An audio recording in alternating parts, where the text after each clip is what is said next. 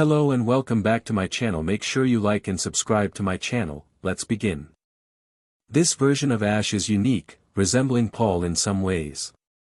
He prefers the company of Pokemon over people, loves to battle, and is both smart and fierce in combat. He cares deeply for a select few individuals, and as the story unfolds, readers will discover who they are.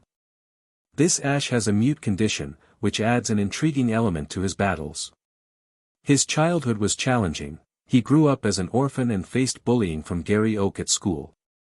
During a summer camp, he found solace in the company of Pokemon and discovered he could communicate with them. Curious about this ability, he approached Professor Oak, who then contacted Sabrina. After a thorough scan, she identified that Ash possessed both aura and psychic abilities. She decided to train him, enlisting the help of her friend Riley. Over 4 years, Ash honed his skills and surpassed both trainers. Now at 12, he is preparing to embark on his journey at 13, aiming to prove his worth by striving to become the world champion. Unlike previous journeys, Ash chose not to enter leagues immediately. Instead, he traveled from region to region, capturing and training Pokemon. Although he traveled alone, he formed a close friendship with Paul along the way. Ash persuaded Professor Oak to allow him to carry more than 6 Pokemon, provided he only used 6 in battles. He maintained his physical fitness and trained diligently with his Pokemon, becoming a formidable aura and psychic wielder. Oak provided him with a Pokemon box to manage his team. Throughout his journey, Ash caught a diverse array of Pokemon, including Kanto, Venusaur, Mega, Charizard, Mega Y, Blastoise, Mega, Max Beedrill, Mega, Pidgeot, Mega, Pikachu, Max, Nidoking, Ninetales, Crobat, Poliwrath, Alakazam, Mega, Machamp, Max, Magnezone, Gengar, Max, all EV evolutions, Kingdra, Snorlax, Max, Scizor, Mega, Magmortar, Electivire, Gyarados, Mega, Ditto, Porygon Z, Aerodactyl, Mega, Dragonite, and a certain mythical pink creature. Johto, Typhlosion, Feraligatr, Meganium, Togekiss, Ampharos, Mega, Heracross, Mega, Glisker, Mamoswine, Houndoom, Mega, Skarmory, Weevil, Tyranitar, Mega. Hoenn, Sceptile, Mega, Swampert, Mega, Blaziken, Mega, Ludicolo, Swellow, Gallade, Mega, Gardevoir, Mega, Breloom, Ninjask, Aggron, Mega, Roserade, Torkoal, Sharpedo, Mega, Flygon, Altaria, Mega, Milotic, Dusknoir, Absol, Mega, Metagross, Mega, Salamence, Mega. Sinnoh, Infernape, Torterra, Empoleon, Staraptor, Luxray, Floatzel, Spiritomb, Garchomp, Mega, Drapion, Rotom, Yanmega. Unova, Serperior, Emboar, Samurott, Scolipede, Braviary, Crocodile, Zoroark, Volcarona, Ferrothorn, Electros, Haxorus, Chandelure, Hydreigon. Kalos, Chestnut, Greninja, Delphox, Aegislash, Talonflame, Malamar, Goodra, Tyrantrum, Noivern, Trevenant. Alola, Decidueye, Primarina, Incineroar, Toucanon, Vikavolt, Lycanroc, Dusk, Salazzle, Golisopod, Mimikyu, Alolan Ninetales, Kommo-o, Alolan Sandslash, Nihilego, Zerud. Galar, Rillaboom, Max, Inteleon, Max, Cinderace, Max, Corviknight, Max, Obstagoon, Hawlucha, Alolan Raichu, Textricity, Amped Form, Max, Arcanine, Dragapult, Melmetal, Max, Flapple, Max, Grimmsnarl, Max, Surfetch'd, Urshifu, Single Strike, Max. Hisuian, Hisuian Samurott, Hisuian Typhlosion, Hisuian Decidueye, Hisuian Zoroark, Hisuian Arcanine, Hisuian Braviary, Blood Moon Ursaluna. Paldea, Meowscarada, Quaxly, Skeledirge, Lokix, Palmot, Garganacl, Amuruj, Annihilape, Tinkaton, Kilowattrel, Palafin, Kingambit, Glimmera, Iron Valiant, Fluttermane, Goldengo, Baxcalibur, Ogerpon, Allmask, Miraidon, Coraidon, Iron Leaves, Walking Wake. After completing his journey, Ash signs up for the World Tournament held annually, where the reigning champion is Cynthia, who recently defeated Leon's entire team with her Garchomp. As he prepares for the tournament, he faces 32 rounds against friends and rivals, including Paul, who is also competing, and Professor Oak, who supports him. Throughout the tournament, Ash encounters familiar faces from his past, including rivals and champions, as well as a certain legendary figure. At 18, Ash is ready to face the challenges ahead. Will he emerge victorious, or will Cynthia's powerful Garchomp prove too much for him? The story unfolds from a third-person perspective, capturing the essence of Ash's journey and the challenges he faces along the way. It's sign-up day at Winden Stadium, and the next World League is approaching. Ash Ketchum, our black-haired protagonist, steps off the plane with a bittersweet smile. The last time he was here, he was capturing his Galar team. Now, he plans to use that team, along with his other Pokémon, to prove to the world that he will become the best, like no one ever was. As Ash walks toward the stadium with Pikachu perched on his shoulder, he reflects on their journey. Although Pikachu isn't fully evolved, it remains the strongest Pokémon in his arsenal and his loyal starter. Approaching Nurse Joy, Ash signs, "Can I sign up for the tournament?" Unfortunately, Joy doesn't understand him. Noticing her confusion, Ash releases a Pokeball, and out comes his Gardevoir, his translator. Gardevoir conveys Ash's message to Nurse Joy. "My master wishes to sign up for the tournament." Joy, startled, grows skeptical. "How is your master supposed to battle when he can't command you?" "You will see when we battle." "May we sign up?" Ash asks. "I guess so." "Put your Pokédex on this," Joy replies. Ash complies, and she gasps at the number of Pokémon he has. "Why, you are all signed up." "Thank you," Gardevoir thinks gratefully. Thankfully, Ash had hidden Mew from her sight. After signing up, Ash heads to a phone machine and calls Professor Oak. "Ah! Ash, my boy. All signed up?" the professor greets. "Yes, Professor. Nurse Joy was surprised by my condition and the number of Pokémon I have," Ash responds. "That was expected. I can't wait to see you battle. Tomorrow, the matchups will be announced. I will be cheering you on." Ash nods and hangs up, knowing his friend is nearby. Leaving the stadium, Ash walks onto the bridge and pauses. "Hello, my friend. Last time I saw you, you were unprepared. Now, you are a true rival," a voice calls. Ash turns to see his best friend, Paul. "Hello. I'm glad you're here, Paul," Ash replies. "I'm glad to see you as well. Do you think the trainers will be as unprepared as that brat Gary Oak?" Paul asks. "I hope not. I would like actual competition," Ash responds. "I agree. Care for a battle?" Paul inquires. "Not right now. I need to find a place to stay," Ash replies.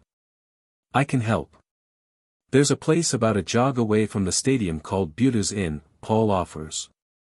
"Thank you, my friend. I'll head over there now.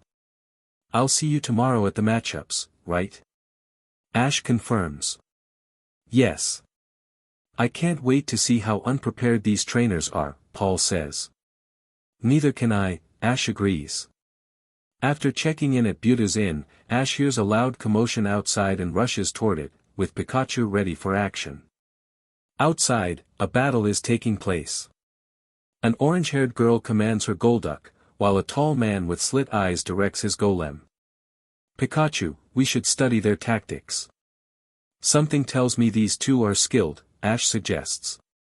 Pikachu nods in agreement. The boy shouts, "Golem, use rollout." "Golduck, hydro pump," the girl responds. Golem rolls through the water and collides with Golduck, sending it flying back. Golduck quickly recovers.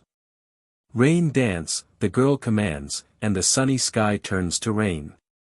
"No rain will stop me, Misty." "You should know that by now," the boy retorts. "It's not supposed to stop you. Liquidation. Misty counters. Golem, protect, the boy commands. Golduck moves swiftly, hitting Golem just after it sets up its defense. Clever use of swift swim, Misty, Brock comments. Thanks. Now it's time to wrap this up. Golduck, use nasty plot, then hydro pump. Misty instructs. Golem, wait, the boy calls. Golduck executes the plan, launching a powerful jet of water. Just before it hits, Golem digs underground and reappears with a thunder punch. Golduck is struck hard, landing on the ground. Golem, finish the job. Heavy slam, the boy commands. The rock slams onto Golduck, and when the dust settles, Golduck is barely standing. You can do it, Golduck. Misty encourages. Use surf. The wave connects with Golem, but it remains standing, hanging on by a thread. Golduck, finish it. Liquidation. Misty shouts. Golem, wait, the boy calls again. This time, Golem glows and then explodes, taking both Pokémon out of the battle. Ash watches the match with a frown before leaving. Pikachu snorts in amusement. So those two are skilled, huh? Ash muses. I'll admit they have a lot of work to do. More than most, Pikachu replies. The pair head to their rooms and settle in for the night, with Pikachu curling up in a luxury ball. The next day, the matchups are being decided, and excitement fills the stadium. A huge screen displays the pairings, but first, an exhibition battle takes place between two random trainers. Cynthia, the current world monarch, announces the names, David and Ash. As Ash steps up, David stands behind him. They shake hands and walk toward the battlefield, Ash smirking while David believes he will win. Both trainers prepare their Pokeball as the bell rings, signaling the start of the battle. David throws out a Mismagius, a ghost type, while Ash sends out Talonflame, a fire-flying type. Unofficial battle between David of Twinleaf Town and Ash Ketchum of Pallet Town, the first mute trainer, announces Rotom. Confuse Ray. David commands. Pathetic. Dodge and use Bulk Up, Talonflame. Repeat 3 times, Ash instructs. Mismagius fires the attack, but Talonflame easily dodges, glowing red as its attack and defense increase. Fine. If that won't work, then Thunderbolt all around. David shouts. Mismagius unleashes electricity across the battlefield, but not a single bolt hits its target. Again, another bulk up was used. Ash observed his opponent and noted, he's weaker than I thought. Talonflame, no more bulk ups. After he fires his attack, go for Sunny Day, then Flare Blitz right to the face. If it's still standing, use Aerial Ace. David commanded, Shadow Ball, followed by Dazzling Gleam.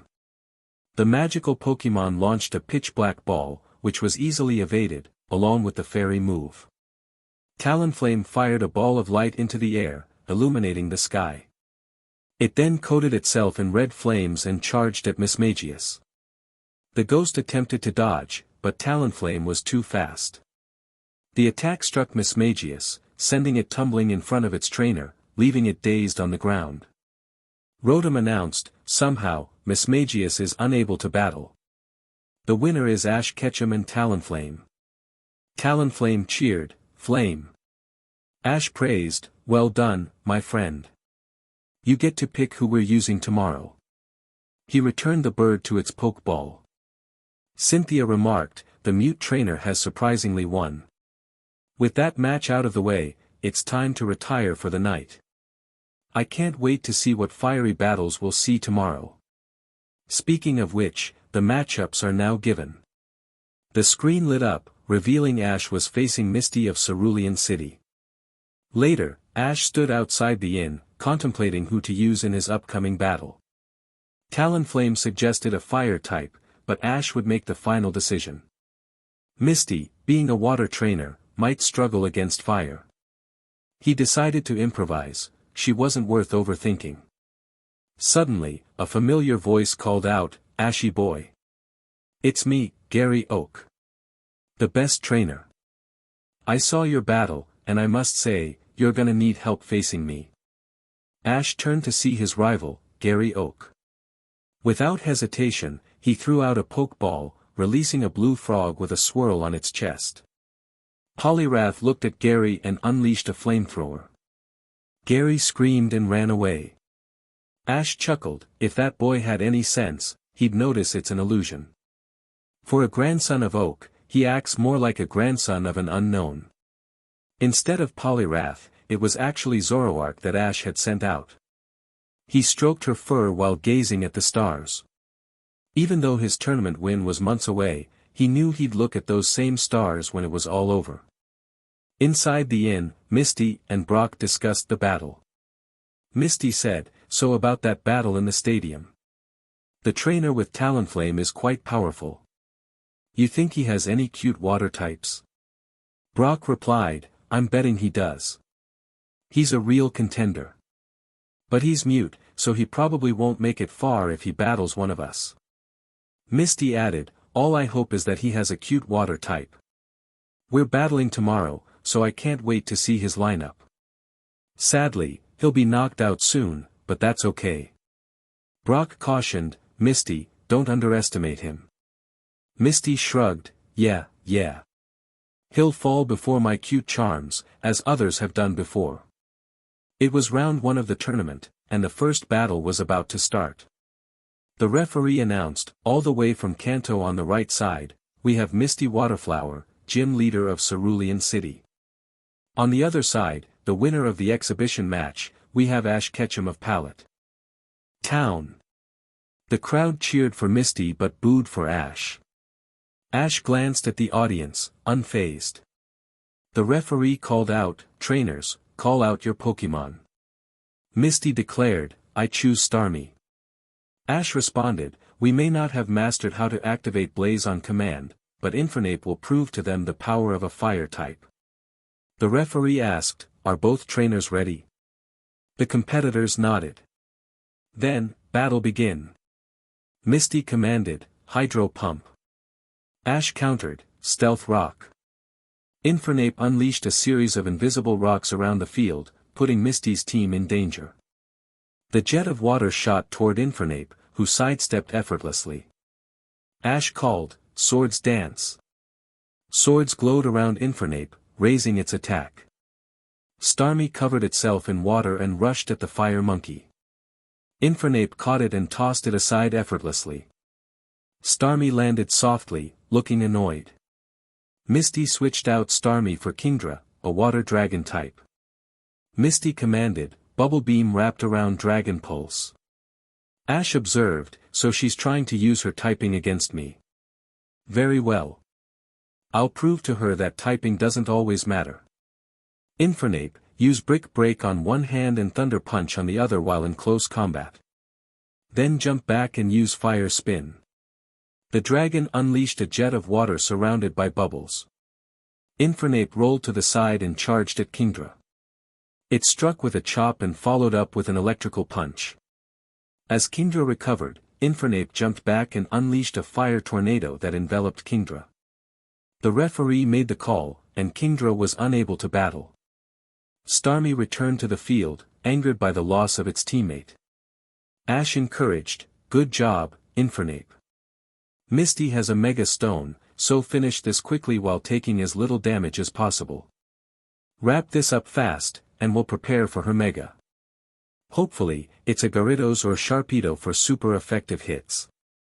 Our defense is down, so make sure we don't lose too much health, just enough for Blaze.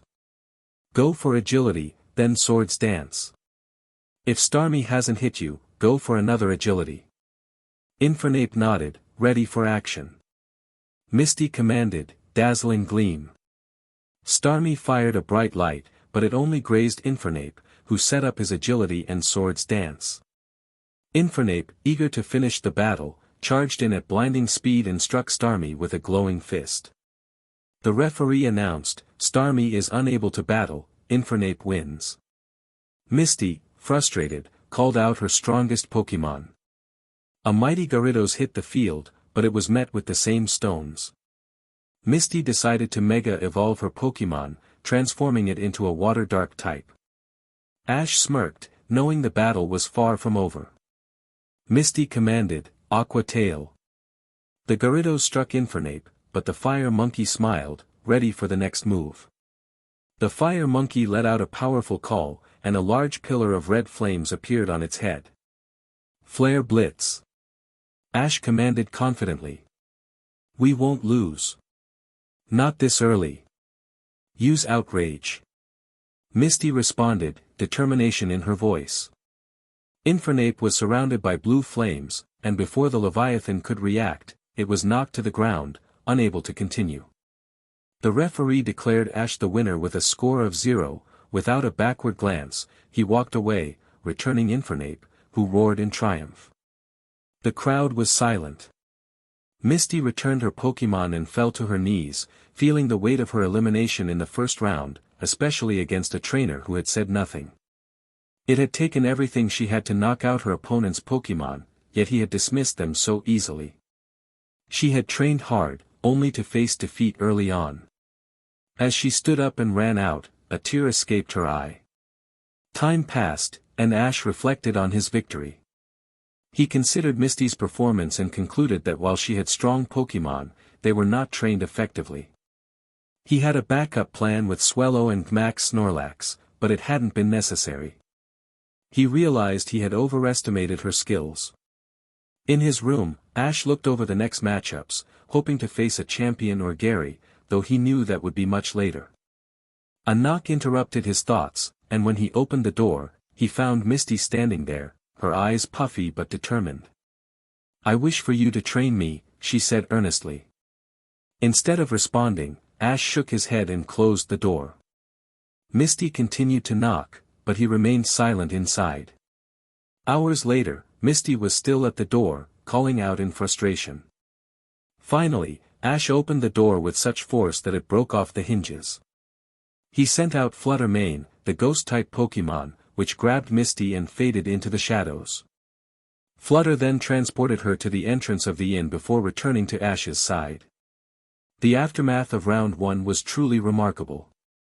No one had witnessed a trainer who could connect with their Pokémon without speaking or moving. Diantha came close, but Ash's abilities surpassed hers. Not only was he mute, but his Pokémon were so powerful that he could easily defeat a Water-type gym leader with his Infernape. Many trainers, including champions, were keeping a close eye on him. 2 champions were particularly upset with this young prodigy. One was intimidated by him, as he hailed from his region but had refused to grant him a trainer license. Lance of Kanto needed to find a way to keep Ash on his side, recognizing his incredible strength. The second champion felt jealousy. It had taken her years to master her skills, and she still needed to call out moves. Yet this trainer, from a region she deemed the worst, had come out of nowhere and made her look inexperienced. Diantha hoped Ash would be eliminated before she had to intervene. However, 2 champions admired Ash and wanted to meet the Mute Wonder. One was Leon, the champion of Galar, who, despite losing his title in a sweep, still loved to battle strong opponents. He recognized Ash as a formidable challenger. The second champion was from Sinnoh, who quickly noticed Ash's strength and was excited to see such a powerful young man. She looked forward to the challenge he presented, especially with his starter's Blaze ability, hinting at many surprises. Ash Ketchum knew that after that battle, all eyes would be on him. Tomorrow, he would face Brock. Although it seemed like an easy match, he decided to use one of his rock-type experts, a formidable force capable of taking down any opponent, especially those weak to her. If needed, an attract move could stop the opposing Pokémon in their tracks. Misty was known as a strong contender and was expected to remain in the tournament until at least round. Many were frustrated with Ash for how he had treated their friend Misty. One of them was Gary Oak, her boyfriend, who vowed to sweep Ash's team when they faced off. Yet, some vows are meant to be broken. Misty had moved on from her loss and wanted to get to know Ash better. Unfortunately, every time she approached, either Galade or his Goilaspad would appear and send her away. Gary asked her out, but even he couldn't distract her. The black-haired protagonist was in his room when he remembered he had forgotten to heal his fire starter. It had been an entire day, and Infernape still needed attention. He released the poke ball, and the monkey emerged with a loud cry, quickly realizing it was in his master's room. "Hello, my friend. I'm sorry I forgot to heal you," Ash said. "No problem, boss. I'm okay, her Pokémon were weak. That Aqua Tail didn't do much, so I activated Blaze on my own," Infernape replied. "Glad you finally mastered that skill. Next time I use you, we'll put it to good use. If their Pokémon falter, it's the trainer's fault for not training them properly." "I agree," Infernape said. Ash's hand glowed red as he touched his Pokémon, and it shimmered for a moment before being fully healed. He returned Infernape and headed to the battlefield, intending to visit Oak's lab. He called out his fastest flyer, Pidgeot, who had a Mega Stone on one of its talons. With a mighty caw, it landed on the field. Ash climbed onto it and decided to Mega Evolve the bird. His keystone glowed red in his hand, syncing with Pidgeot, resulting in the emergence of Mega Pidgeot. With renewed vigor, the bird soared at incredible speed. After a brief time skip, Ash arrived in front of Oak's lab and returned his bird, de-Mega Evolving it before entering. Instead of finding Oak, he encountered Lance, the champion of Johto and Kanto. "Greetings, Mr. Ketchum," Lance said. Ash released 2 Pokeball, and his translator appeared alongside his Alolan Ninetales. Lance winced at the sight of the Ice Fairy but quickly turned back to Ash. "My master doesn't want you here. He has sent out the Dragon Buster just in case you think you can challenge him, Flying Master. First off, Ash, I'm a Dragon Master, and second, I will not fight you. Even with that Ninetales, you could not defeat me. My master will prove you wrong, but not today. He believes you're not worth the time, Flying Master. He asks what you want before sending out his 2 enforcers. He will not ask a second time. I'm not a Flying Master. I'm here to apologize for not granting you your license." "I believe Oak had to call Cynthia to get it," Ash replied. "My master rejects your apology. He asks where Professor Oak is. Oak is currently in Galar, watching the World Tournament. I knew you'd come here to ask a question. If he is not here, then neither are we. Goodbye, Flying Master." Ash returned his translator but kept Ninetales out as he exited the lab. He released his bird again, ignoring Lance's pleas, climbed onto it, returned the fox, and flew away. All the champion could do was hope Ash would be knocked out before he became a real threat. Determined, Ash decided that Brock would ask for training. He agreed, on one condition: Brock needed to find and catch the Larvitar line. A Rock Master required this powerful Pokémon to truly be formidable. Ash aimed to train Brock, sensing he could utilize the gym leader's skills later. Not only did Brock achieve this, but he also caught the final evolution. He was with Ash on the battlefield where he had faced Misty earlier. Brock recognized Ash's Pokémon as incredibly powerful, believing each one was at least elite level. Ash was set to battle May Maple and felt no worry at all. He planned to send out Ampharos and dominate the match, considering Mega Evolving it to expedite the process. Ash asked Brock to throw out all his Pokémon. Surprisingly, Brock had a well-balanced team, which included Golem, Steelix, Swampert, Crobat, Krogunk, and now a Tyranitar. Ash decided to use telepathy, demonstrating his trust in Brock. The Rock Master was surprised by Ash's psychic communication but quickly composed himself. Ash explained to Brock that Golem wasn't fitting for a strong team, suggesting that 2 rock types were sufficient and that if Krogunk wouldn't evolve, it wouldn't be effective in battles. Brock acknowledged this, admitting that Golem preferred caring for others over battling. He agreed to find a replacement for Krogunk, who wasn't a battler either. With Golem gone, Ash encouraged Brock to improve his team by adding fighting and water types. Brock proposed a Hisuian Braviary, confident that finding a fossil wouldn't be too difficult. Ash praised the choice and advised Brock to consider a fire or water type to complement his Tyranitar. Brock expressed interest in Houndoom, which Ash agreed was a strong choice with great potential, suggesting that Brock should aim for a Mega Evolution. Brock then selected Gogget as a replacement, and Ash noted that while Gogget wasn't the strongest grass type, it could be a threat if trained properly.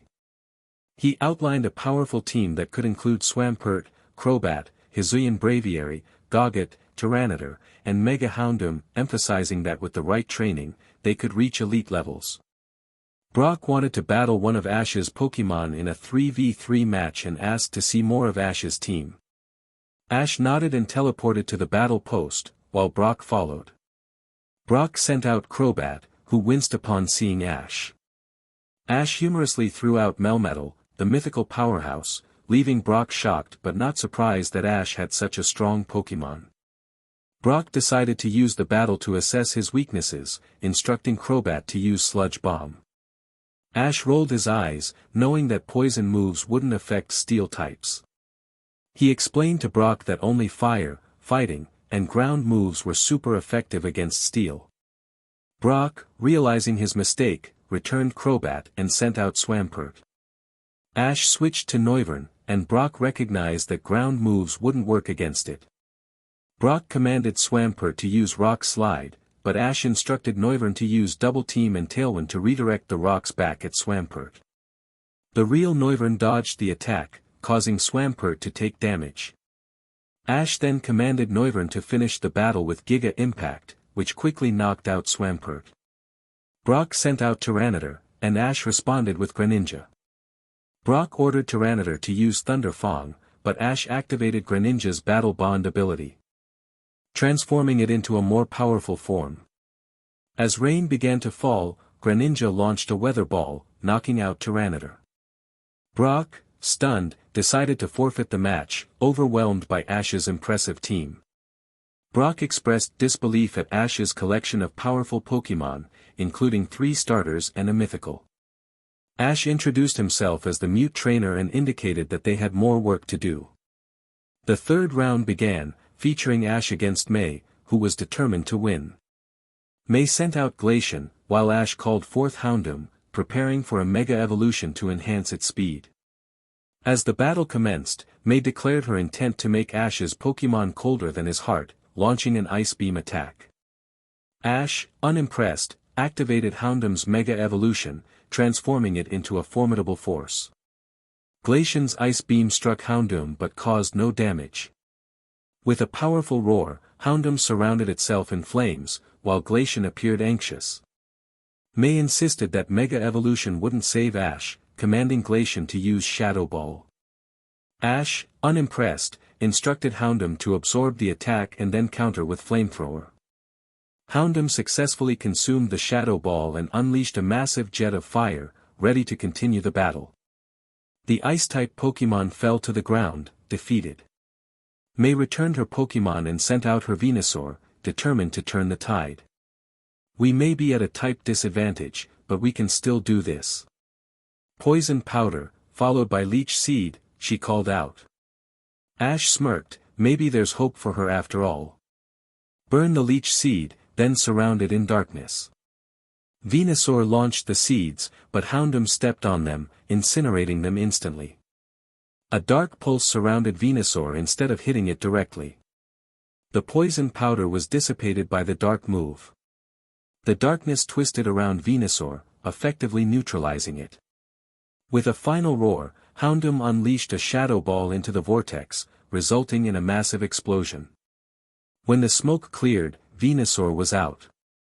In its place, May sent out her ace, Blaziken, adorned with a Mega Stone necklace. She Mega-evolved Blaziken, enveloping it in a red glow. You can't beat us. You won't hurt my friends. High jump kick. May shouted. Ash retorted, hurt? I only hurt those who get in my way. Houndoom ended in one move. Use Rain Dance, then Psychic Fangs. Latch on and don't let go. Charge up a fully powered Hyper Beam. Blaziken's knee glowed brightly as it leaped into the air. Houndoom rolled its eyes and let its fire shield dissipate. The Mega Houndoom jumped and bit Blaziken's leg, causing the fire type to cry out in pain. They landed, Houndoom's fangs still embedded in Blaziken's leg. Houndoom charged up a hyper beam and fired, defeating Blaziken. May, furious, returned her Pokémon and rushed towards Ash. Before she could reach him, Houndoom jumped in front of her, growling. Its eyes glowed with blue fire. Ash gestured, and Houndoom returned to his side. He then sent out his Gardevoir. My master wishes to know what you need.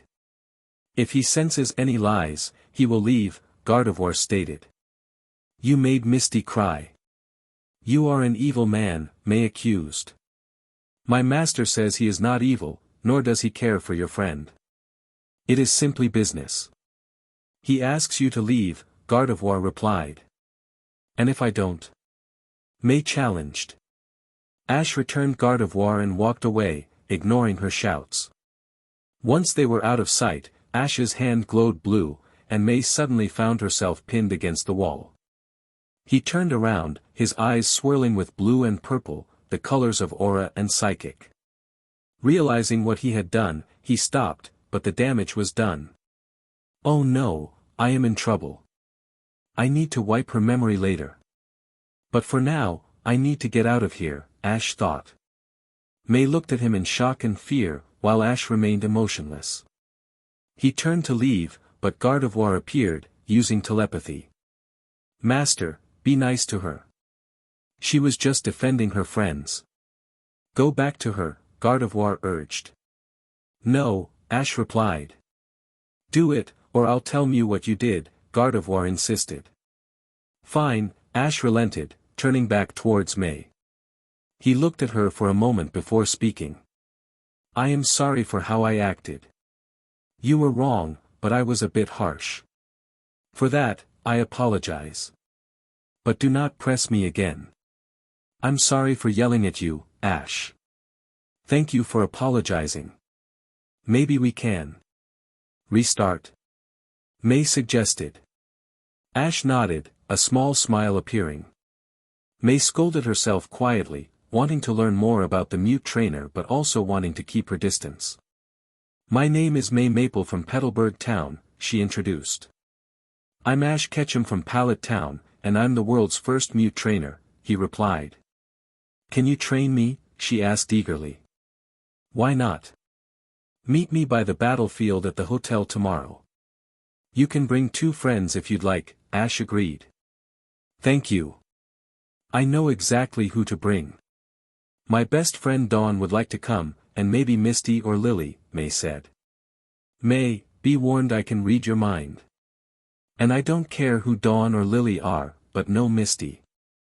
I won't explain why, Ash stated. Well. Okay then. See you tomorrow, Ketchum. May asked. Yes, you will, Miss Maple, Ash replied, his thoughts revealing his disdain for people. The next morning at 7 a.m., 4 people gathered on the battlefield, Brock, May, and her 2 friends, Dawn and Lily. Right in front of them, Ash appeared with a faint pop.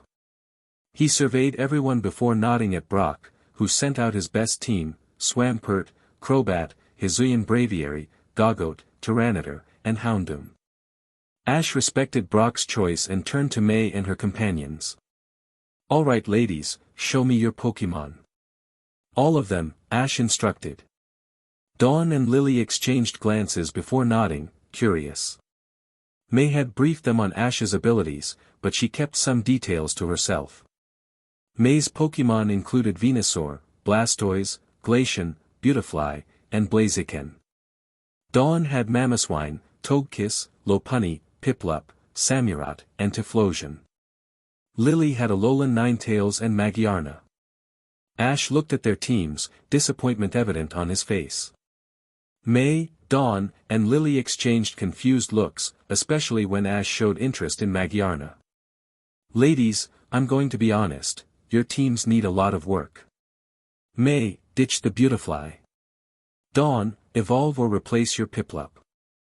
And Lily, get something to protect your fairies from poison and steel, Ash advised. Protests erupted, but Ash dismissed them. If you think your Pokemon are so great, try to beat one of mine with all of yours. And this time, May, I will not use Mega Evolution, he challenged. He threw out a single Pokeball, releasing his starter. A yellow Pikachu emerged, sparking with electricity. Dawn and May smirked, while Lily smiled slightly, unaware of the challenge ahead. The girls launched their Pokemon's moves, but Pikachu glowed with a white light and dodged every attack effortlessly. You can't even see Pikachu, he's a blur on the field. When the attacks end, the Pokemon is just sitting down, liking itself. Pikachu, Thunderbolt. Ash commands. Pikachu fires a powerful electric bolt, hitting all the Pokemon. When the smoke clears, everyone is knocked out, and the Kanto electric Pokemon grins, jumping onto Ash's shoulder.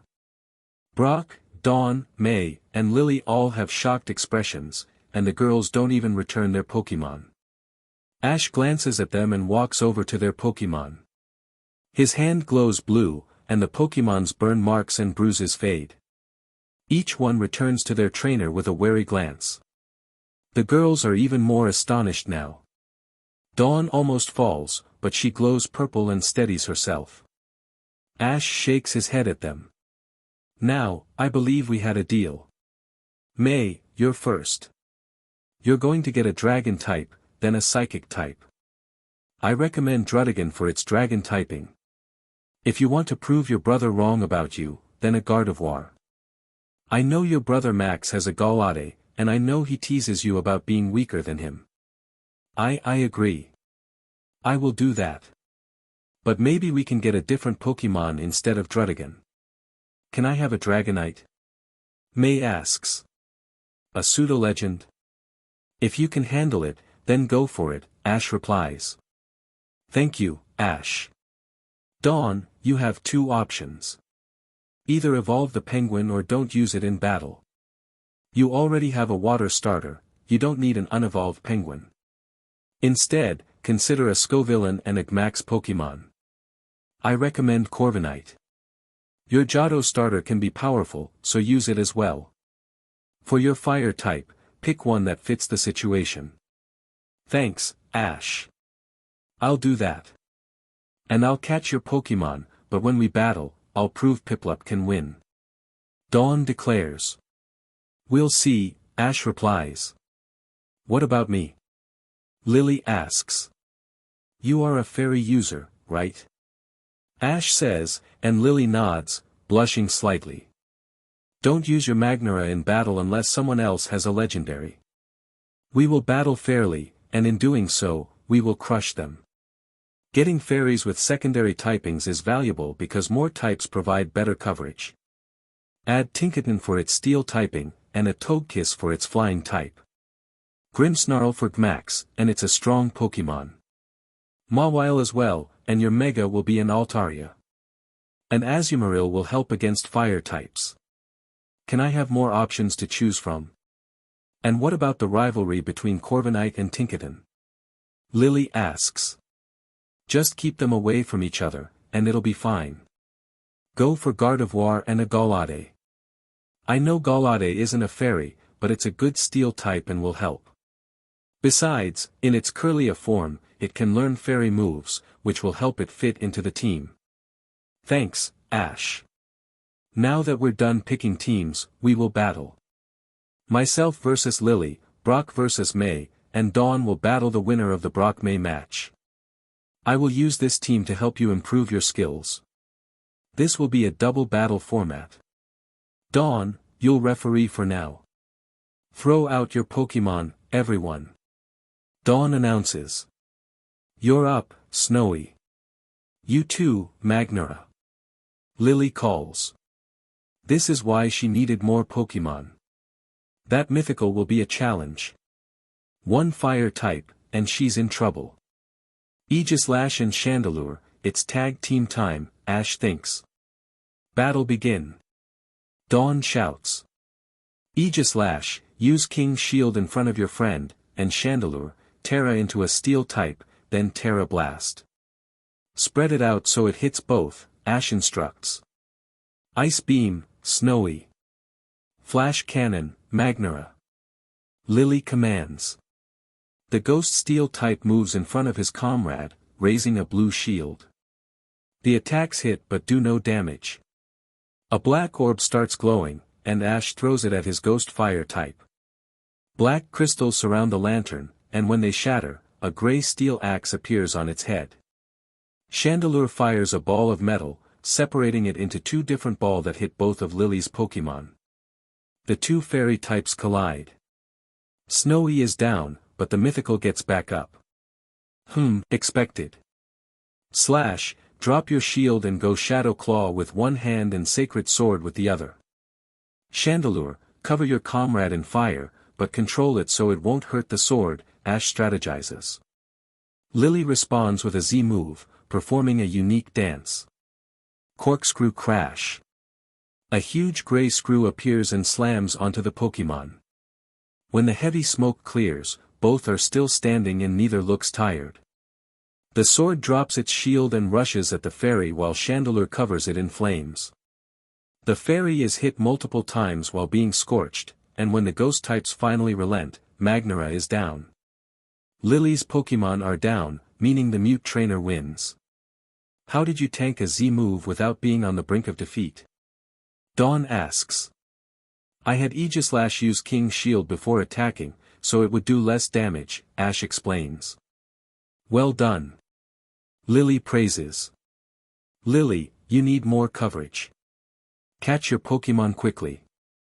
The other battle is cancelled, I need to prepare to face May's brother. If you'll excuse me, Ash says as he and Brock leave. So, ladies, what do you think of him? May asks. A bit mysterious, and his powers. Why does he have powers? Dawn wonders. His skills are amazing. His Pokémon are incredibly powerful, and I bet each one rivals a champion's ace, Lily adds. I can't wait to see him take down my brother. Maybe he'll become a new idol instead of that kid Gary, May says excitedly. Come on, ladies. We have Pokémon to catch. Dawn exclaims. Meanwhile, Max hasn't seen his sister since yesterday. The last time he saw her, she was raving about some training with her crush. He might have overheard and told his friends. The only guy worthy of her, at least in everyone else's eyes, was furious and asked Max to embarrass the trainer today. Drew was petty like that. Okay, Ash, please win. I bet everything that you'd make it after you beat Misty. Come on, do a brother a solid. Trainers, throw out your Pokémon, the referee announces. So, this is May's brother. I don't see it. What a pathetic little twit. Hisuian Zoroark, show them who you are. Let's do this, Ash says confidently. Bring it on. You stole my sister. Go Mytiana. Max shouts. Ash observes the two dark types, noting that one's power level greatly exceeds the other. Let's do this. Icy Wind. Use the cover to launch a combo of Brick Break. And Skitter Smack, he commands. I've been trained by the strongest trainer ever. The great and powerful Gary Oak. Max boasts. The crowd roared as Ash frowned, determined not to be defeated. You can't beat me. Take down, he declared confidently. Of course, he replied, as the fake Zoroark unleashed a blue wind filled with icicles. Mytiana transformed into a mini white missile, launching itself at Zoroark, but it simply phased through. The icicles struck Mytiana, and the fake Zoroark followed up with a flurry of attacks. After finishing, Zoroark jumped back, admiring its work. Mytiana was returned with a small huff, and a Sceptile emerged next. However, before either trainer could speak, the illusion of the fake dark type faded, revealing a normal ghost type surrounded by a green glow. With a fierce roar, it lunged at Sceptile, delivering a powerful uppercut. Sceptile attempted to counter, but the Hisuian Zoroark vanished into its pokeball. U-turn. Max called out. Good job. We sent him off balance. Now we send in the hero, Ash responded as a blue dolphin entered the field but quickly tapped out with a flip turn. Zoroark returned, only to tap out again with a U-turn. When the blue dolphin reappeared, it transformed into a true hero in a matter of seconds. We have the type advantage. Bullet Seed. Max shouted. Type advantage isn't everything. Go bulk up ×2, Ash countered. Palafin glowed a dark red as Sceptile unleashed 4 seeds, but Palafin effortlessly swatted them aside. Ice Punch and Drain Punch, 1 in each hand. Cover yourself in water for added damage, Ash instructed. You're pathetic. Leaf Storm. Max retorted. Palafin's fists glowed white and orange as it charged at Sceptile. The Hoenn starter unleashed a leaf tornado, but Palafin charged through it with a grin. Both fists connected, sending Sceptile flying next to Max. Without a word of thanks, Max sent out Gallade. He attempted to Mega Evolve it, but as the yellow tendrils touched Gallade, it darkened and dissipated. Palafin swiftly karate chopped Gallade with a blue fist, and it crumbled. Yes, let's go Ash.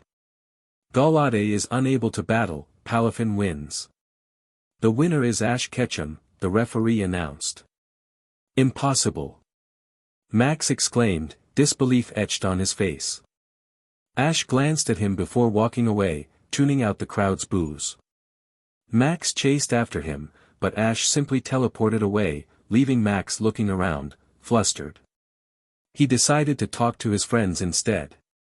Later, the friend group, excluding Dawn, May, Lily, and Brock, gathered outside the stadium. I'm so sorry I lost to that cheater Drew. His Pokémon were unfairly enhanced. Max lamented. It's okay. If I had battled him, I would have won. Not everyone can be as skilled as me, Drew replied confidently. Don't worry, kid. With more of my training, you'll soon become the second strongest trainer. Gary encouraged. Max's eyes sparkled with admiration. Thank you, Gary. But where's my future bride, Max? Drew asked playfully. No idea. I think she's training with Ash again. Apparently, she caught a bunch of powerful Pokémon, so she thinks she can beat me. But my strategy will outsmart her, as always, Max replied. Well, if Ash is training her, then she must be weak. I could be her trainer, and she could become really powerful, Gary suggested. Meanwhile, Ash addressed his group. Okay, everyone. It seems you each caught your Pokémon. How you did that so quickly, I'll never know, but that's beside the point. You each have a new mission, bond with your Pokémon. Building a bond is crucial for winning battles. During my match with Max, he tried to Mega Evolve his Gallade, but it didn't work because the bond wasn't strong enough. Alright, Ash. Dawn cheered. During my catching spree, I found a Chansey. I may have caught her and evolved it. Can it be viable in battle? May asked. For Blissey, create a stall strategy. It may seem unconventional, but it's a tactic that has proven effective, Ash advised. Brock, where can we find Mega Stones? He continued. Mega Stone Island. That's where I found all of mine. Tomorrow, we will go there, Ash confirmed. The girls chimed in, bonding time with Ash. Bonding time, huh? Ladies, your thoughts are very loud, Ash teased, noticing their blushes. Brock chuckled, and Ash's eyes sparkled with a hint of warmth that no one had seen before. As the sun began to set, casting a warm glow over the bustling town, the characters found themselves at a crossroads, both literally and figuratively. The air was thick with anticipation as they gathered at their favorite spot, a small cafe that had become a sanctuary for their friendship. Are you sure about this? One of them asked, concern etched on their face. The others exchanged glances, the weight of the decision hanging heavily in the air. We have to take this chance, another replied, determination shining in their eyes. We've come too far to back down now. The conversation flowed, filled with laughter and moments of vulnerability, as they shared their hopes and fears. Each character revealed a piece of themselves, deepening their bonds and solidifying their resolve. As night fell, the group made their way to the edge of the town, where the stars began to twinkle above them. The journey ahead was uncertain, but together, they felt ready to face whatever challenges lay in store. The promise of adventure and the strength of their friendship fueled their spirits, igniting a sense of purpose that would guide them through the trials ahead. Chapter End. Ash, along with his closest friends, found themselves on Mega Island. Each of them was on a quest to find their respective Mega Stones. May was searching for a Blastoisonite, Venusaurite, and Gardevoirite, having received her Blazikenite from her father. Dawn needed a Lopunite, although she preferred Terra over Mega Evolution, she wanted it as a backup. Brock was on the hunt for a Swampert, Tyranitar, and Houndoomite, having already discovered his Steelixite at a dig site. Lily needed Galladite, Gardevoirite, Altarionite, and Maulite. Finding Mega Stones was challenging, especially since they all needed multiple. Each friend ventured in the direction they felt was best. Brock was the first to explore. As the pewter gym leader stood next to a mountain, he felt drawn to a tunnel within it. Upon entering, he discovered a Tyranitarite, but it was embedded in the ceiling and guarded by a Solrock. Tyranitar, use Crunch. Brock commanded. Solrock retaliated with a purple beam that barely affected the rock. Dark type. Tyranitar clamped down on Solrock's arm, but the Solrock unleashed a blinding light before exploding. Tyranitar was thrown back but quickly recovered. Good job, buddy. Now, Stone Edge to boost me up. Brock instructed. Blue stones appeared beneath the Mega Stone, and with some effort, he managed to grab it. 1 down, 2 to go. Swampert, let's find your stone. Brock jogged out of the tunnel and headed to the marsh. At the bottom, he noticed a blue glow. Swampert created a bubble around Brock's head and swam toward the stone, but a mini whirlpool surrounded it, tossing Brock away whenever he got close. Swampert decided to jump in but was also thrown out.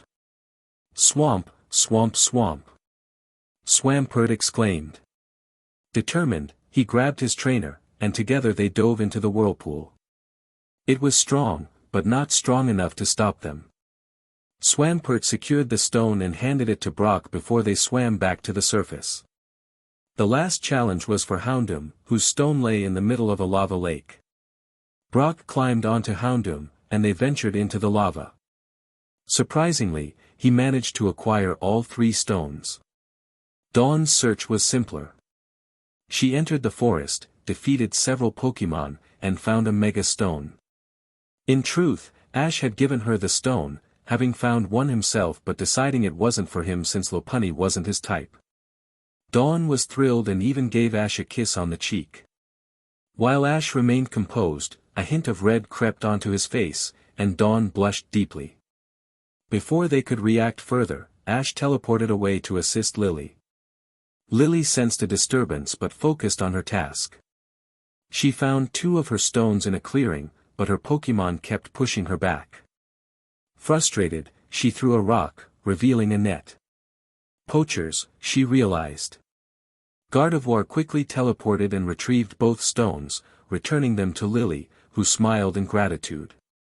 She rushed to her next target, where a Maulite was trapped in a steel box engulfed in flames.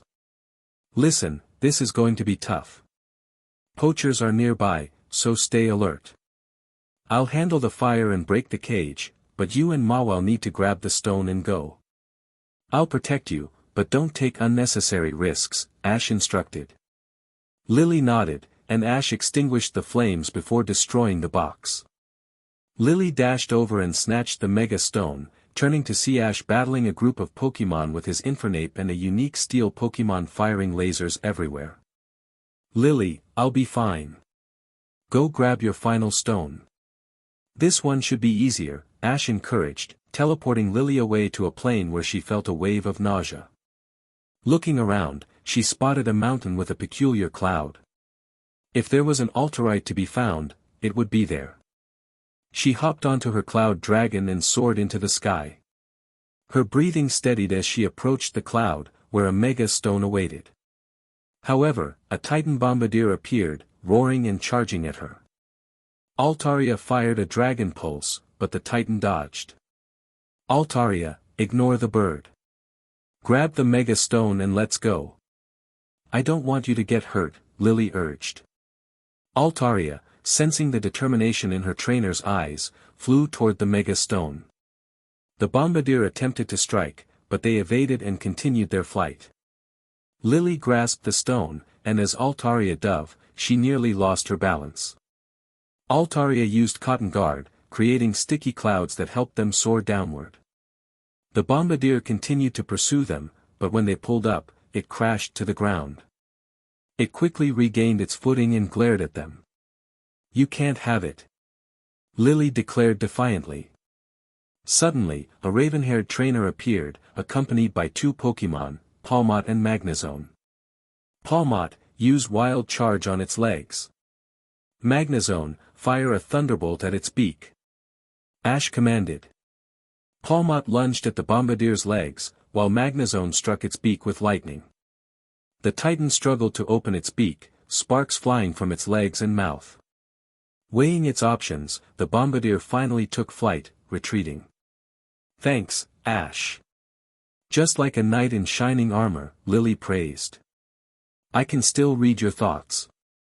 Let's check on May, Ash replied.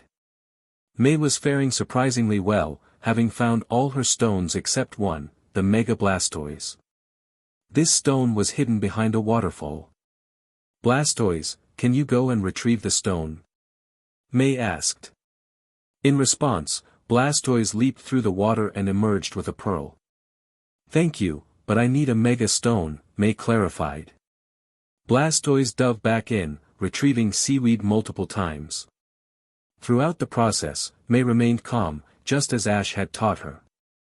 Finally, Blastoise surfaced with the Mega Stone. Yes. Thanks, Blastoise. May exclaimed, embracing her Pokémon. Just then, Ash appeared once more. But before May could react, Ash teleported himself, May, and Blastoise to the others. The group was discussing their travels, and Ash wore a small smile. He congratulated everyone on obtaining their Mega Stones, noting that it had been much easier for them than it had been for him. He reminisced about how it took him 3 years to find all of them and hinted that there might be more out there, but for now, he would wait until the island called him again. As Ash teleported the group to the mainland, he went down on one knee but quickly righted himself, still smiling. Tomorrow, he would battle one of the few people he considered a comrade. For the first time, the mute trainer felt excitement for a battle. The atmosphere was different this time. In previous battles, everyone wanted Ash to lose, but now the crowd was indifferent, some cheered for him while others hoped for his defeat. The referee called for the trainers to send out their Pokémon. Dawn sent out her Scavillain, and Ash chose Ninjask. The battle began, and Ash instructed Ninjask to focus on dodging and setting up. Dawn strategized that they needed to take Ninjask out quickly, ordering Scavillain to use Flamethrower. Ninjask flew around the stadium, evading the flames while a red glow surrounded it, indicating a speed boost. Dawn realized the battle was about to get intense and commanded Scavillain to create a fire spin around the arena while charging up a solar beam. Ash reacted quickly, telling Ninjask to fly up and dodge the incoming beam. The tornado of flames dissipated, and with incredible speed, Ninjask struck Scavillain with an X-Scissor, causing it to kneel but still fire the solar beam. Ninjask narrowly avoided the attack but was hit by a seed bomb. Despite the hit, Ninjask got back up, showing resilience with just a small burn mark. Ash noted that the attack should have done more damage, and with renewed confidence, he encouraged Ninjask to go all out. Dawn, taken aback, sent out Mamoswine, who launched an ice shard at Ninjask. However, Ninjask swiftly dodged and countered with an uppercut using X-Scissor, sending Mamoswine soaring into the air. Dawn instructed Mamoswine to use Heavy Slam on the way down, but Ninjask caught the massive Pokémon, surprising everyone. As the battle continued, Ash directed Ninjas to use slash and poison jab to cut the rocks Mamoswine had created and send them back. The rocks hit Mamoswine squarely in the face, leading to a decisive strike that knocked it out. Dawn was astonished by Ninjask's strength and sent out Piplup, determined to turn the tide. Ash felt confident, knowing that angering his Pokémon was a mistake. Ninjask charged toward Piplup at incredible speed, landing a hit that sent the penguin crashing to the ground. But Piplup managed to rise again, glowing with determination as it transformed into a fire type. Dawn commanded a Terra Blast, but Ash was skeptical of Piplup's chances. Ninjask flew through the fire and struck Piplup with a Night Slash, leaving it unable to continue. Ash returned Ninjask, giving it a light reprimand for showing off. The referee announced Ash as the winner, and he approached Dawn, extending his hand for a shake. He acknowledged her efforts, complimenting her on managing to hit one of his Pokémon. Later, Ash was in his room, discussing the battle with Ninjask. He praised its performance but noted it could have finished the match quicker. Ninjask admitted it enjoyed testing its endurance against Dawn's Pokémon. Meanwhile, Ash sought out Paul, who was with a group of friends. Ash overheard Gary questioning Paul about his association with him. Paul defended Ash, stating that he respected his friend's strength and journey. Ash felt a sense of camaraderie as he listened to Paul stand up for him. "Can you show yourself and help me out here? These kids are giving me a headache." The mute trainer of the world appeared around the corner, his eyes intense. The friend group turned to him. Misty began to yell, but Ash was not having it. "If you're going to talk about me, be discreet about it." "I'm mute, not deaf," he thought. Gary chimed in, "None of us know sign language, dork." Paul stepped forward, ready to translate. He says, "If you're going to talk to me, be discreet about it." "I'm mute, not deaf." Iris declared, "You and I will battle, and you will lose. I am the most powerful Dragon Master of all time." Ash responded, "You are no Dragon Master. A true Dragon Master isn't scared of fairy types. They adapt and power through it. You are just a little kid." Paul relayed Ash's words, he says, "You are no Dragon Master. A true Dragon Master isn't scared of fairy types. They adapt and power through it. You are just a little kid." Iris's face flushed red, but then 4 familiar figures arrived, Brock, Lily, May, and Dawn. They surveyed the scene, noticing their old friends looking smug, annoyed, and tense, while their mentor was being held back by his ally. Ash's hands glowed dimly red but faded when he saw his trainees. Drew exclaimed, "My Lady May." May greeted Ash, "Hey Ash. Great battle today. Your Ninjask catching Mamoswine was so cool. Thank you. Now then, back to business." "It would be wise to leave Paul alone," Ash replied. Paul echoed, he says, "Thank you. Now then, back to business." "It would be wise to leave Paul alone." Gary taunted, "What are you going to do, Mutie? Talk us to death?" Paul responded, "You messed up." Ash's eyes glowed purple and blue for a moment before fading when he noticed his trainees looking at him with concern. He cared for them deeply. Ash flipped off the group and walked away, feeling a gentle pull on his head, as if an invisible Mew was calming him down. Paul was puzzled about why he didn't react more aggressively. He glanced at the new arrivals and began to understand.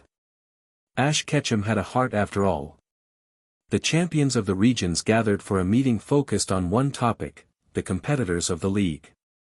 They needed to keep track of the participants. From Kanto, Lance represented the region, while Johto was represented by Gold. Hoenn had Steven, Sinnoh had Cynthia, Unova had Iris, Kalos had Diantha, Aloha had Glad Ion, Galar had Leon, and Paldea had Nimona. Cynthia was recognized as the world champion. Leon initiated a light-hearted discussion, asking if anyone had bets on who would win it all. Iris confidently declared that she would emerge victorious, believing none of the younger competitors could surpass her. Diantha mentioned her trainee, Callum, noting his impressive strength. Lance expressed his confidence in Gary Oak, a powerful trainer from Kanto. Steven, however, pointed out that Hoenn's main competitors had been eliminated. Gladion admitted he had no strong contenders, especially since the professor chose not to compete this time. Gold noted that Giotto had no participants in the running. Leon mentioned his brother, Go, who he believed had a chance to reach the top 10, given his skills. Nimona remarked that while Gita was competing, she might struggle against stronger opponents. Cynthia spoke up, mentioning Ash Ketchum as her pick, surprising the group. She explained that she had allowed him to train, and he had come a long way. Iris dismissed Ash, claiming he would be eliminated soon. Cynthia cautioned her not to underestimate him. Lance added that Ash struggled to command his Pokémon, questioning how he could compete against the strongest trainers. Steven reminded everyone that every trainer had a chance and should not be underestimated. Gold expressed confusion about why Ash was disliked, to which Cynthia explained that many were either jealous of his unique skills or disliked him for his rivalry with Gary Oak. Curious, Nimona asked who Gary Oak was. Lance described him as a potential successor and one of the best trainers in the league. Gladion challenged that notion, suggesting Ash was superior. Lance defended Gary, recalling a battle where Gary had defeated his Dragonite. Cynthia confidently stated she could defeat Lance's Dragonite with her Glacian, reaffirming her support for Ash. Leon, indifferent to the rivalry, expressed that as long as Ash could deliver a champion performance, he was fine with him. Gold commented on Leon's priorities, prompting Steven to question Leon's judgment. Nimona playfully told Steven to stop arguing, as the group, excluding Iris, discussed the tournament and tensions rose. May expressed her acceptance of being knocked out, praising her mentor's skills and looks. Serena wondered if he could train her, and Dawn offered to ask. Gary questioned why Serena would want him as a mentor, to which she replied that she thought he was cute. Tierno, feeling competitive, insisted he was a better option, prompting Lily to challenge him to prove it in a battle. As the scene shifted, Ash stood on the battlefield, ready with all of his Pokémon. Ash gathered his team and addressed them with determination. Each member possessed unique abilities, honed to perfection. He sensed an approaching challenger who believed he could defeat him. Anyone up for a battle, he asked, but his team deemed the opponent too weak. So, Ash casually selected a Pokeball, unaware that it contained one of his strongest Pokémon. On the battlefield, Ash stood confidently, tossing the Pokeball. His gaze was fixed on Gary, ignoring everyone else. He gestured towards the battlefield, prompting Tierno to make his way over, albeit with a comical waddle. Once there, Tierno released a Raichu, and Ash responded by sending out Garchomp. Garchomp surveyed the scene, stomping around playfully, while Raichu seemed nervous. "I know it's amusing, but focus, Chomp. No need to Mega Evolve, we can handle this with raw power," Ash instructed. Tierno, however, insisted, "You should Mega Evolve. It's a 6v6. In response, Garchomp transformed into its Mega form. Raichu, feeling the pressure, used Volt Switch to switch out for Roserade. "That works," Tierno said. "Don't worry, we'll take it out before you come back." Roserade, use Energy Ball. "I almost feel bad for his Raichu." "Almost," Ash replied, commanding, "Fire Fawn." Garchomp sliced through the energy ball and charged at Roserade, delivering a powerful bite. Dragon Pulse. A purple energy surged from Garchomp, striking Roserade directly. 1 down, 5 to go. "Go, Talonflame." Tierno called out. "A fire-flying type against a ground dragon? This isn't going to end well for you," Ash warned. "Wait for it to rush in, then hit it down." "Talonflame, use Brave Bird." Tierno shouted. The bird glowed white as it charged, but Garchomp easily countered, pinning it down. "Power Gem." Ash commanded, and Talonflame was quickly returned. Next up, Crawdaunt. Crab Hammer. Tierno sent out. Use Dragon Claw to restrain it, Ash instructed. Garchomp skillfully caught Crawdont's attack and held it in place. Excellent. Stun it with your claw, then Thunder Fang. Finish with Draco Meteor. Well done, Crawdont. Now Night Slash. Tierno encouraged. Garchomp pushed Crawdont back, biting its pincer, and effortlessly sliced through the incoming attack. With a powerful Draco Meteor, Garchomp finished Crawdont off. NOO. Hawlucha, get revenge. Flying Press. Tierno cried. Outrage. Ash commanded. Garchomp swiftly overpowered Hawlucha, not giving it a chance to take flight. Blastoise. Mega Evolve and use Ice Beam. Tierno shouted, desperation in his voice. I'll break your rhythm. Eat the beam. Ash countered. Garchomp absorbed the Ice Beam, much to Tierno's horror. In a fit of rage, Garchomp bit Blastoise, knocking it out cold. Tierno returned Blastoise with trembling hands. No way. Impossible. Go, Raichu. Tierno sent out his last Pokémon, but Raichu looked terrified facing Garchomp. The sight was too overwhelming, and Raichu fainted instantly. Ash returned Garchomp and walked away, but Lily noticed the disappointment in his eyes. He craved strong opponents, and perhaps tomorrow's match would deliver just that. He was finally set to battle a champion. Meanwhile, Paul observed the match from his window, feeling uneasy about his old friend. Garchomp was notoriously difficult to train, and the bond Ash shared with it was rare. Paul's training methods focused on strength, often neglecting the bond with his Pokémon, which he considered a weakness. Perhaps it was time for him to reconsider his approach. Finally, Ash Ketchum was set to battle a champion, a worthy opponent that promised to reignite the thrill he felt during his previous battles.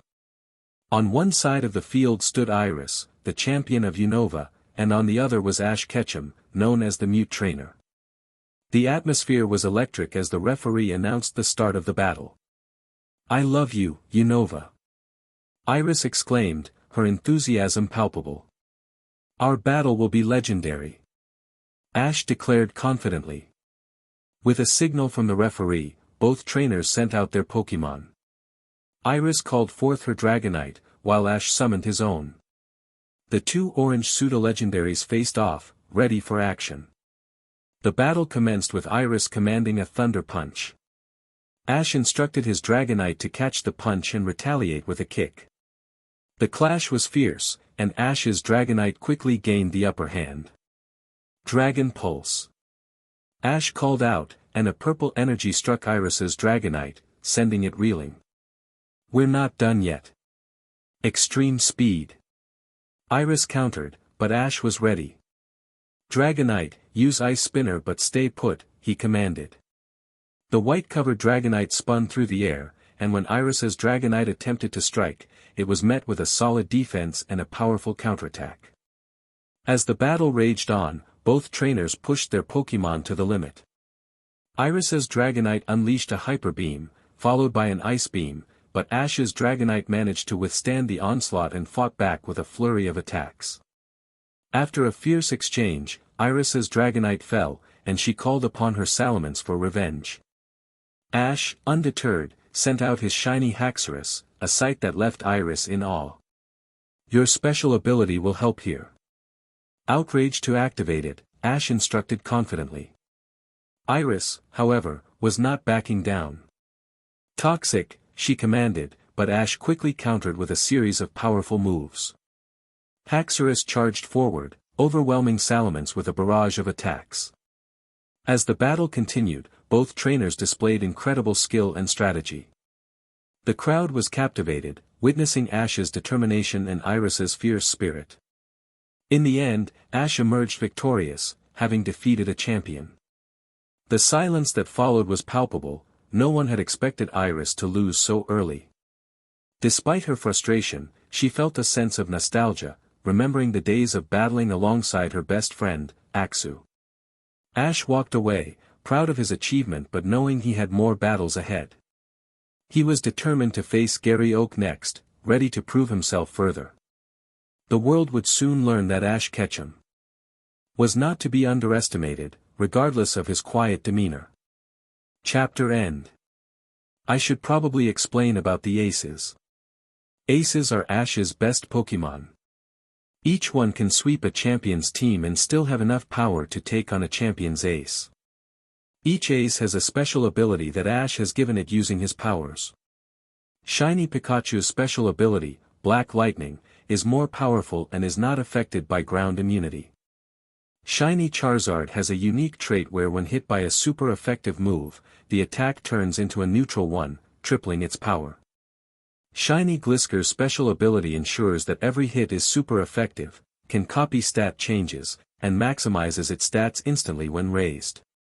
Shiny Sceptile has the advantage of landing critical hits with every move, while Shiny Infernape's Blaze ability is significantly enhanced and can be activated at any time.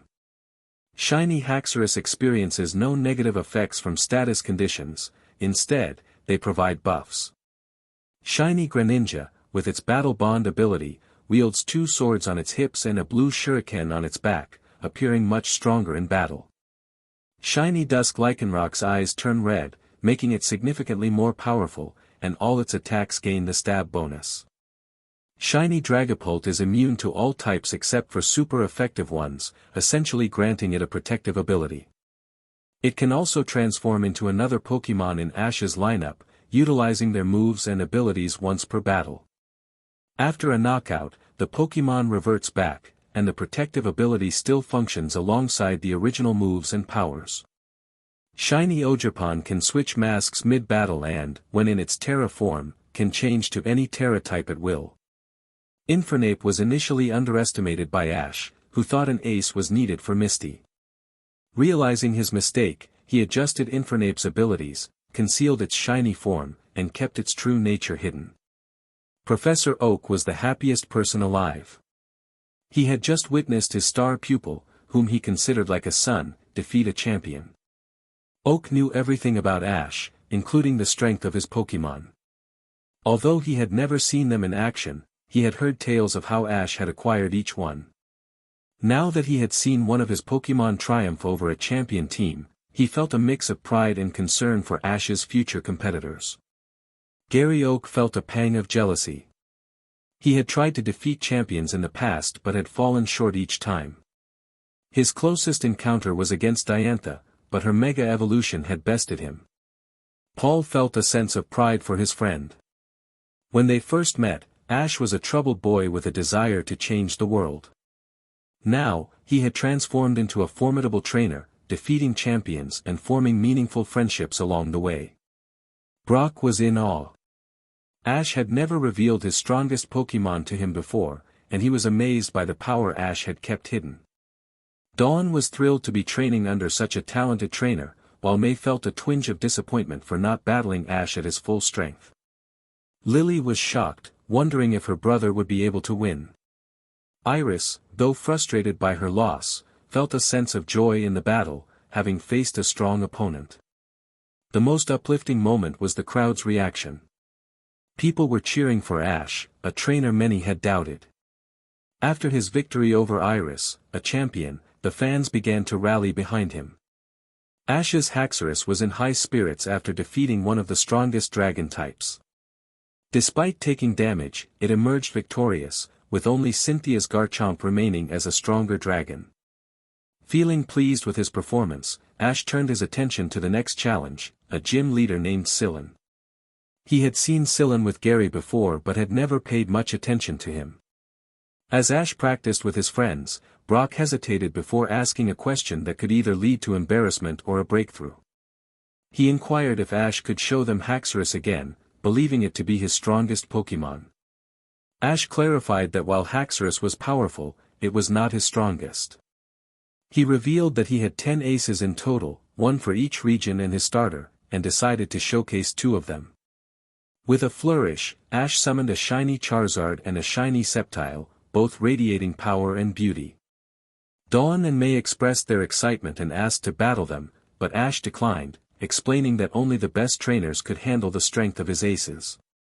Brock expressed his gratitude for Ash's mentorship, stating that Ash had taught him how to become strong. He then jokingly offered to help Ash with his social life, suggesting that he might need a girlfriend. Ash, however, was not interested. Brock persisted, offering a gym badge as an incentive, but Ash remained uninterested. Brock then proposed to buy Ash new clothes and even offered him a Pokemon egg he had found in Alola. Ash's curiosity was piqued when he saw the egg, which had unusual colors. His excitement grew as he realized the potential significance of the egg. After agreeing to take the egg, Ash felt a sense of urgency. He needed to ensure the egg was safe and hatched quickly. Brock led the way to the mall, where he continued to encourage Ash to embrace his humanity and consider his relationships with his friends. As they browsed for clothes, Brock pointed out that Ash's trainees had feelings for him. Ash acknowledged this but insisted he had no time for romance, focusing instead on his training. Brock, concerned for Ash's well-being, urged him to think about his friendships. Eventually, they settled on an outfit, but Ash, in a moment of kindness, gave his new clothes to a nearby homeless man, bringing joy to the man and showcasing Ash's compassionate nature. After Ash had finally escaped Brock, he teleported to Spear Pillar. Upon opening the portal, he found himself face to face with Arceus.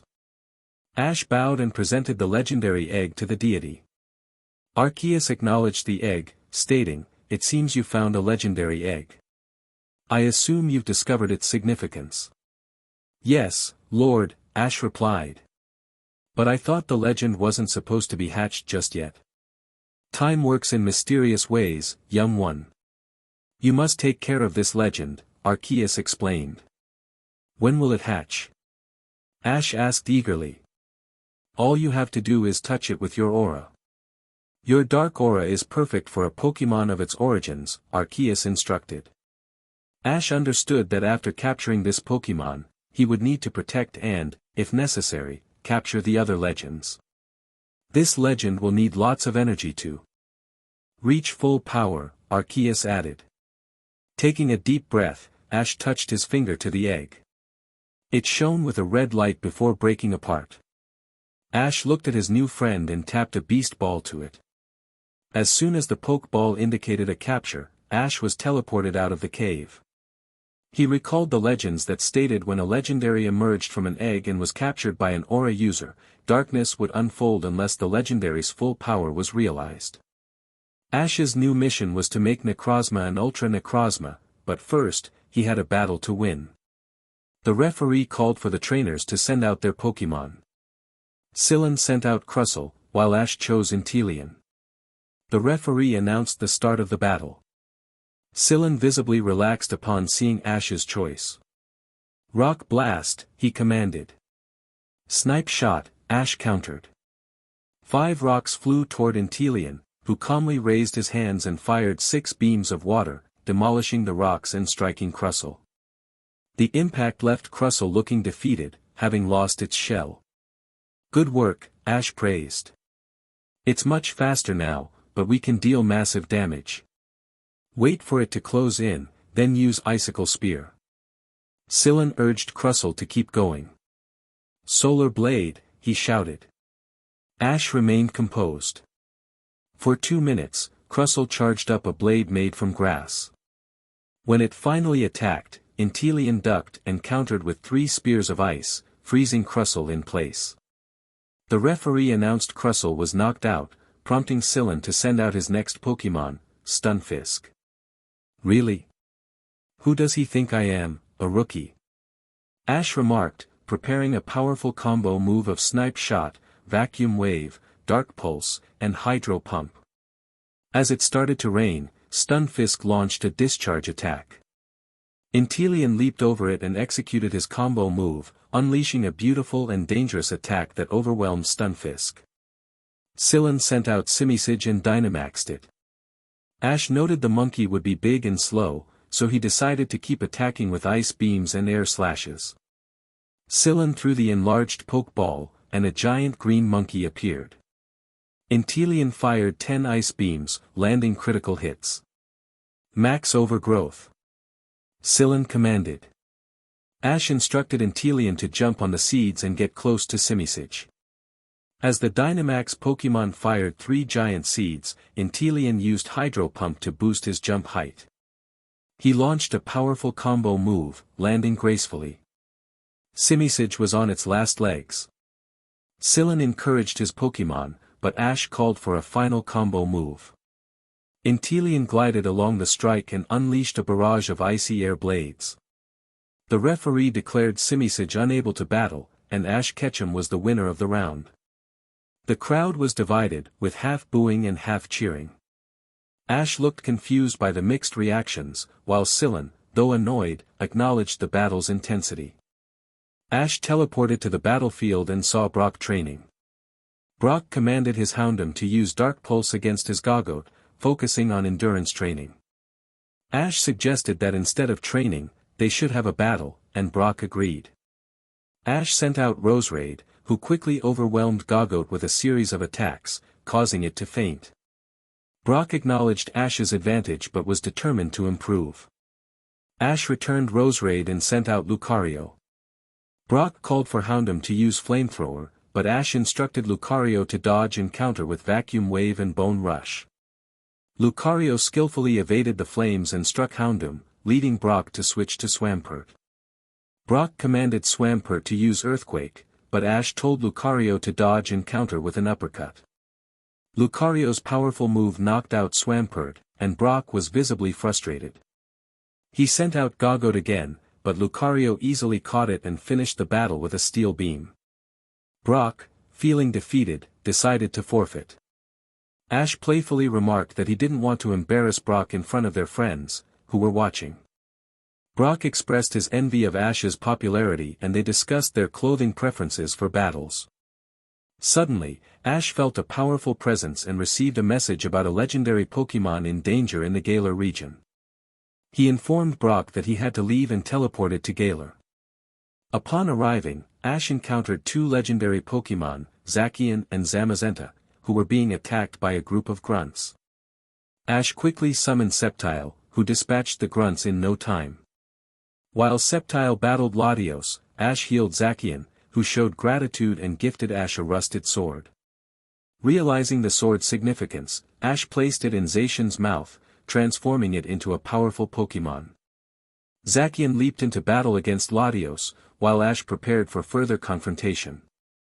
However, a mysterious man intervened, attempting to capture Zamazenta with trickery.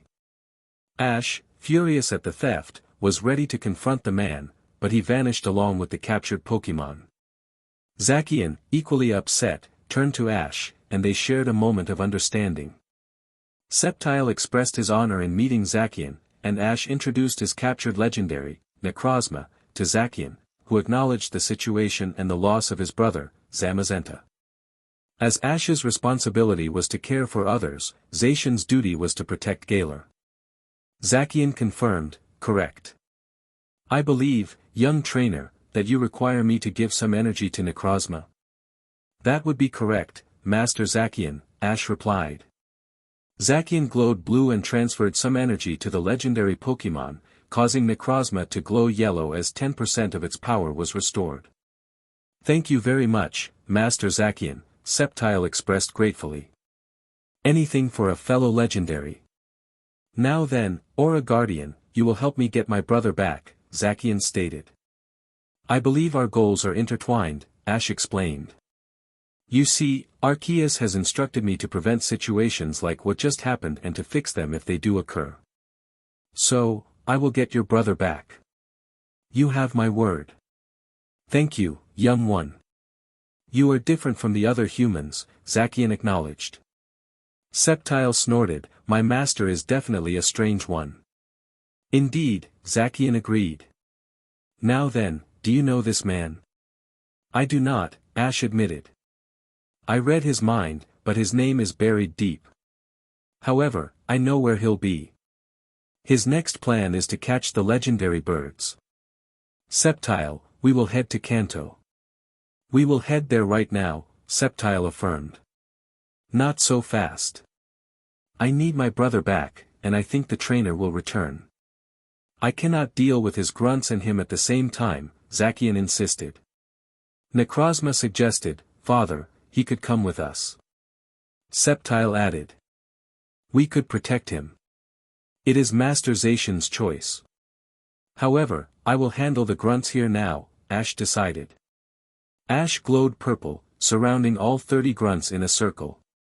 He contemplated for a moment and decided it was best to let them live. Instead, he wiped their minds and implanted false memories before teleporting them away to their respective locations. "I will go with you, on one condition: you will do everything in your power to save my brother," Zacian stated. "Done," Ash replied. Zacian then grabbed one of Ash's timer ball and caught himself, leaving Ash feeling a mix of pride, annoyance, and shock. Sceptile merely shook his head at his trainer, while Necrozma appeared excited to have a sparring partner. Later, Ash found himself in Seafoam Cave, searching for Articuno. Instead, he stumbled upon the mysterious man again, conversing with another individual. "Giovanni, I have captured Articuno and Zapdos," the man declared. "Excellent work, Tobias. I have caught Moltres. Which legendaries are next?" Giovanni inquired. "Today's work is done. In a week, we will go to Kalos," Tobias replied. Upon hearing this, Ash teleported back to his hotel room. He got on one knee and instantly fell asleep. Arceus spoke to him, "Aura Guardian, you will need to go to Kalos right after your battle. Catch Sigurd before the others can. I have informed the pair that you will catch them. Once there, find Xerneas and Yveltal. Warn them. Sleep well, Aura Guardian, and make me proud, Chosen One." Chapter 16. 3v3s no more. The final 3v3 battle was underway, and the stakes were high. Whoever won would advance to the second part of the competition. Clement was feeling anxious. He was up against a formidable opponent who had previously defeated Iris without losing a single Pokémon. Ash was eager to finish the battle quickly, as he had other responsibilities awaiting him. The referee called for the trainers to send out their Pokémon. "Breloom, go!" Ash commanded confidently. "Luxray, light it up!" Clement stammered, trying to steady himself. As soon as Luxray entered the field, Breloom launched an attack with a Mach Punch, sending Luxray skidding across the ground. Luxray retaliated with a Thunderbolt, but Breloom ducked just in time. "I didn't tell you to fire that. Use Ice Fang!" Clement shouted, trying to regain control. "What a mess," Ash muttered. "Breloom, use Stone Edge, then Seed Bomb." Luxray lunged at Breloom, but the grass fighting type shot a stone right into its mouth. Breloom then launched 3 seeds into the air, which landed perfectly on Luxray. The electric type struggled to rise, but Breloom delivered an uppercut followed by a sludge bomb. "Magnezone, go! Discharge!" Clement called out, desperation creeping into his voice. "Absorb the lightning, then fire it back," Ash instructed. Breloom absorbed the lightning with a grin, using its tail as a springboard. Once charged, it rushed at Magnezone and struck it in the face. "Brick Break, Mach Punch, and Low Sweep," Ash commanded. Breloom's fists and feet glowed as it executed a series of powerful attacks. Magnezone fired a flash cannon, but Breloom skillfully chopped it in half before launching 5 rocks that buried Magnezone. "Chestnut, Hammer Arm," Clement called, determination in his eyes. "Chestnut? Interesting. Let's do this. Catch it," Ash replied, ready for the challenge. Chestnut swung its arm, but Breloom caught it with ease, charging it with energy. Clement's Pokémon roared in frustration, and Ash sensed the tension. He realized that Clement was struggling as a trainer, with his Pokémon feeling neglected due to his focus on studies. "This is easier than I thought." "Sludge Bomb," Ash declared. The battle continued with Chestnut giving it his all, while Breloom appeared unfazed. When the order was given, Breloom unleashed a Sludge Bomb. Chestnut staggered back, but Breloom didn't relent, delivering a flurry of attacks until Chestnut was finally defeated. The winner is Breloom. Victory goes to Ash, the referee announced. Clement looked devastated as he approached Ash, extending his hand. However, Ash simply glanced at him and walked away, leaving Clement feeling even more hurt. Breloom grinned at Ash, who returned him to his Pokeball and teleported to Kalos. In a vast underground lake, Ash activated his psychic vision and spotted numerous tiny Zygarde cells, with no Zygarde cores in sight. "Hello," one of the Zygarde cells greeted. "Greetings, Master Zygarde," Ash replied. "Father has informed us that you need our energy and that you will capture us. Do you promise to treat us fairly?" the Zygarde asked. "Yes, Master Zygarde," Ash assured. "Throw out your legendaries," the Zygarde instructed. Ash raised an eyebrow but complied, summoning Necrozma and Zacian. "Thanks. Now, Necrozma, here's your energy." Necrozma absorbed a portion of their power back. Ash then threw 2 Ultra Ball, capturing the Zygarde cells before returning his legendaries. He teleported to a nearby forest and broadcasted his thoughts to the entire area. "Listen up. You need to plan and hide. Queen Xerneas, you must flee. Bad people are coming for you. I promise to keep you safe." "Thank you for the warning, young one," Xerneas responded. Ash nodded and teleported away again, this time broadcasting his message to the entire region, ensuring only wild Pokémon could hear him. "Yveltal, you need to hide. I know you're already doing that, but stay on guard. People will come for you. I have warned your counterpart and captured the Zygarde cores. Stay hidden. I hear you, Aura Guardian." "Thank you for the warning," Yveltal replied. Finally, Ash teleported back to his room and settled in for the night. Ash was training, and all of his Pokémon, who he considered family, were working hard. Each Pokémon had a unique battle style and power that Ash needed to HRNSS. He was also focused on enhancing his own aura and psychic abilities. To start, he directed his legendary Pokémon in their training. Zacian, Necrozma, and the Zygarde were all part of the session. Ash aimed for the Zygarde to be able to change forms at will, which would make battles much easier.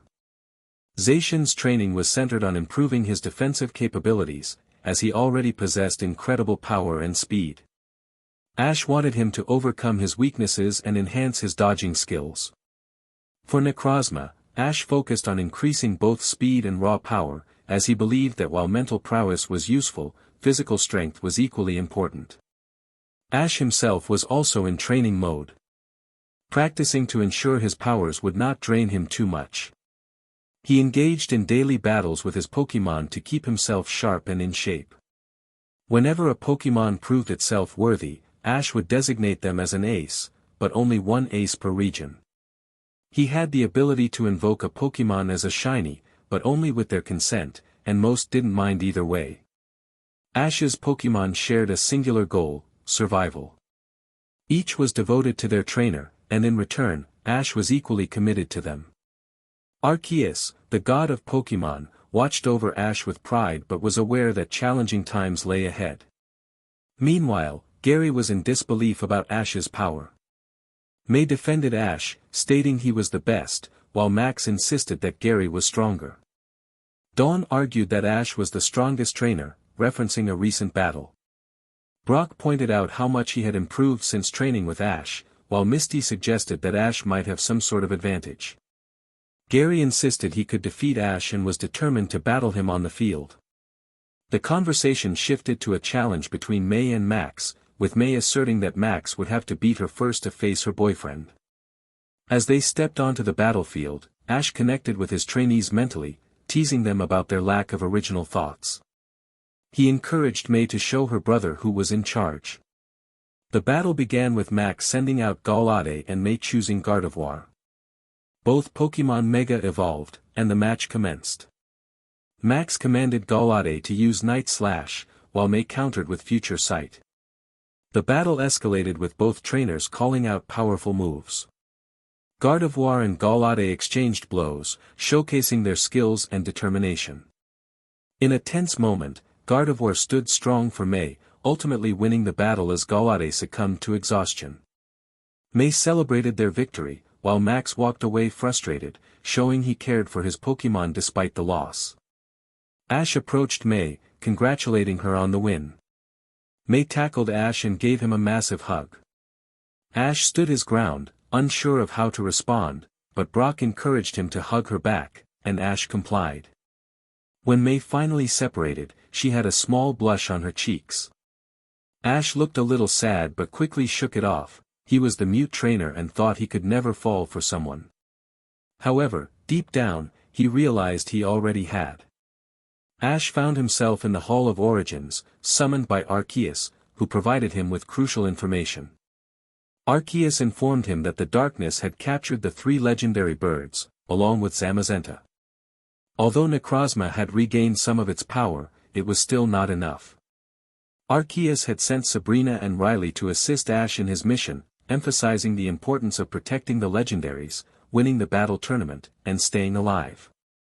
Ash bowed respectfully and replied, "Yes, Lord Arceus. I am currently training the legendaries I own.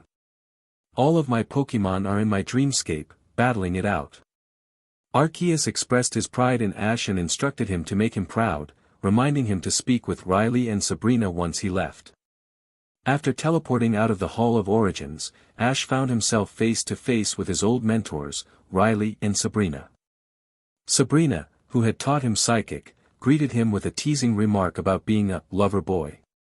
Ash, embarrassed, requested she stop calling him that. The playful banter continued, with Riley urging them to focus on their mission after Ash's battle. Once introductions were made, Sabrina expressed her happiness at seeing Ash make friends, while Dawn and Brock chimed in with their support. Ash decided to teleport away for the night, leaving Brock amazed at his ability. As the group separated for bed, Sabrina felt a mix of pride and concern for Ash, who had struggled with social interactions in the past.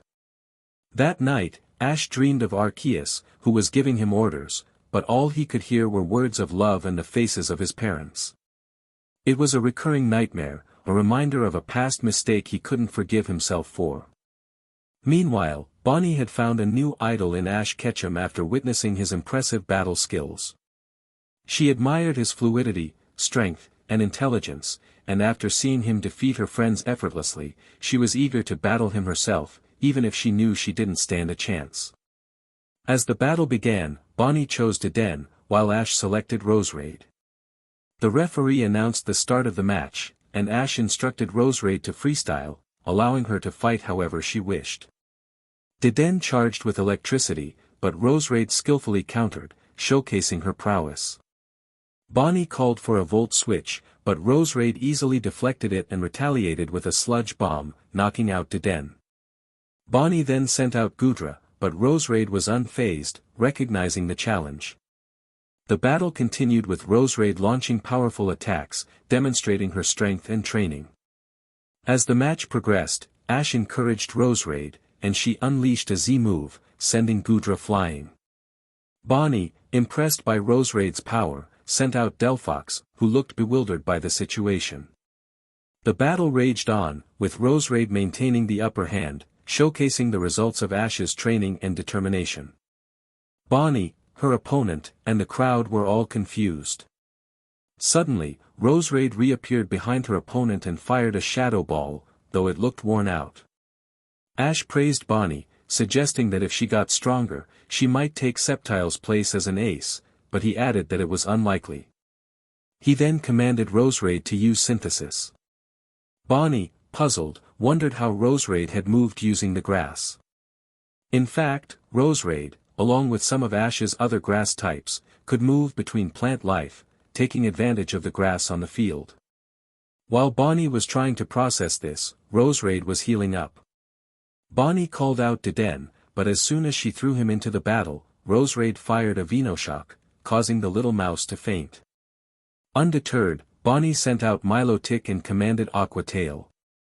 Milotic's tail glowed blue as she swiped at Roserade, but Roserade easily deflected the attack and fired an energy ball. Milotic stumbled but quickly retaliated with a jet of water. Roserade sidestepped and launched another energy ball, which landed and left Milotic looking tired. Milotic then used Icy Wind, sending a cold chill toward Roserade.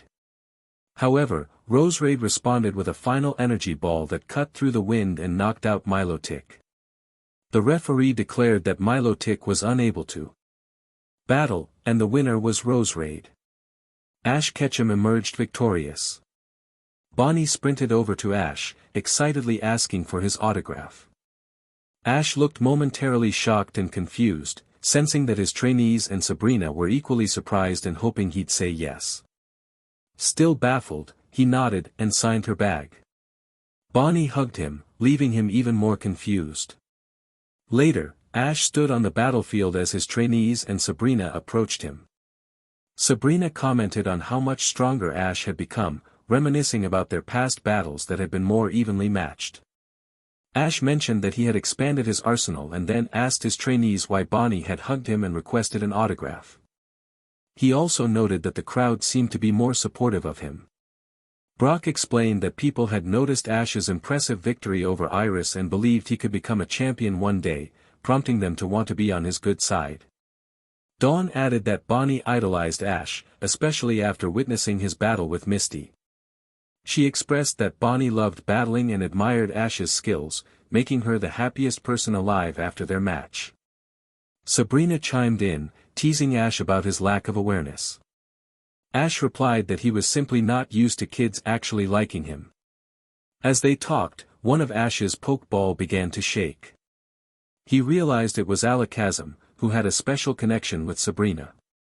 This Alakazam had once been an Abra that Sabrina cared for when she was younger. Wanting to go on adventures and be part of a diverse team, she had given him to Ash. Alakazam looked at Sabrina and bowed his head, and she returned the gesture, visibly happy. Ash then returned his Pokémon, and Sabrina felt a sense of relief, as she had always blamed herself for what she perceived as abandoning the Abra. Ash was not in a good mood. As soon as he woke up, Arceus informed him that the Johto legendaries were under attack. The details were scarce, but it was clear that the elusive legendary Pokémon were in danger. Ash, along with Riley and Sabrina, was on his Pidgeot heading to Johto. He felt a surge of anger. He had never liked that region, where Aura Guardians and Psychics were often met with skepticism.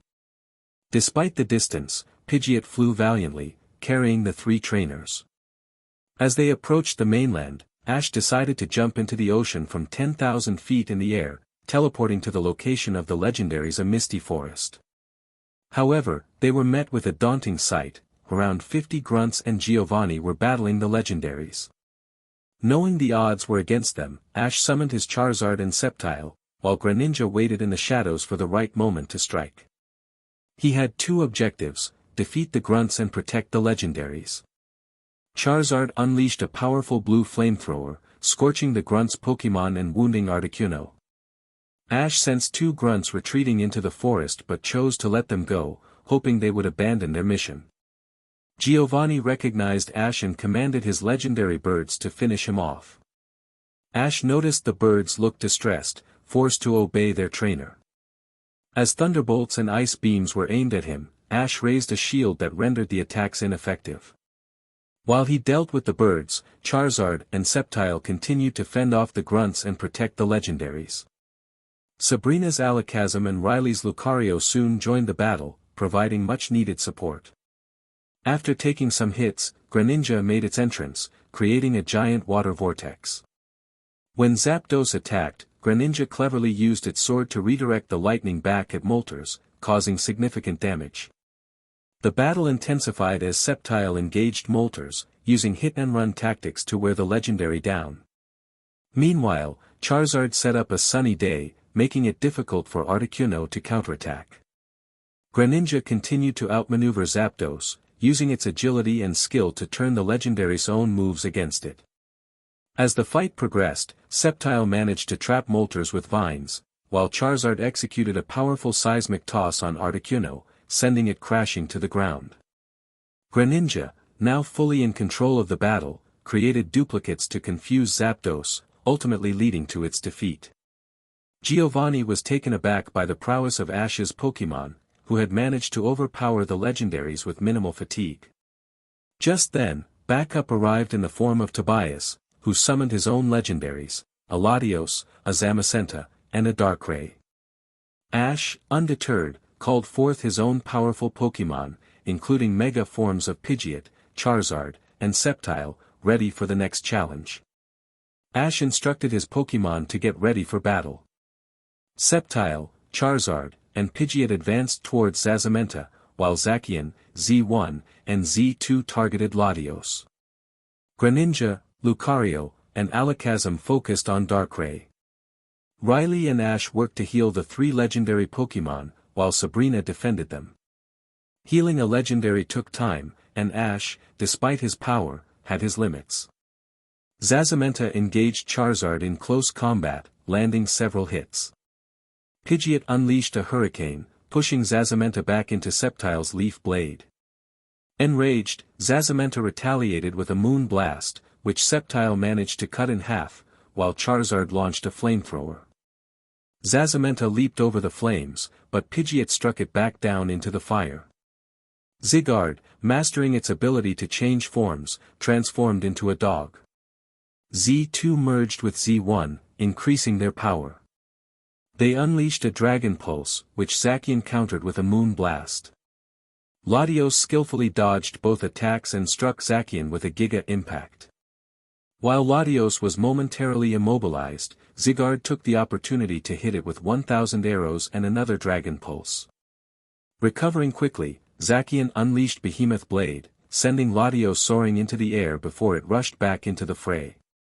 Lucario relentlessly attacked Darkrai with Aura Sphere after Aura Sphere, while Alakazam used Charge Beam for support. As Darkrai dodged, Greninja stealthily approached and launched a series of strikes. Darkrai retaliated with a Dark Void, causing Alakazam to fall asleep and take damage. However, Lucario woke Alakazam up, and Greninja continued to engage Darkrai. Zamazenta continued its assault, but Charizard absorbed most of the damage, allowing Sceptile and Pidgeot to counterattack. Each time Zamazenta struck Charizard, Sceptile and Pidgeot retaliated even harder. Despite Zamazenta's strong defenses, it was overwhelmed by the combined power of their moves. A critical hit from the Hurricane, along with the other attacks, led to Zamazenta's defeat in a swirl of flames, leaves, and wind. Latios faced a dire situation, struggling against two powerful legendaries trained by Ash. Zygarde transformed into its 100% form and unleashed a Core Enforcer. Latios attempted to evade but was pinned down by Zacian. The move was ineffective against Zacian but devastating for Latios. After taking significant damage, Zacian followed up with a combination of Behemoth Blade and Play Rough, leading to Latios's defeat. Meanwhile, Lucario continued to distract Darkrai with close combat, while Alakazam defended Greninja, who was charging a Golden Shuriken. Aware of the threat, Darkrai tried to intervene but was unable to stop Greninja from unleashing the attack. Darkrai took heavy damage, and before it could counter, Lucario and Alakazam launched their own attacks, resulting in Darkrai's fall. Tobias was furious, realizing that Ash had taken down three legendaries without his Pokémon appearing fatigued. He and Giovanni retrieved their fallen Pokémon and fled the scene. Ash, still focused on healing, returned his Pokémon and completed the healing process for the last legendary. The three Pokémon appeared wary but content before disappearing. Ash smiled, then collapsed from exhaustion. Riley picked him up, and he and Sabrina were teleported to the Hall of Origins. Arceus acknowledged their efforts, expressing gratitude for their work in saving the Johto region. Riley and Sabrina bowed in respect. Arceus then teleported Ash and Sabrina to the inn, while Riley returned home. Sabrina used her powers to transport Ash to his room. The battle was won, and Arceus felt proud of the powerful allies chosen for the mission. However, the trio knew that the challenges they faced had fostered a strong dislike for Arceus due to the demanding tasks assigned to them since their inception. Ash, feeling exhausted, approached the battlefield, noticing his first supporter and then his opponent, Serena. He thought about how she often seemed infatuated with others. The referee announced the start of the match, noting Ash's fatigue. Serena sent out her Delphox, while Ash, too tired to use telepathy, released Gardevoir, who understood the situation and prepared for battle. Serena commanded Delphox to use Flamethrower, hoping a victory would win Ash's affection. Gardevoir skillfully redirected the flames back at Delphox, who retaliated with a Shadow Ball, only to be met with the same fate. Serena, determined, called for Giga Impact. Gardevoir, unfazed, prepared for the attack.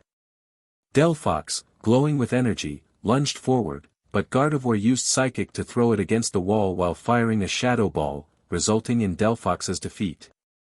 Regrouping, Serena sent out Altaria, commanding a Moon Blast.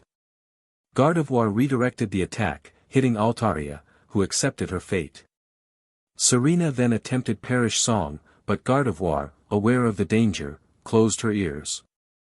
After a moment, Gardevoir changed tactics, using Dazzling Gleam to block the sound and then fired a Moon Blast, dealing significant damage. With Altaria unable to continue, Serena was left shocked by the turn of events. She sent out Sylveon, commanding Fairy Wind. Meanwhile, Ash rested, with the referee ensuring his safety. Gardevoir ignored the wind and advanced, using Hypnosis to put Sylveon to sleep. Gardevoir then absorbed Sylveon's dreams, sealing her victory. Splyoan screamed and promptly fainted. Serena called out, Absol. Shadow Claw. The empathy Pokémon ignored Absol and turned to her trainer, smiling as she used her powers to heal him. His barriers were still up, so she couldn't heal him completely. Absol continued to swipe at the Pokémon, but she skillfully dodged each attack. Frustrated after the 20th swipe, Gardevoir retaliated with a Dazzling Gleam, sending Absol flying. Absol. Mega Evolve. Serena urged. Meanwhile, Ash remained asleep through the commotion.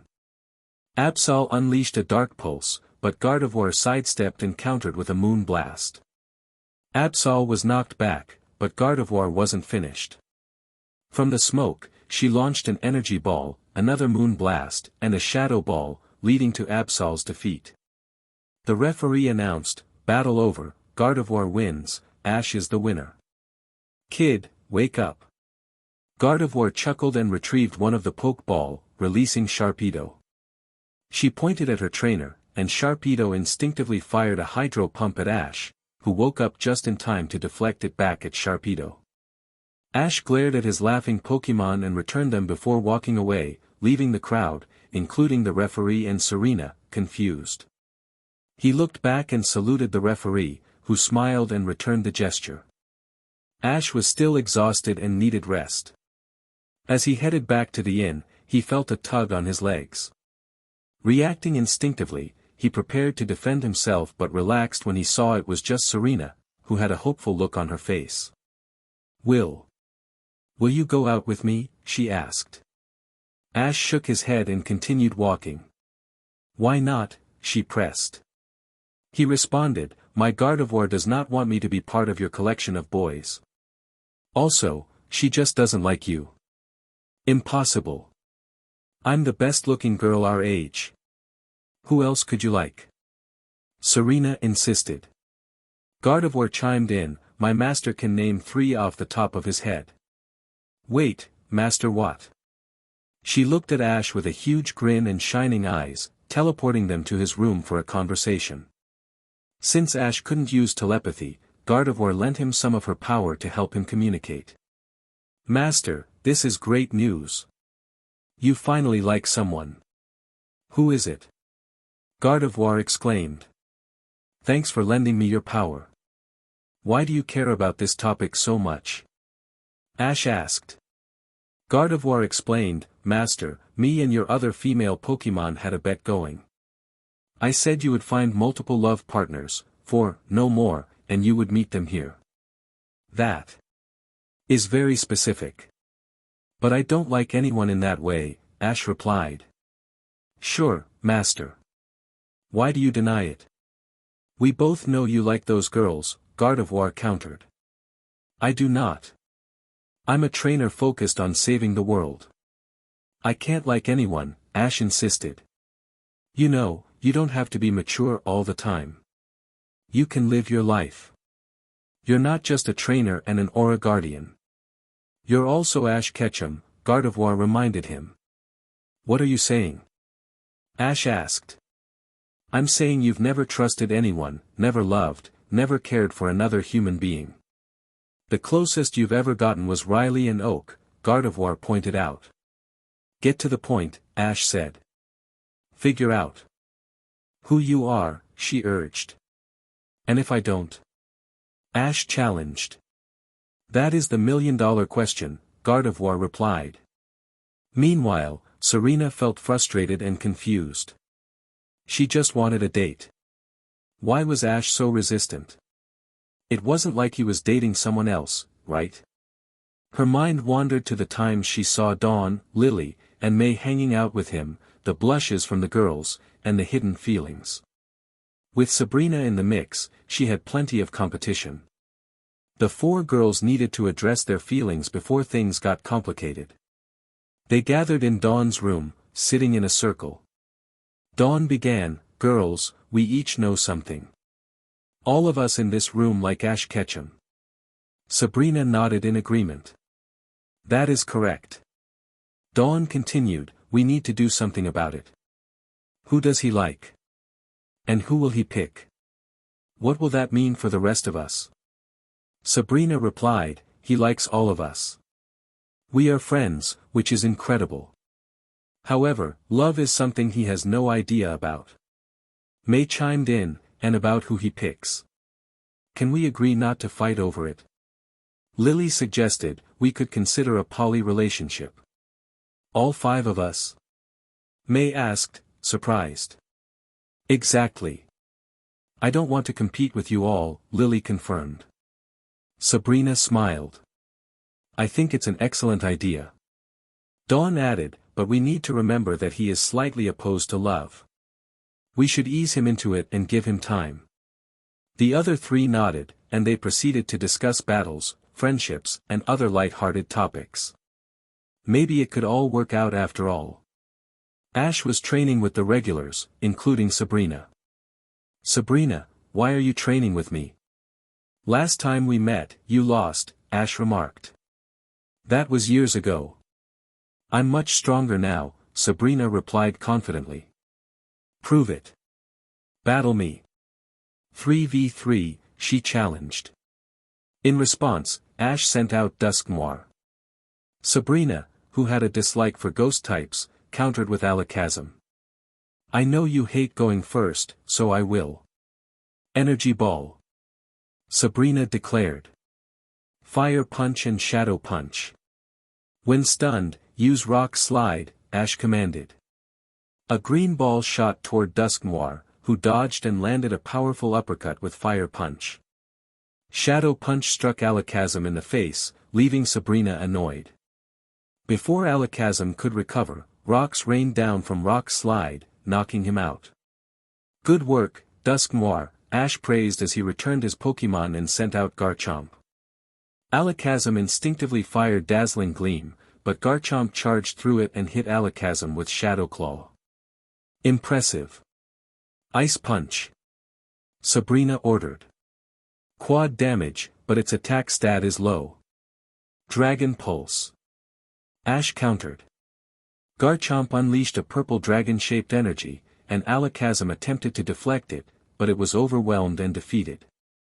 Meet Metagross, Sabrina said, recalling Alakazam. Ash, please show me an ace. I wish to see your true power. Ash grinned. She wants an ace, she'll get an ace. He released a pitch-black Charizard, whose roar echoed throughout the area. Garchomp and Charizard exchanged a fist bump before Garchomp exited the field. Metagross looked intimidated and glanced at Sabrina, who smiled and commanded, Bullet Punch. Sabrina remembered when this Metagross was just a chameleon, having once struggled against Ash's team. Charizard was determined to prove his strength and fired a flamethrower. The flames were intense, a daily challenge for Ash, who faced them head-on. Metagross was overwhelmed by the heat, and Sabrina's Gallade met a similar fate. Charizard, however, simply grinned before returning to its Pokeball. Ash smiled as he addressed his trainees, including Sabrina. Today was all about gimmicks. Each trainee had a unique gimmick. Dawn had Terra and Mega, Lily had Z-Move and Mega, while the others focused on Mega. Ash explained that they needed at least 2 gimmicks to be versatile, and he encouraged them to combine their abilities. For instance, if they Mega evolved a Max Charizard, used Terra, and then executed a Z-Move, they could create a powerful combination. The challenge lay not in acquiring the gimmicks but in mastering their use. Their first task was to gather them at the Great Crater of Paldea. In the area lab, Ash finished his explanation and released Koraidon and Miraidon, transforming them into ride forms. His friends climbed aboard, while Brock wondered why Ash chose not to mount one himself. In a burst of spontaneity, Ash leaped off the lab, prompting his friends to scream, though his Pokémon remained unfazed by his antics. The group landed in Area 0, and Ash instructed his trainees to find and create a Terra Orb, which would activate their Pokémon's Terra type. Dawn mentioned that her mother had given her an orb to help with her coordinating moves, which she had received from a friend in Paldea. As May and Dawn began digging for crystals, Brock, an experienced miner, guided Lily. Sabrina, unsure of what to do, accompanied Ash. Before them stood a giant crystal, guarded by a peculiar Pokémon they had never encountered. It had purple petals, yellow eyes, and a small face, and it seemed to be consuming the crystals. As the girls crept closer to gather shards, the creature noticed them and let out a shriek, launching rocks their way. They dodged, but soon realized they had to battle. Blaziken and Piplup took to the field against the ancient Pokémon, which retaliated with a Venoshock. Piplup countered with Hydro Pump, while Blaziken unleashed a flamethrower, revealing that the creature was likely a rock type. As the battle raged on, the trainers collected enough shards to create an orb and made a hasty retreat, with the 2 starters close behind. The rock-type Pokémon glared at them but did not pursue. Meanwhile, Brock and Lily found themselves in front of a waterfall, surrounded by crystal shards. However, a futuristic Donphan, equipped with gears and robotic parts, blocked their path. They devised a plan. Lily would distract the Pokémon while Brock gathered the shards. Lily sent out Azumarill, which attempted to attack, but the Donphan deflected it and charged at them. Lily quickly switched to Gallade, her fairy-type Pokémon, as the Donphan retaliated with a flash cannon. Gallade countered with close combat, inflicting significant damage, but the Donphan remained determined.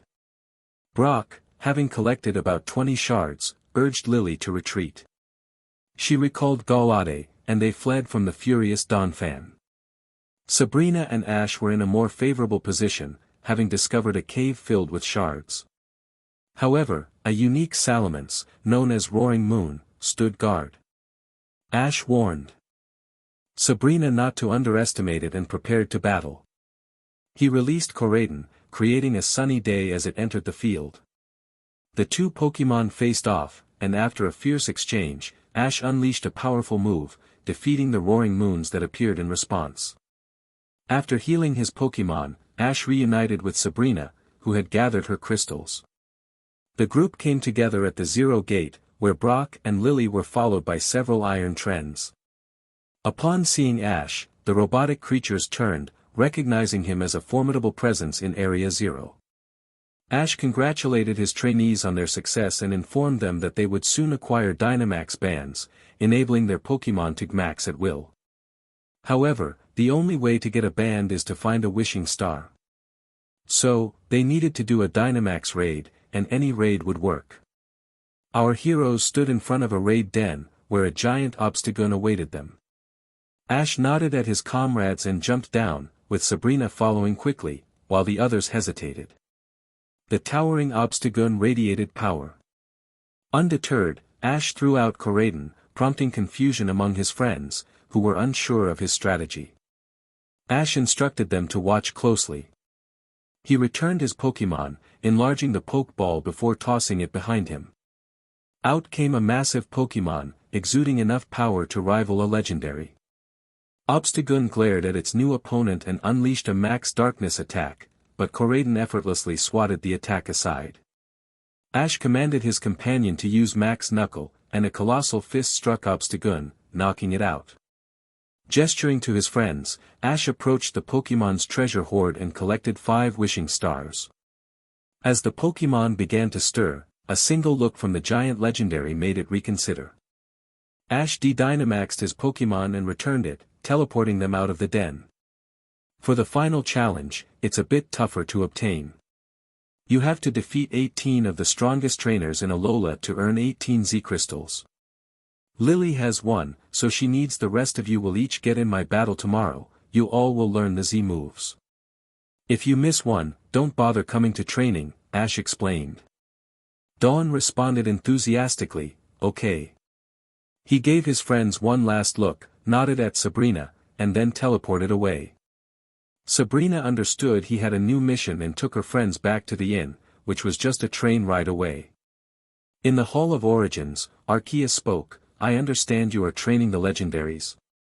Correct, Lord Arceus, Ash replied. Good. It is vital we protect the world, so this training is necessary.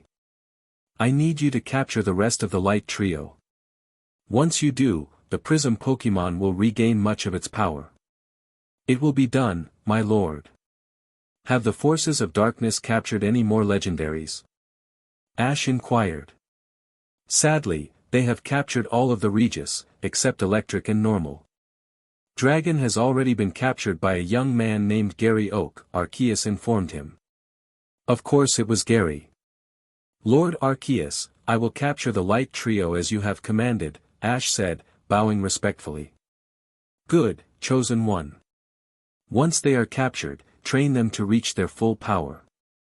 But remember, true power lies in the mind and spirit, not just physical strength, Arceus advised. Ash nodded, sensing his mission ahead. With one final bow, he teleported himself back to the inn. Round 11 arrived, bringing with it a hurricane. A blue-haired water trainer, reminiscent of Misty, was set to battle Ash.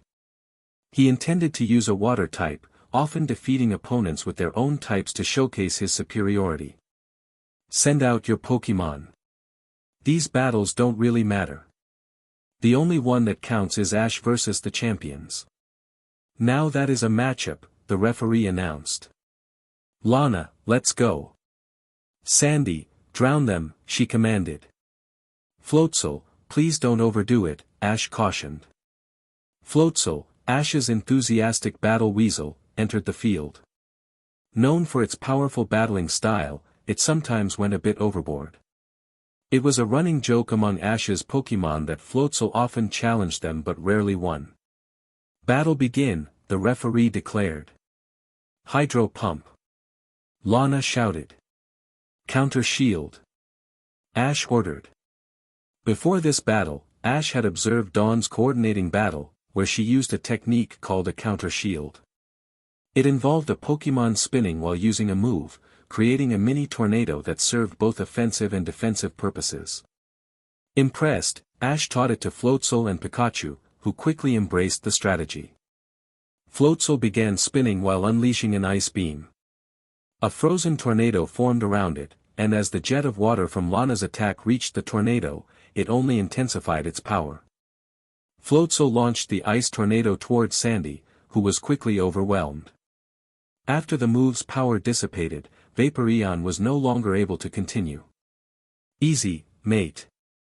It will come, Ash reassured Floatzel, who growled, eager for more action. Lana, let's go with Lapras. Thunderbolt, she called. A bolt of lightning shot out, but Floatzel skillfully evaded it. Each time Lapras fired, Floatzel dodged effortlessly, growing increasingly bored. Having practiced against Ash's electric types, Floatzel had honed its dodging skills. Sonic Boom. Ash commanded. Floatzel grinned, relishing the move. Thunderous sounds echoed as it charged up.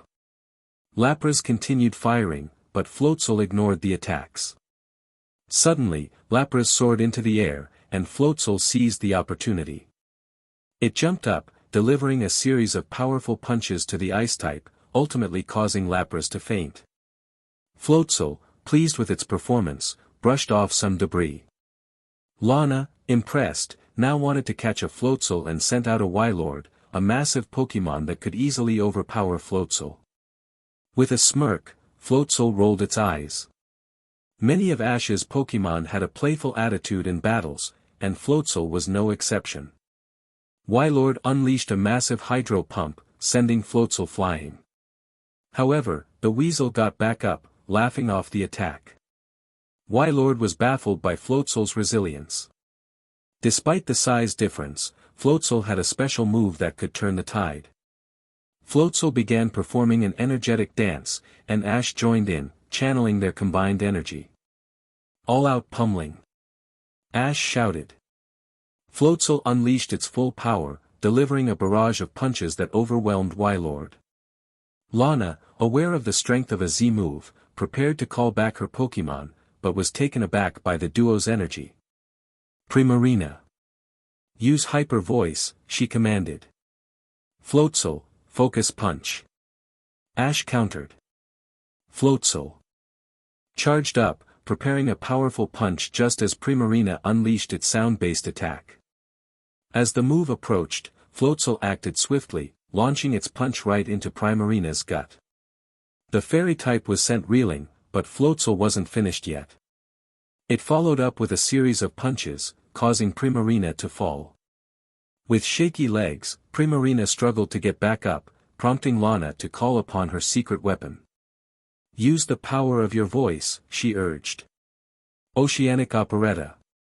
Primarina sang a beautiful melody, creating a giant bubble that rose into the air before popping. A wave of water surged towards the Sinnoh Pokémon, but Floatzel grinned as it was engulfed. To everyone's surprise, Floatzel reappeared, riding the wave as if it were a surfboard. With a swift move, Floatzel countered Primarina's attack using its own Z move, and Primarina fainted. Lana was left in shock. Ash, witnessing the turn of events, walked away with a mischievous glint in his eyes. While Ash was engaged with Lana, his trainees had successfully mastered all of the Z moves. With a new goal in mind, Ash decided to catch the Light Trio. He teleported to Alola, arriving at a sacred altar adorned with moon and sun symbols. Infusing his aura into each, the altars began to glow, and two wormholes appeared, one blue and one yellow. Out emerged Lunala, followed closely by Solgaleo, both recognizing Ash as a trainer who could help them save the world.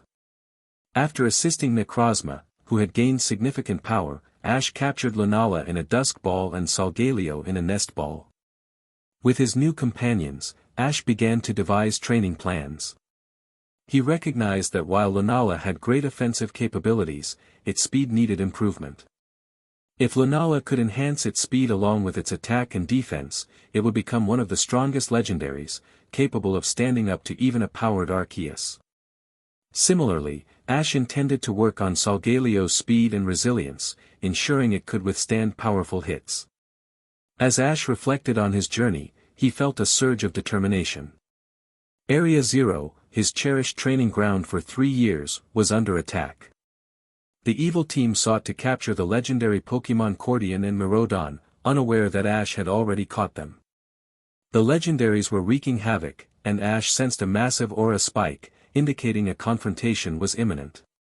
Teleporting to the Zero Lab, Ash arrived surrounded by a storm of fire and ice. The grunts commanded their Pokémon to attack, but with a simple wave of his hand, Ash returned them to their Pokeball. When the grunts attempted to release them again, the Pokeball failed to work. Tobias and Giovanni stepped forward, but Ash swiftly sent them flying with another wave of his hand. As they hit the ground, Ash summoned Charizard, causing the Pokémon nearby to shiver in fear. Alongside Charizard were Garchomp and Cinderace, ready for battle. Ash's team, though not all trained for legendary encounters, was prepared to deal significant damage. The opposing legendaries included Regirock, Regice, Registeel, the legendary birds, Zamazenta, Latios, and Darkrai. As the battle commenced, Ash Mega evolved and bonded with his teammates, setting the stage for an epic showdown. Cinderace and Garchomp faced Darkrai, who attempted to use shadows for sneak attacks. However, the duo quickly adapted, with Garchomp countering Darkrai's trick and Cinderace delivering a powerful blaze kick. Charizard engaged Latios, who unleashed a Giga Impact, but Charizard retaliated with a point-blank Blast Burn, inflicting heavy damage. Sceptile took on Zamazenta, dodging its close combat strikes while landing Leaf Blade attacks. Meanwhile, Greninja, in its Battle Bond form, faced Zapdos, who unleashed a barrage of thunder. Haxorus cleverly used the electricity to enhance its own power, setting the stage for a fierce battle. As the rain poured down, the battles raged on, each trainer and Pokémon giving their all to protect Area Zero and prevent any further chaos. The birds were sent towards the ground but quickly got back up. 2 hurricanes struck the mute trainer's Pokémon in the face. Haxorus used himself as a shield for his ally, and Greninja was grateful for it. The attacks caused significant damage, but Haxorus ignored the pain. Registeel was undoubtedly the slowest Pokémon around. Infernape recognized this and knew raw power was needed, so he activated Blaze.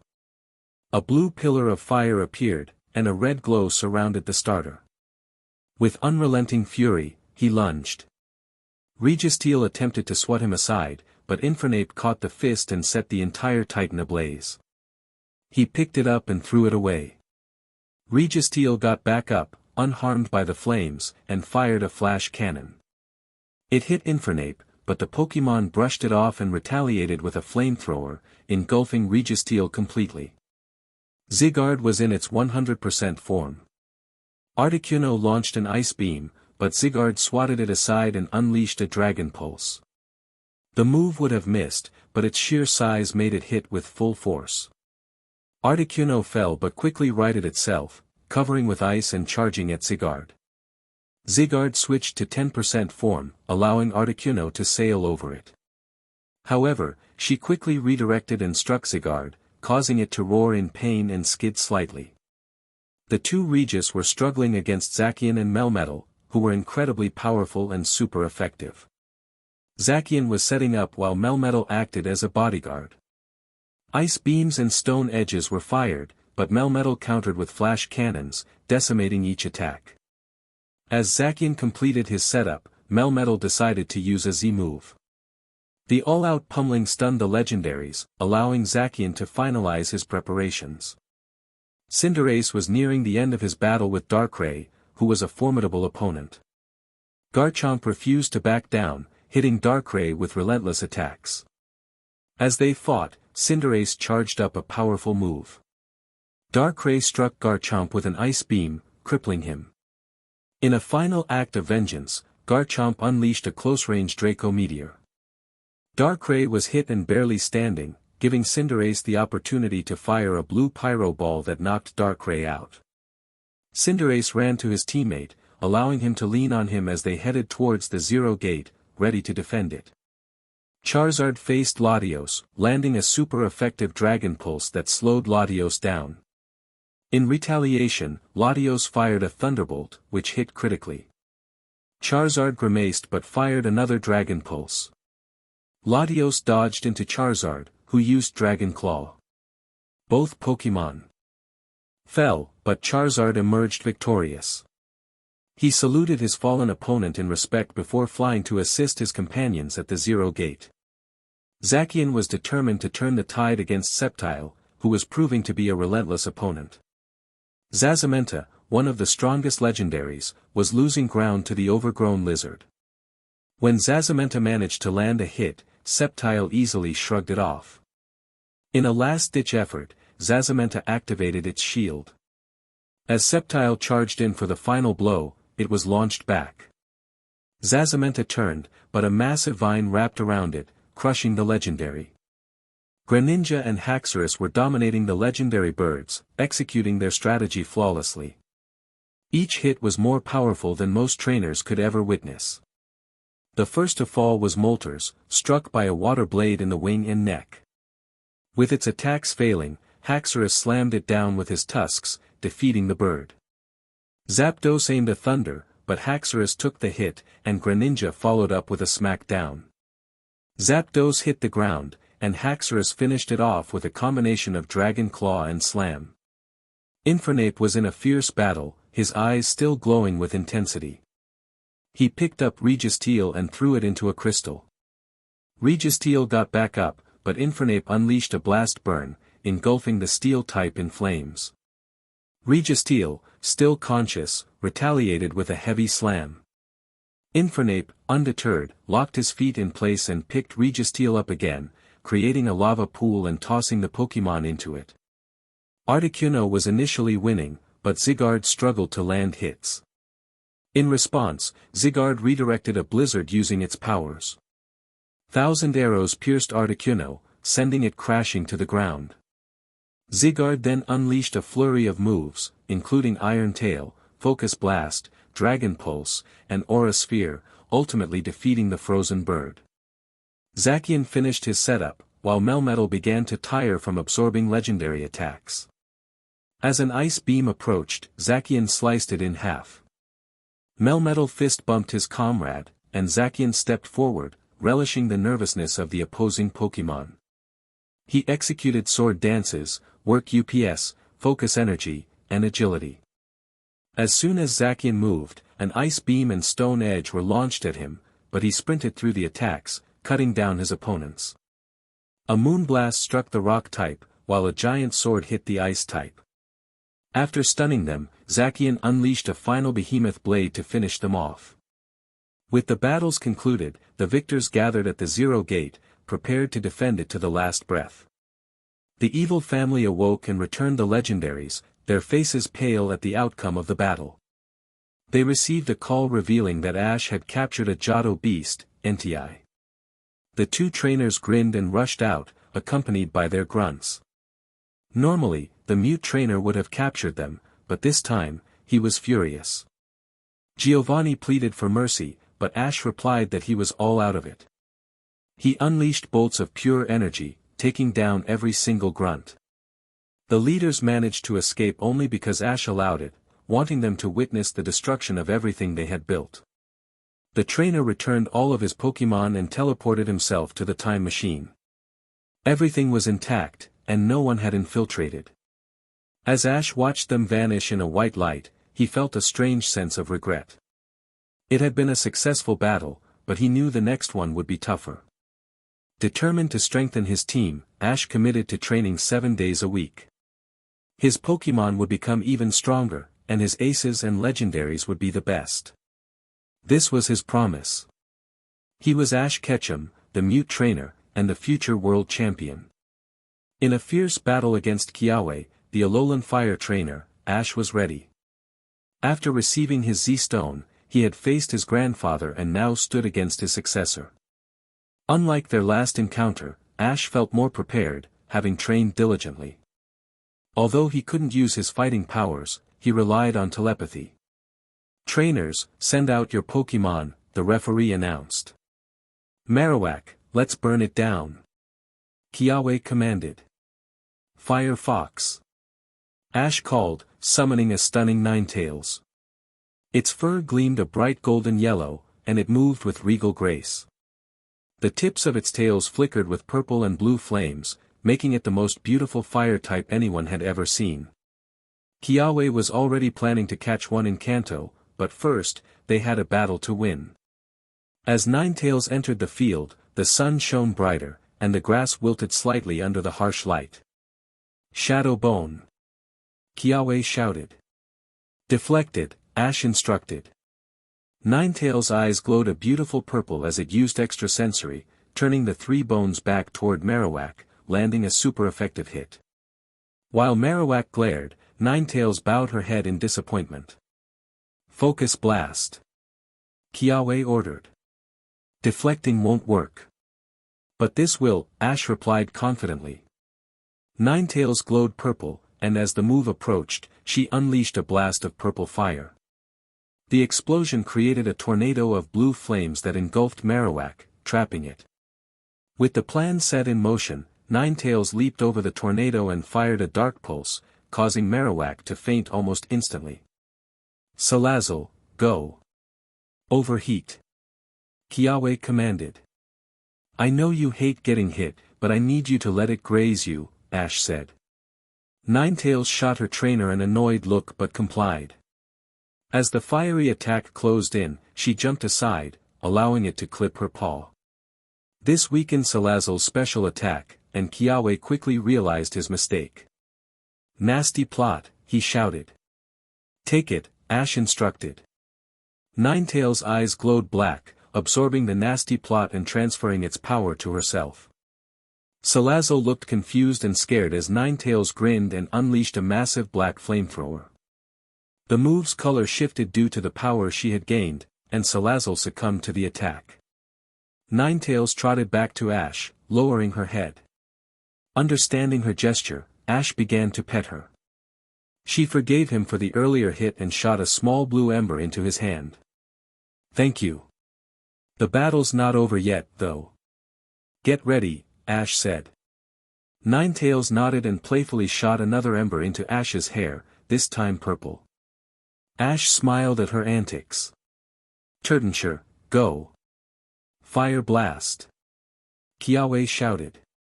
After the sun goes down, use it wisely, Ash warned. Ninetales rolled her eyes at her trainer's protectiveness. She used Solar Beam, creating a circle around the dragon type. The fire blast aimed at her missed, and once the circle was complete, Ninetales fired Psyshock orbs into the gaps, effectively creating a trap. As the sun set, the battlefield returned to normal. Kiawe, unaware of the trap, ordered a dragon tail attack. However, when Turtonshire stepped on an orb, a massive explosion occurred, dealing significant damage. Ash had created a minefield. With the dragon trapped, Ninetales finished it off with Psyshock. How are we going to get around this? Doesn't matter. Our power can overcome any challenge. Incineroar, go. Z-move. Malicious Moonsault. Kiawe declared.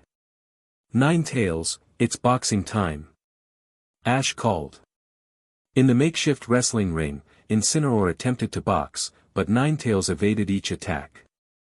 When Incineroar lunged again, Ninetales ducked and countered with a red flamethrower, sending the cat back and interrupting the Z-move. Ninetales launched her own Z-move. Inferno Overdrive. Ash shouted. A massive ball of rainbow-colored fire erupted from Ninetales, completely overwhelming Incineroar. The crowd gasped as Ash emerged victorious. Ninetales shoots a rainbow ember into the air, transforming into fireworks. Ash chuckled and approached his Pokémon, crouching down to pet her. Ninetales purred and playfully shot another blue ember at him, filling his eyes with laughter. The crowd was amazed by this side of him, and the referee laughed as he approached. The trio of a fire fox, a mute trainer, and an official watched the fireworks together. After a moment, Ash and Ninetales left the arena. The blue embers had healed his aura supply, allowing him to teleport a short distance. They walked toward the street, with Ninetales still excited from the battle, occasionally shooting random colorful embers at her trainer. Ash released Ninjask and Salamence. His ninja bug soared into the sky, dancing among the fireworks. Both Pokémon reveled in their newfound freedom, enjoying the moment. After traveling a bit, they found a flat plain with trees and a lake. Ash grinned and called to his flyers, who had goofy smiles on their faces. He summoned Swellow, Staraptor, and Talonflame. The birds took to the skies, joined by Ninjask and Salamence. Next, Ash sent out Milotic, Floatzel, Sharpedo, and Primarina. The squad jumped into the lake, splashing and playing. Deciding to let everyone join in, Ash released all of his Pokémon. A huge lineup appeared, with his aces in the front. Seeing their friends having fun, they hesitated but soon joined in, much to everyone's delight. To come to his location, everyone arrived after a couple of minutes, except for Paul. They gasped at the sheer size of his Pokémon, including his legendaries, mythicals, and ultra beasts. Ash declared, "This is going to be my home base when I'm with people. It's quiet and has everything my comrades want." Area Zero will always be my main home, but this will be my people's home. It seems Galar's not so bad after all. As Ash spoke, Ninjask flew up to him, landing on his head and promptly falling asleep. Ash smiled, feeling a sense of pride from Gardevoir, who watched him with approval. That's a fantastic idea, a voice chimed in. Hello, Professor, Ash replied, recognizing Professor Oak, the esteemed figure from Kanto. Hello, Ash. It's lovely to see you. And you have legendaries now? I knew about the UBs and MEW, but this is insane. Oak exclaimed. Shoo. You'll wake up Ninjask. Yes, I have these, and most likely more in the future, Ash said, trying to keep the excitement down. Before Oak could ask more questions, Ash walked towards the lake, which began to glow. The water turned a crystal blue, looking much cleaner. Sharpedo grinned and shot water at Ash, who deflected it toward the professor, causing Oak to laugh heartily. With Ninjask still asleep, Ash decided to place him in his hat.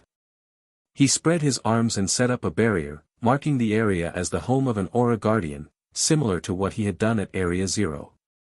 Among his companions was Misty, the water trainer, who seemed to be gathering the courage to ask Professor Oak for a Squirtle. Sensing her presence, Ash probed her thoughts and found a convenient weakness. He decided to play a little prank. Using his powers, he directed his hat, along with Ninjask, and sent a Pokémon towards Misty. Moments later, a shiny Sizer returned with the startled trainer, causing Misty to scream in surprise. After the initial shock, Misty calmed down, and Ash explained the situation to Oak.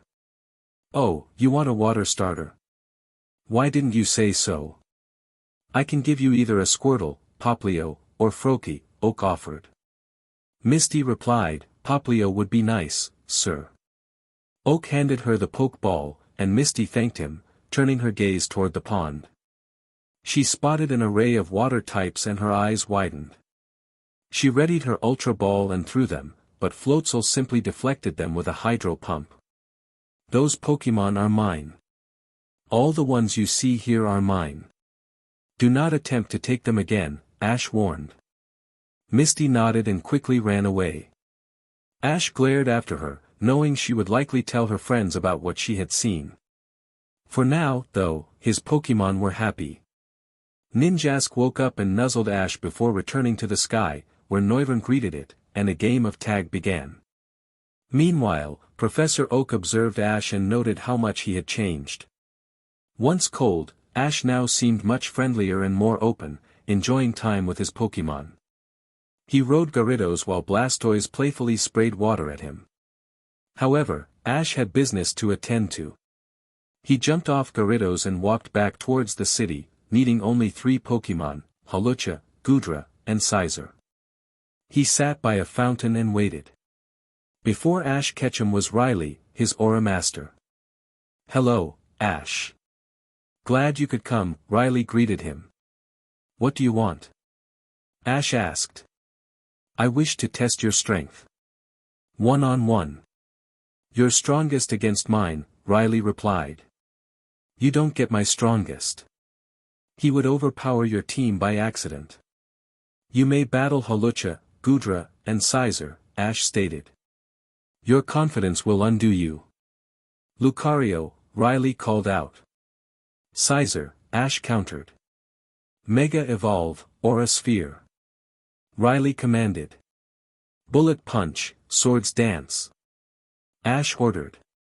Mega Lucario launched the move, but Sizer skillfully deflected it and countered with a powerful Bullet Punch enhanced by Swords Dance. Lucario skidded back but retaliated with Bone Rush. Sizer caught both bones and crushed them effortlessly. Aura Sphere again. Riley shouted. Finish it, Ash commanded. The blue energy hit Sizer but did minimal damage. Lucario was soon overwhelmed. Ash shook his head at his mentor. And teleported away. Riley chuckled, realizing how much his trainee had grown. In their last battle, Ash had struggled, but now he didn't even need to use his full power to win. However, Ash accidentally teleported right next to Max, who yelped in surprise. Ash looked annoyed. "What the Ketchum?" Gary shouted, ready to confront him. Before Gary could act, a massive pseudo-legendary appeared in front of him. Gudra glared, ready to defend Ash. The others backed off, including Gary, as Ash walked away with Gudra following closely behind. He made his way to the battlefield and sent out Halucha and Sizer. The three comrades exchanged glances and unleashed their moves toward the others, causing them to yelp and scatter. The three trainers laughed while Ash smirked. Once they looked back at him, he and his team had vanished. The next battle was against another champion, this time the champion of Kanto, the Dragon Master, Lance.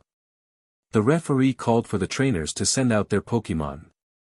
Lance requested a 6v6 battle, and Ash nodded in agreement. The crowd roared as the trainers sent out their Pokémon. Lance sent out Gyarados, declaring, "I am no flying master." Ash responded by throwing out Ampharos, an electric type. Upon entry, Ampharos's attack fell due to Gyarados' ability. The referee signaled the battle to begin. Lance commanded, "Dragon Dance." Ash countered with, "Thunder." A purple glow surrounded Gyarados, but it was quickly zapped by a bolt of lightning from the sky.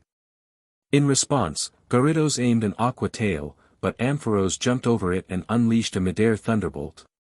The two moves collided, and while Gyarados was still standing, it was clearly weakened. Lance called for Physical Hurricane. Ash anticipated the move and ordered a thunder wave. Gyarados lunged at Ampharos, but as the attack connected, the thunder wave struck as well. Ampharos was launched back, showing signs of injury, while Gyarados was left incredibly weak from the electric attacks and paralysis. Lance commanded, "Aqua Tail." Ash responded with Zap Cannon. As Ampharos charged up a ball of lightning, Gyarados hit it with full force. Both moves connected, and they remained standing. Lance then shouted, "Hyper Beam." Ash quickly called for Volt Switch. The paralysis allowed Volt Switch to take effect first, causing Ampharos to swap out for Mimikyu, a fairy ghost type. The beam of energy passed harmlessly through Mimikyu.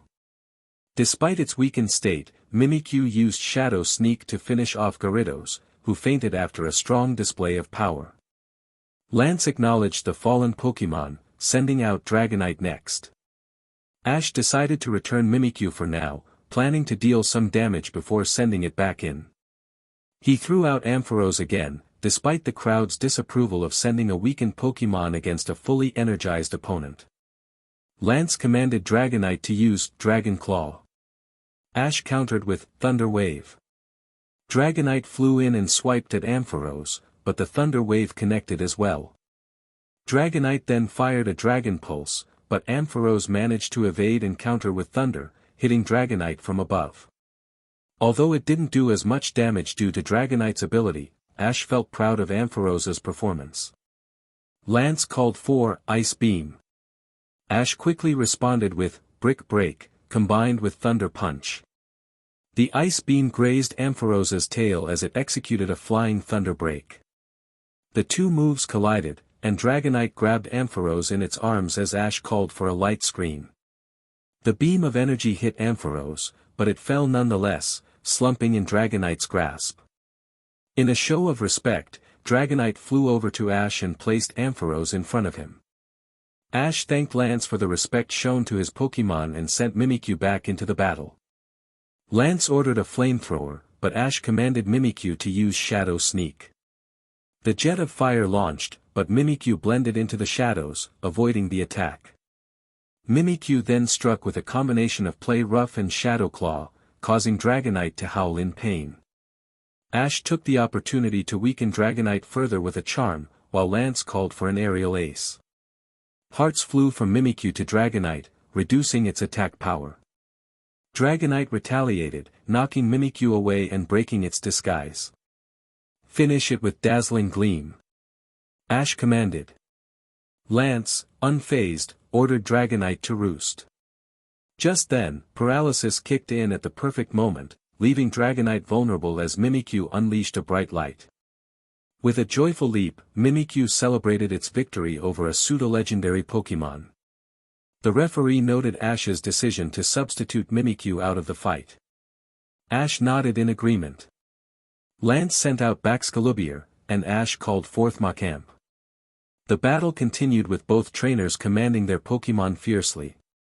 Machamp charged with its quad fist attack, while Baxcalibur responded with Ice Fang. The clash of powers was intense, with Machamp landing multiple hits before Baxcalibur retaliated. As the battle raged on, both trainers strategized, looking for openings to secure their victory.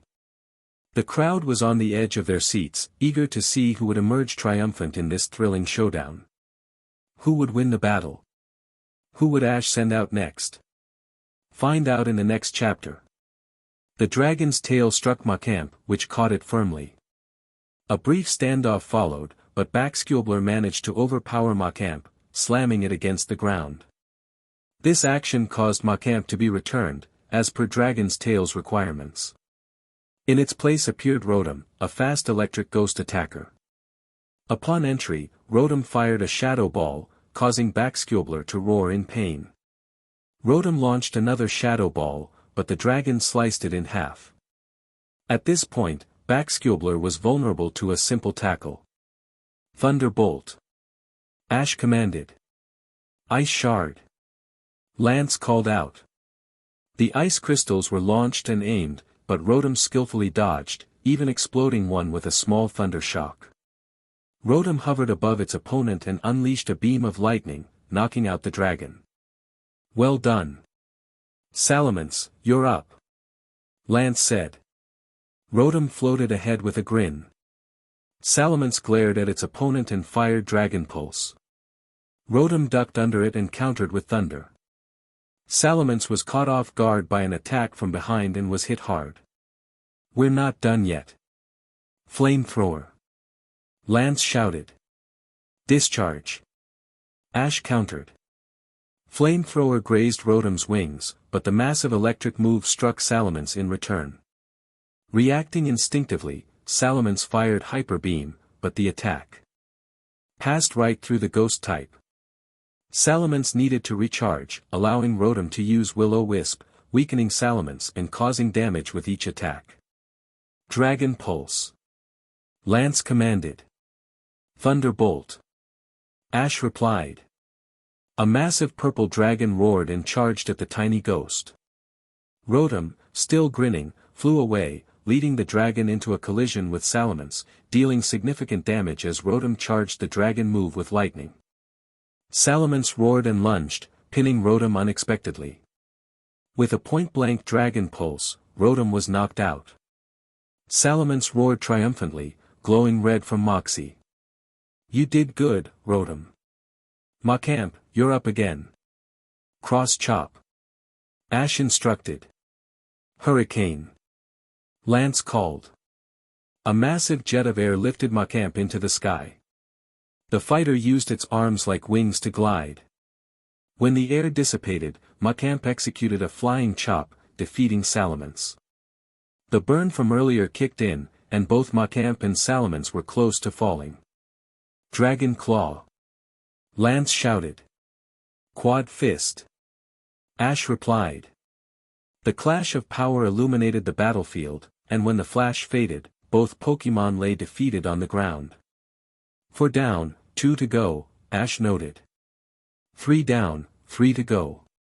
Let's do this, Kommo-o. Lance declared. Ash was about to send out his Charizard, but one of his Pokeballs shook, eager for a match. Relenting, Ash threw out his blue flying scorpion, Glisker. Boom burst. Lance commanded. Glisker, let's do this. Ash responded. A sound wave launched, but Glisker hovered above it and executed Sky Uppercut, sending Kommo-o into the air. Glisker grinned and followed up with Crabhammer.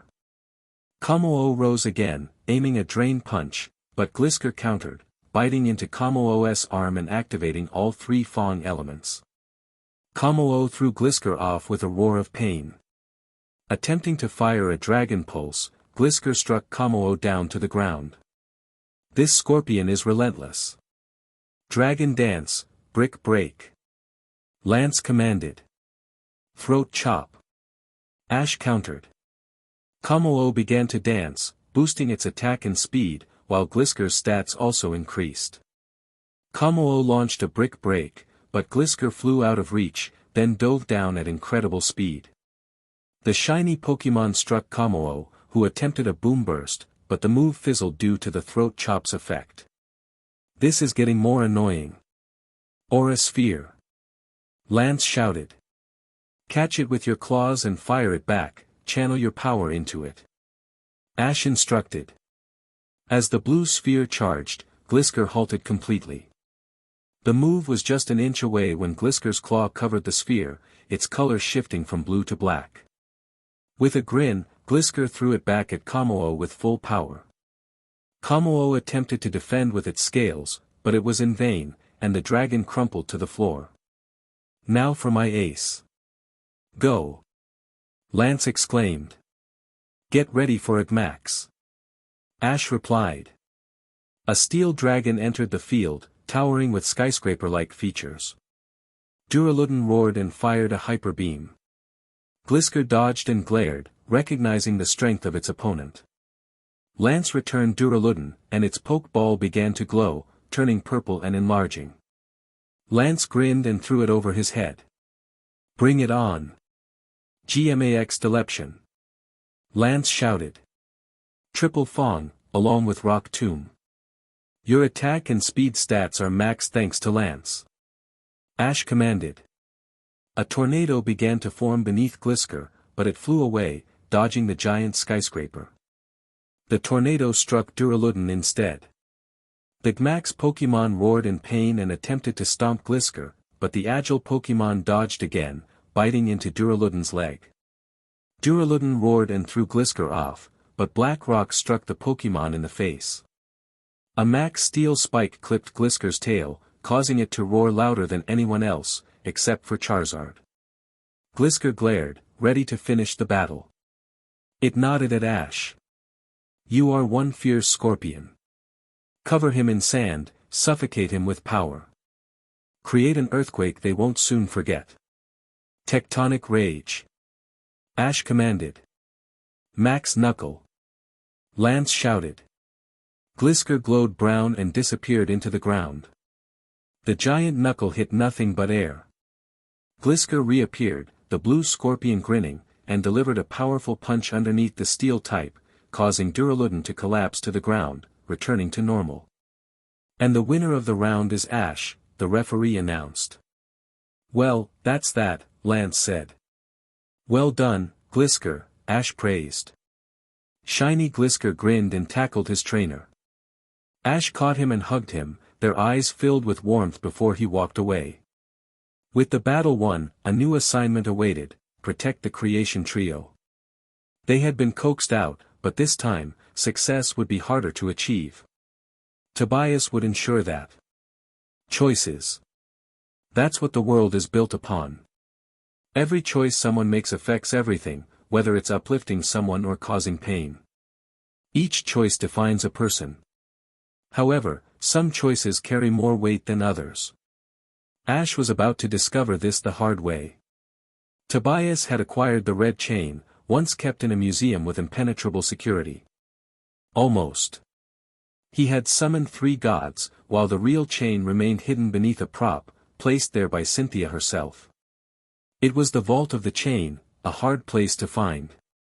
Palkia, the god of space, Dialga, the god of time, and Giratina, the god of antimatter, stood together. For a moment, it was a standoff. But before any actions could be taken, a black-haired trainer appeared, with a singular luxury Pokeball on his belt. On his shoulder was an orange Pikachu. I am here to save you, Ash declared. My orders are to protect you. In response, the 3 gods unleashed powerful beams of energy at Tobias, who jumped for cover. Oddly, he hadn't sent out his legendaries yet, but Ash chose to focus on the situation at hand. He took a defensive position around the gods. Time and space seemed indifferent to him, but Giratina sensed darkness within Tobias, which piqued its interest. Tobias approached confidently, pulling out 6 items: an adamant crystal, adamant orb, lustrous globe, lustrous orb, Greyer's orb, and Greyer's core. He laid them out, watched carefully by the legendary Pokémon, who glared at the sight of their items. Tobias's hand, adorned with tech and robotic parts, began to glow in a sequence of colors. As his hand glowed, the 6 items began to shake and then merged into one. Tobias grinned, picking up 2 of them, which started glowing, causing Palkia and Giratina to tremble. Noticing this, Ash made a split-second decision that could either save the world or doom it. He used his aura to retrieve Giratina's item, saving it from Tobias's grasp. This choice determined whether the world would perish or thrive. Ash hoped he had made the right decision. Giratina stopped glowing and looked curiously at Ash. As he attempted to grab the other orbs, it was too late. Next to Tobias was an origin form of Dialga and Palkia, both adorned with their items. Tobias grinned and tapped 2 Master Ball against the legendaries, effectively claiming them as his own. This is true power, Aura Guardian. Face me! Tobias shouted. This is a problem, Ash thought. He has 2 of the most powerful Pokémon in existence. I'll deal with Tobias, you take out the deities. The yellow Pikachu lunged at the Pokémon, firing a thunderbolt that caused Dialga to scream in pain. Dialga retaliated with a Dragon Pulse, but it phased through Pikachu. Grinning, Pikachu launched Dragon Darts, hitting Palkia. As the 2 gods prepared another assault, an orange Pikachu fell from the sky, charged with electricity. Tobias glared at Ash, knowing he could never win in a fair fight, so he didn't play fair.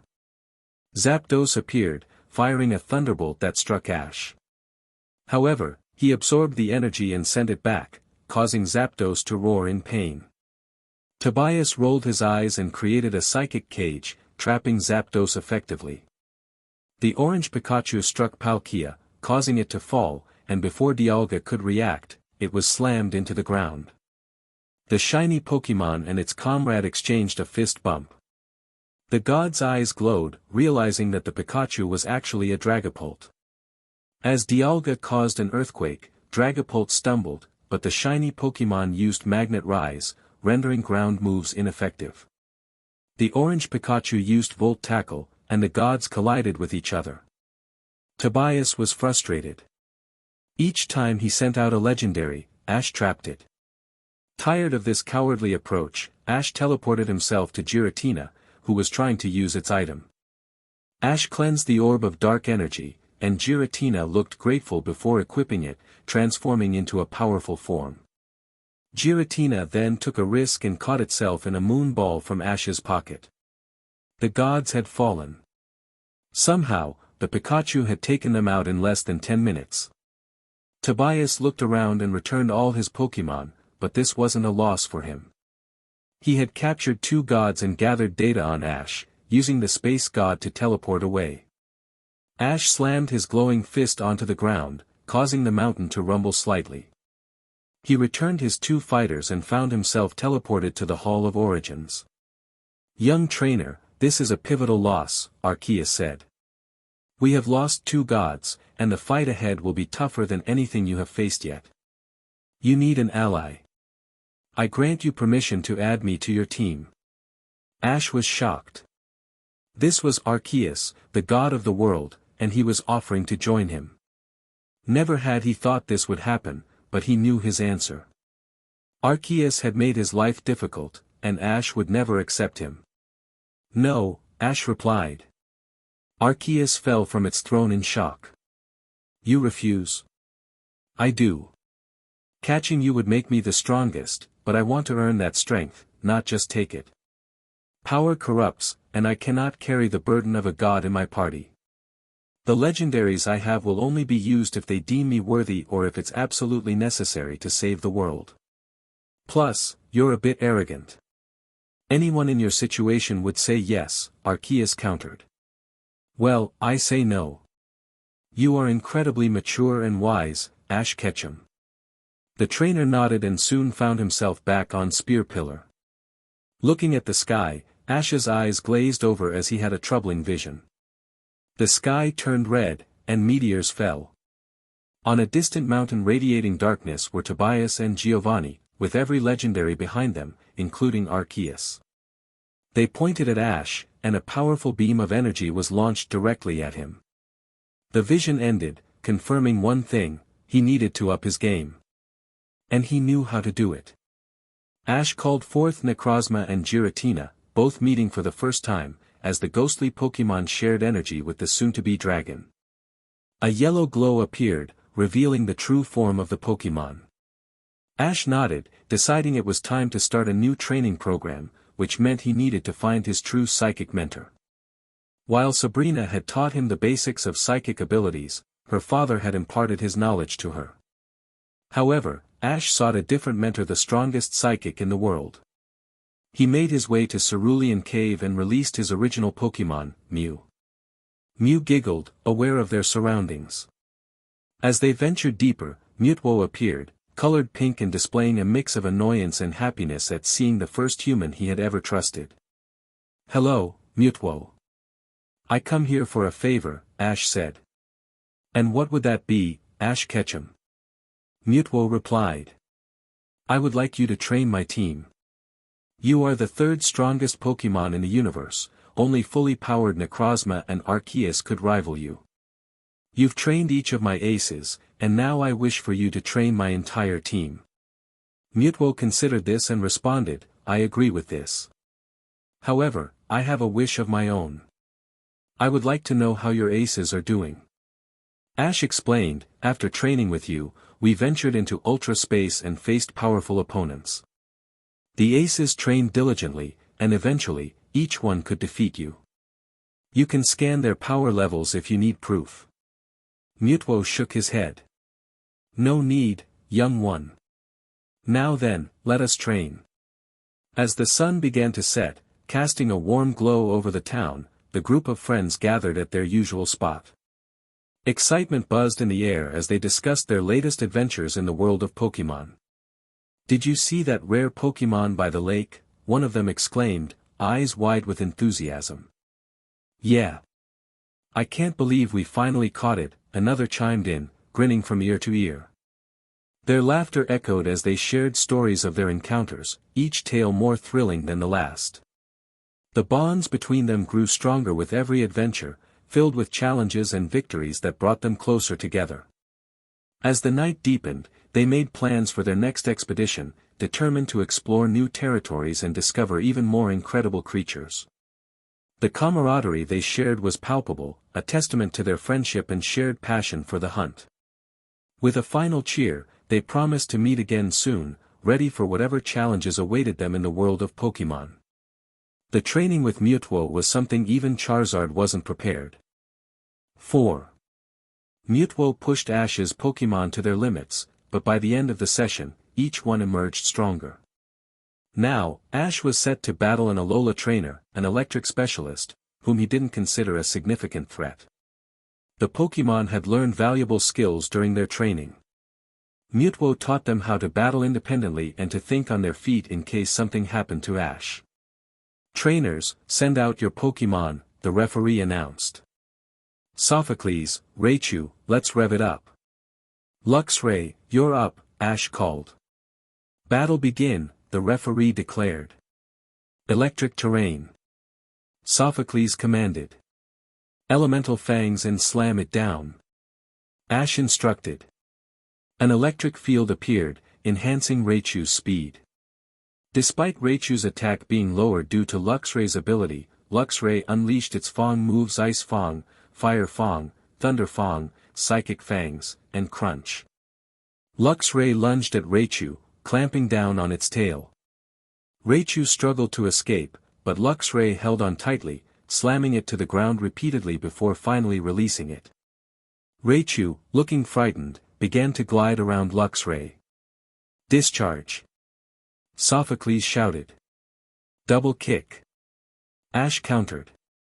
The electric attack hit Luxray, but it shrugged it off and retaliated with a powerful kick to Raichu's face. Luxray used Raichu as a springboard to leap into the air, landing directly on top of it while using Night Slash. Raichu fell but managed to get back up. That's the way. Double Team Psychic.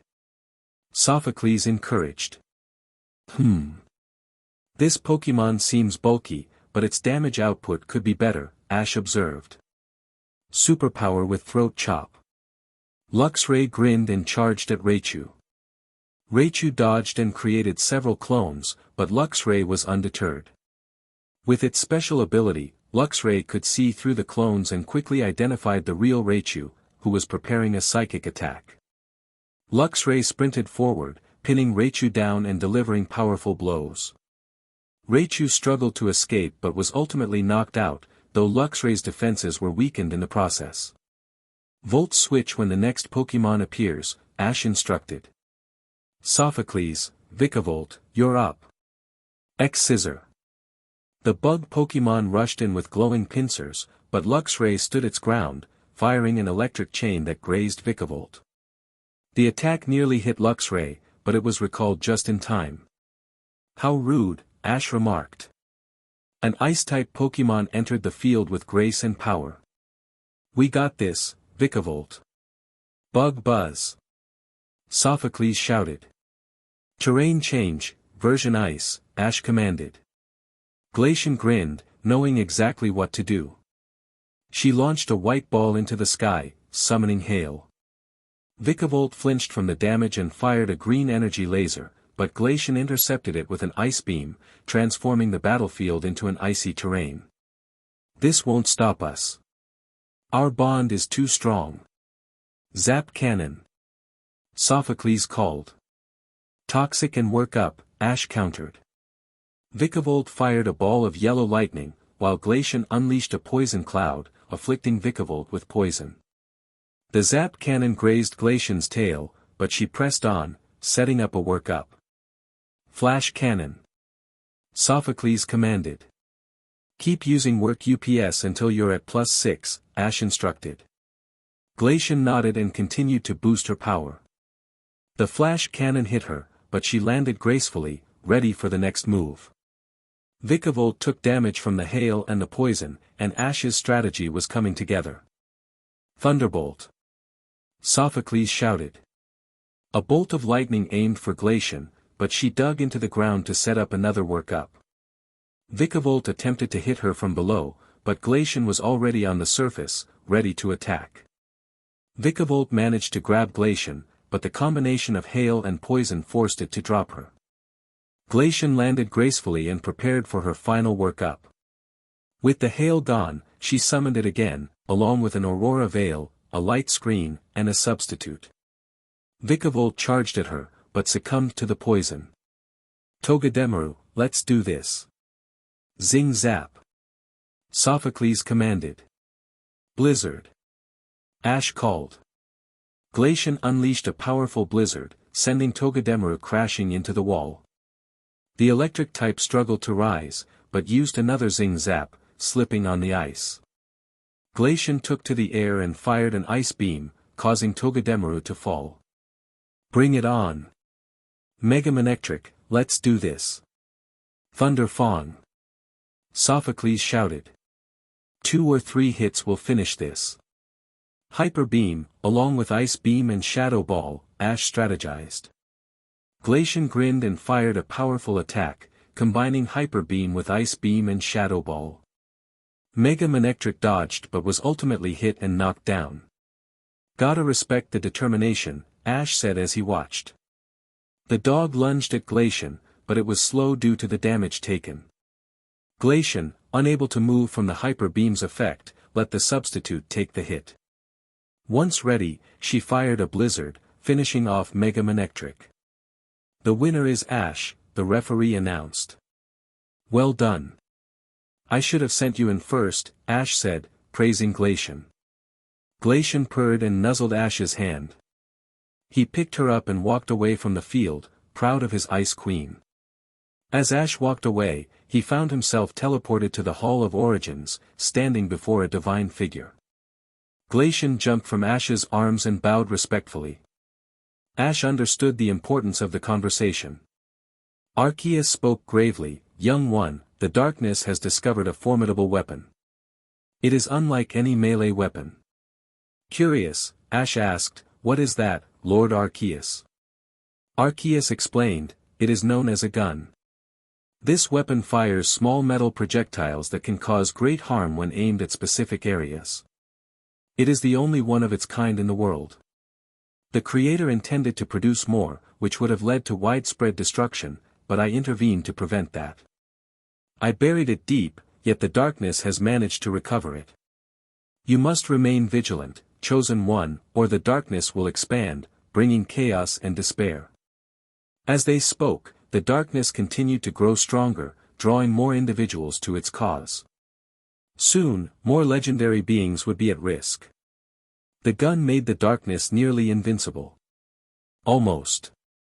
Within the darkness, there was a flicker of light, a potential ally who sought to escape its grasp. Her name was Leaf Green, and she was determined to turn her situation to her advantage. Chapter 29, Darkness, but not really. Leaf was relatively normal. She had nice parents, no powers, and was pretty smart. She became a trainer and caught one Pokémon from each region, excluding her starter from Kanto.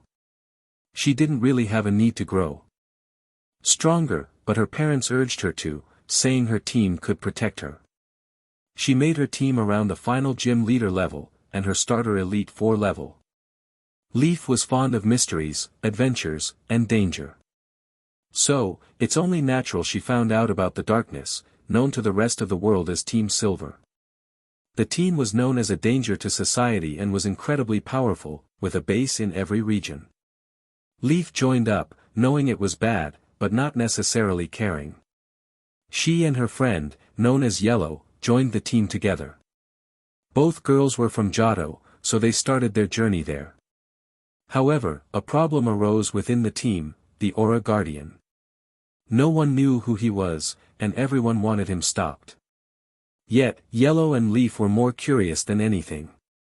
An assembly was announced in all of the bases concerning the Guardian. The gist was that the Guardian was attempting to stop the team, and anyone with knowledge of him needed to speak up. After the assembly, the duo was assigned to capture the Johto beasts, working under Giovanni for the day. Things were going fairly well until the Guardian showed up. He appeared out of thin air, guarding the Pokémon, who looked confused, then wary, and finally grateful. When Leaf saw the man, she was surprised. He was her age. She had imagined a much older man, not a teenager fighting the entire organization. Not only was he doing that, but he was also winning. Surrounding him were a shiny Sceptile and a shiny Charizard. Each Pokémon looked dangerous, so Leaf and Yellow avoided them at all costs. But Charizard unleashed a powerful blue flame directly at Blastoise, knocking it out instantly. In fact, all of the team's Pokémon were defeated. Even Articuno was hurt by the sheer power of this battle. "Should we hide?" Yellow suggested. "Yes, let's hide," Leaf replied. The duo ran into the forest and watched the battle unfold. They witnessed incredible power as Charizard took down Articuno, Sceptile defeated Moltres, and a shiny Greninja emerged from the Guardian's shadow to beat Zapdos. Then, the team leader Tobias showed up, but his Pokémon lost too. Mid-battle, a Pidgeot and two other trainers joined the Guardian, fighting alongside him. The Guardian Mega-evolved 3 Pokémon at once, along with his unique Greninja. It was truly a sight to behold. After that day, they were never the same. Leaf wanted to see the trainer in action again, while Yellow desired his Pokémon. They were later assigned to capture Regice, with Yellow successfully throwing the Pokeball that captured the Titan. They heard of the battle at Area Zero, where the trainer wiped out the entire team but spared the leaders. During their time there, they made another friend named Silver, the son of Giovanni. They formed a trio and shared everything. However, they confided in him something they should not have. "We're thinking of leaving the team," Leaf admitted. "Why?" Silver asked. "Yesterday, a police officer found us. But our superior, without a second thought, eliminated her. We did not sign up for this. We are not killers, Yellow explained. You should have known that's what you're here for, Silver replied, angered by his friends wanting to abandon him. He told his father, Giovanni, who was a difficult man and despised deserters. When Giovanni learned of this, he killed Yellow. He would have killed Leaf too, but Silver warned her. She went into hiding, seeking revenge against the entire team. Even worse, when Giovanni found out his son warned Leaf, he killed him too. Tobias, Giovanni's other son, was upset, but not as much as he should have been. Determined to get her revenge, Leaf infiltrated the team's base and wiped all data concerning the Aura Guardian. As a final act of defiance, she blew up her old room and stole around 40% of the data concerning the team. Leaf was caught but managed to escape once again. She ran and ran, never stopping. Your job, Ash Ketchum, is to find her. Help her. She is in Kanto, around Pallet Town. I will see it done, Ash Ketchum nodded. Leaf was in Pallet Town, laying low. As the kind man he is, Ash teleported himself right in front of her. Leaf screamed and jumped back. She sent out Meowstic to teleport herself away. The Pokémon attempted to, but Ash gently tapped its head, making it fall asleep. Leaf returned to her and started to run, but an Alakazam had a spoon at her throat. Miss Leaf, I mean you no harm. I just need you to come with me, Ash said calmly. No. Leave me alone. Go away. I'm not going back, and if I do, it'll be the end for me. Leaf protested. Ash probed her mind gently. It seems you've had quite the life. But I am not with Team Silver. We have met before, though I was fighting, and you were watching in the forest. If I hadn't been focused on fighting, you would most likely be in danger. What? We have never met before. Leaf exclaimed. Use your brain, Leaf. I know you're smart, Ash replied. Communicating in my head, knowing things, and teleporting. Ah, who cares? When he drops his guard, I can attack. I can take him, Leaf thought. Two things. I can read your mind, and you definitely cannot take me, Ash said. Read my, Leaf began. Alakazam, return. No need to threaten her anymore, Ash commanded. The Pokémon retracted the spoon and returned to its Pokeball. As soon as the Pokémon was gone, Leaf lunged at the teenager. Ash rolled his eyes and used his powers to freeze her in place, covered in a purple outline. Aura Guardian, Leaf whispered. Yes, I am. Now then, let us talk. I'll let you go now, Ash said. Guardian, I don't want any trouble. Please don't harm me. I'm not with Team Silver anymore, I promise, Leaf pleaded. Harm you? Why would I do that? Who told you I.O.? You heard of Area Zero. Those grunts were defeated, yes, but others I just wiped the memory of, Ash explained. Just don't come near me, okay? I'm done with the team and everything, Leaf insisted. I'm not here because of that. I'm here because you deserted. You have information I want, and I wish to protect you. But mostly, I want the information, Ash clarified. Everything I have is on this drive, so take it and leave, Leaf said, resigned.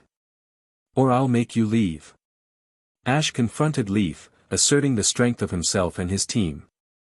He warned her that battling them would not be a wise choice. Leaf, however, claimed he underestimated her power.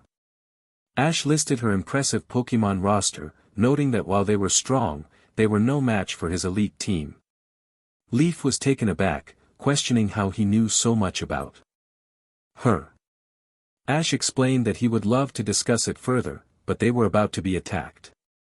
As he raised his hand, glowing blue, Leaf stepped back, but he didn't stop her from leaving. Suddenly, 4 grunts emerged from a car behind her, advancing towards them.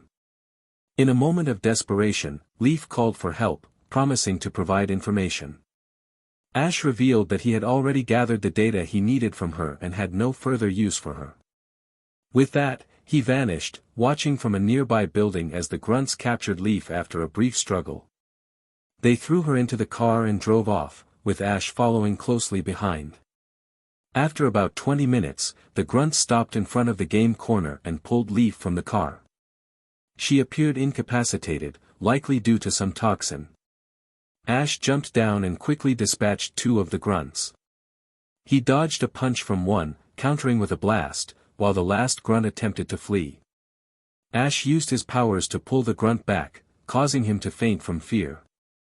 After erasing their memories of the incident, Ash transported them to random locations.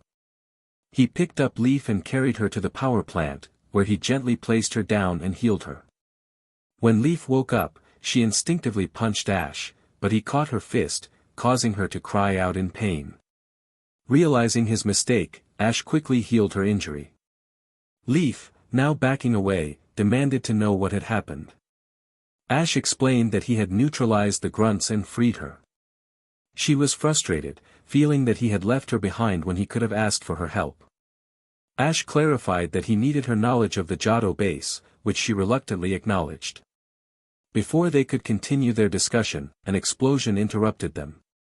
Ash dashed outside, blasting away the barricade, and saw his Pokémon, Gardevoir, battling a robotic Meowth.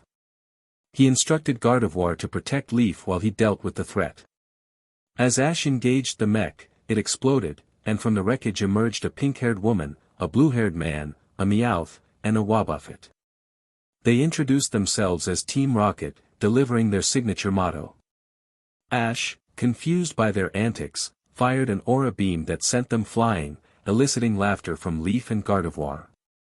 After the commotion, Ash teleported Leaf to Galar, where they arrived in front of the Budu Inn. Gardevoir stood nearby, ensuring that neither Ash nor Leaf would harm each other. Ash addressed Leaf, stating that despite their differences, he would protect her. Leaf protested, claiming she could run away. Ash countered by explaining the dire consequences of her actions. He made it clear that whether she stayed or ran, he would train her to become stronger.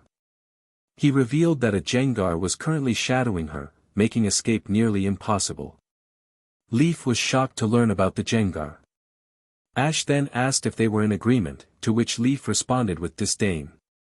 Ash expressed his confidence that she would eventually get used to him.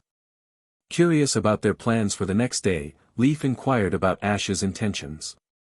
He revealed that he was entering a tournament, to which Leaf expressed doubt about his chances against a mute trainer she had been following.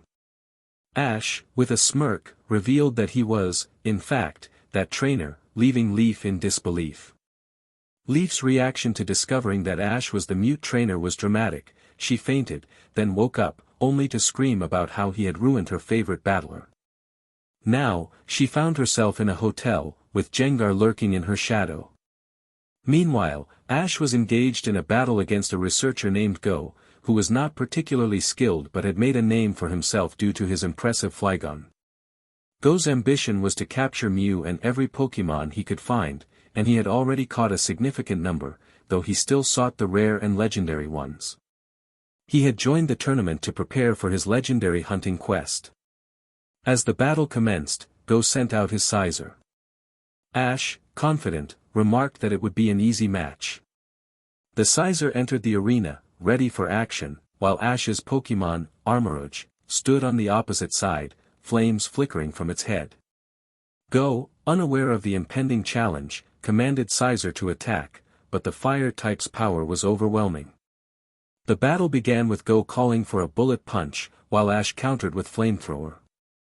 Scizor charged in, but Armarouge unleashed a powerful jet of fire, scorching Scizor. Go, feeling triumphant, taunted Ash, but Scizor sensed Ash's determination and knew the stakes were high. Armarouge fired a massive attack, defeating Scizor. Go, undeterred, sent out Inteleon, but Ash quickly countered with a powerful Psyshock, ending that round swiftly. Go, frustrated, called upon Cinderace, who quickly transformed into its Max form. The battle intensified as Go commanded Max Lightning, but Ash's strategy remained sharp. As the fight continued, Go unleashed Regieleki, the electric Pokemon, which seemed eager to battle. Ash, sensing the challenge, prepared to respond. Go, feeling confident, launched an attack, but Ash remained focused, ready to bring out his secret weapon. With a dramatic flourish, Ash released Mew, his first legendary Pokemon. The atmosphere shifted as Mew floated gracefully, captivating everyone in the stadium. Go, in disbelief, shouted that Mew belonged to him, but Ash calmly asserted that no Pokemon truly belonged to anyone. The battle escalated as Go commanded Regieleki to attack, but Mew skillfully dodged each strike. Ash and Mew coordinated their efforts, with Mew using sleep powder to incapacitate Regieleki. In a final display of power, Mew unleashed a fusion flare, overwhelming the electric Pokemon. With the battle concluded, Ash and Mew shared a moment of camaraderie, and Ash turned to leave the stadium, leaving Go stunned and confused on the ground. Later, Ash and Mew returned to the field where they had previously trained. They devised a new training system, ensuring that part of the team would train with Mewtwo while others would guard the area. As they organized their plans, Ash sensed Go following him and, with a playful gesture, teleported Go right on top of Gary. Mew giggled and, with a wave of her magic, teleported Leaf and Gengar to the area. Leaf yelped in surprise, her eyes widening when she spotted Mew perched on Ash's head. She looked around and saw all of Ash's legendary Pokemon, and promptly fainted. Ash rolled his eyes and splashed some water on her to wake her up. Release your team. They need to be familiar with mine. I will transport them to one of my training grounds, where my aces will train them accordingly, Ash said. You just want me defenseless. Leaf replied. Leaf, you are surrounded by powerful beings, an Aura Guardian, and a Gengar is in your shadow. You are already defenseless, Ash explained. I guess so, Leaf conceded. Excellent. I already transported them before you said yes. Now I want you to meet my trainees and friends, Ash continued. Leaf turned around and saw Ash's friends jogging toward them, one of whom was riding a Steelix. Unfortunately, Sabrina had to leave to take care of her gym and track down Team Silver bases. Brock looked particularly sad about that, as he had developed a crush on her. Name's Dawn, one girl introduced. Lily, another added. I'm May, said the third. Brock, Pewter City gym leader, Brock introduced himself. Why do you like this guy? He kidnapped me. Leaf exclaimed. Yeah, that sounds like him. He's a decent guy but has no social skills, Brock replied. That is true, Ash admitted. So where'd he find you? May asked. He saved me after I was kidnapped, then kidnapped me himself, Leaf said, but Ash quickly covered her mouth with his aura. Not your concern, he whispered privately to Leaf. They don't know I fight evil teams, and you will keep it that way. Sure, sure. Ash's friends, I have a secret to tell you. Your wise old Aura Guardian fights evil. Leaf said. Unnecessary, Ash interjected. Not to me. Leaf insisted. You do. What? Brock exclaimed. Look, I battle a team called Silver. They are threatening the balance of nature, so I need to stop them. They have captured some legendaries, and my job is to prevent that, including making sure they don't take over the world, Ash explained. Why didn't you tell us? Dawn asked. Not your concern. I am an Aura Guardian. Protecting nature and doing what I do is part of the gig, Ash replied. We can help you. May offered. No. Leaf, Sabrina, Riley, and maybe the new Team Rocket will help me, Ash said firmly. Me? Leaf asked, surprised. We will help you on your next mission, Lily added. Leaf, on the next mission, you are helping. Because next mission, we take out the Kanto base of command. You guys aren't helping. Only a higher power can change my mind. Gengar, keep watching Leaf, I have a team to recruit. Ash had been contemplating the rival team he encountered in the robot. They seemed to be associated with Team Rocket, not Team Silver, so he decided to seek them out. Knowing they resided near the power plant, where they had previously attacked him, he followed the explosion trail they left behind, which led him to Saffron. The trail was evident, with crushed plants and large footprints marking their path. Following the trail, Ash arrived at an abandoned warehouse and stepped inside to find the trio playing cards, with Meowth winning. To announce his presence, Ash sent out Mag Mortar, who unleashed a flamethrower, igniting the table and some of Jessie's hair. She screamed, turned around, and recognized Ash, lunging at him, but he quickly froze all three. "I am not here to fight," Ash stated. "I have an offer for you. Make it quick." James replied. "I'm in the middle of a war with Team Silver. I have 2 allies, and 3 more could help me greatly." "You are known as Team Rocket?" "That's right." Meowth exclaimed. "We were part of Team Silver, but we left to start our own team. It's just us." "Wait, why am I telling you this?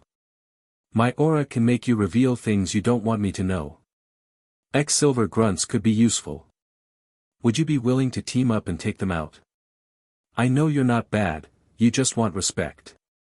I can give you that, along with the spoils of this war." "We want more." Jessie interjected. "We'll join you, but only if you give me and Jessie 3 Pokemon each of our choice." "No deal," Ash replied. "But I can offer you an egg of your choice. Here's what I have." He showed them his Pokédex, excluding legendaries. "Deal!" Jessie shouted.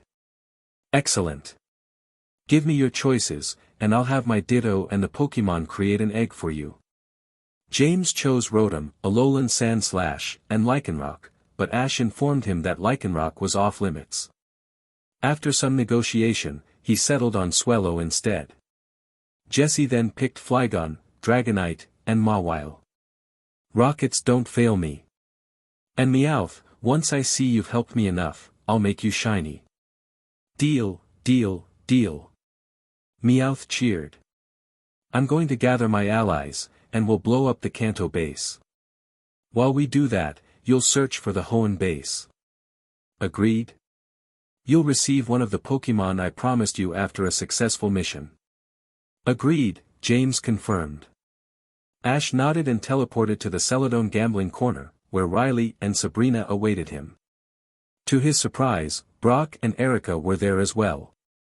Ash raised an eyebrow, prompting the duo to explain. "Sabrina said I could come." Brock said. "This is my city, I'm going to defend it," Erica added. "Fine. Just know I'm in charge," Ash declared. Before Riley could protest, Ash entered the casino.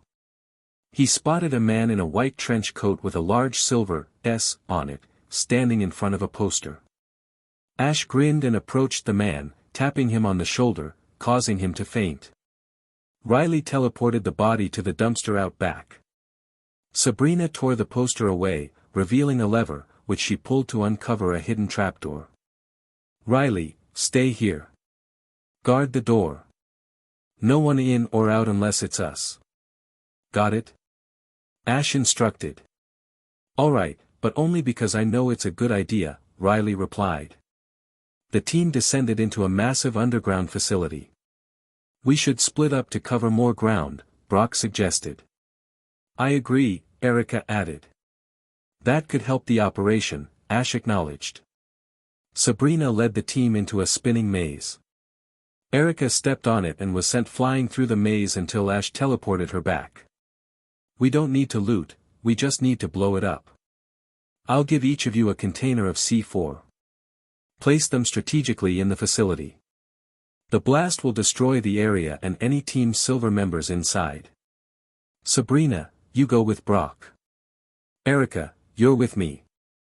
As the team split up, Erica felt a bit annoyed at Ash's leadership but decided to follow. Ash led her to the electrical generator, where he placed the bomb behind it. They then found the gas chamber, and Erica placed a bomb inside. However, they were confronted by Archer, an admin of Team Silver. Brock had placed his bomb behind a plant, not bothering to find a better spot, which made Sabrina giggle. Meanwhile, she placed her bomb at the only exit to the base. They were then confronted by Tobias, one of Team Silver's leaders. "What do we have here?" "Mytiana, use Crunch," Archer commanded. Ash quickly grabbed Erica and jumped aside as Mytiana lunged at her.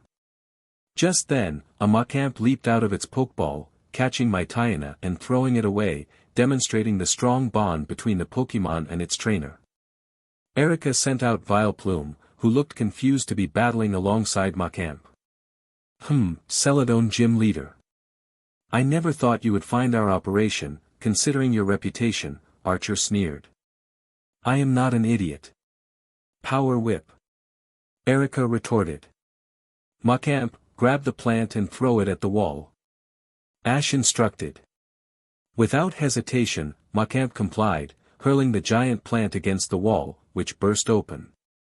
Ash returned Macamp and sprinted toward the new opening, with Erica and Vileplume close behind. Archer and Mytiana attempted to follow, but Ash created a barrier of aura to block them. "Aura Guardian. Even if you win today, you can't defeat us for long," Archer shouted as he sent out Alakazam, who teleported away with Mytiana. Ash dashed toward his friend's aura signatures, finding Brock and Sabrina locked in battle with Tobias, who had summoned Zapdos. Both Brock and Sabrina were down to their last Pokemon, a Metagross and a Steelix. They Mega Evolved, but Zapdos unleashed a Zap Cannon, striking both Pokemon and sending them to the ground. Zapdos then fired a Thunderbolt, aiming to finish the duo. Brock and Erica huddled next to their Pokemon, ready to face whatever came next. Brock stared down the imposing figure of Zapdos, who hesitated for a moment at the command. The electrical aura flickered briefly, and the Thunderbolt weakened. Tobias's confident grin faltered, replaced by anger. "Finish it." "Thunder," Tobias commanded. Against its will, Zapdos unleashed a Thunderbolt. In a split second, Ash teleported in front of the bolt, absorbing the full force of the attack. Tobias was momentarily shocked, then burst into laughter, believing he had finally defeated his greatest rival. However, when Ash collapsed onto the cold steel floor, a Pokemon emerged from its Pokeball, letting out a massive roar at the sight of its fallen trainer. Charizard unleashed a dark flame, a symbol of mourning, and Zapdos fell to the ground, not rising again. The only sign of life was the sorrowful look in its eyes, filled with regret for what it had done. Charizard understood that the bird was not to blame, it was Tobias who was responsible. With Pikachu perched on his shoulder, Charizard launched a combination of Flamethrower and Thunderbolt. But Tobias countered by sending out Zamazenta, who took the hit and found itself in a similar predicament as Zapdos. As the duo prepared to attack again, Charizard had an idea. He scooped up the two legendary Pokemon. Tobias attempted to recall them, but Pikachu broke the Pokeball with an iron tail, freeing them. Charizard blasted a hole in the ceiling and soared out, the game corner now empty due to closing time. Pikachu nudged Ash, and suddenly, the bomb timer fell out. Pikachu glared at Tobias, who teleported away using his Dark Ray. The explosion followed, but Sabrina managed to teleport everyone away, including Ash's unconscious form. Outside, Riley awaited them, and when he saw Ash, something inside him shattered. Brock rushed to Riley, shaking him in distress, tears streaming down his face. Sabrina joined in the sorrow, while Erica shed only a few tears. However, Pikachu was the most devastated, crying and unleashing a massive bolt of lightning into the sky. Riley stood in silence, looking as if he had seen a ghost. "I killed him. I killed my best friend," Brock lamented. As the group mourned, a familiar presence filled their minds. "Ash Ketchum, the mute trainer, glad you guys care so much." Everyone froze at the sound of his voice. Pikachu was the first to react, yelping and tackling his trainer. Ash grinned and embraced him. Soon, Sabrina and Brock joined in, tackling him with joy. Riley stood still, processing the moment. Before you start asking questions, here it is. I faked my death to catch the enemy off guard. Now they think I'm gone, I can operate and take them down. I created a small barrier to absorb the lightning, and I pretended my heart stopped. Sorry for worrying you all. I know Zapdos and Zamazenta are free, so great job. Just then, Charizard flew in, shedding a few tears that turned to smoke. Upon seeing his trainer, the Pokémon roared in happiness and tackled Ash. With the challenges they had faced, things were finally looking up. Charizard informed Ash that the two legendary Pokémon were now resting peacefully. Sabrina and Ash had always shared a unique bond, one that had grown stronger through their training experiences. However, it was Riley who had guided both of them, helping them develop their skills and strategies. As they trained together, Sabrina often found herself impressed by Ash's determination and resilience. One day, while they were taking a break, Ash turned to Sabrina with a thoughtful expression. You know, I really appreciate everything Riley has taught us. It's made me rethink my approach to battles. Sabrina nodded, a smile forming on her lips. I feel the same way. Riley has a way of making us see things from a different perspective. It's not just about winning, it's about understanding our Pokémon and ourselves. Their conversation deepened as they discussed their favorite training moments and the lessons they had learned.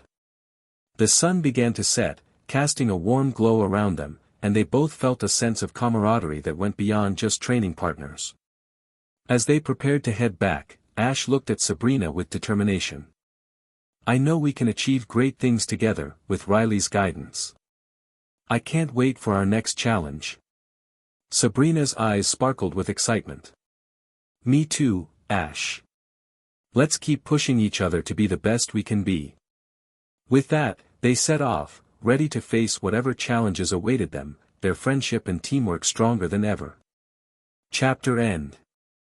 Today, Ash was battling a young go-getter named Barry. Barry had challenged the Sinnoh Elite Four more than anyone else and had even faced Cynthia in his latest attempts, but she always emerged victorious. Now, he was here, hoping to challenge her once again. Barry felt a mix of excitement and fear, especially since Ash had Mew on his team. However, Ash was fair and would only use Mew if Barry had a legendary Pokémon, which he did not. The announcer called for the trainers to send out their Pokémon. Barry chose Glisker, while Ash sent out Yanmega, who flew out effortlessly. Ash was still recovering from a previous battle, so he planned to let Yanmega take the lead without using too much energy. Fire Fawn! Barry commanded, and Glisker rushed in, attempting to bite Yanmega. But Yanmega countered with a powerful bug buzz, pushing Glisker back, and then launched a Shadow Ball. Glisker managed to slice through the ball and retaliated with a Sludge Bomb. Yanmega dodged and began charging a Solar Beam. Acrobatics! Barry shouted, and Glisker closed in, striking Yanmega down. However, it was a substitute. Yanmega unleashed a full-force Solar Beam from above, sending Glisker crashing to the ground. Despite the impact, Glisker struggled to rise, but Yanmega quickly followed up with Leech Life, restoring its health and finishing off Glisker. Barry was surprised to see Glisker get back up, albeit weakly. All in one go. Hyper Beam, he yelled. A beam of energy shot towards Yanmega, who narrowly avoided it but still felt the sting as it clipped its wings. Yanmega retaliated with a bug buzz, and Glisker fainted from the effects of the Hyper Beam. You did good. Rapid Ash, go. Fire Blast! Barry called out. Yanmega flew into the flames but skillfully maneuvered through them, striking Rapidash with Aerial Ace. Rapidash responded with a Mega Kick, knocking Yanmega to the ground, but it quickly recovered. As Rapidash charged with Flame Charge, Yanmega used Air Slash to trip the horse. In a surprising turn, Yanmega unleashed a hidden Fire-type move, surrounding Rapidash with flames. The horse struggled to escape but found the heat overwhelming. Rapidash gathered energy and charged through the flames, but Yanmega instinctively used U-turn to switch out for the only other Pokemon in Ash's party. Out came Milotic, who seemed to be resting before quickly assessing the situation. She recognized that her trainer was fatigued, and Rapidash was also worn out from its previous attack. Milotic, known for her grace and power, unleashed a massive wave of water that overwhelmed the battlefield. The crowd was drenched, and Ash had to use some of his energy to ensure everyone's safety while reinforcing the shields. Rapidash's flames extinguished, and Barry returned her, realizing the battle was slipping away. Empoleon, use Hydro Pump, he commanded. A jet of water struck Milotic, but she absorbed it effortlessly, then turned to Empoleon and squeezed tightly. Despite the starter's struggles, Milotic remained relentless. Barry, feeling desperate, called out, "Staraptor, avenge your teammates." Close combat. The Sinnoh flying ace swooped down, but Milotic dodged with ease, causing Staraptor to crash into the ground. Staraptor managed to rise but was quickly met with a combination of Aqua Tail and Iron Tail from Milotic. As Staraptor attempted to recover, Milotic finished the battle with a Dragon Pulse. After the match, Milotic returned to Ash, and they both left the battlefield. Barry felt defeated but acknowledged the outcome. Later, Ash was meditating, replenishing his aura and psychic energy when Leaf approached him. She noticed the blue energy surrounding him pulsing slightly, which piqued her curiosity. Gengar emerged from Leaf's shadow, pointing at her and then at Ash before firing a dazzling gleam into the air. Ash explained, "Gengar is saying that your presence helps my aura replenish faster. It's a benefit of being around someone with a similar aura." Leaf was intrigued. "We have a similar aura. What does that mean?" "Yes," Ash replied. "There are many types of auras, reflecting the diverse personalities of people. You share a thirst for adventure like I once did, which connects us. However, since you lack powers, you can't sense our connection." Leaf was taken aback but quickly shifted the conversation. "That's not why I'm here. I want to know who you really are and if you can release me." Ash sighed. "We've discussed this before. We can part ways once Team Silver is defeated. As for who I am, my name is Ash Ketchum from Pallet Town, a protege of Professor Oak. I've defeated multiple champions and hold 2 powers in the Pokemon world.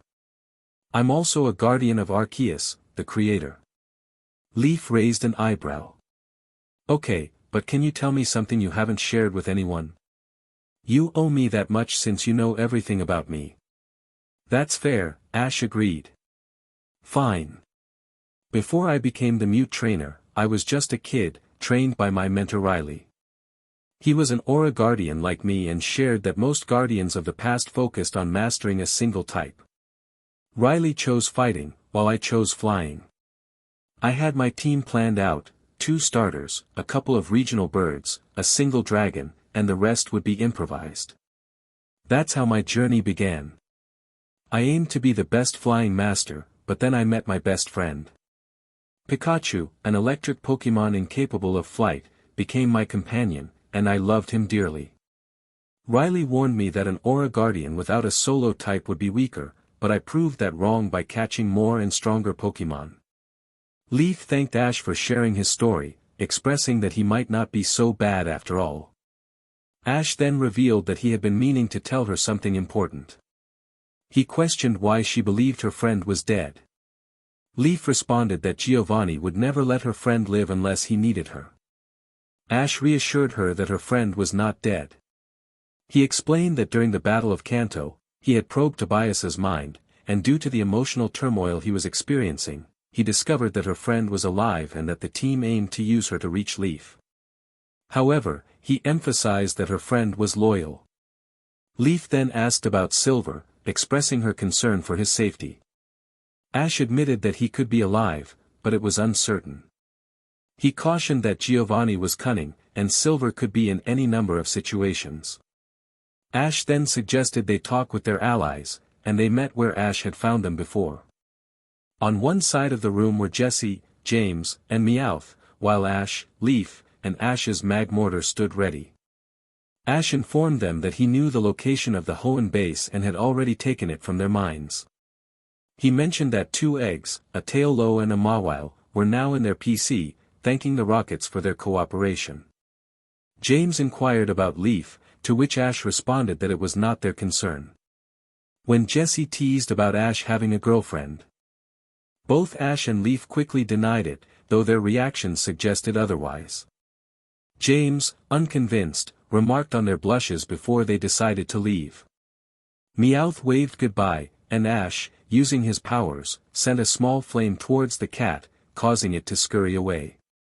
Afterward, Ash returned Magmortar and took Leaf's hand, teleporting them back to their base. Once there, Ash dropped her hand and resumed his meditation position, causing stones around him to glow. Leaf observed him for a moment before looking out at the city. She realized she could leave, but something urged her to stay. Instead, she settled into a meditation position behind Ash.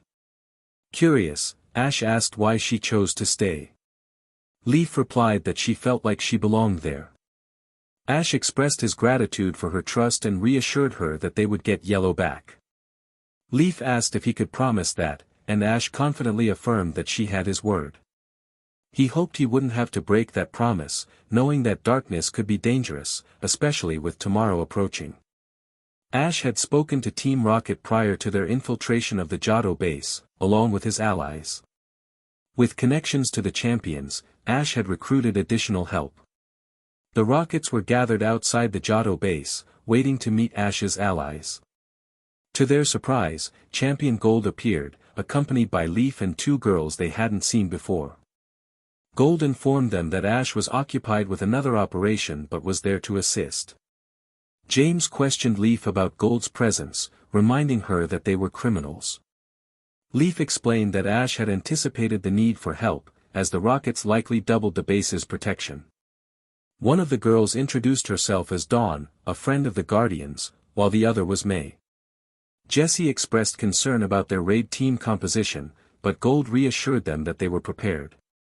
He explained that after battling with Ash, he and others had been recruited to help take down the Rockets, while other champions were searching for additional hideouts. With a sense of urgency, Gold assigned roles. He and James would disable the cameras and data, while Dawn and Leaf would plant explosives. May, Jessie, and Meowth were tasked with creating a distraction, with the reminder not to cause unnecessary harm. As they moved into action, Gold and James, aided by James's Mr. Mime, found the data room. James began uploading a virus to delete files, but the alarms soon blared. Gold prepared for a confrontation with several grunts, sending out his starter Pokémon, Typhlosion, to initiate the battle. Meanwhile, May and her team were causing chaos in another area, with Jessie and Meowth engaging the grunts. May commanded her Blaziken to use Flamethrower, forcing the grunts to dodge the flames. Amidst the chaos, May picked up a weapon but was cautious not to use it recklessly. Back in the data room, Gold and James managed to fend off the grunts, and Gold called for a quick escape. With a teleportation from Grumpig, they joined May and the others at the rendezvous point, where Leaf held a detonator. Gold praised the team for their success, noting that they had caught the Rockets off guard. However, Leaf hesitated, expressing her reluctance to harm anyone, recalling her reasons for leaving Team Rocket. Gold insisted that they needed to act decisively, and with a flick of his wrist, the explosives detonated. May reacted strongly to Gold's actions, but he defended his choices, stating that he was simply following orders to protect the world. As the dust settled, a portal opened, revealing a weary Ash and Lily. Ash, visibly shaken, instructed everyone to leave and urged the criminals to find another base. Lily, leaning on Dawn for support, recounted her harrowing experience with a grunt, explaining how Ash had come to her rescue. The group processed the implications of Ash's actions, with Lily expressing her determination to continue fighting, her eyes blazing with resolve. Meanwhile, Paul sat on a bench, waiting to meet with a contact regarding a new job that promised substantial rewards for winning battles and gathering data.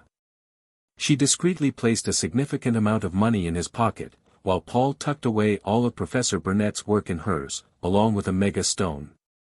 As Paul continued walking, he turned around to see the man who employed him. The man acknowledged Paul's efforts and informed him of a new assignment. The man stated, "Good work. You have a new assignment." Curious, Paul asked, "What would that be?" "I will do anything you need, as long as I'm compensated." The man replied, "Eliminate the Aura Guardian." Chapter end. In honor of the trainers who had made it this far in the tournament, and as a celebration of the halfway mark, everyone competing was invited to a dance event. Additionally, those who had been eliminated were given a chance to return if they could defeat a random trainer. With that announcement, the referee called for the trainers to send out their Pokémon, reminding them that battles would now be 5v5. Gladion sent out his Salamence, while Ash chose Iron Valiant, a unique Pokémon that combined traits of Gallade and Gardevoir. The referee acknowledged Ash's choice, expressing gratitude for his knowledge of sign language. The battle commenced. Ash commanded Iron Valiant to react and take down the opponent. Gladion hoped his illusion would work, instructing Salamence to use Dark Pulse. Ash countered with close combat. The beam of darkness fired from Salamance's mouth, but Iron Valiant sidestepped and threw its weapon at the imposter, hitting Salamence and dispelling the illusion. The fairy fighting type then unleashed a flurry of powerful attacks, kicking Salamence into a wall. Salamence recovered and fired another Dark Pulse, but Iron Valiant countered with Spirit Break, cutting through the attack. A smoke screen appeared, momentarily blinding Zoroark, who lunged forward but was met by Iron Valiant's weapon. Gladion called for a flamethrower, while Ash responded with Dazzling Gleam. The burst of flames grazed Zoroark, but the light energy caused it to falter. Seizing the moment, Iron Valiant ended the fight with a decisive strike. Gladion, surprised by Iron Valiant's strength, sent out his Lycanroc. Ash decided to recall Iron Valiant for later and sent out Pidgeot, who had a Mega Ring attached to its ankle. Gladion ordered a rock throw, but Ash countered with Hurricane. Pidgeot's gust of wind deflected the rock, and while Lycanroc caught it, Pidgeot took advantage and lifted the Pokémon into the air. Lycanroc bit into Pidgeot's feathers, but the bird shook it off and retaliated with a powerful attack. Despite sustaining injuries, Pidgeot pressed on, launching a hyper beam that sent Lycanroc crashing into the wall. The battle continued with both Pokémon exchanging blows, showcasing their strength and determination. As the fight progressed, Ash's strategy became clear. He encouraged Pidgeot to unleash its full power, while Gladion pushed Lycanroc to finish the battle. The tension in the arena was palpable as both trainers gave their all. Finally, Ash's Iron Valiant returned to the field, ready to face Gladion's next Pokémon. The battle raged on, with each trainer showcasing their skills and the bond they shared with their Pokémon. As the dust settled, only one Pokémon remained standing, and Ash caught Iron Valiant as she stumbled, showing the toll the battle had taken on her. With 3 of Gladion's Pokémon down, Ash prepared to unleash his next fighter, Infernape, eager to see how the tournament would unfold. Gladion responded by sending out his Mega Salamence, and the intensity of the battle escalated as both trainers aimed for victory. In the heat of battle, Infernape landed on the ground, causing the earth to tremble. Lava began to surface, and a pillar of fire engulfed the Pokémon. When the flames subsided, Infernape's flames glowed in a rainbow of colors, and its fists shimmered with a red and blue light. Salamence charged at Infernape again, but this time, Infernape caught the Pokémon and unleashed a burst of pure energy fire from its mouth, striking Salamence squarely in the face. The impact sent Salamence reeling, leaving it suspended in the air by a thin thread. Seizing the moment, Infernape slammed its fist into Salamence, neutralizing the threat. Gladion called upon his legendary Pokémon, Svally, urging it to transform into its water form and execute a multi-attack. Ash observed the situation carefully, strategizing his next move. It seems like a two-shot plan. Thunder Punch, then close combat. If it's still standing, you know what to do, he instructed Infernape. Infernape lunged forward, launching the legendary Pokémon back. However, the water attack struck Infernape in the eye, causing it to flinch. Despite this, Infernape retaliated with a flurry of strikes, followed by a powerful flamethrower. The legendary Pokémon fell to its knees, only to be met with a fierce blast burn. With a grunt, the legendary Pokémon hit the ground, prompting the referee to declare the battle over. Ash used his abilities to calm the raging flames and quickly returned Infernape to its Pokeball. The crowd fell silent, awed by the transformation of Infernape into a much more powerful version, capable of defeating both a Mega Evolution and a legendary Pokémon, despite its weaknesses. Gladion smiled as he returned his Pokémon, eager to train further for a rematch. A fair fight, Ash Ketchum, Gladion acknowledged. Indeed, it was, Champion Gladion, Ash replied. The referee announced Ash as the winner, setting the stage for a special battle featuring Brock from Pewter City against Gary Oak, the grandson of Professor Oak from Kanto. The crowd erupted in cheers as the battlefield was prepared for the next match. Once everything was sorted, the referee explained the stakes. If Brock won, he would take Gary's place. If Gary won, Brock would be unable to rejoin, and Gary would not have to participate in the next round. The trainers sent out their Pokémon, and the crowd roared with excitement. "Let's battle, Gym Leader." "Blastoise!" Gary declared. "Come on, Oak, let's dance." "Tyranitar!" Brock responded. "Battle begin," the referee shouted. Both Brock and Gary called for their Pokémon to Mega Evolve.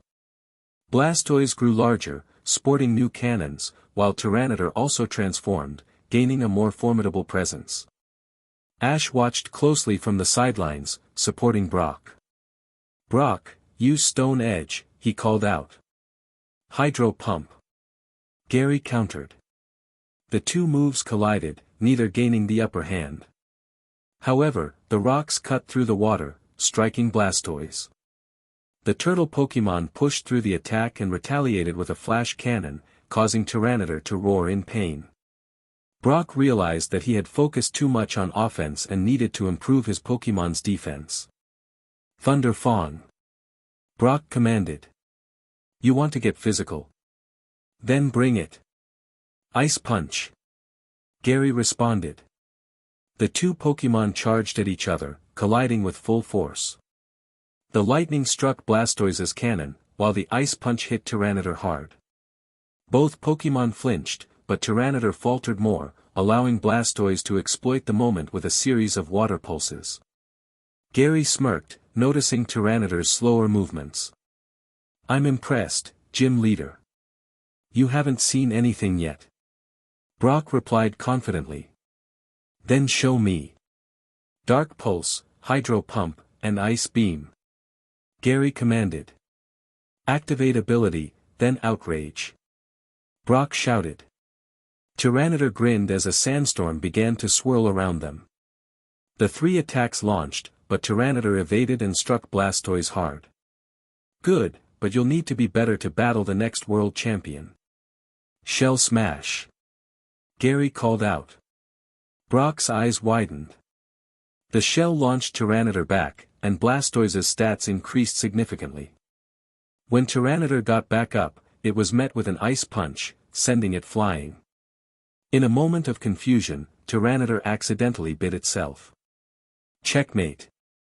"Z-move Hydro Vortex." Gary declared. "Please get out of there." "Dark Pulse." Brock urged, but it was too late. Gary and Blastoise charged up a powerful water Z-move, enveloping Tyranitar in a swirling vortex. When the water cleared, Tyranitar was no longer in its mega form, defeated. "The winner is Gary Oak," the referee announced. "You fought well, my friend," Brock said, acknowledging Gary. "You need to work on your speed and defense." "Good battle all the same, though," Gary replied. I know.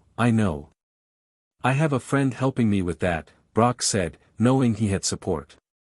As the event concluded, the referee reminded everyone about the upcoming dance, encouraging battlers to find dates and prepare for the festivities. After the battle, Ash took on the role of a drill sergeant for Brock, putting his Pokémon through rigorous training. A week before the dance, Ash decided it was time for a break. Brock, leaning against the wall with his arms crossed, faced Ash, who was glaring at him, his eyes glowing slightly with power and annoyance. Gardevoir stood beside Ash, smiling. Dance? I'm not going to dance, pupil, Ash declared. Sorry, dude. You have to come. I need a wingman to get my date. Besides, you need to interact with people more, Brock insisted. A wingman? Ash questioned. I'm going to ask Sabrina to be my date, Brock revealed. You need my help with this, why? Ash asked. Come on, you two are close. You can set me up. In exchange, I'll help you deal with your girl situation. You have 3 girls wanting to go with you, and another one on the way, Dawn, Lily, May, and soon to be Leaf, Brock explained. I know about them, though I doubt the Leaf part. I'll help on one condition, you help me prepare and get ready for this dance, along with the date thing, Ash negotiated. You got a deal, Ash, Brock agreed. During the week leading up to the dance, the duo bought clothes, planned their strategies, and even took dance lessons.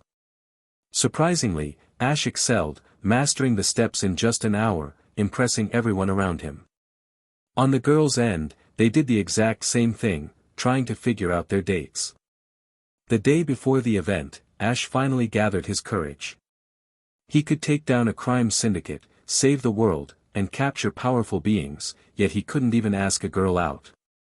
As he steeled his nerves, Gardevoir laughed at him. Ash returned her gaze and started walking. He stood in front of his summer base, planning to ask her if she would go to the dance with him, though he had no idea if she would say yes. He knocked, and a girl he knew opened the door. She stared at him for a moment, then motioned for him to continue. Would you like to go to the dance with me? Ash asked. So, it was me, he asked. Didn't quite expect that, Leaf replied, surprised. Sure, Ash, I'll go with you.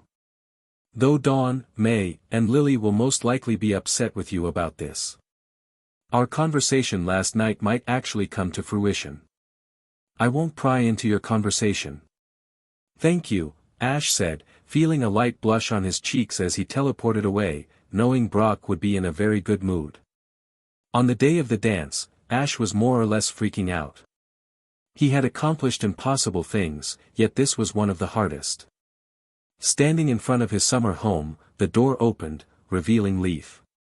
She looked stunning in a green dress adorned with a flower pattern, her hair perfectly styled and light makeup enhancing her features. Ash's face turned beet red, but he calmed himself.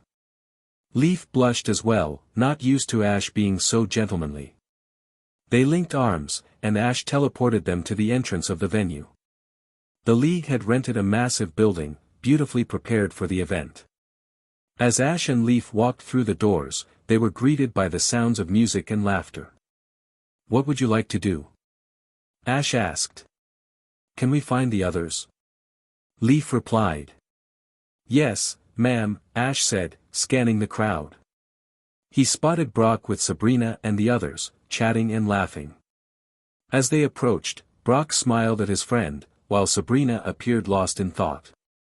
The other girls smiled warmly at Leaf. Sabrina wore a sparkling purple dress, her hair styled in a bun. Dawn sported a sky blue skirt with stars engraved on it, her hair straightened. Brock was dressed in a brown suit with a black tie, while Lily looked lovely in light pink with curly hair. May's long hair flowed beautifully, complemented by a red dress with orange flames. As the music slowed, Brock nudged Ash toward Leaf. The shy trainer extended his hand, which Leaf took. They moved a little away from the crowd and began to dance. To Leaf's surprise, it was smooth and enjoyable. She rested her head against his chest, feeling his heart beat faster. When the song changed, per their previous agreement, Leaf switched with Dawn. Dawn's dancing style was a bit wilder than Leaf's, making the dance more energetic. Ash spun her around, and Dawn ensured he didn't trip.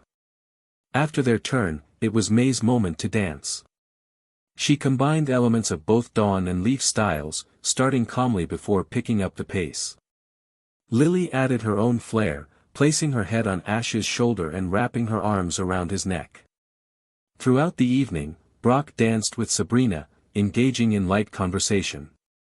Ash felt a mix of confusion and happiness. He had never felt so loved and content. Across the room, he noticed Gary dancing with Misty and Serena. During the dance, Ash informed Dawn that she would join him on the next mission, along with May and Lily. He wanted to prepare them for the challenges ahead, realizing he hadn't been as attentive to their needs as he had been to Leaf's. For now, he was focused on enjoying the moment. Just as everything seemed calm, a man entered the room alone, wearing a hoodie and jeans. He walked to the center of the room and pulled an item from his pocket, tossing his hoodie into the crowd. His shirt bore a silver S. Suddenly, he fired a shot into the air, and a shield of energy surrounded him. About 6 grunts entered, brandishing their own weapons. "Listen up, trainers. My cohorts and I are here to take all of your Pokémon. And before you try anything, our weapons can handle any issues," one of the grunts announced. In response, Gladion lunged at one of the grunts, but he was shot in the leg and collapsed to the ground. "Now hand over your Pokémon, along with any valuables," the grunt demanded. The trainers complied, though there was some struggle from the champions. Despite Steven's Cradley being injured, everyone reluctantly surrendered. Fortunately, Cynthia had opted out of attending, claiming she was too busy for such parties. Ash, watching from the corner, regretted only bringing one Pokeball with him. It contained Mew, so he decided to use her power. As the grunts approached, he summoned the Queen of Pokémon. Mew flew to Ash's side and transformed into him, distracting the grunts while Ash made his move. He teleported into the shield surrounding the grunt and unleashed a burst of energy. Mew took down 3 of the grunts while Ash handled the rest with her assistance. With a determined smile, he teleported the grunts out of the building, sending them to jail after extracting information about their base. Returning to the venue, Ash healed Gladion and wiped the memories of the incident from everyone present. The girls and Brock rushed out to find Ash, all except Sabrina, impressed by his unexpected fighting skills. He gestured for them to follow and teleported them to his base. "I apologize for the night. I didn't expect Team Silver to attack," Ash said. "Not your fault, dude. Thanks for the save." Brock replied. "Thank you for the time, Ash," Leaf added. "I'm glad you had a good time. Before I go, I have a question. Leaf, are you okay with Team Silver? I know you have some past experiences," Ash asked. "I'm okay, Ash," Leaf reassured him. Question. "I have no idea about any of this," Ash said, feeling a mix of relief and concern. "Are we a thing now?" Leaf asked, a hint of uncertainty in her voice. "I have no idea," she continued, her thoughts racing. "I mean, I like him, but what if he ends up like Yellow?" "No, Leaf, stop. He won't. He can't. Risks usually pay off, right? I need to sleep on this. Ask me in the morning, or a guardian." She smiled and felt her cheeks warm. "Then I'll see you in the morning, Leaf," Ash replied, his eyes glowing slightly, a sign he was about to teleport. Just before he did, Leaf leaned in and kissed his cheek. Ash teleported a moment later, looking confused. The others around them exchanged shocked and envious glances. Ash's Gardevoir couldn't contain her laughter, thrilled for her trainer. Dawn, Lily, and May quickly pulled Leaf into the house, already buzzing with plans for the future. It seemed that love was blossoming faster than anyone could understand. Arceus watched over his chosen one with pride, though he knew that even the Holy Pony had no idea what was to come. Brock and Sabrina returned to the apartment, while the rest settled in for the night with Leaf. Ash stood in front of Winden Tower with May, Dawn, and Lily, strategizing their plan. He understood that simply attacking the base wouldn't suffice this time. Teamwork was essential, so he divided them into pairs. He and May would infiltrate the base, while Dawn and Lily would locate and capture the admin known as Rose, or Chairman Rose as he was publicly referred to. The girls were instructed to avoid confrontation unless Ash was present, focusing instead on gathering evidence against Rose to assist Leon in bringing him to justice. Ash had identified 2 key locations: Rose's residence at Winden Tower, where they could find him and the necessary evidence, and the team base located beneath the Dragon City gym. He reminded his friends of the plan, emphasizing the importance of gathering information without engaging in combat.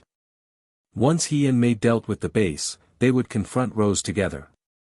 Dawn inquired about their approach to dismantling the base, to which Ash speculated that they might have Eternatus hidden inside. His plan was to capture it and secure it in the Hall of Origins.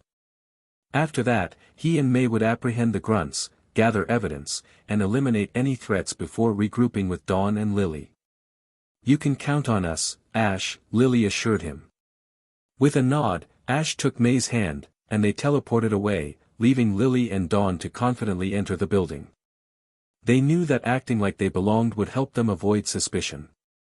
Upon reaching the top floor, Dawn pressed the button for the elevator, her nerves mingling with confidence. As they waited, an employee approached with a stack of papers, but the girls quickly slipped into the elevator and ascended. Meanwhile, Ash and May stood before the door to the base, which was disguised as a power plant. A guard blocked their entry, but May confidently approached him. Surprisingly, the guard paid them no mind, allowing them to enter without incident. "You don't have to resort to violence every time you see a problem, Ash," May remarked, rolling her eyes at his typical approach. "But it works," Ash replied with a grin. As they navigated through the base, they encountered only a few grunts, which was unexpected. Meanwhile, Dawn and Lily faced a different challenge at the top, where they found numerous grunts patrolling the area. They needed to be cautious, hoping nothing would go wrong. Unfortunately, Ash and May's stealth was compromised when they were caught. Ash quickly reacted, and as they sprinted through the building, they realized stealth was no longer an option. They eventually located the power plant, where a master ball was displayed in a glass case, surrounded by 6 grunts and a molters flying overhead. Ash's instincts told him that this was a decoy. The real master ball was hidden around Molters's neck in a cherish ball. Communicating the plan to May, Ash prepared to create a distraction. He fired an aura sphere at Molters, who dodged and let out a warning cry. The grunts and their Pokémon began to attack, but Ash and his Lucario fought back. Despite their efforts, Molters struck Lucario with a powerful attack, causing Ash's smile to fade momentarily. However, Lucario pressed on, launching a Dragon Pulse that knocked out one of the grunts. As Ash healed Lucario, a bullet whizzed past, but Lucario deflected it with Psychic. Molters dove in for an attack, but Ash's Pokémon countered, knocking the legendary bird to the ground. In the chaos, a grunt noticed something was amiss and shouted for the others to find Ash. Seizing the moment, Ash unleashed a powerful attack on Molters, successfully knocking it out. With the grunts distracted, Ash and Lucario took them down as well. May stood by the door, grinning widely as she shook the Master Ball. "Good work, May. Are you hurt?" Ash asked, relieved. "Not at all. The distraction worked perfectly. Getting Molters down was brilliant. I just had Gardevoir teleport me in and out," she replied, her excitement evident. Taking her hand once more, Ash teleported them to join Dawn and Lily. While Ash and May were busy with the Master Ball, the girls had been gathering evidence. They found the control room, which was heavily guarded. Lacking Ash's presence, they had to improvise. Dawn sent in her Mamoswine, which quickly took out several grunts before they could react. Once the grunts were distracted, Lopunny and Piplup joined the fray, finishing off the remaining threats. "I told you that would work," Dawn said triumphantly. "Only because the room was big and the grunts were caught off guard." "You got lucky," Lily replied. As they attempted to gather information, an alarm suddenly blared, and grunts surrounded them, weapons drawn. Just then, Ash teleported in, catching the grunts off guard. With a swift move, he and Lucario unleashed a shockwave, taking down the grunts while Loxix engaged the Noivern above them. The dragon rose once more, but Loxix and Lucario swiftly took it down with lunge and dragon pulse. Dawn greeted Ash with enthusiasm, but he quickly cut her off. Save it. Lucario, Loxix, guard the door. May and Dawn, protect my Pokémon. Lily. Stay with them. I'll keep an eye on you while Porygon Z gathers the information. Since the entire place knows we're here, we need to improvise. We're getting the information and destroying this tower. Rose has probably already escaped. Everyone took their positions. Unfortunately, numerous grunts attempted to confront them, but none managed to get past Ash's Pokémon. It took Porygon Z a little under 10 minutes to hack the system, the slowest it had ever been due to the advanced firewalls. Once the normal-type Pokémon finished, Ash returned them to preserve their strength for what was to come. Ash sprinted out, followed closely by his team. They reached the elevator, leaving a trail of defeated grunts behind them. The sheer number of adversaries they faced was astonishing. Upon reaching the elevator, they spotted a woman alongside Rose. These are the attackers. Without the Aura Guardian, they're useless. Olenia, deal with them, Rose commanded. Looks like we'll be taking Rose's assistant into custody. Lucario, you and I will distract her. Loxix, sneak around and take her out. Porygon Z, we need your help again. Corrupt girls, do your best to capture Rose. But if he has a weapon, I'm ordering you to fall back, Ash instructed confidently. As Ash and Lucario approached, Olenia sent out Garbodor and Milotic. Loxix leaped onto Porygon Z's back, soaring into the sky. The girls began to edge closer to the chairman, who was focused on the battle. Gunk shot and Scald. Olenia commanded. Lucario easily dodged both attacks as Ash continued forward. Frustrated, Olenia sent out a Frostless that unleashed an ice beam. Ash dodged but was hit by a hydro pump, getting back up with only a minor bruise. Lucario retaliated with a steel beam, taking down the water type. Just as the battle was about to escalate, Loxix fell from the sky and drop-kicked Frostless, knocking it out. Loxix then swiftly tripped Olenia, signaling her to stay down. Porygon Z descended, nodding at Ash. Together with Lucario, they approached the chairman, who began to panic, attempting to escape in the elevator. However, Porygon Z had disabled it, leaving him cornered. He clutched a Pokeball, but a giant Mamoswine blocked his escape. You'll pay for this. Even if you capture me, you have no evidence, Rose declared defiantly. That's where Dawn began, but Ash interrupted. Dawn, stop. He's trying to bait you. Never humor a villain. I was right. So let me, Rose continued, but Lucario had enough and struck him. Ash patted Lucario on the back, then returned his Pokémon and teleported away with the trio. Ash discreetly placed a flash drive behind Leon's pillow, keeping a copy for himself. They teleported back to the summer house, where Brock, Sabrina, and Leaf were already waiting. However, Ash had a battle to prepare for and couldn't afford to chat. After a brief moment, the referee announced, if Ash Ketchum doesn't show up in the next 5 minutes, he will be disqualified. Come on, get here. Just as they were about to call it, Ash finally arrived, riding on a Mega Pidgeot. He returned her, knowing that teleporting would raise suspicions. Now that the trainer is finally here, trainers, send out your Pokémon, the referee said. Go, Aegislash. Sawyer called. Blastoise, freestyle. Ash responded. Begin, the referee shouted. Sawyer commanded, King Shield. He was puzzled by Ash's strategy, noting that each of his Pokémon had something new, though he knew Ash was primarily offensive. However, he was mistaken. Blastoise used Shell Smash, boosting its stats but sacrificing some defense.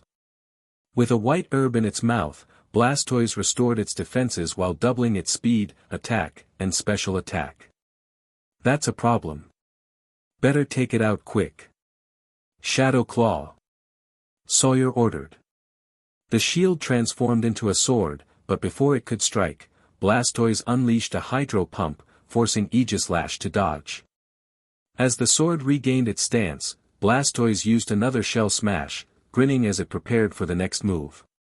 This isn't going to work. I hate to do it, but he's our only hope. Return. Sceptile, you're up.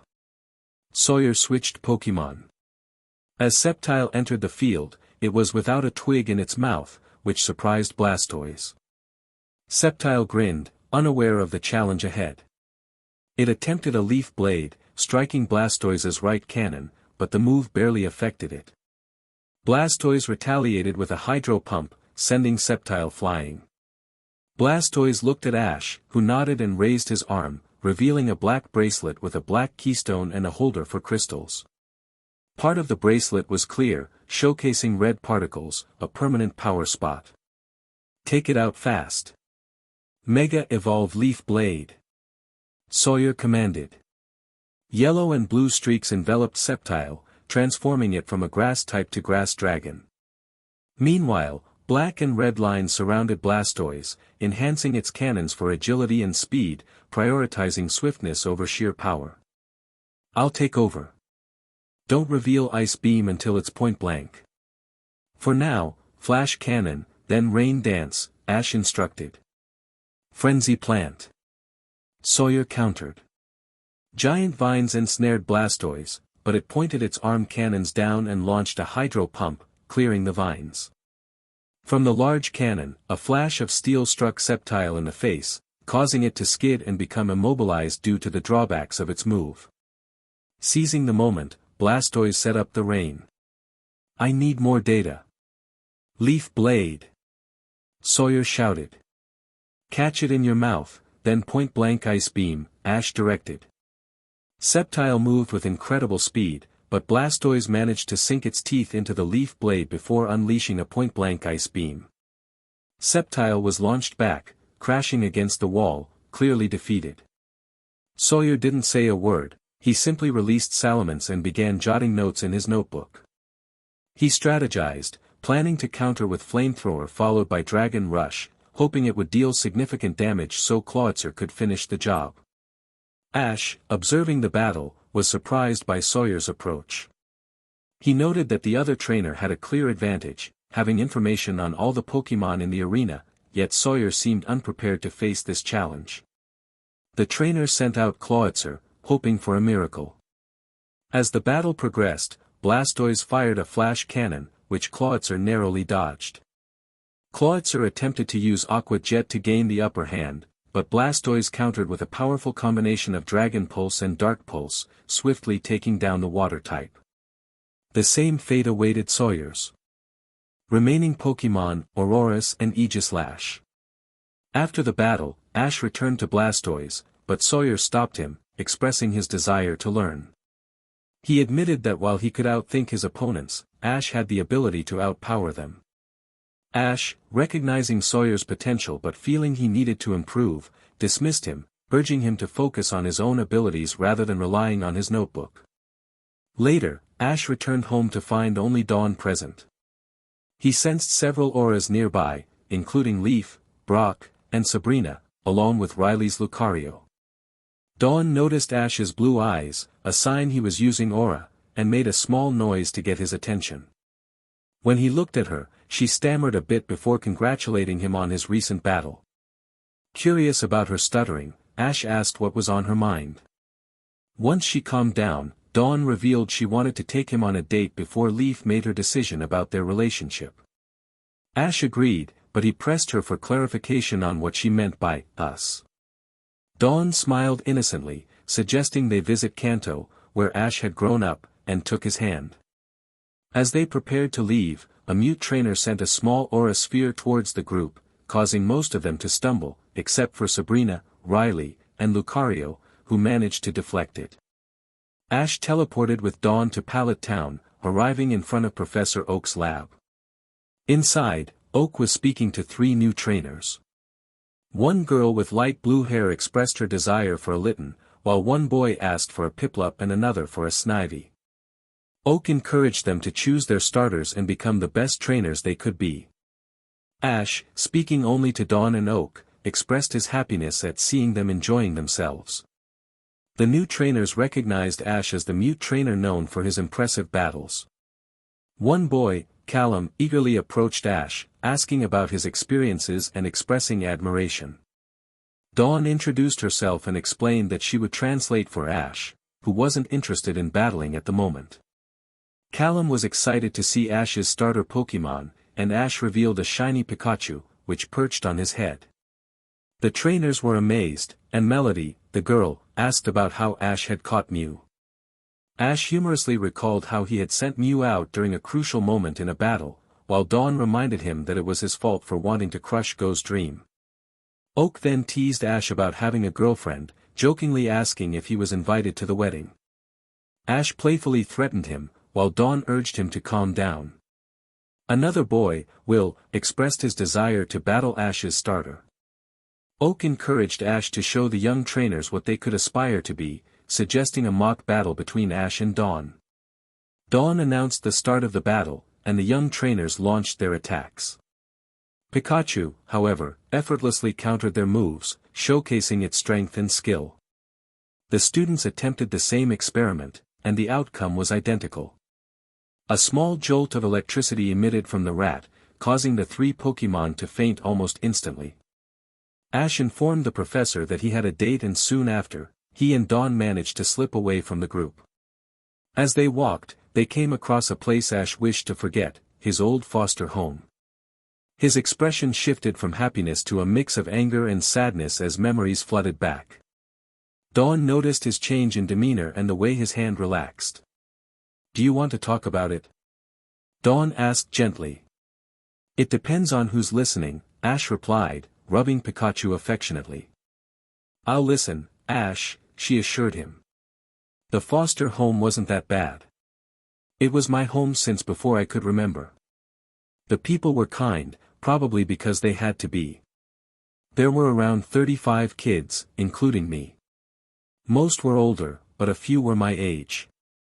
All of us under 13 had to go to school, but many skipped or didn't pay attention. I focused on my studies, knowing it was my way out. That's how Professor Oak found me.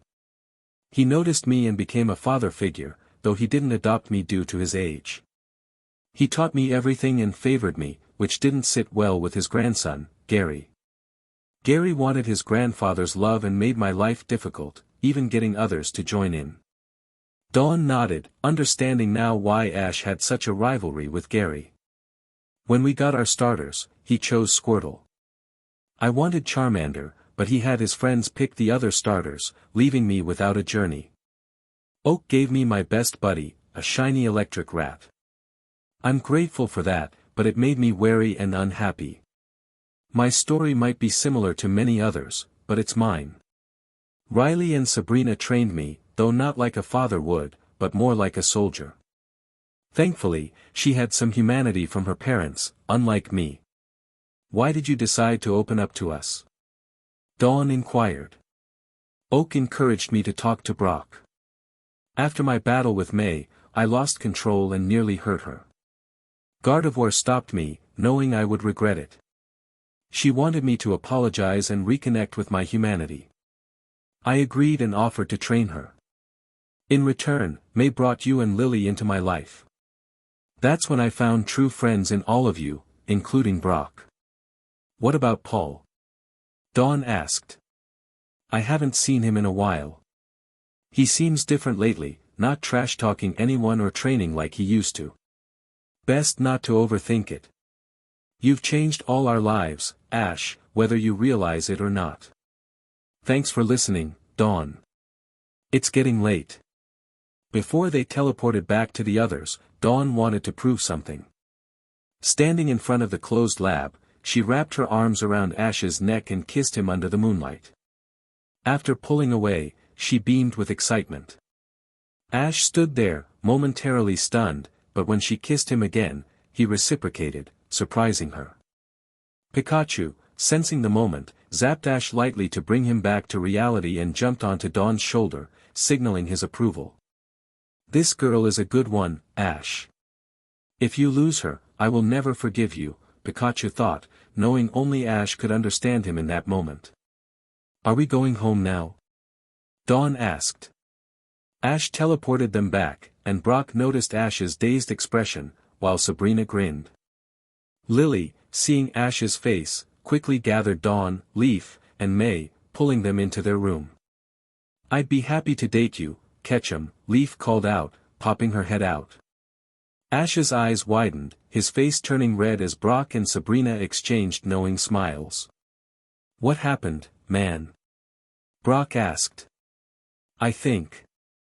I have a girlfriend, Ash replied. Brother, I think you have four, Brock teased. Chapter 38.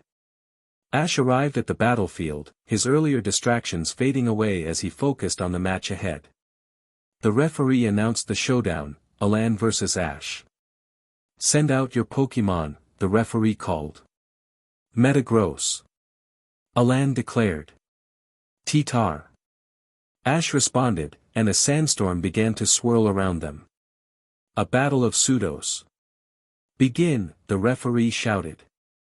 Meteor Mash. Alan commanded. Weave and Fire Fawn. Ash instructed. Metagross charged forward like a steel bullet, but T-Tar stood ready. As Metagross closed in, T-Tar shifted her stance, evading the attack just in time and biting down on one of Metagross's arms. The steel Pokémon let out a clang as it was thrown into the air. Before it could regain its balance, T-Tar unleashed a dark pulse, striking Metagross again. Metagross retaliated with Iron Head, but T-Tar countered with Stone Edge, launching rocks at her opponent. Alan called for a Shadow Ball, aimed directly at T-Tar's head, but she swatted it back with her tail, forcing Metagross to dodge. T-Tar then fired a flamethrower, leaving a significant burn mark on Metagross's eye. A couple more hits like that and it's over, Alan warned. Iron Head. Flame Pulse. Ash countered. T-Tar unleashed a jet of fire mixed with dark energy, clipping Metagross's arm and sending it crashing to the ground. Before it could recover, T-Tar struck again with a dragon tail and then bit down with a crunch, sending Metagross back into the air. Alan switched tactics, sending out Bisharp. Iron Head, he commanded. Ash thought to himself that Alan should have sent in his strongest Pokémon instead of relying on type advantage. T-Tar surrounded herself with Stone Edge, and Bisharp hesitated before charging in. T-Tar launched rocks in all directions, hitting Bisharp back. She followed up with a flamethrower, which Bisharp narrowly avoided. T-Tar then slammed her tail on the ground, causing an earthquake that left Bisharp unable to dodge. Dragon Dance, Ash ordered. Focus Blast. Alan shouted. T-Tar glowed with power as she prepared for the next move. The Focus Blast was deflected by T-Tar's tail, completely destroying Bisharp, who fell to the ground, down but not out. Before it could rise again, Ash's T-Tar knocked it out with a Fire Fawn. Alan sent out his Tyranitar. Ice Fawn. Let it bite you, Ash replied confidently. The two rock types clashed, but T-Tar remained unfazed.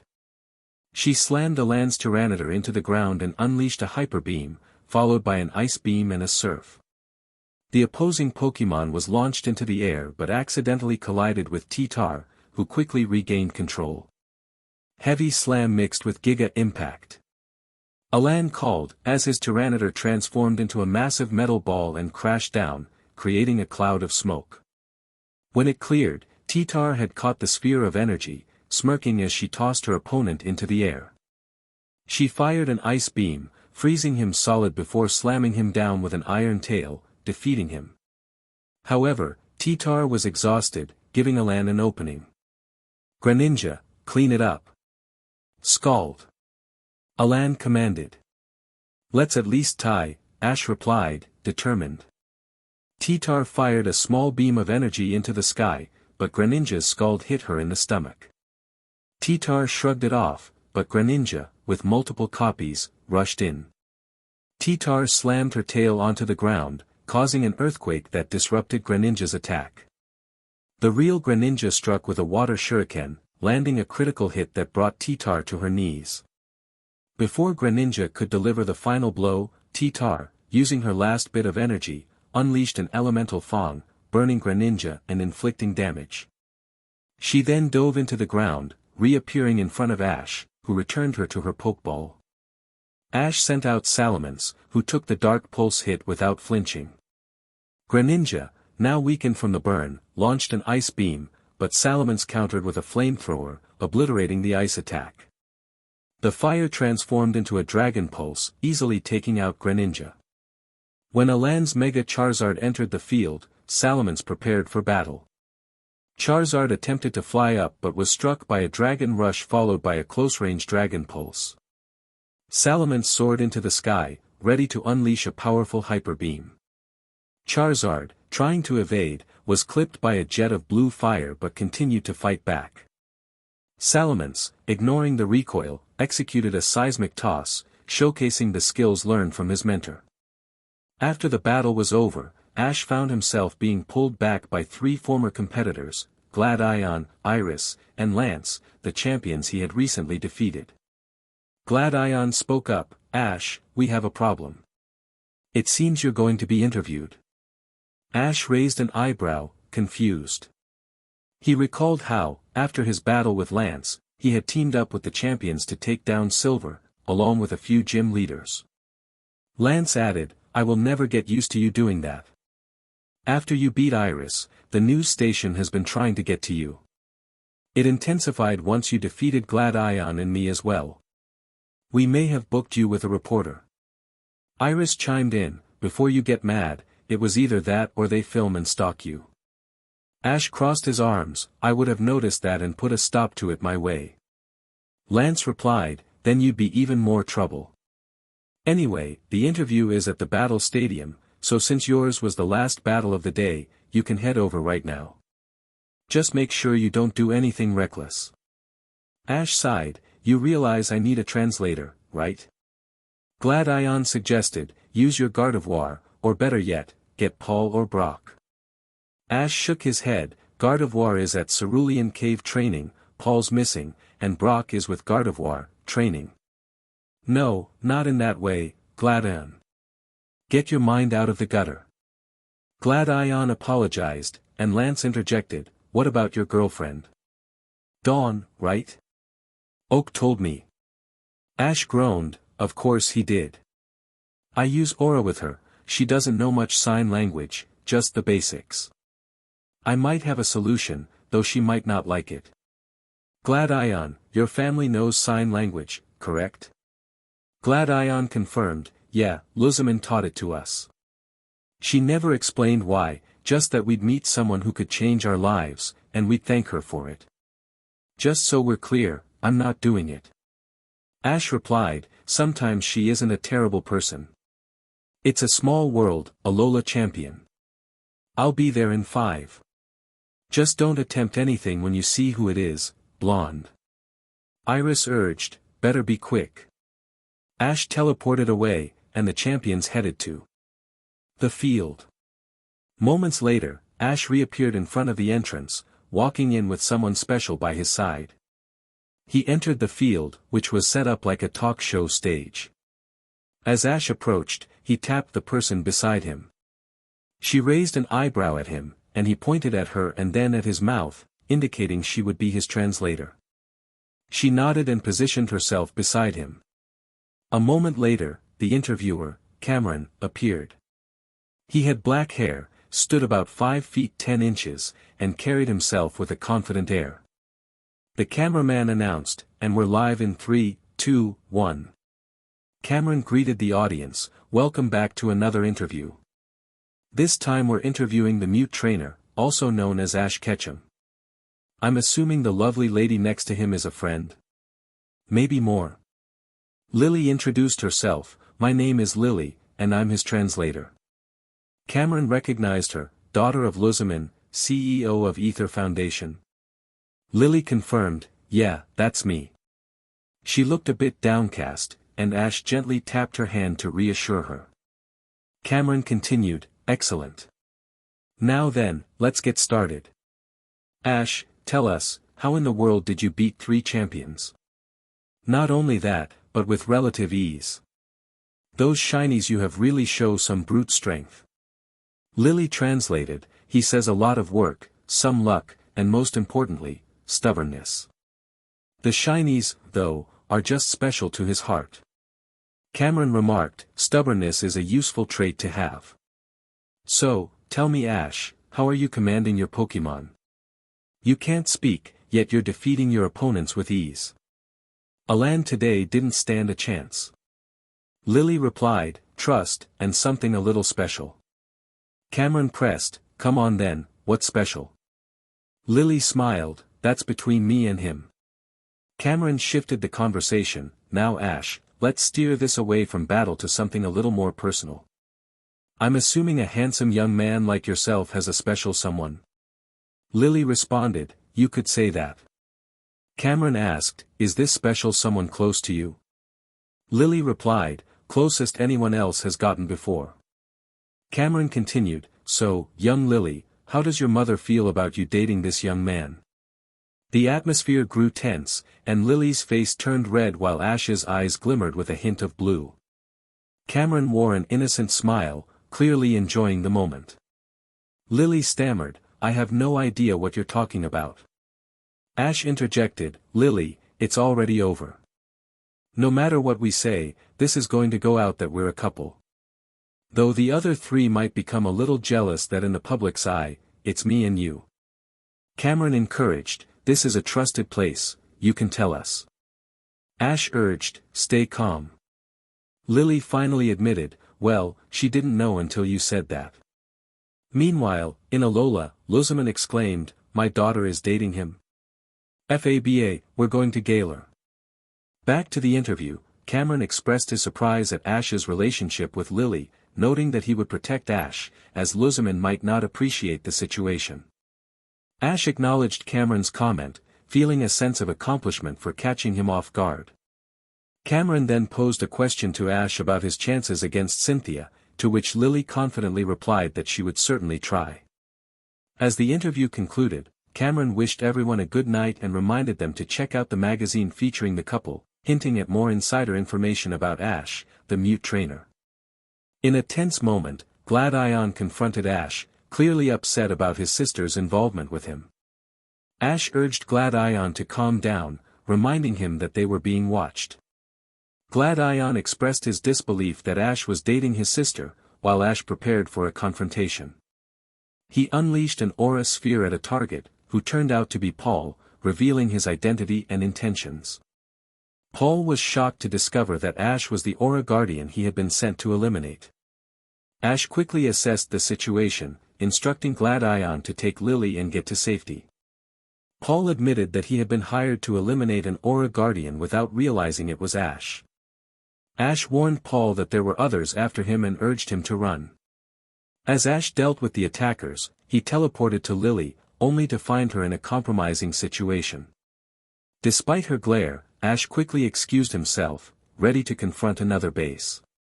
He had already taken down teams from Kanto, Johto, Hoenn, and Galar. Ash summoned Paul to explain his current situation.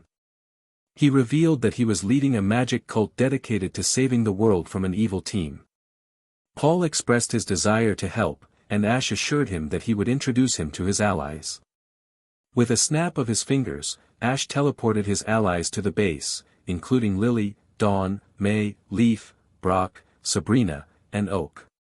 The group was confused by Paul's presence, and Ash introduced them, explaining their roles in the fight against the evil team. He then outlined a new training regime for Paul, emphasizing the importance of hand-to-hand combat.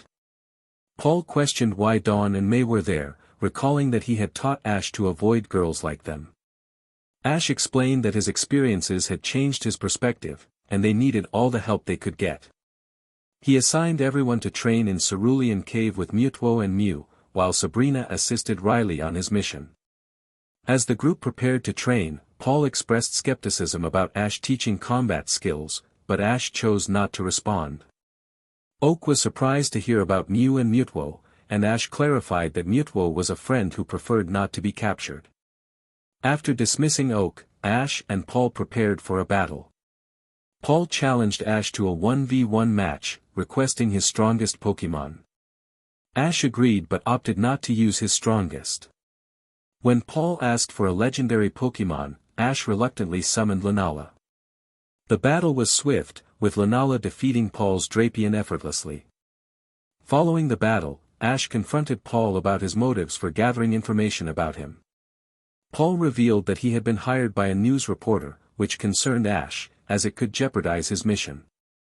Paul explained that he needed the money to help his sick brother, Reggie, which softened Ash's anger.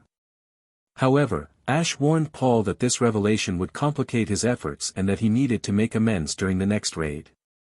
As my best friend, that was your one chance to avoid consequences.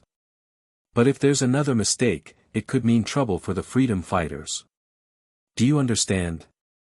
Paul nodded in agreement, and just then, his phone beeped with a notification. The story had been released. Ash suggested, "I'll read it later. For now, let's focus on getting to know your team." Meanwhile, on the other side of the world, Giovanni was observing the situation closely. The Mafia boss had been tracking the tournaments for potential recruits and had uncovered crucial information. He learned that a certain trainer, known as the Aura Guardian, was the strongest of them all and was still alive. This trainer had a vulnerability that the Aura Guardian had never shown before. Giovanni whispered the name, Ash Ketchum, before raising his voice with a sinister smile, Ash Ketchum. Even from the other side of the world, Ash Ketchum understood that the conflict was far from over and was becoming more perilous than he could have anticipated. However, a new ally was emerging, one that could significantly enhance Ash's strength. This ally was not just one, but three. Riley, along with the Rockets, might just provide Ash with the means to control the weather. Ash headed to the field, prepared to face his opponent. Lily had her battle right after him, so she accompanied him. As they walked together, they attracted many curious glances. Lily kept her head low, while Ash ignored the stares, knowing they were mostly out of respect. Upon reaching the entrance, they were suddenly overwhelmed by reporters, causing Lily to look frightened. Realizing there was no point in keeping secrets anymore, Ash decided it was time to be open.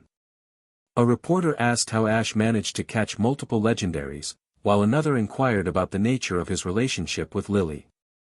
Questions flew in rapid succession, including whether he planned to catch more Pokémon and if he was involved with any of his other female companions. One reporter even questioned why Ash had not evolved his Pikachu. To cut through the crowd, Ash sent out Lunala, which caused the reporters to step back in awe. He held Lily's hand to guide her through the throng, with Lunala acting as a protective presence behind them. Once inside, Ash spotted Gary Oak, who seemed astonished. Gary asked Ash how he had managed to capture legendary Pokémon, gain multiple girlfriends, and earn the favor of champions and professors. Lunala glared at Gary, prompting him to back off. Ash rushed through the building until they reached the locker room, where he noticed Lily was hyperventilating. He returned Lunala to its Pokeball and wrapped his arms around Lily in a comforting hug. He reassured her, reminding her that he was there for her and encouraging her to calm down. As they embraced, Gardevier's Pokeball shook, indicating her pride in Ash. After a few minutes, Lily began to feel better, but just as she calmed down, the press arrived again. In response, Gardevoir broke free from her ball and teleported them away. Ash nodded at her, grateful for her support, and Lily relaxed in his arms, feeling content. Their moment was interrupted by a buzzer signaling Ash to enter the field. He asked Lily if she would be okay, to which she replied that she thought so. He assured her that if she needed him, she could come down to the field. Lily nodded, but when she opened the door, she was met with a massive crowd of reporters. Ash quickly teleported her to the seats closest to him before stepping onto the field with Gardevoir at his side. Gold was already there, looking visibly anxious, as everyone knew what Ash was capable of. Gardevoir rolled her eyes, confident that no trainer was worthy of facing a legendary Pokémon without one of their own. The referee called for the trainers to send out their Pokémon. Gold sent out Grumpig, declaring his intent to crush them all. Ash, unimpressed, remarked on Gold's choice of Pokémon and instructed Gardevoir to prevent Silver from interfering while Weevil would handle the battle. The referee announced that this round would be a double battle, with the contestants battling together. Lily jumped off the side to join Ash, and another trainer named John sent out Poliwrath. The referee reminded them that each trainer could switch out their Pokémon, and with that, the battle began. Ash strategized with Lily, emphasizing the importance of reacting quickly in doubles and isolating their opponents. Lily commanded Gallade to use Quick Attack and Spirit Break, while John ordered Poliwrath to use Liquidation on Weevil. Gold, determined to take down Ash, instructed Grumpig to use Flash Cannon. Weevil dashed toward Poliwrath, and as the water type moved in, Weevil leaped over it, causing Grumpig's attack to miss. Gallade struck Poliwrath with a Spirit Break, knocking it back and lowering its special power. Weevil then created an icy surface, allowing Gallade to skate toward Poliwrath, who stumbled and became an easy target for a Leaf Blade. Meanwhile, Grumpig attempted to join the fray, but Weevil kept it at bay with ice beams. Frustrated, Grumpig unleashed a dazzling gleam, but Weevil dodged and countered with a Night Slash. Ash encouraged Lily to use their opponent's underestimation to their advantage. As the battle continued, they executed their strategy with precision, and Lily commanded Gallade to take out Grumpig. Ash reminded her to keep the battlefield in mind, emphasizing its significance in their tactics. As the battle raged on, Gold and John were determined to take them down, but Ash and Lily's teamwork proved formidable. The stakes were high, and the outcome of the battle would determine their fate in the league. Gallade skated in with a Night Slash, while Grumpig attempted to use Drain Punch. However, Gallade swiftly maneuvered around it, striking Grumpig's Pearl. Grumpig stood still for a moment before collapsing. Noctowl tried to launch a sneak attack, but Weevil countered with an Icicle Crash, sending Noctowl to the ground. Seizing the opportunity, Weevil combined Night Slash with Ice Punch, and Gallade delivered an uppercut that sent Noctowl soaring. Noctowl managed to right itself, but it was clear it was struggling. "John, we need Weevil off the field." "You're up, Eru." Gold called out. "Agreed. Once the bird falls, I can bring in my Pokémon," John replied.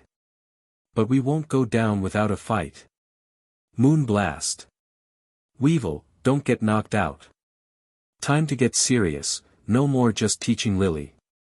"Ice Shard, bullet style." Ash commanded. "You weren't serious. My boyfriend is insane. And awesome."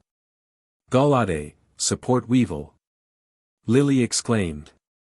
"We're actually dating. I'm dating 3 people." "Lovely," Ash muttered in disbelief.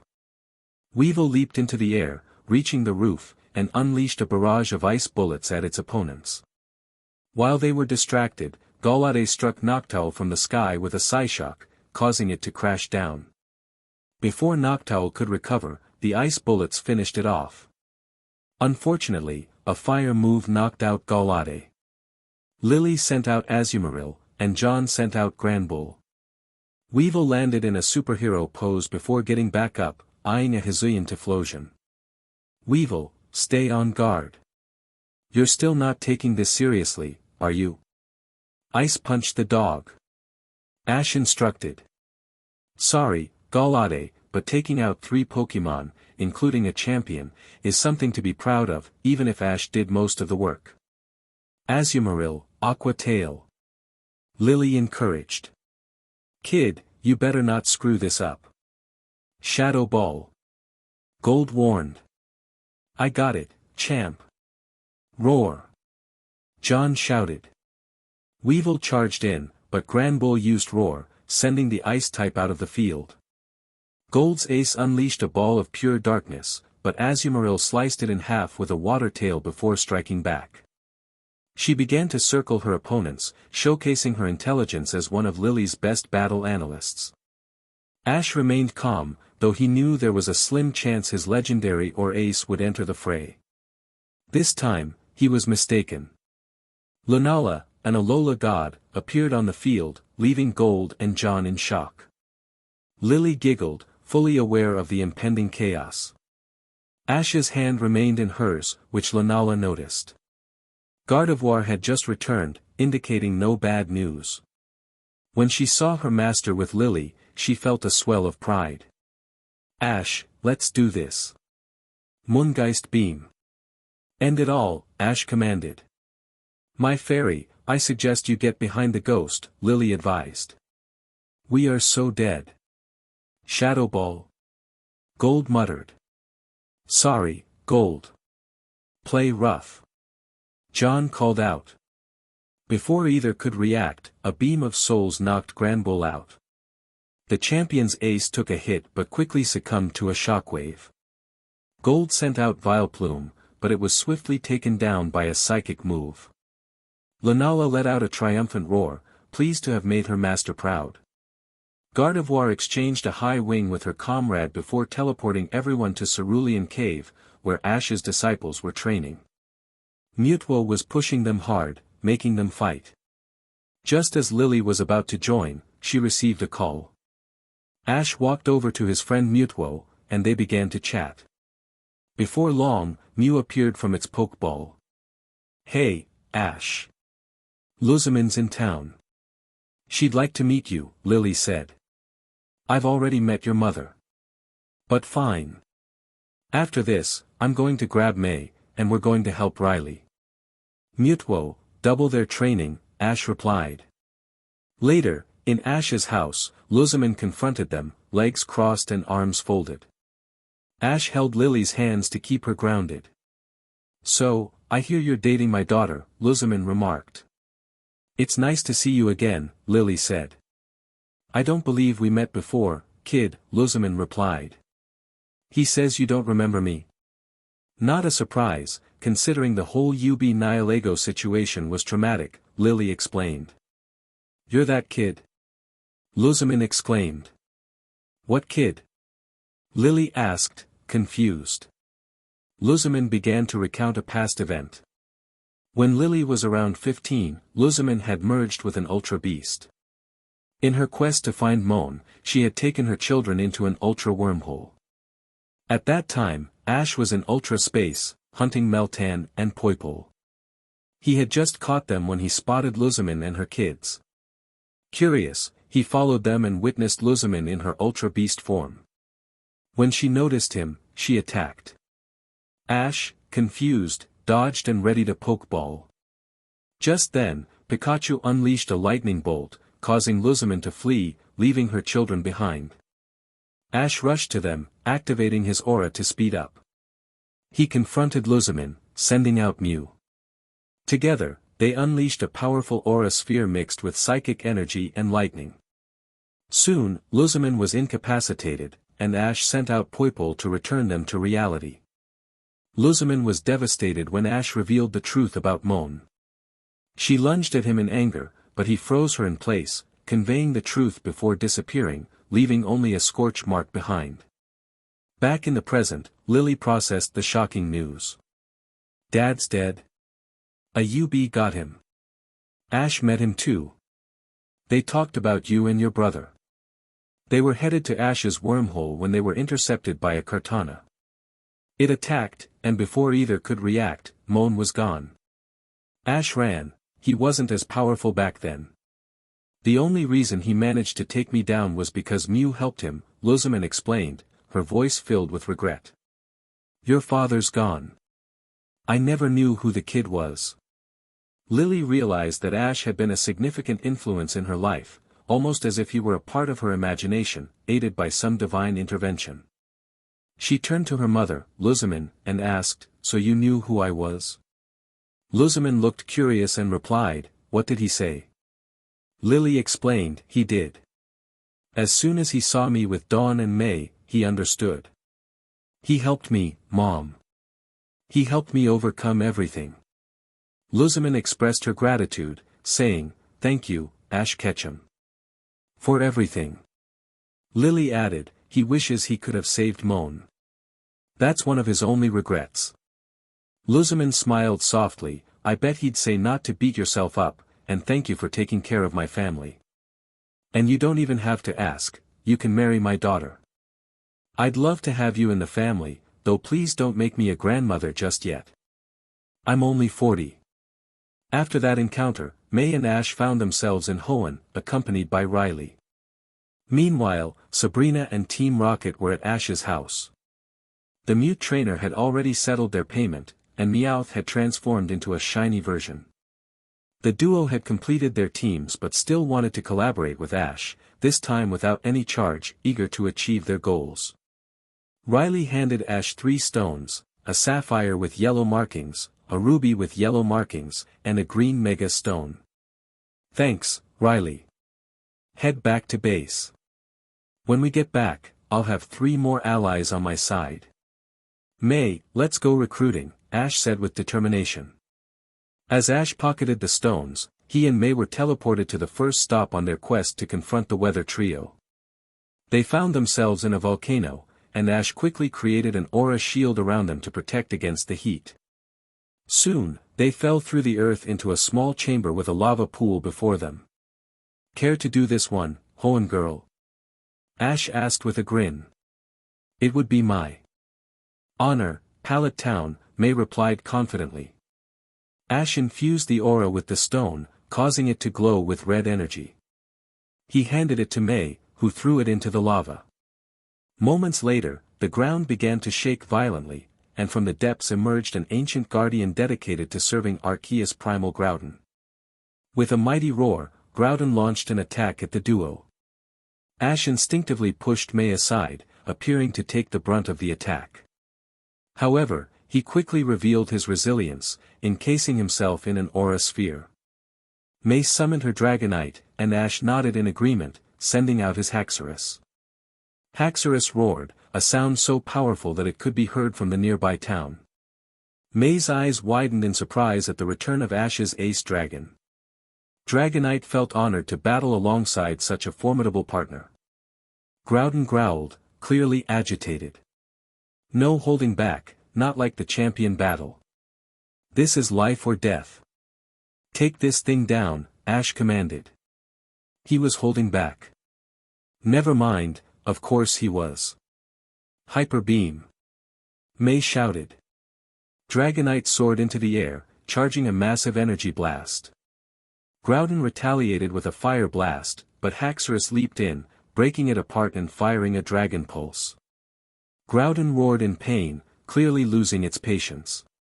It unleashed a massive jet of fire, engulfing Dragonite. Just in time, Haxorus grabbed Dragonite, and they both dodged the attack. Groudon used Precipice Blades, striking Haxorus, who flinched, while Dragonite countered with a hurricane, destroying the blades. Groudon roared again, manipulating the lava to launch at them. Meanwhile, Ash had teleported onto Groudon's back, while May directed her Pokémon's moves. Haxorus listened to her commands, unless it sensed danger. Haxorus charged in, striking Groudon in the eye with a Dragon Claw. Groudon retaliated by throwing Haxorus into the lava, but the dragon emerged, roaring in fury. Groudon unleashed a flamethrower, engulfing Haxorus, but Dragonite fired a Dragon Pulse into Groudon's mouth, causing a small explosion. As the smoke cleared, Haxorus charged through, landing another hit. Seizing the moment, Ash threw a special Pokeball with flames painted on it at Groudon. 1. 2. 3. Groudon broke free, even more furious. It fired a flamethrower, but Haxorus and Dragonite held it back with a combined Dragon Pulse, while Ash struck with an Aura Sphere. Hax, we're doing a Golden Aura Z move. Devastating Drake. Ash instructed. Haxorus glowed bright gold, roaring as it unleashed a massive golden dragon that struck Groudon. As the smoke cleared, Ash threw the Pokeball again. 1. 2. 3. Click. Groudon was captured, and Ash sent the ball to Mutwo, who knew what to do. 1 down, 2 to go. That wasn't as bad as I thought, May said, relieved. It's going to be much harder against Kyogre. The Pokémon will know we're coming, so surprise won't work. We'll need to rely on type advantage. But good job, May. You too, Hacks, Ash replied. May called Dragonite over, embracing it with joy. The bond between them was evident, and Dragonite felt proud. Suddenly, Ash's own Dragonite emerged from its pokeball, giving Ash a bone-crushing hug. The two Dragonites shared a moment, exchanging glances before joining in a group hug. Later, Ash and May found themselves in an underwater cave, waiting for the perfect moment to confront Kyogre. May decided to use Venusaur, while Ash chose Sceptile and Vikavolt. Before you throw it in, I need to apologize. During the Groudon fight, I felt useless, May admitted. I'll admit your presence was not needed, but it was still helpful. You don't have powers or the training to fight legendary Pokémon. Not even my Pikachu can handle them without taking some damage. Haxorus could have taken it down in a one-on-one, but you made the job easier. So, stop sulking, and let's kick some butt, Ash encouraged. Yes, sir. How do you always make me feel better when I'm down? May asked, smiling. Ash threw in the stone, and Kyogre appeared with a dramatic flourish. May gasped but quickly regained her focus. The legendary Pokémon fired an ice beam at Sceptile, who sliced it in half with Leaf Blade. Vikavolt unleashed a Thunderbolt, while Venusaur poisoned the legendary. Sceptile followed up with an Energy Ball. Sceptile, keep your teammates alive while dealing damage. Vikavolt, fly around and unleash Thunderbolts. Venusaur, keep weakening it. May, if this fish tries to drown us, I need you to send out every Pokémon you have, Ash instructed. May nodded, fully aware that Kyogre was stronger than Groudon. The legendary fired a Hydro Pump directly at her, but Ash pushed her out of the way, taking the hit himself. He was blown back into the wall, but he looked impressed. Sceptile growled, ready to fight back. With a fierce determination, Sceptile lunged at Kyogre, prepared for battle. Kyogre fired an ice beam, but Venusaur intercepted it with a sludge bomb, reducing the damage and allowing Vikavolt to destroy the ice beam. Ash got back up, completely soaked, but with a determined smile. May took a step towards him, but he waved her off. Stepping forward, Ash raised his hand with the watch and pressed his keystone, transforming Sceptile into a powerful form.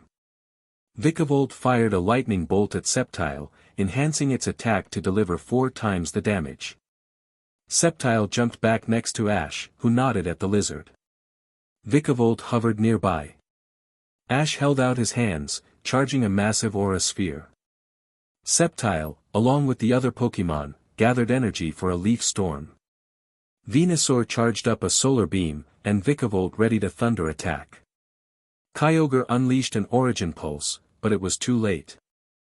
All of the moves struck their target, and Kyogre fell to its side, not knocked out but barely able to continue. Ash threw a Pokeball resembling Kyogre, featuring bright blue water and a purple background. 1, 2, 3. Click. May tackled Ash in celebration, while Sceptile fiddled with a twig in its mouth.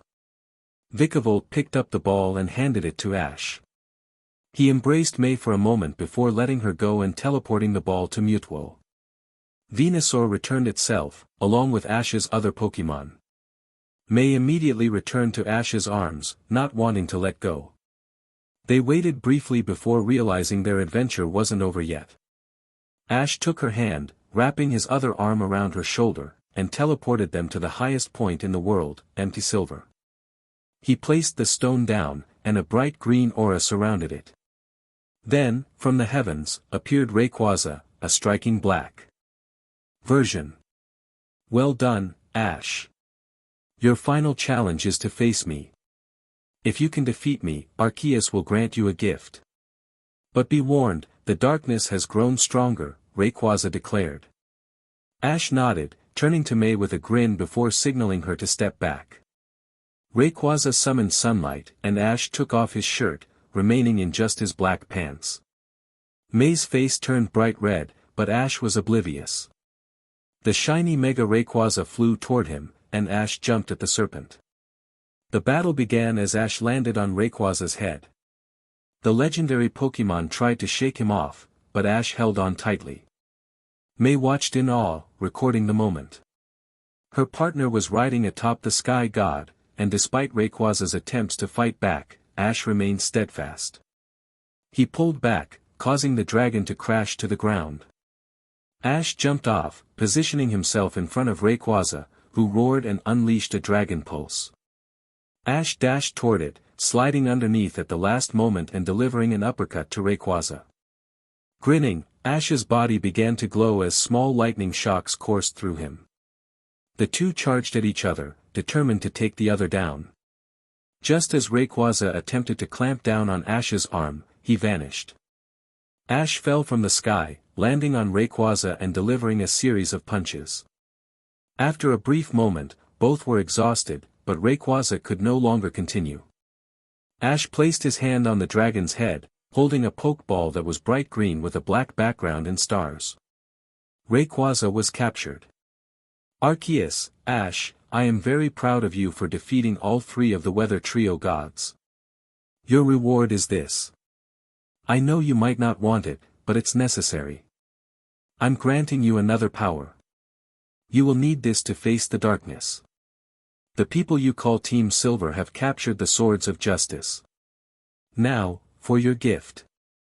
Ash, Lord, I do not need a gift.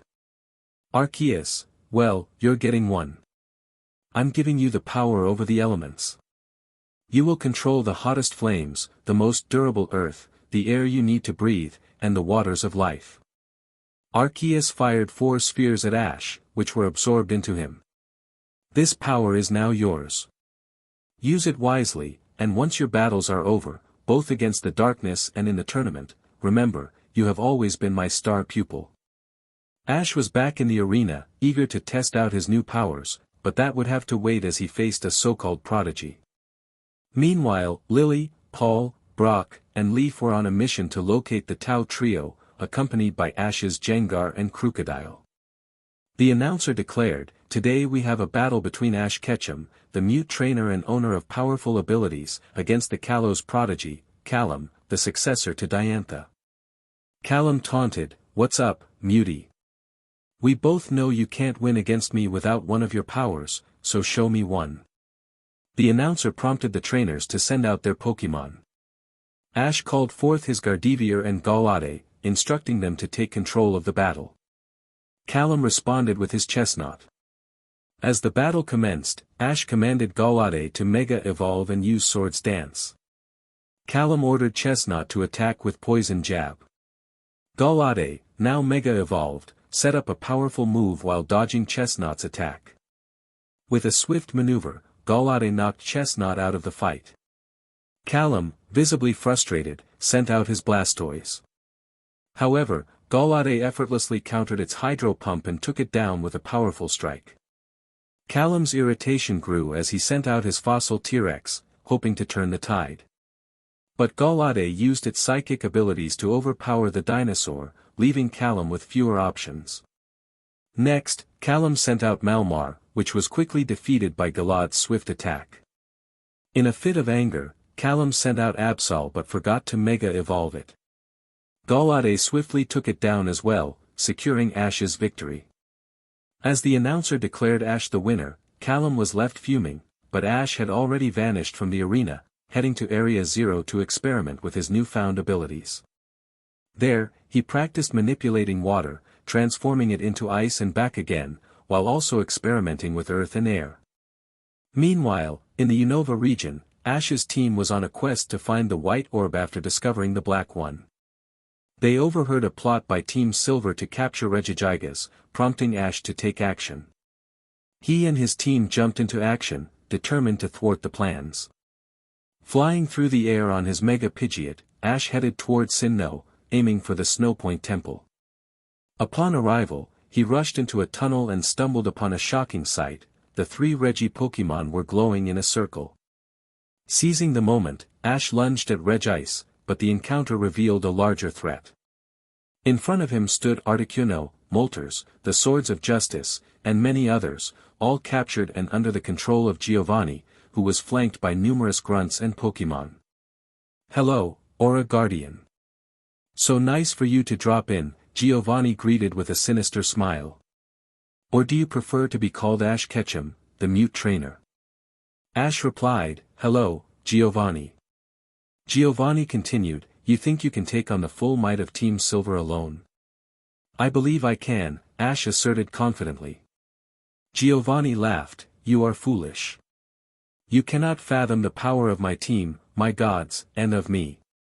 You will fall here, Ash, and your powers will help me achieve my goals." "Try me," Ash challenged. "I may be outnumbered, but I'm not outmatched."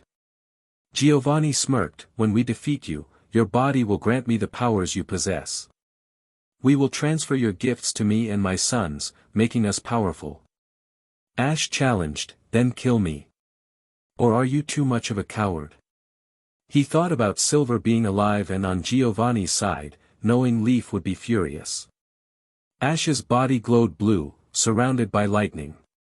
20 Pokeball encircled him, each containing a legendary Pokémon and an ace. As they opened, Ash's powerful allies emerged. Giovanni flinched at the sight of Pikachu, the Pokémon that had once defeated Palkia and Dialga effortlessly. "Come on, Mr. Big Talk, show me what you can do," Ash taunted, getting into a fighting stance with one hand engulfed in flames and the other covered in earth. Lightning crackled around him before being absorbed into his body. Giovanni snapped his fingers, and chaos erupted. Ash lunged at Giovanni, but Moltres shielded him. Greninja stepped forward, wielding a water sword, and the battle began. As Ash's Pokémon joined the fray, they fought fiercely, tearing through everything in their path. Ash raised his arm, and his bracelet glowed, transforming all his Pokémon into their Mega forms, Primal forms, and Terra form for Ogerpon, while Greninja became Ash Greninja. Zygarde reached its complete form, and Pikachu targeted the two Sinnoh legendaries, overwhelming them.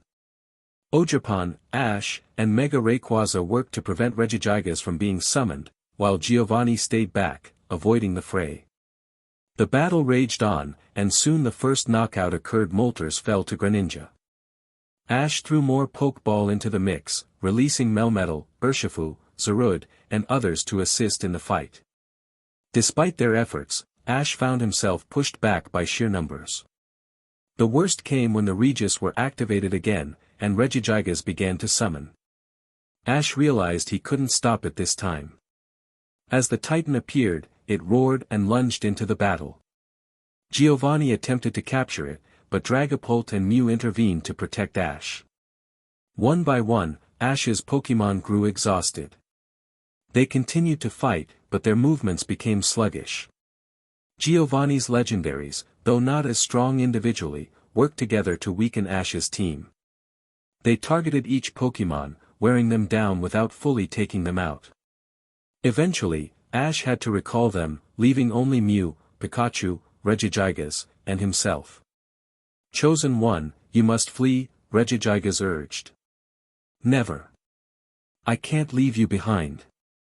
I should have brought my Pokeball to capture you and save you," Ash replied desperately. "Lady Mew, teleport him away." "I will hold them back," Regigigas instructed, knowing Mew was too weak to teleport both of them. "No. Mew, don't you dare." Ash shouted as Mew's eyes glowed pink, signaling their departure.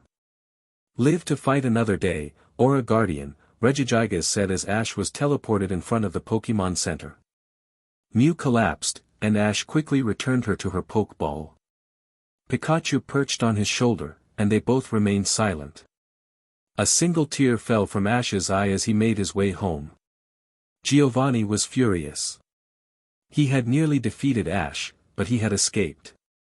With a single Master Ball, Regigigas was captured.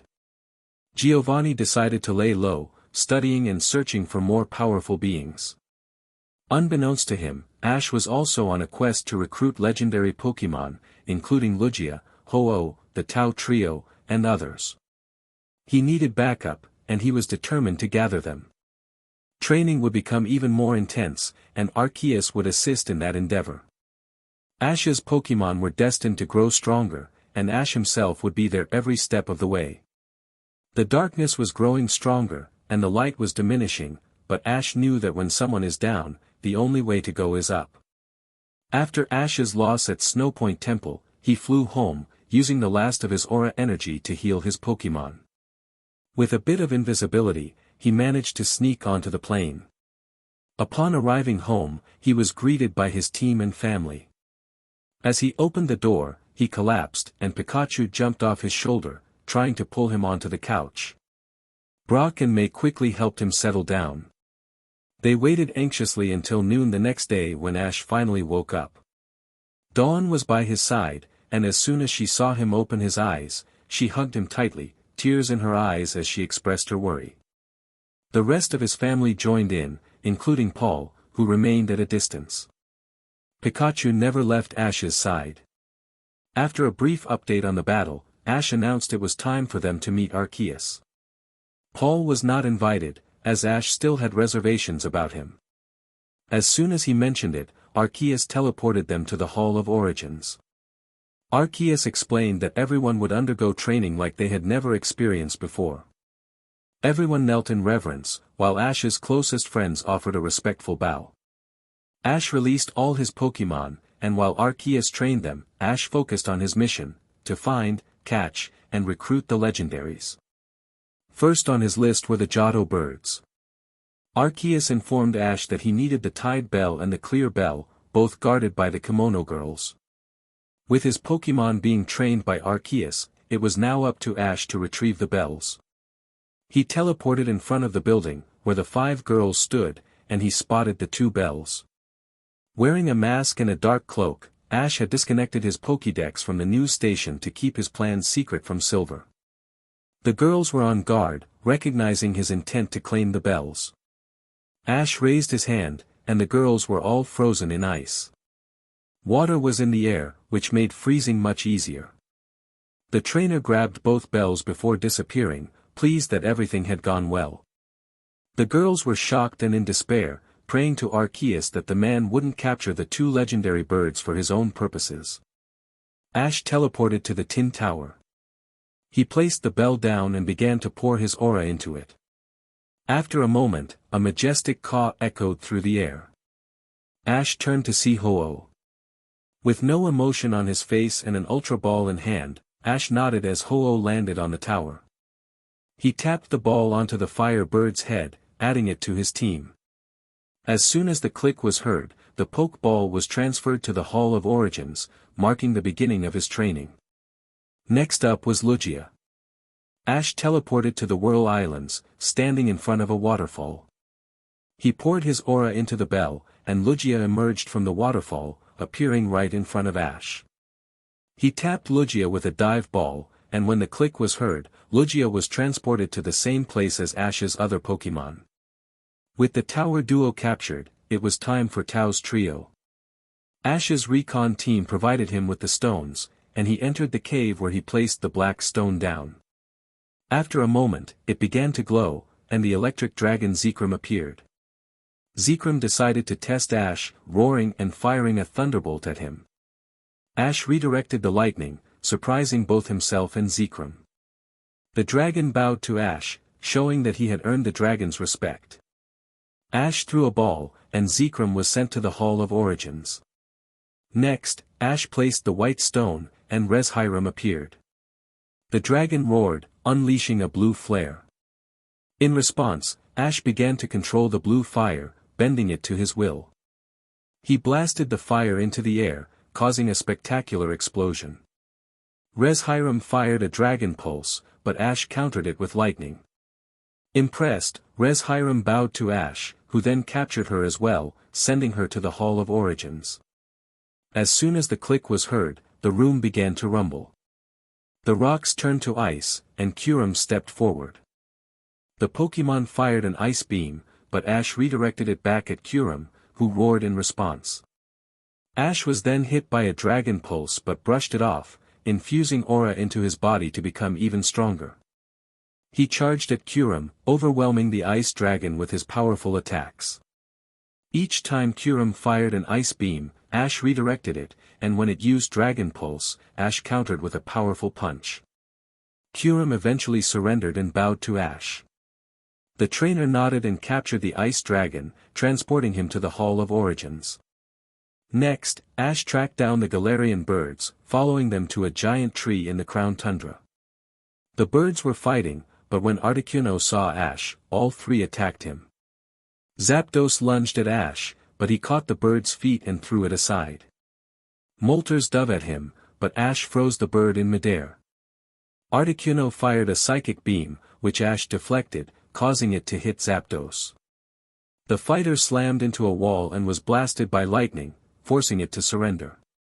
Moltres attacked again, but Ash jumped up and drop-kicked the bird into the ground. When Articuno fired an air slash, Ash used Moltres as a shield, making it surrender as well. Articuno fired another psychic beam, but Ash created a shield with his aura. A smokescreen appeared, and while Articuno tried to find Ash, it was enveloped by blocks of earth, leading to its surrender. Ash caught all three birds and transferred them to the Hall of Origins. Next was Latias, whom Ash suspected would be easier to catch since her brother had been kidnapped by Tobias. All he had to do was find her, which was simple. After grabbing the Soul Dew, Latias appeared, and Ash caught her, transporting her to Arceus. Victini was on Liberty Island, so Ash thought it would be another simple capture. However, when he found the fire type, Silver appeared as well. This time, Ash emerged victorious. He caught Victini and moved on to the next Pokémon, which required him to go to space.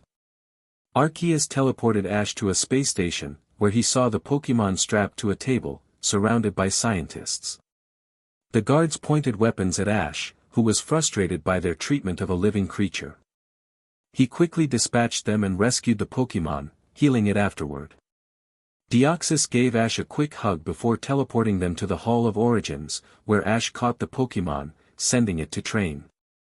Next were the Johto beasts. Ash had encountered them before, so he knew they would likely be willing to join him. He teleported to the location of their first meeting, where the land had healed nicely. Ash placed his hand on the ground and infused it with aura. After a moment, the three Johto dogs appeared, ready to join him. Once all the Pokeball clicked, they were transported to the Hall of Origins. Ash then teleported to Kalos, to the cave where he found the Zygarde. He infused the area with aura once again, causing a dark portal to appear, followed by a bright one. Yveltal and Xerneas emerged, both recognizing Ash since he had previously advised them to hide. With the duo captured, Ash had caught the entire aura trio. He refrained from capturing the other legendary beings he had met, knowing he needed to prove himself first. At the time, he had no idea the extent of the danger posed by Silver, and now he would truly need the help of the legendaries. Sadly, Zamazenta had been recaptured by Silver, which made Zacian even more determined to take down the team. Ash teleported to the power plant, where he found Zapdos resting. However, a group of Silver grunts was also there, trying to reclaim the bird. Ash was not going to let that happen and swiftly dealt with them, ensuring Zapdos was safe. Ash took a deep breath, reflecting on his recent experiences. He had lost the battle in Snowpoint Temple because he held back, refusing to take extreme measures. However, something in the back of his mind told him that this was wrong. After capturing Zapdos and already having Mutwo, Ash felt a sense of accomplishment. He had captured every legendary he desired to help him take down the opposing team. Each of them was going to be trained to face a powerful Arceus. As he returned to the hall, he noticed that all his Pokémon were collapsed on the ground, utterly exhausted. The humans around him were equally tired, and Ash quickly began healing everyone. Within an hour, they were all back in top shape. Although Ash felt a bit tired himself, he pushed through, determined to train harder than ever. Arceus watched with concern as his chosen one seemed to be suffering. The atmosphere in Snowpoint Temple reminded Ash of a time when he was devoid of emotion, training relentlessly and isolating himself from others. Sabrina noticed something was off with Ash and mentioned it to Dawn, Lily, May, and Leaf, who all agreed that they needed to talk to him. Brock tried to assist, but Sabrina and Riley suggested they give Ash some space. When the girls finally spoke to him, he barely responded until he shared that he had encountered some grunts during his recruiting efforts. Ash revealed that he had eliminated them, which shocked Dawn. She reminded him that they only resort to such measures when absolutely necessary. Ash insisted that they could not afford another incident like what happened at Snowpoint. May reassured him that what happened there was not his fault, but Ash felt responsible for not protecting the Titan. Lily expressed her belief that taking lives, even for the right reasons, was wrong. Leaf encouraged Ash to remember that he was a good person and that he didn't have to shoulder the burden alone. Ash worried about their safety, but Dawn reminded him that they could take care of themselves. As Ash looked at them, his hand trembled. Dawn and May took his hands, and he managed a smile, one that they had come to love. He thanked them for teaching him about humanity. With a renewed sense of purpose, Ash devised a training schedule for the group. They would train 5 times a week, with weekends reserved for rest. He gathered intelligence on Silver, noting that the opposing team had captured new legendaries and that their bases were abandoned. He suspected they were growing in numbers, estimating around 5,000 members and multiple legendaries. Despite the odds, Ash had a plan. He had already recruited every champion and sent a message to them, asking for their gym leader's support in the fight against Silver. Just as everything seemed to be falling into place, Ash was pulled from his thoughts by Dawn and May, who insisted he take a break. They brought him to the living room, where he reunited with his family and Paul. Even Team Rocket was there, and Riley seemed to get along well with them. After a light-hearted moment with Meowth, May encouraged Ash to join them for some games. Ash agreed, ready to take a break from the intense planning. The next day was significant, as Ash was set to battle Diantha, the champion of Kalos. She had previously refused his help, believing he was too young to face the team. Ash kept his powers a secret, knowing she might share them with the press. To gain her support, he needed to defeat her in battle. As the battle commenced, Diantha sent out Hawlucha, while Ash released Greninja from a unique blue Pokeball. The two Pokémon faced each other, ready for an intense showdown. Dinah instructed her Pokémon to use Aerial Ace, but the fighter hesitated, sensing that attacking might not be the best choice. Greninja, feeling confident, took a step forward, causing Hawlucha to retreat. Amused, Greninja laughed at the bird's fear. "Ash, it's time," Ash called out. Greninja leaped back to Ash's side, and together they raised their hands. The crowd watched in anticipation as a shimmering glow enveloped them. Water began to fall from the sky, forming a swirling tornado around Greninja. As the tornado absorbed the water, 3 objects began to materialize. On Greninja's back was a shuriken made of boiling water, a new technique they had developed. Alongside it were 2 swords, their tips glowing red, indicating their intense heat. Greninja charged back into battle, twirling the shuriken in hand. The audience fell silent as Hawlucha, unsure of how to respond, panicked. Dinah, the champion of Kalos, also felt the pressure. She commanded her fighter to use Brick Break, and this time he complied. Hawlucha dashed forward with a glowing hand, while Greninja continued to advance. Hawlucha lunged, but Greninja raised his weapon, transforming it into a shield. This was a new trick they had been practicing, allowing Greninja to manipulate the water to form whatever he needed. He deflected Hawlucha's attack and countered with a bow, launching 3 boiling arrows that struck true, sending Hawlucha crashing into the wall. Though Hawlucha struggled to rise, Greninja appeared before him, delivering a punch followed by an uppercut. As Hawlucha attempted to use Flying Press, Greninja caught him and slammed him to the ground. Before Hawlucha could recover, Greninja lifted him and unleashed a hydro pump shaped like a tornado. Diantha gasped in disbelief. What is this Pokémon capable of? Taking a deep breath, she decided to send out Gourgeist. Seed Bomb, she commanded. Greninja jumped back, returning his water shuriken to its original form. He gestured challengingly and transformed one of his swords into a dagger. Gorgias growled and launched a massive seed at Greninja, who effortlessly cut it in half before mimicking the same motion. Gorgias glared, clearly frustrated. The Ghost-type Pokémon charged in with Giga Impact. Greninja waited until the last moment, then leaped, striking Gorgias with an ice beam that pinned her to the ground. He followed up with boiling water arrows, knocking her out. Dinah, shocked, sent out Gudra, hoping for a turnaround. However, Greninja grinned, retrieving his weapon and snapping it back to his hip. Gudra glared at Greninja, who transformed his shuriken into a sword. Gudra unleashed a hydro pump, but Greninja skillfully redirected the water into a protective tornado around himself. In an instant, Greninja closed the distance, stabbing Gudra before slashing his leg, causing the dragon to kneel. He fired an ice beam at both wounds, eliciting a roar from Gudra. Greninja then transformed all three of his weapons into a hammer and struck Gudra on the head, knocking him out cold. Diantha sent out Aurorus, but Greninja swiftly took him down with an arrow shot between the eyes. Next, Gardevoir entered the fray, visibly upset about her teammates' losses. She fired a Moonblast, but Greninja threw his dagger to destroy it, quickly crafting another. As Gardevoir mega-evolved, she unleashed another Moonblast. This time, Greninja took the threat seriously. He grinned and dashed forward, dodging the attack and appearing right in front of the mega form. Gardevoir's eyes widened as Greninja struck her with a punch, sending her crashing against the wall, pinned by water daggers. Greninja pulled out his shuriken, which glowed gold, and hurled it at Gardevoir, securing victory. He jumped back to Ash's side, returning to his normal form. Ash pointed at Diantha, signaling their next move. The Pillars of Kalos had joined the fight, and now they just needed to wait for Ash's command. As they exited the arena, cheers erupted from the crowd. The spectators had grown fond of Ash's cool demeanor, even if he remained indifferent to their adoration.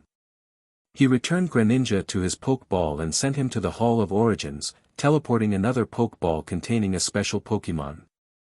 After evading reporters once again, Ash found himself on the battlefield at the hotel, awaiting the arrival of those who followed him. Among them was Gary Oak, accompanied by Misty and Max, both ready to battle with their strongest Pokemon. Gary approached Ash, his focus unwavering. "Ketchum, you're going to explain something to me," Gary demanded. Ash replied coolly, "Talk while I let you, Oak. What do you want? I guess beating champions has given you some confidence. But you're still that same kid who can't compete with me. How did you manage to achieve what you have today?" Gary challenged. "If I didn't know any better, I'd think you're scared." "What's wrong, Gare Bear? Afraid of the competition?" Ash retorted. "Tell me how you got so strong, or I swear I'll tear you apart," Gary threatened. "I'd like to see you try. Are you going to fight me now, or send your friends to do it?" Ash countered.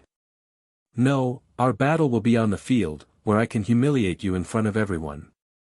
"I just need information," Gary insisted. "And you'll get none, so leave," Ash replied firmly. "What does he see in you that he doesn't see in me?" Gary shouted in frustration. Ash froze, recognizing a vulnerability in Gary he had never noticed before. He saw a young boy, crying with his Squirtle, yearning for his grandfather's approval. Despite Gary's power-hungry demeanor, Ash realized that deep down, he craved love and recognition from his family. Ash had taken that attention away from him, and it weighed heavily on both of them. He was just a quiet kid, nothing special. Every time Gary tried to impress others by claiming he caught a pseudo-legendary, Ash outshined him, catching every single one in less than a year. When it was announced that Oak's successor would be Ash, Gary lost hope that Oak cared for him. Ash, unaware of the impact he had, simply continued to do what he loved. Professor Oak was a role model, someone Gary could look up to and think, "Someone cares for me." Ash told Gary that his grandfather loved him more than he could ever know. After Ash's probing words, he looked at Gary with pity, but Gary still felt resentment. Overwhelmed, Gary collapsed to the ground, prompting Misty to react. She sent out Starmie to attack him, while Max used Galate. However, Ash redirected the water attack back at Misty and intervened in the battle. Gardevoir teleported Ash away just as others approached. Gary Oak wasn't born with an ego, he was raised by his grandfather, and they shared a close bond. That changed when Gary was around 3 years old during a summer camp program. For 5 days, every child in Pallet Town learned about the world and how to succeed. Gary used the opportunity to befriend a Squirtle. Oak loved his grandson and kept him close, but everything shifted when he met Ash. The professor had to manage the camp, and when a child went missing, he went to find him. He discovered Ash playing with a Scyther and Piku while cuddling with an Eevee, which had a complicated past. Oak was astonished that Ash befriended them, especially when he found out Ash had a shiny Piku. In his fascination, Oak forgot about Gary, who felt sad but understood his grandfather was busy. As time passed, Oak spent less time with Gary, and Gary learned why. At school, he met Ash and couldn't understand why his grandfather cared so much for him. Determined to win back his grandfather's affection, Gary tried to undermine Ash, but nothing worked.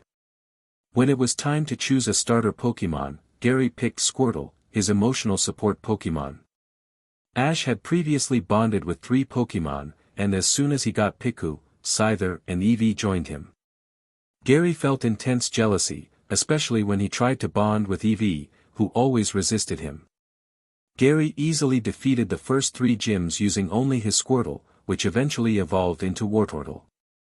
He called Oak to share his progress, but Oak informed him that Ash was busy catching Pokémon across regions, including a shiny Charmander. Frustrated, Gary intensified his training, but it never seemed enough. After completing his Kanto journey, Gary went to Oak to show off his Pokémon. People praised him, saying he could be a world champion someday. However, when he arrived, he saw Ash with a shiny Pikachu and the Eevee he desired, which was also shiny. Oak was too focused on Ash to notice Gary, who felt overshadowed by Ash's accomplishments. Determined to prove himself, Gary challenged Ash to a battle. Ash explained through Oak that his Pokémon weren't ready for a fight, but Gary insisted on battling anyway. In the end, Ash emerged victorious, using a shiny Monferno, shiny Fracture, and shiny Rockruff to defeat Gary's experienced Pokémon. Defeated, Gary walked away, determined to improve. During his travels, Misty accompanied Gary and was aware of Ash, though they had never met. Gary set a goal to train hard and beat Ash, hoping his grandfather would notice him again. When the World Tournament began, Gary invited Oak to watch him, but Oak declined, stating he was busy.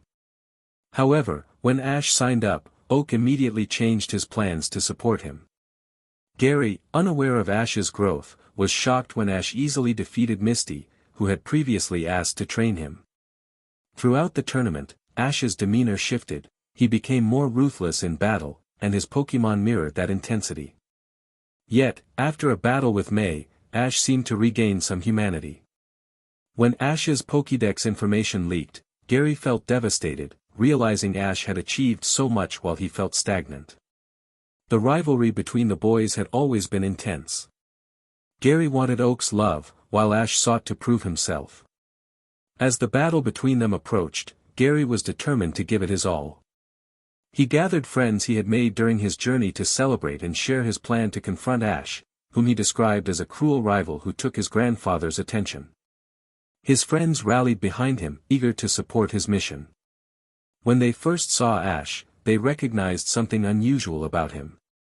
During battles, Ash dominated his opponents effortlessly, making it clear why Gary held such animosity toward him. Gary's obsession with Ash only grew, especially since Ash seemed indifferent to him, intensifying Gary's frustration. When Misty returned from her conversation with Ash, everyone agreed that he was being difficult. However, unbeknownst to Gary, Ash was struggling mentally. Each night, he was haunted by nightmares that grew worse with every battle he fought. In these dreams, he witnessed his friends facing dire fates at the hands of those he felt he could have stopped.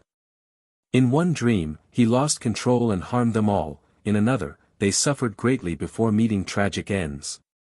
One particularly vivid nightmare placed Ash on a battlefield surrounded by the fallen his friends, family, and Pokémon. Next to him stood a figure whose face changed constantly, each visage representing someone Ash had lost. They all echoed the same haunting words, "You caused us pain, took our lives. Now, it's your turn." These nightmares were overwhelming, and upon waking, Ash often felt as if he had blood on his hands, a trick of the mind that left him shaken. One night, during a particularly intense nightmare, Ash's aura surged uncontrollably, causing a shockwave that destroyed his bedroom door. Riley and Leaf rushed in, alarmed by the sight of Ash glowing with energy and levitating in the air. Despite Riley's attempts to calm him, Ash's power was too great. His mental state was fragile, and in a moment of panic, he unleashed a shockwave that devastated everything within a 200-foot radius. Riley quickly teleported everyone out just as Ash regained consciousness, horrified by the destruction around him. The area was charred, and the expressions of fear from those nearby only intensified his distress. As Ash's aura settled, Leaf approached him and offered a comforting hug. She assured him that they would talk in the morning and that she would not allow him to use his aura to hide from her. As his girlfriend, she was determined to ensure he was okay. With a reluctant roll of his eyes, Ash snapped his fingers, restoring their home to its original state. He snapped again, returning everyone to their rooms, except for Riley, who remained, knowing Ash's struggles were far from over. In Ash's room, scorch marks marred the wooden surfaces as he meditated on the ceiling while Leaf sat on the bed with a clipboard. After a few unsuccessful attempts to coax him down, Leaf decided to begin their session. She asked Ash what had caused the shockwave, but he was resistant to share. Eventually, he admitted to having nightmares, recounting how they involved him fighting but failing to save his friends, leading to feelings of guilt over past actions. Leaf reassured him that they were all there for him and would support him in any way possible.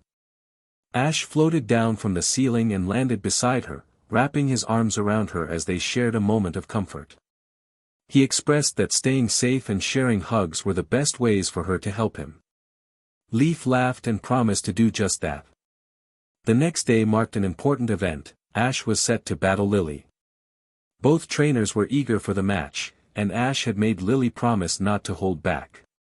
He assured her he would use one of his strongest Pokémon, and she chose her own region's Pokémon for the challenge. Lily sent out her Gardevoir, and Ash responded with his Dusk Lycanroc. As the battle commenced, Gardevoir launched a Moonblast, but Lycanroc countered with a well-timed attack.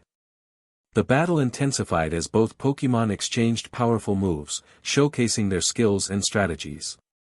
Ash encouraged Lycanroc to unleash her special ability, transforming her eyes to red and gaining an edge in the fight. With a swift series of attacks, Lycanroc pressed the advantage, demonstrating the bond and trust between Ash and his Pokémon. Lily caught her Pokémon and congratulated her on a well-fought battle before returning her. She sent out Altaria, and the crowd murmured, but Ash understood the strategy. Although Altaria was weak to rock-type moves, she was difficult to pin down. The bird unleashed a Moonblast, but Lycanroc countered it effortlessly. Altaria took to the air, preparing a sky attack, while Lycanroc summoned rocks around herself.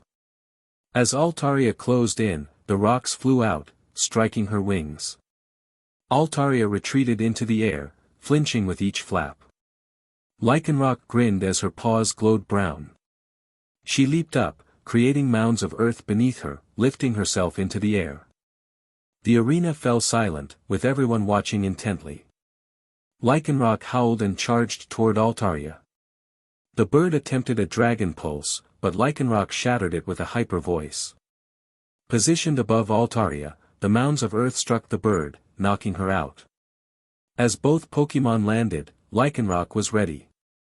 She summoned more earth beneath her, creating a giant mound that carried both her and Altaria down. Lily rushed to her dragon, checking on her well-being. Altaria let out a small caw before fainting again. Lily patted Lycanroc's head in gratitude before returning her bird and heading back to her battle spot. Lily's next Pokémon was Azumarill, a strong water type. Azumarill unleashed a hydro pump, but the shiny Lycanroc dug underground, evading the attack. Azumarill began to move, but the blue shiny anticipated its path. She leaped up and struck Azumarill away with a powerful iron tail. Lycanroc skidded to a stop in front of Ash, while Azumarill bounced back to Lily, who smiled at her powerful Pokémon. Ash had mentioned that their aces had grown stronger and gained new abilities. Lily recognized the potential in Dusk Lycanroc, even without the red eyes, and knew this battle would be challenging. Despite the pressure, Lily stood firm alongside her rabbit Pokémon. Ash felt proud of how far his Ice Queen had come, evolving from a trainer with only 2 Pokémon to someone who could face the Elite Four and perhaps even a champion. However, he was determined to win this battle. Lily called out, "Aqua Ring," then "Aqua Tail." Ash responded, "That could be trouble. Use Stone Edge around the arena, but keep it flat on top." Azumarill created a ring of water around itself and transformed its tail into water. Dusk's feet glowed again as she slammed her paws into the ground, creating blue stone-like pillars around the arena. These pillars were flat and easy to walk on, though Azumarill was not known for agility. Dusk grinned, sensing victory. The aqua ring glowed, restoring some of Azumarill's health. Lily commanded, "Play rough," but Azumarill struggled to move quickly. In contrast, Lycanroc darted around with speed and agility, using hit-and-run tactics with Axelrock. After several minutes, Azumarill fainted, unable to keep up. Next, a Togekiss entered the field, one of the stronger fairy types. She fired an aura sphere, but Lycanroc countered with a hyper voice, causing Togekiss to cry out. The blue dog rushed in, biting Togekiss's wing with a thunder fang and sending her crashing into a rock pillar, which then collapsed onto the fairy type. Togekiss soared back into the air, unaware that Lycanroc could follow. She unleashed an air slash, but Lycanroc countered with a rock slide, destroying it. The rocks froze midair, allowing Lycanroc to climb them and appear in front of Togekiss, who looked wide-eyed.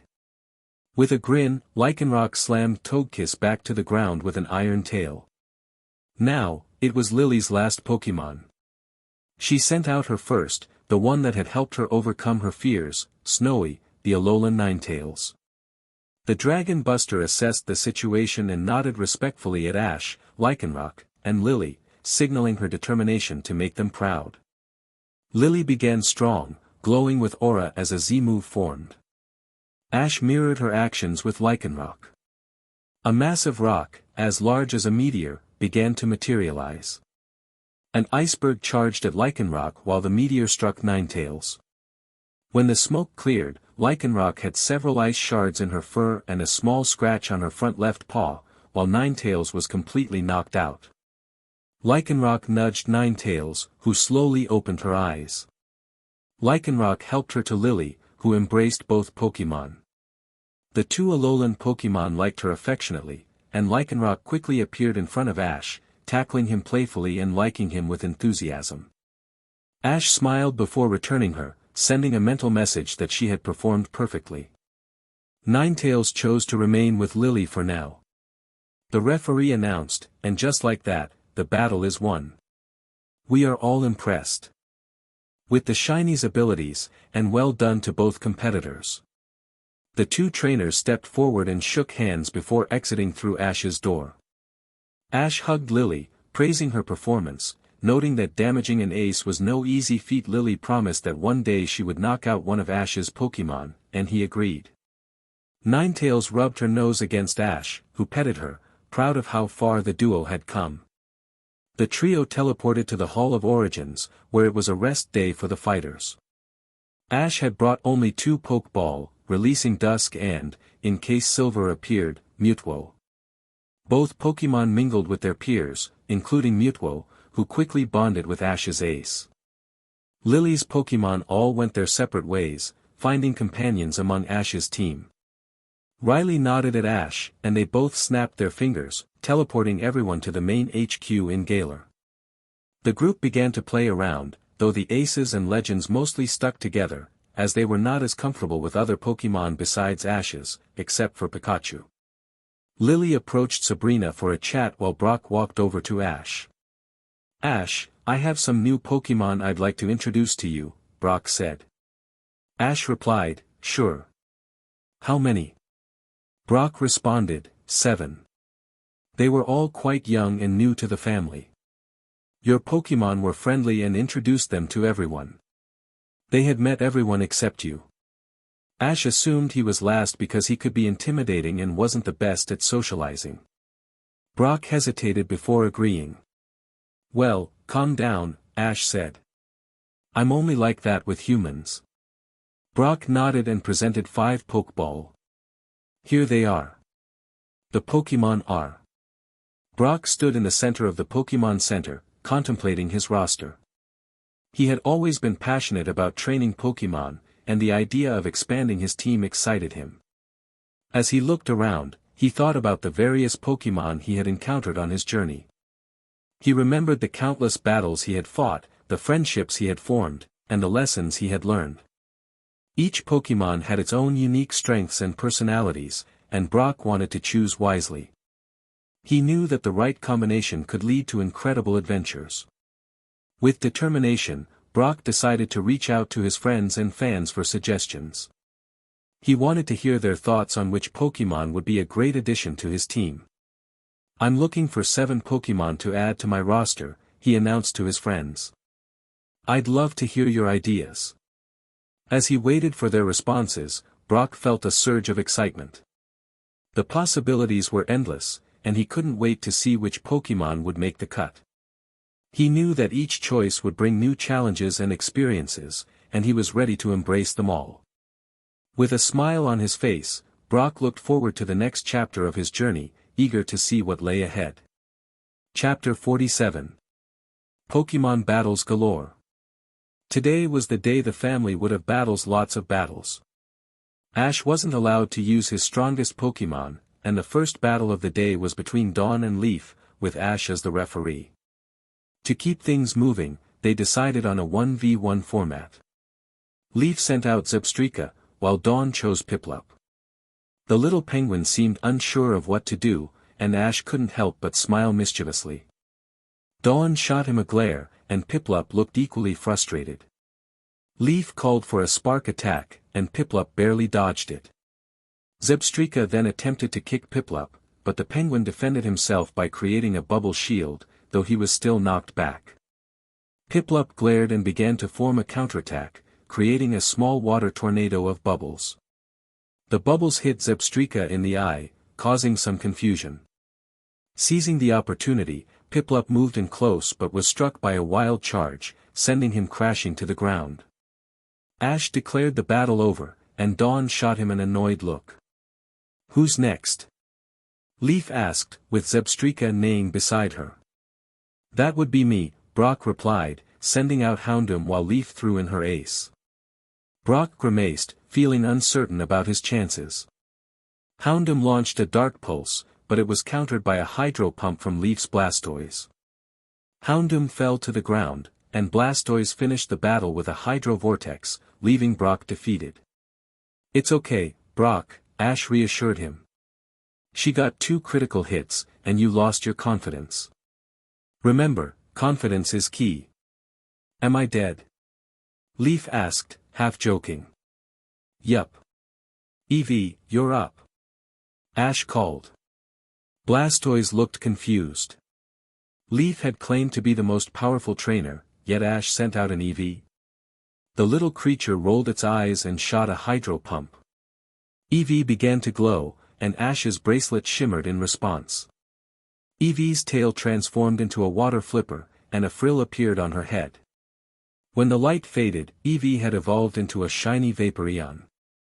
The water jet from Blastoise had no effect on her. Leaf was taken aback, she hadn't expected Ash to evolve his Eevee now. But then, in a surprising twist, Vaporeon transformed into a Jolteon, quickly taking down Blastoise. The crowd gasped in shock, and Ash's Eevee leaped onto his shoulder, purring as he pet her. She then transformed into an Espion. This little beauty is part of the Big Three, Ash explained. She can switch between her evolutions. It took us years to master her abilities, but now she's on par with my strongest Pokémon. Sabrina nodded in agreement. That's true. I can't even count how many times the big three have taken me down. Who are the big three? Brock stammered, intrigued. Ash grinned as the green Espion reverted back to the white EV. Pikachu stood beside her, and a green Scizor appeared behind Ash, almost like a bodyguard. These three are my secret weapons, Ash said. In terms of power, it goes Pikachu, EV, then Scizor. Mega Scizor can take out EV, but they're all incredibly strong. Brock was eager to challenge Ash. I'm down. I'll use my new 1v7. How interesting. Bring it on, old-timer, Ash replied, tilting his head. Eevee jumped down, ready for battle, glowing with a rainbow of colors. Brock sent out Hydrapple, and Eevee transformed into a shiny Glaceon, causing Hydrapple to panic. All of Brock's new Pokémon were intimidated but determined to prove themselves, even if they knew they were up against a formidable opponent. Hydrapple launched a supercharged Fickle Beam, but it was instantly countered by a Powder Snow from Glaceon. Brock laughed as he sent out Marowak, but was shocked to see Vaporeon make an appearance. Marowak threw his bone, but Vaporeon disintegrated it with boiling water, leaving Brock speechless. Who do you think taught Greninja about water temperature? Hydro Pump. Ash called out, as a jet of water knocked Marowak out before it could react. Brock sent out Druddigon next, but Vaporeon transformed into Sylveon, causing the dragon to flinch. Sylveon unleashed a Moonblast, sending Druddigon flying. Though it managed to get back up, it collapsed after being hit by one of Sylveon's feelers. Brock sent out Nidoqueen, who attempted an earthquake, but Sylveon leaped into the air, switching to Espion and hitting Nidoqueen with a Psybeam. Nidoqueen hit the ground hard but managed to stand, only to be caught in a psychic attack from Espion, who knocked her out. Fine then. The rest of you three, come on out. Brock shouted, determined. Ash narrowed his eyes as Brock sent out a Ludicolo, Glalie, and a Hisuian Electrode. Eevee transformed into a Flareon, and Ash nodded, ready for the next round. She unleashed an overheat attack, swiftly knocking out Glalie and Electrode. Ludicolo managed to hold on a bit longer but ultimately succumbed to a Fire Fang. Ash returned all his Pokémon and observed the remaining battles. He noted that everyone seemed to have a balanced skill level. While watching, he practiced his powers, aiming to master his elements, keeping this a secret from the others. As Ash thought about his upcoming battle, he sighed. He recognized his opponent, a kid who was fixated on Ogerpon. Ash had previously put him in his place and captured the Pokémon, who had shown interest in joining him.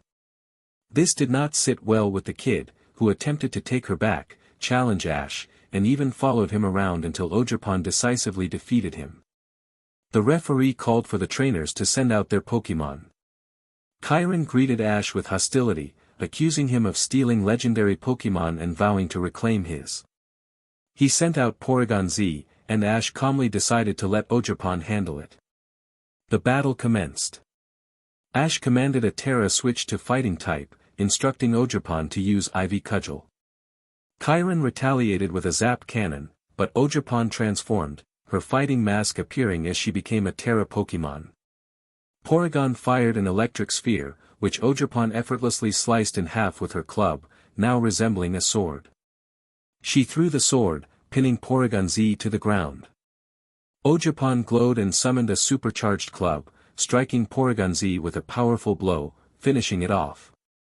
Despite the setback, Chiron sent out the Alola Fire Starter. Ogerpon tossed her fighting mask into the air, which transformed into a water mask, settling onto her face as she used growth. The Alola Starter attempted a Flare Blitz but was swiftly defeated by a boosted Ivy Cudgel. The same fate befell Chiron's Grimmsnarl and Dragonite. When his fighting Terra Hydrapple entered the fray, Ogerpon picked it up and knocked it out with a Horn Leech. At this point, Ash realized that even one of his regular Pokémon could easily handle everything except a champion. Ash chuckled to himself, not surprised by the outcome of the battle. With a snap of his fingers, he vanished from the scene. Sue had some news to share. She decided to start a different book while still working on her current one. Although she knew she should finish the first, she felt inspired to pursue both projects. The voting had concluded, and only KNY had made it through, which she appreciated. She expressed her gratitude to Hydrapple for their support. Ash was finally ready. He had trained his team vigorously, but he knew they needed to hold back against trainers to stay safe. Just in time, the regions were under attack. Team Silver had targeted each capital, aiming to draw out Ash and the legendaries. The champions were doing their best to hold the line, but they were overwhelmed. Gym leaders quickly joined the fight, forcing the enemy to pull back momentarily to regroup. Suddenly, the news station was hacked. Giovanni appeared on the screen with an unsettling grin. Ash felt a wave of panic wash over him as he realized what was happening. He attempted to regain control of the broadcast, but something was blocking him. Hello world. I am Giovanni, the leader of Team Silver. As many of you know, our organization aims to establish order and take charge. However, an Aura Guardian, the most powerful one, along with Arceus's chosen one, has been thwarting our plans. This Guardian has been hiding among you, protecting you with his team of freedom fighters. Today, we will reveal their names and deliver a warning. As Giovanni continued, Ash's heart raced. He knew the implications of what was being said. First, we have Sabrina, the Kanto Psychic Gym leader. Next is Riley, the mentor of the Chosen One, a powerful Aura Guardian. Then we have Dawn, daughter of the Master Coordinator Johanna, and May, daughter of Norman, the Hoenn Gym leader. Surprisingly, we have Lily, daughter of Luzamin, founder of Ether Foundations. We also have Leaf, a former Team Silver employee who turned traitor, and Jesse and James, former members of Team Silver. Paul, the leader's first friend and mentor, used to work with us but left. And don't forget the team's info broker, Professor Oak.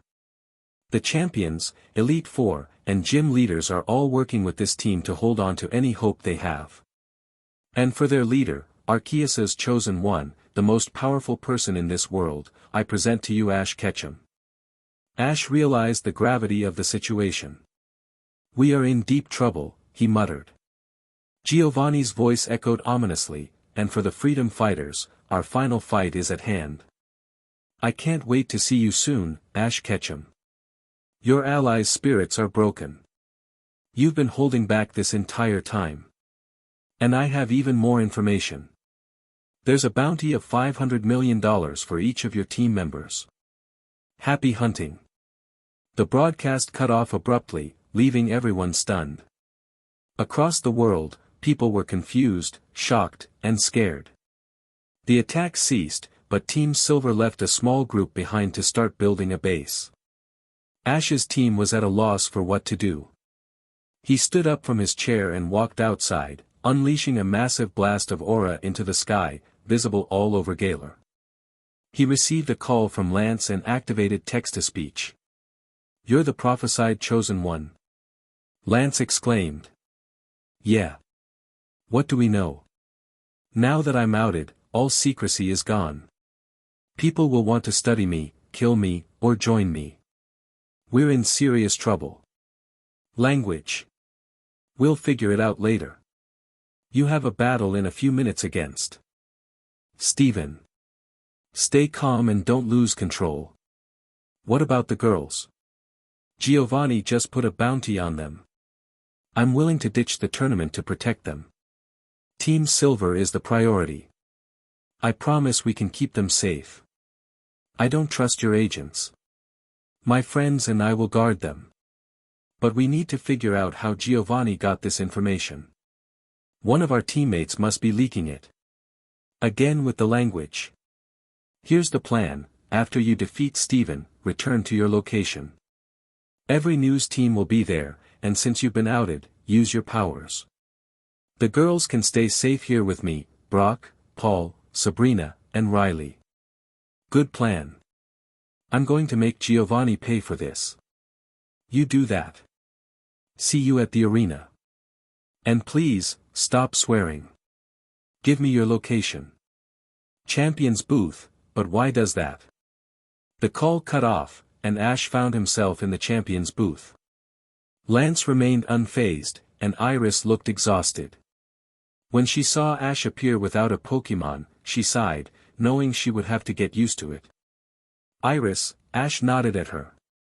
And for your information, yes, I've been holding back since day one, and I will continue to do so.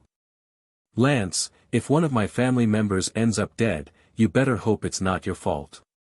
They won't die. Let's move. I knew you five liked each other, but are you dating? They say we are, but I've never actually asked them out. Girls are a whole different field. I will after I deal with Giovanni. You just got dark. Deep breaths. The champions are on your side. Lance, after this battle, gather all the champions. We need to interrogate everyone. Okay. You have my permission to handle any reporters that get too close. As if I need your permission. Lance was chatting with Ash, who was noticeably younger. I'm 28. Lance declared. I'm 18, you got a point. Ash replied. Just shut up and go beat up Steven, Lance urged. Ash's hand glowed, and he playfully smacked Lance on the back of the head, causing him to stumble against the wall. Lance shot him a glare, but Ash just grinned and vanished. On the field, Steven was preparing for battle, accompanied by the referee. The crowd was larger than usual, buzzing with excitement, and reporters were everywhere. Lance and Iris observed from the sidelines, with Iris's eyes sparkling with enthusiasm. You seem excited, young one, Lance noted. You're only 9 years older than me, Iris retorted. Lance chuckled. Oh, shut up. You seem much friendlier now. I remember when you first joined us, you were the most arrogant little champion we ever had. I ditched Gary. Ash has improved since I first met him, probably because of his 4 girlfriends. That sounds so weird. Anyway, Ash changed for the better, his Haxorus even trained mine a little bit. Gary is still nice, but he's obsessed with Ash, asking me for info on him. I need a break, Iris explained. Well, kid, when Ash beats him, maybe he'll go back to normal, Lance suggested. You really think he can win? Iris asked, her curiosity piqued. Gary can't beat Dina the weakest champion. Ash can sweep the champions with ease, even against the blonde queen herself. We haven't even seen his Pikachu yet, Lance replied confidently. As they spoke, the battle was about to begin. They looked down to see Ash on his side, the crowd roaring with excitement. Ash closed his eyes, and when he opened them, they glowed a brilliant blue. Would you shut up, he shouted, causing the crowd to fall silent. Thank you. For Arceus's sake, if I hear a peep out of you, I will blast you into the stratosphere, Ash warned, his voice firm. One reporter attempted to ask a question, but Ash swiftly fired an aura sphere that stopped just inches from the man's head, hovering ominously in midair. Riley, standing next to the reporter, extended his hand, clearly shaken. Ash, drop it. If he truly wanted to hurt you, I couldn't have stopped it. This will only knock you out. So, consider yourself lucky, Riley advised. Fine. But next time, I won't let you save them, Ash replied, the aura sphere dissipating as Riley sighed in relief. Oh, thank Arceus. Ash, do you know how hard that was to hold in place? And I'm one of the best aura guardians there ever was. Riley exclaimed. Well, I'm the best. And by a lot. And I was even holding back. Riley, next time, I will increase the output, Ash stated confidently. Reporters, this man could take down everyone here with ease if he wanted to. I trained him, along with a couple others. We are nothing compared to him. So do not provoke him, Riley warned. I will answer one question, Ash said, his tone serious. Is everything that Giovanni said true? One reporter asked. Yeah, it's true. And if any of you think about hurting my family, I will make sure you regret it, Ash replied, his intensity palpable. Riley interjected, Ash, do not harm them. I can hear multiple minds insulting me, calling me a liar, planning to take us out. One's even trying to target you right now, Ash warned, firing an aura beam at a person in the crowd. The police quickly swarmed the individual, while some onlookers eyed Riley with interest. Where's everybody else? Ash asked. At the house. Cynthia, Gladion, and Nimona are there as guards, Riley answered. Good. Stay with me here. I can still hear people's thoughts. Around 1,000 people think they can take me on, Ash said, his confidence unwavering. Win the battle, drama queen, Riley urged. The referee called out, Chosen One, Aura Guardian Ash, are you ready to battle? This is so exciting. Wait, can he hear this? I bet he can. Call me that again, and our friendship is over, Ash warned playfully. Yes, sir. Trainers, send out your Pokémon, the referee announced enthusiastically. Please, let's go all out, Aura Guardian. Steven called. Dude, I'm not going to harm your Pokémon or everyone in this stadium. Of course, I'm going to hold back. But here's your Pokémon. Ace or Legendary? Ash asked. Legendary. Steven replied eagerly. Of course. Which region? Ash inquired. My home region. Steven exclaimed. Blue, red, or green? Ash asked. Don't you dare. Riley cautioned. Ash, you're going to demoralize the champion. I know I'll lose either way, so it's fine. I just want to see one. Let's go with green. Steven decided, then paused. Wait a second. Does that mean? Ash smirked mischievously. Mega or no Mega? Mega. I'm worse than Leon. Does that mean he has a... Send out your Pokémon, Ash interrupted. Let's start strong, Metagross. Steven declared. Sorry, Steven, Ash replied, throwing a poke ball into the air. It opened, revealing a majestic Rayquaza, its fierce gaze capturing the attention of everyone present. Ash's bracelet glowed, and Rayquaza transformed into Mega Rayquaza, letting out a roar that echoed throughout the arena. Steven Mega evolved his Metagross, trying to maintain a tough demeanor. How much do you plan to hold back? Steven asked. Let's say less than 1%, which should be enough to give us a challenge if you go all out, Ash replied. Not even 1%. Whatever. Meteor Mash. I'll just get stronger, Steven declared. Go for it. Ash encouraged. Metagross charged with steel energy, but Rayquaza effortlessly caught it and sent it soaring into the air before unleashing a powerful Dragon Pulse, causing Metagross to crash to the ground. Psychic. Steven commanded, attempting to regain control. Metagross enveloped Rayquaza in psychic energy, slamming it into the ground. But Rayquaza quickly recovered, glowing white and crashing into Metagross, which fainted upon impact. Rayquaza returned to Ash, snorting in annoyance as Ash petted his dragon. So cool. Steven exclaimed, a dopey smile on his face. Thank you. You're a great champion, Ash replied. Agron. You are so cool, dude. Heavy Slam. Steven shouted. Hurricane. Ash countered.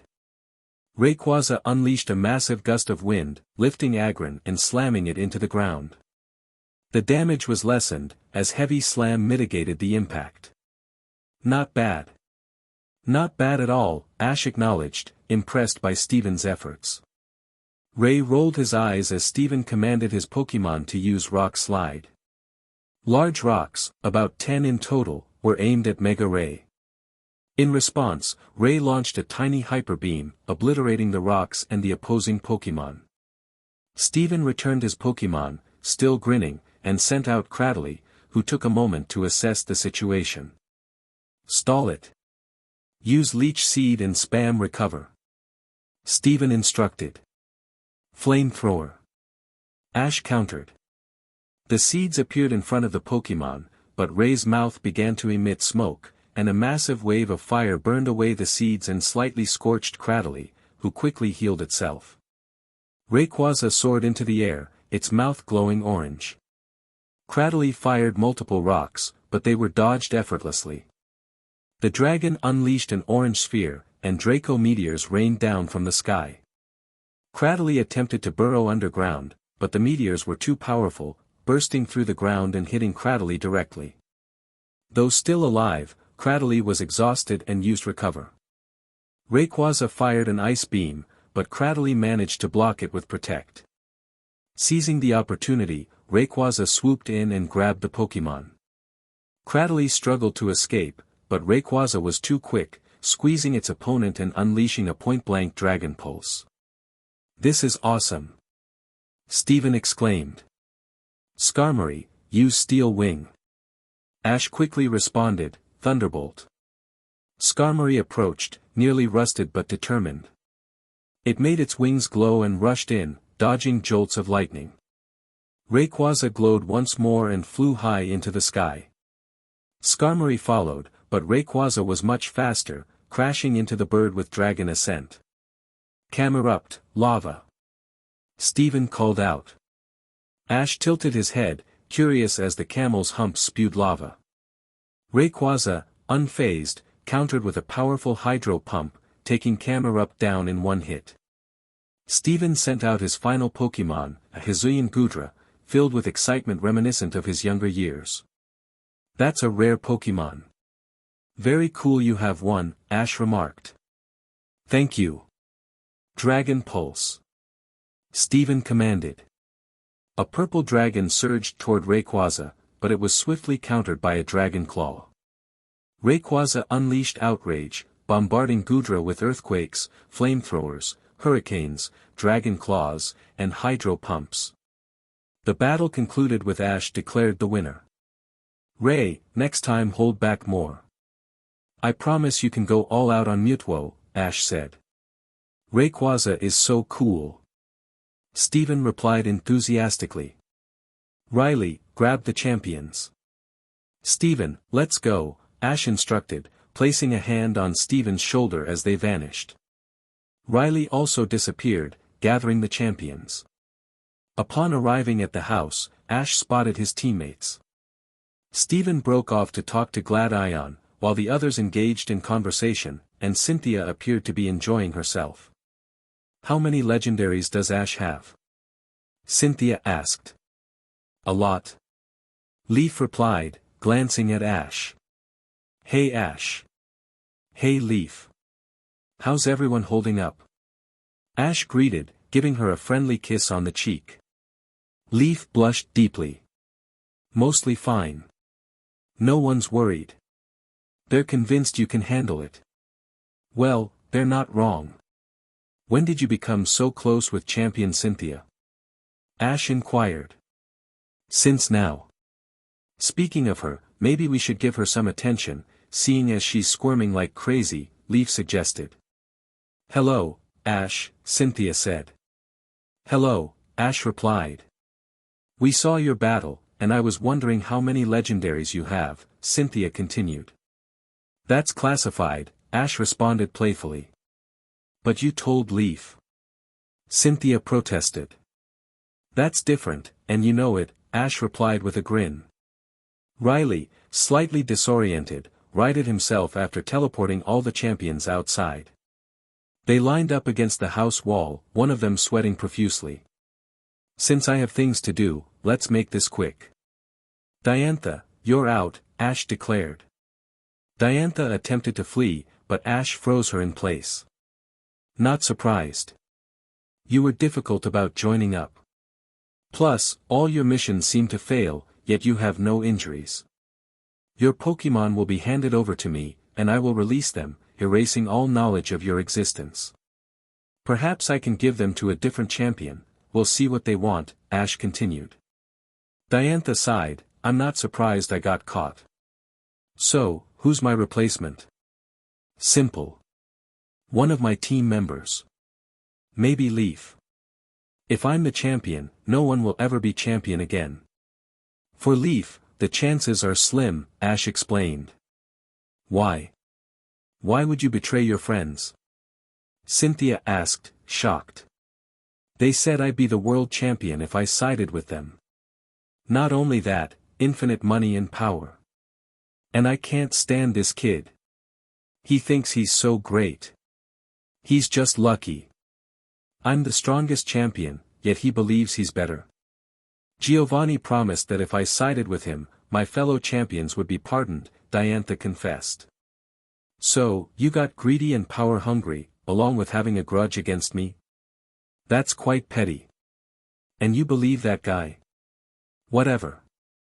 Lance, she's in the PLA. Do what you want with her. If you don't impose any punishment, I can, Ash said, his hands glowing blue. Fear evident in Diantha's eyes. Chill, Ash.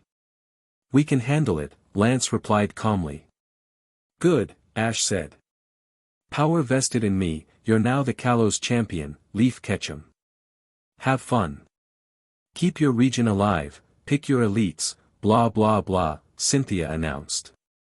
Why did you pick her? Lance asked. Simple. Dawn and May are battlers and coordinators. Being a champion would be too much work for them.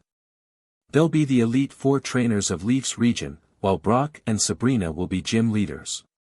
Riley's retired, and Paul wants to be the Gaylor champion, Ash explained. Gaylor? Leon asked. Yeah, you're his favorite. He says Cynthia's unbeatable, Ash replied. DMN right I am, Cynthia affirmed. For us normal people, maybe. But for Ash, his weakest could take down your Garchomp at 10% with a fire move, Paul added. Anyway, I'm going to be the world champion, and Leaf deserves to be a champion. She's got way more skills than the old one, Ash stated confidently. I can't believe she would do that. She was my friend, Cynthia said, disappointed. The press is going to have a field day with this, Lance remarked. That's your problem, Flying Master. Get out, Ash replied. Rude. Come on, champions, Lance said, whispering to Leaf, he's in a bad place right now, blaming himself. You and the others need to fix it. He returned to a normal voice, Riley, come on. We need to talk. See you later, guys, Riley said as the champions departed. Paul and Sabrina headed to their rooms. Ash attempted to leave, but Brock grabbed his shoulder, turning him around. Ash faced Brock and his girlfriends. Remember when we met, Ash? You kicked my butt, and when I begged for you to train me, it took your Gardevoir to convince you. The same goes for May, Dawn, and Lily. When we met Leaf, you were cold and untrusting. You even had Jengar keep an eye on her, Brock reminisced. What's your point? Mistakes were made, Ash replied. You changed. You're happier and nicer now. In the past, you'd let us face danger alone, but now, we both know you'd rather get yourself hurt than let us be in danger.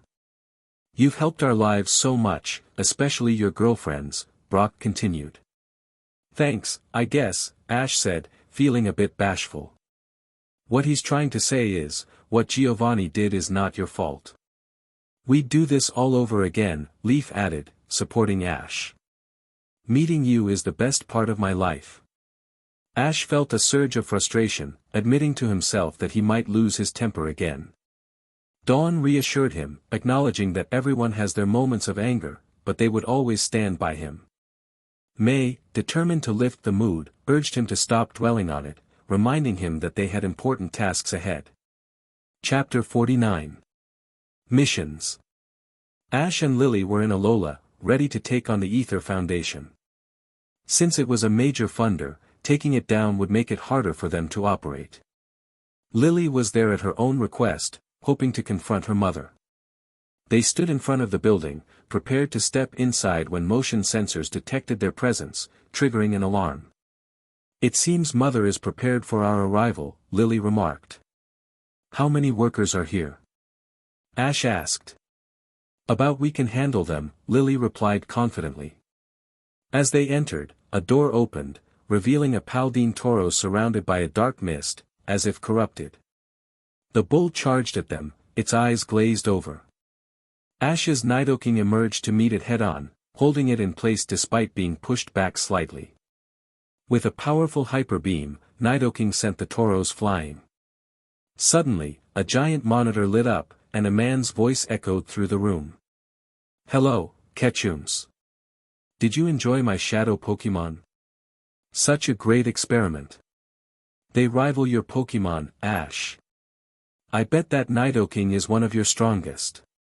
Anyway, the experiment will take you down today. Sadly, the legendary Pokémon can't turn shadow, but with my new invention, we will conquer the world."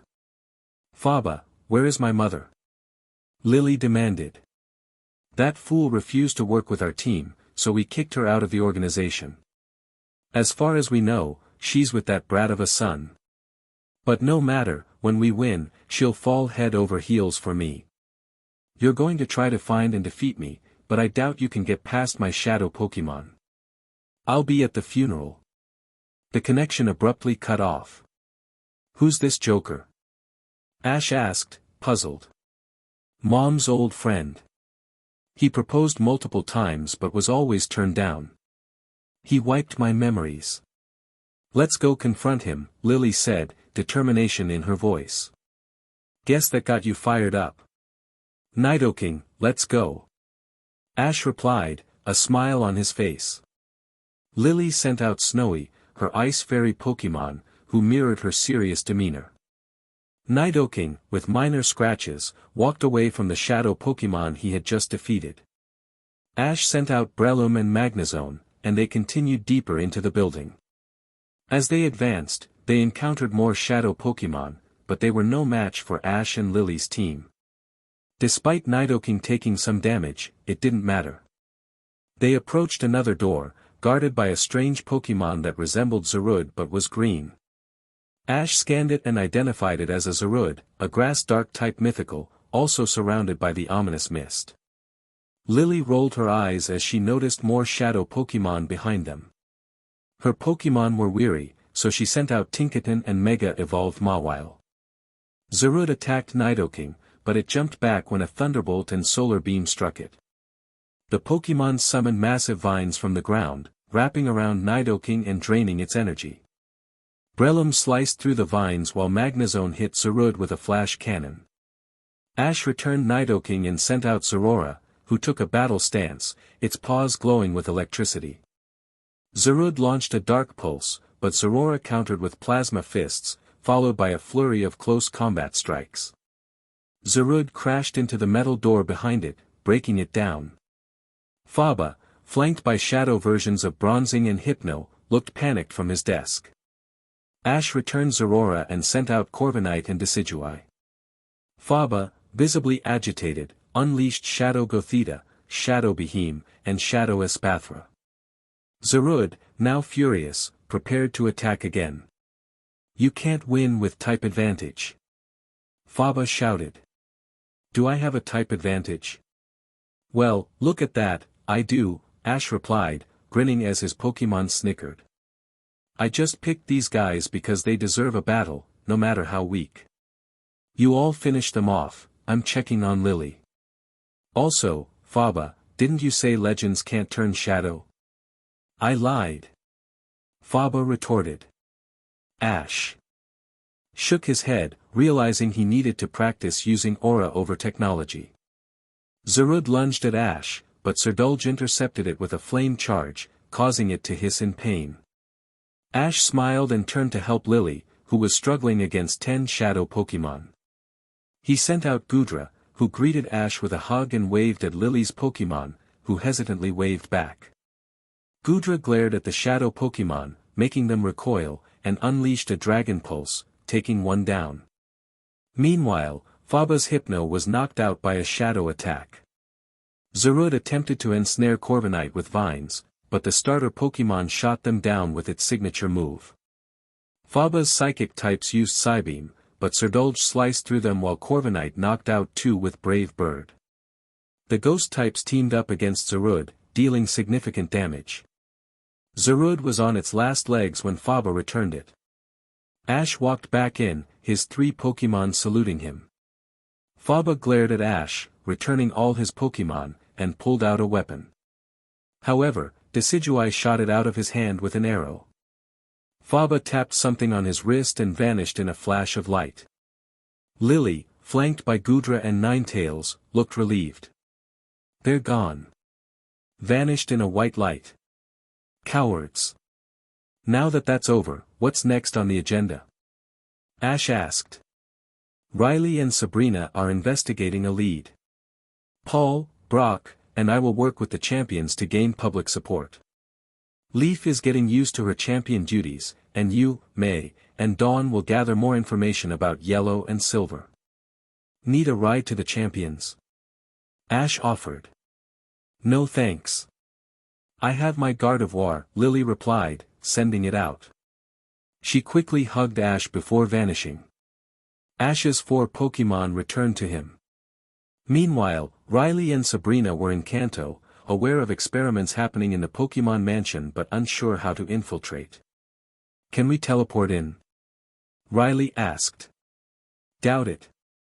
I have a Pokémon that can make us invisible, but it's risky, Sabrina replied. Can you open their minds, making them see nothing if they look at us? Riley inquired. I doubt it.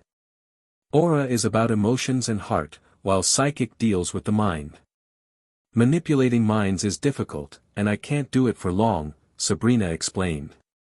Only one of their team could handle the situation, and that was Ash. However, they knew they couldn't always rely on his abilities. Riley agreed, expressing regret for depending on Ash so much. He acknowledged Ash as the best among them, despite his sometimes difficult personality. Riley proposed a plan: they would create a diversion by setting the mansion ablaze and sneak in during the chaos.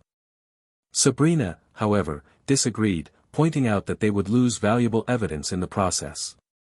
She suggested they could use a uniform to infiltrate. Riley countered that there were too many unknown variables and insisted that they needed a different approach. Sabrina then asked about the smallest Pokémon they had. Riley mentioned Phalanx, but Sabrina dismissed it as unhelpful. Instead, she proposed using her Alakazam to gather data from the facility. Riley agreed, suggesting his Machamp could assist, with Sabrina's Abra guiding it.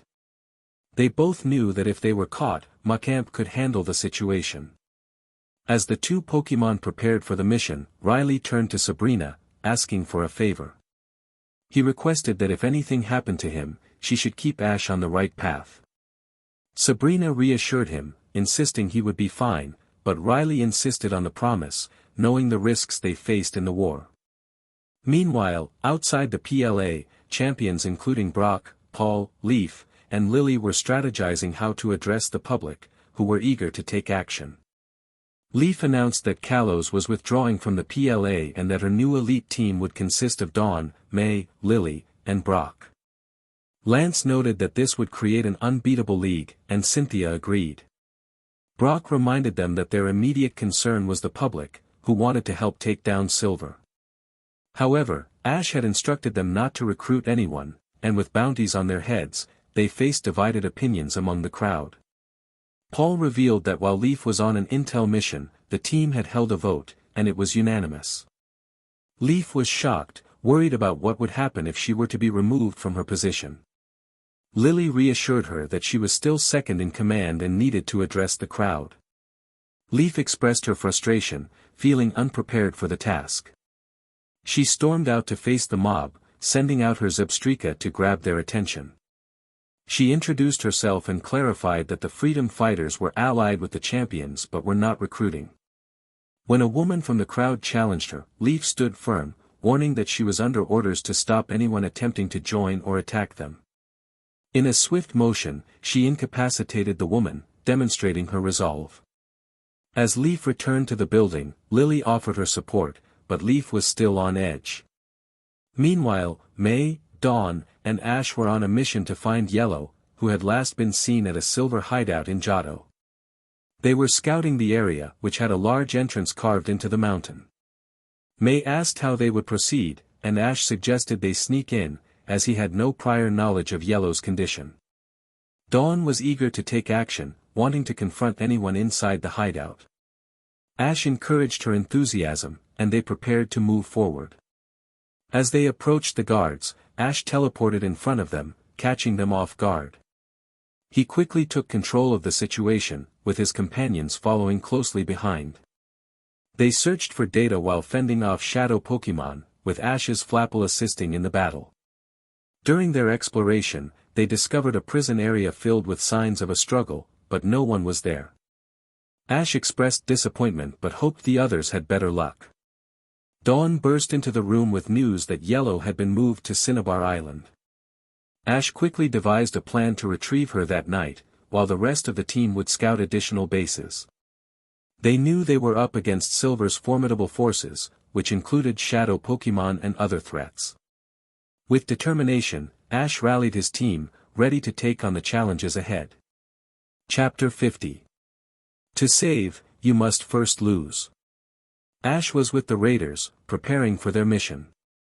The plan to gather information had failed, so they were going in without any intel. Ash was determined to protect his team, sending out Charizard and Greninja to assist.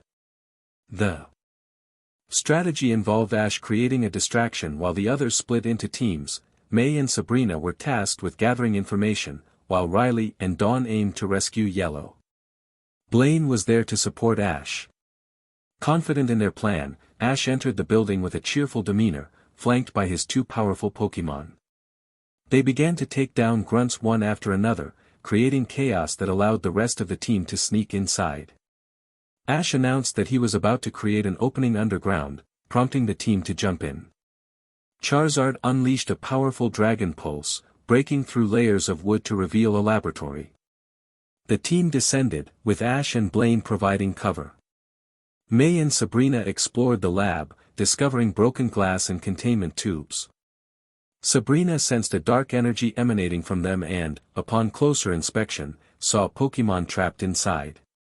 As they broke free, a battle ensued. Sabrina used her psychic powers to send them flying, while May called upon Blaziken to take out a Shadow Weezing. Sabrina managed to defeat the other Pokémon, though she was breathing heavily but remained focused. May began searching for documents, quickly copying data onto a flash drive before sending it to Leaf and pocketing the drive. Sabrina and Blaziken stood guard at the door. "What did you find?" Sabrina asked. "Bad news." "I'll explain later, for now, let's help Ash," May replied. Suddenly, a man with unkempt hair entered, flanked by a woman with red hair. "You're Archer. You were in Celadon. Who's your friend?" May exclaimed. "I'm Ariana, and I have to stop you." "Nothing personal." "Mawile, play rough," she declared. "I can't let you leave." "My Tiana, crunch." Archer added. "I'll handle this." May shouted, calling for a high jump kick from Blaziken. Sabrina decided to confront the woman, sending out Galade to engage. Blaziken struck Tiana from behind while Mawile retaliated against Blaziken. Galade unleashed a Psybeam, while Blaziken fired a flamethrower. The attacks collided, but Blaziken's flames broke through, forcing Tiana to use Protect. Blaziken launched a Fire Blast, causing both opposing Pokémon to dodge, but they stumbled into Galade's close combat. Despite the pain, Mawile struck back at Blaziken, while Tiana bit into Galade's arm, only to be hit by a Focus Blast. Before Mawile could escape, Blaziken knocked it out with Flare Blitz. Tiana lunged at the weakened Blaziken but was also taken down by Galade. The two admins attempted to send out another Pokémon, but Blaziken quickly incapacitated them by knocking their heads together. Sabrina sent out Alakazam, who teleported the admins to Leaf and the other champions. May and Sabrina took a moment to catch their breath. Meanwhile, Ash and Blaine continued to battle grunts until a boy with red hair and a smug grin appeared. "So, you must be Ash Ketchum, Giovanni's son," he sneered. "Ah, you must be Silver," Ash replied, recognizing him. "Gulbot, cross poison," Silver commanded. Ash countered, "I guess he doesn't care about his Pokémon." One-shot flamethrower. Gulbot, engulfed in flames, was defeated instantly. Silver's expression shifted to annoyance as he sent out Feraligatr, which met the same fate. Frustrated, he unleashed a Metagross, but it too fell to Ash's Charizard. Silver, furious, pulled out a weapon, but was struck by lightning. He sent out a Shadow Moltres, which appeared to be in distress. Ash's Greninja glowed, summoning a tornado of water around it. As rain poured down, Greninja prepared for battle. Silver taunted, "You can't win against a Shadow Moltres with an overgrown frog." "True, but you seem pretty weak," Ash retorted, as Charizard laughed at Silver's predicament.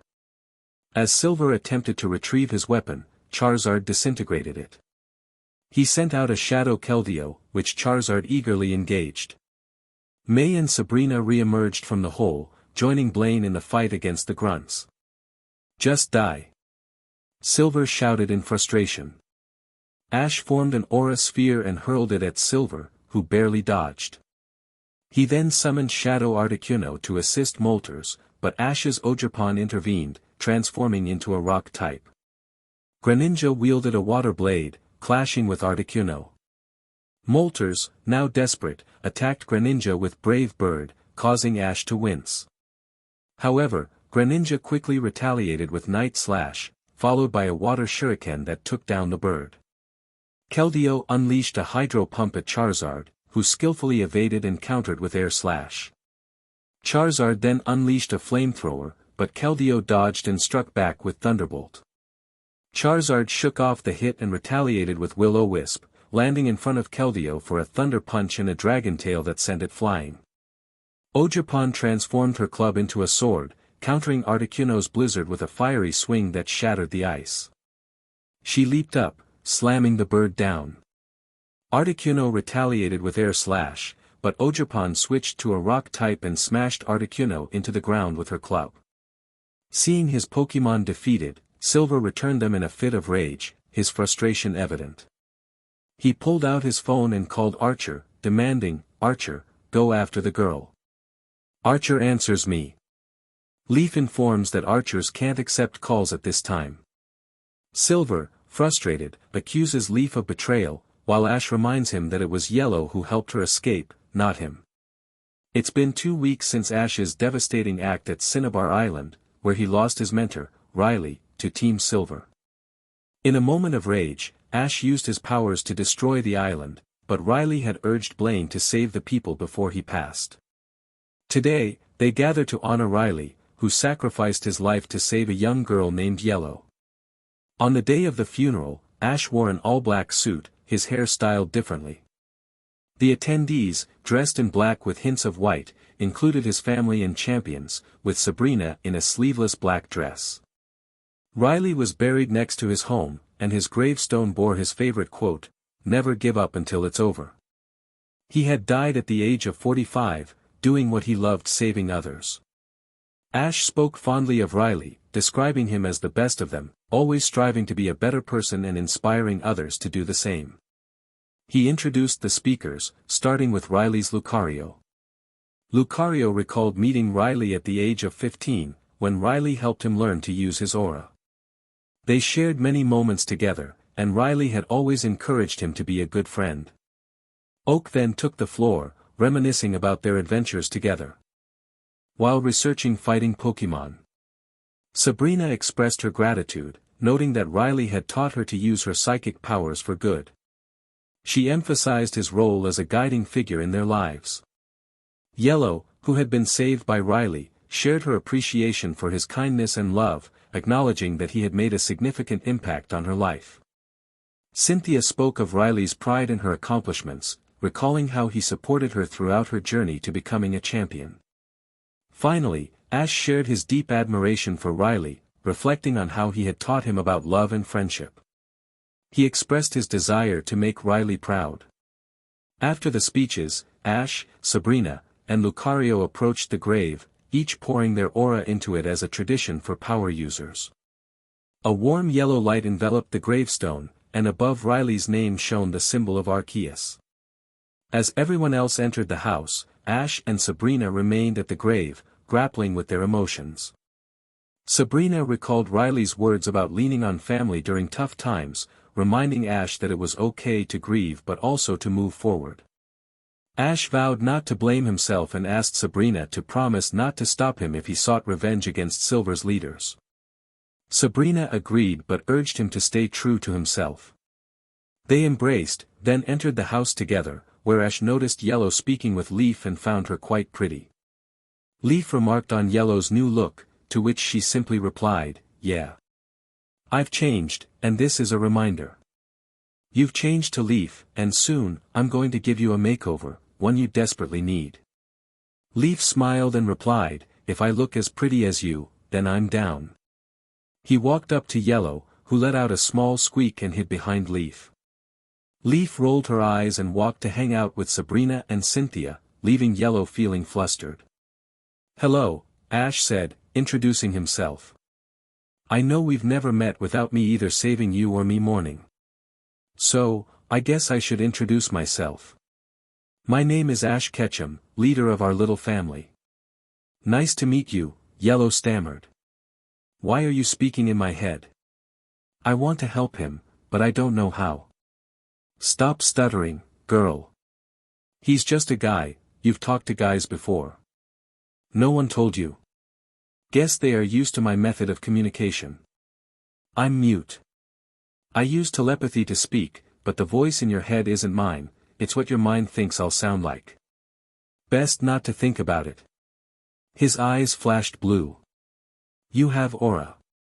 Lots of it. More than Riley had." "Sabrina said that when you're ready, you need to train me," Yellow replied. "Of course she did. I'll train you. But first, I need to say this, thank you for bringing Leaf to us. This little family can't be complete without her. At least for me. And you being here made her even happier, much more manageable. So, thank you. You don't blame me?" Yellow asked, surprised. "Of course not. Riley would be upset if you were gone instead of him, and Leaf would be devastated. Even if I wanted to, that man was destined to fall like he did, saving someone. If I knew the outcome of Riley's death on this mission, I'd do it again. Thank you. Aura. And he's mute?" Yellow pondered. "I can read your mind, Yellow. Think of it this way, most humans are born normally, with no special abilities. Some of us are born different. Arceus blesses us with the abilities of Lucario and Alakazam. Aura and Psychic. You and I are called Aura Guardians. We can use the natural aura of this world. Everyone is born with aura, but those like us have enough to actually use the power." "What is aura?" Yellow asked, intrigued. "Aura is life. Everything has aura. Life exists in a balance, good and bad, life and death. Aura is in the middle. We keep the balance. Think of it like magical energy. If something tries to oppose this balance, then our job is to fix it. Sadly, almost every single guardian is gone. We are experimented on, killed before we can even activate aura. You and I are the only living aura guardians. Then there are psychics. Instead of aura, which focuses on the heart, psychics focus on the mind. Psychic and aura users normally don't get along, but my parents seem to be the exception. I am both. I'm also Arceus's chosen one, meaning I have other abilities. My purpose is to help out the holy being. And being mute?" Yellow inquired. "A defect in my voice box, it was damaged at birth. Probably why my parents left me. As far as I know, I have siblings. You've lived such a sad life. "How are you still sane?" she asked. "Truth be told, I'm not. But my family helps me stay grounded. Similar to what you do. You're scarred from your experiences, and you're not good at hiding it. I can see the pain. You need to let it out because holding emotions is dangerous for us. When Riley died, if I had held in my emotions, I could have caused a disaster. Aura reacts to our emotions. Those little intuitions you get, that's your aura." "Thank you for the advice," Yellow said softly. "Everyone has a dark side, especially people like us. So we help one another. I can't tell you how many times Riley saved someone from me, especially when I was about to lose control. It's my turn to carry the torch. I'm going to teach you aura. But for now, have fun with your friends." Ash smiled at her, making her blush. He walked away, flanked by his Dragapult.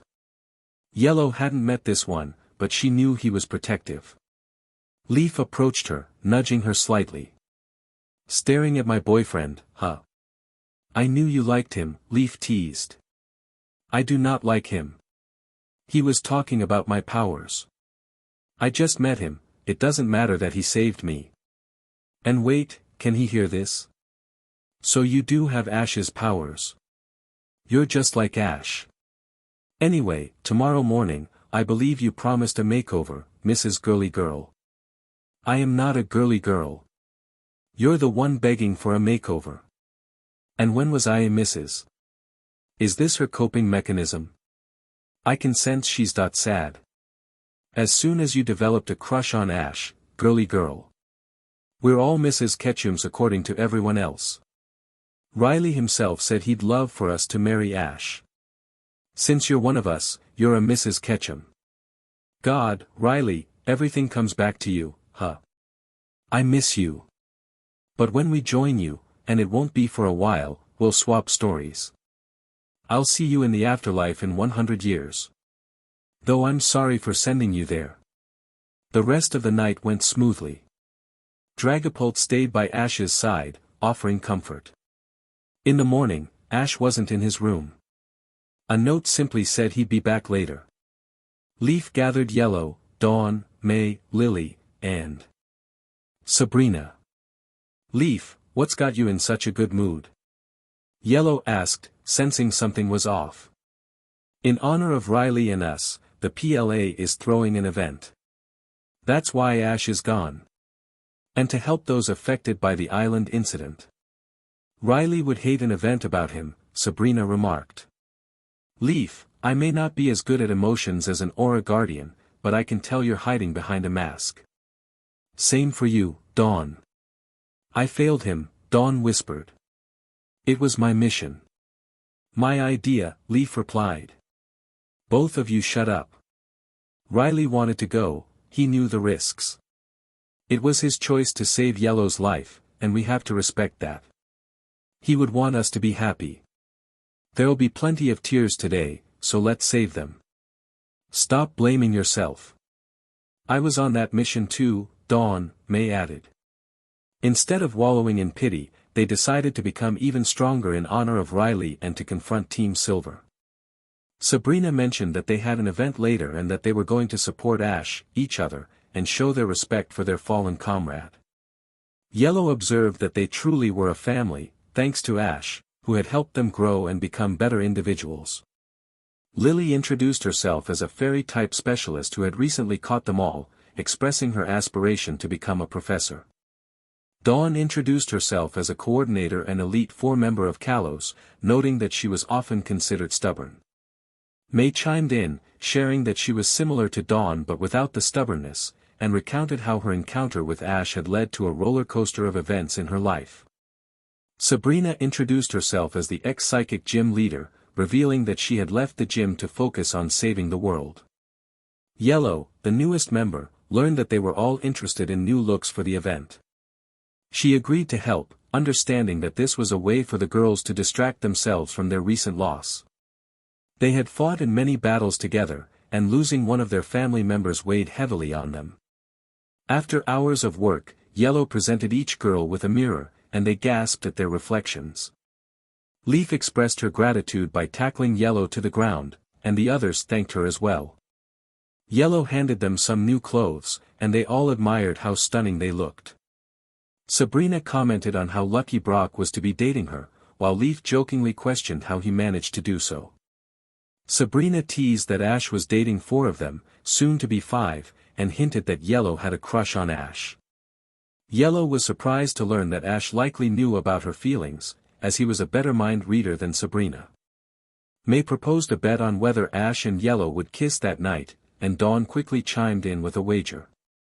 Lily reminded them that they needed to get going, as the boys were waiting downstairs. Ash, dressed in an all-blue suit with hints of black, looked bored alongside Paul, while Brock appeared to be in a state of panic. Brock was feeling anxious about his upcoming date with Sabrina. Ash, noticing his friend's distress, tried to reassure him. "Dude, Paul doesn't even have a date and he's calmer than you. Just calm down." Paul chimed in, "Actually, I have a date. You know Cynthia. She's kind of my date. We were both alone, so we decided to go together." Ash raised an eyebrow. "Congrats, I think. Isn't she a couple of years older than us?" Brock's worries resurfaced. "But what if Sabrina ditches me? What if she deems me unworthy?" Ash sighed, "You're giving me a headache. Sabrina loves you, and even without my powers, I know she does. So shut up and sit down." Brock retorted, "Easy for you to say, you have 4 girls head over heels for you, and another one on the way." Paul agreed with Ash, "Anyway, they'll be done soon probably. So sit down before you make me worry." Brock then asked, "How are we even going to get there?" Ash replied, "Teleportation. I helped set it up earlier. Almost everyone in the 9 regions and beyond will be there. The place is massive. It's the battle stadium, but I expanded it temporarily using aura. The rockets are already there since it started 10 minutes ago." Brock suddenly panicked, "Oh, crap. I need to introduce her to my family." Ash reassured him, "They'll be there, so stop whining. I can hear them coming now." Sabrina appeared, instructing the boys, "Hey boys, close your eyes," and Ash, "No sense in using aura. I'll tell you when you can open." Paul scoffed, "Pathetic." "No." Leaf added playfully, "Do it or there won't be any more Pauls in this world." Paul complied, "Yes ma'am." As the boys closed their eyes, Ash did the same, cutting off his aura but keeping a protective shield around himself and his family, including the girls. Sabrina noticed the shield and said, "You put a shield around us." "Ah, thanks, Ash."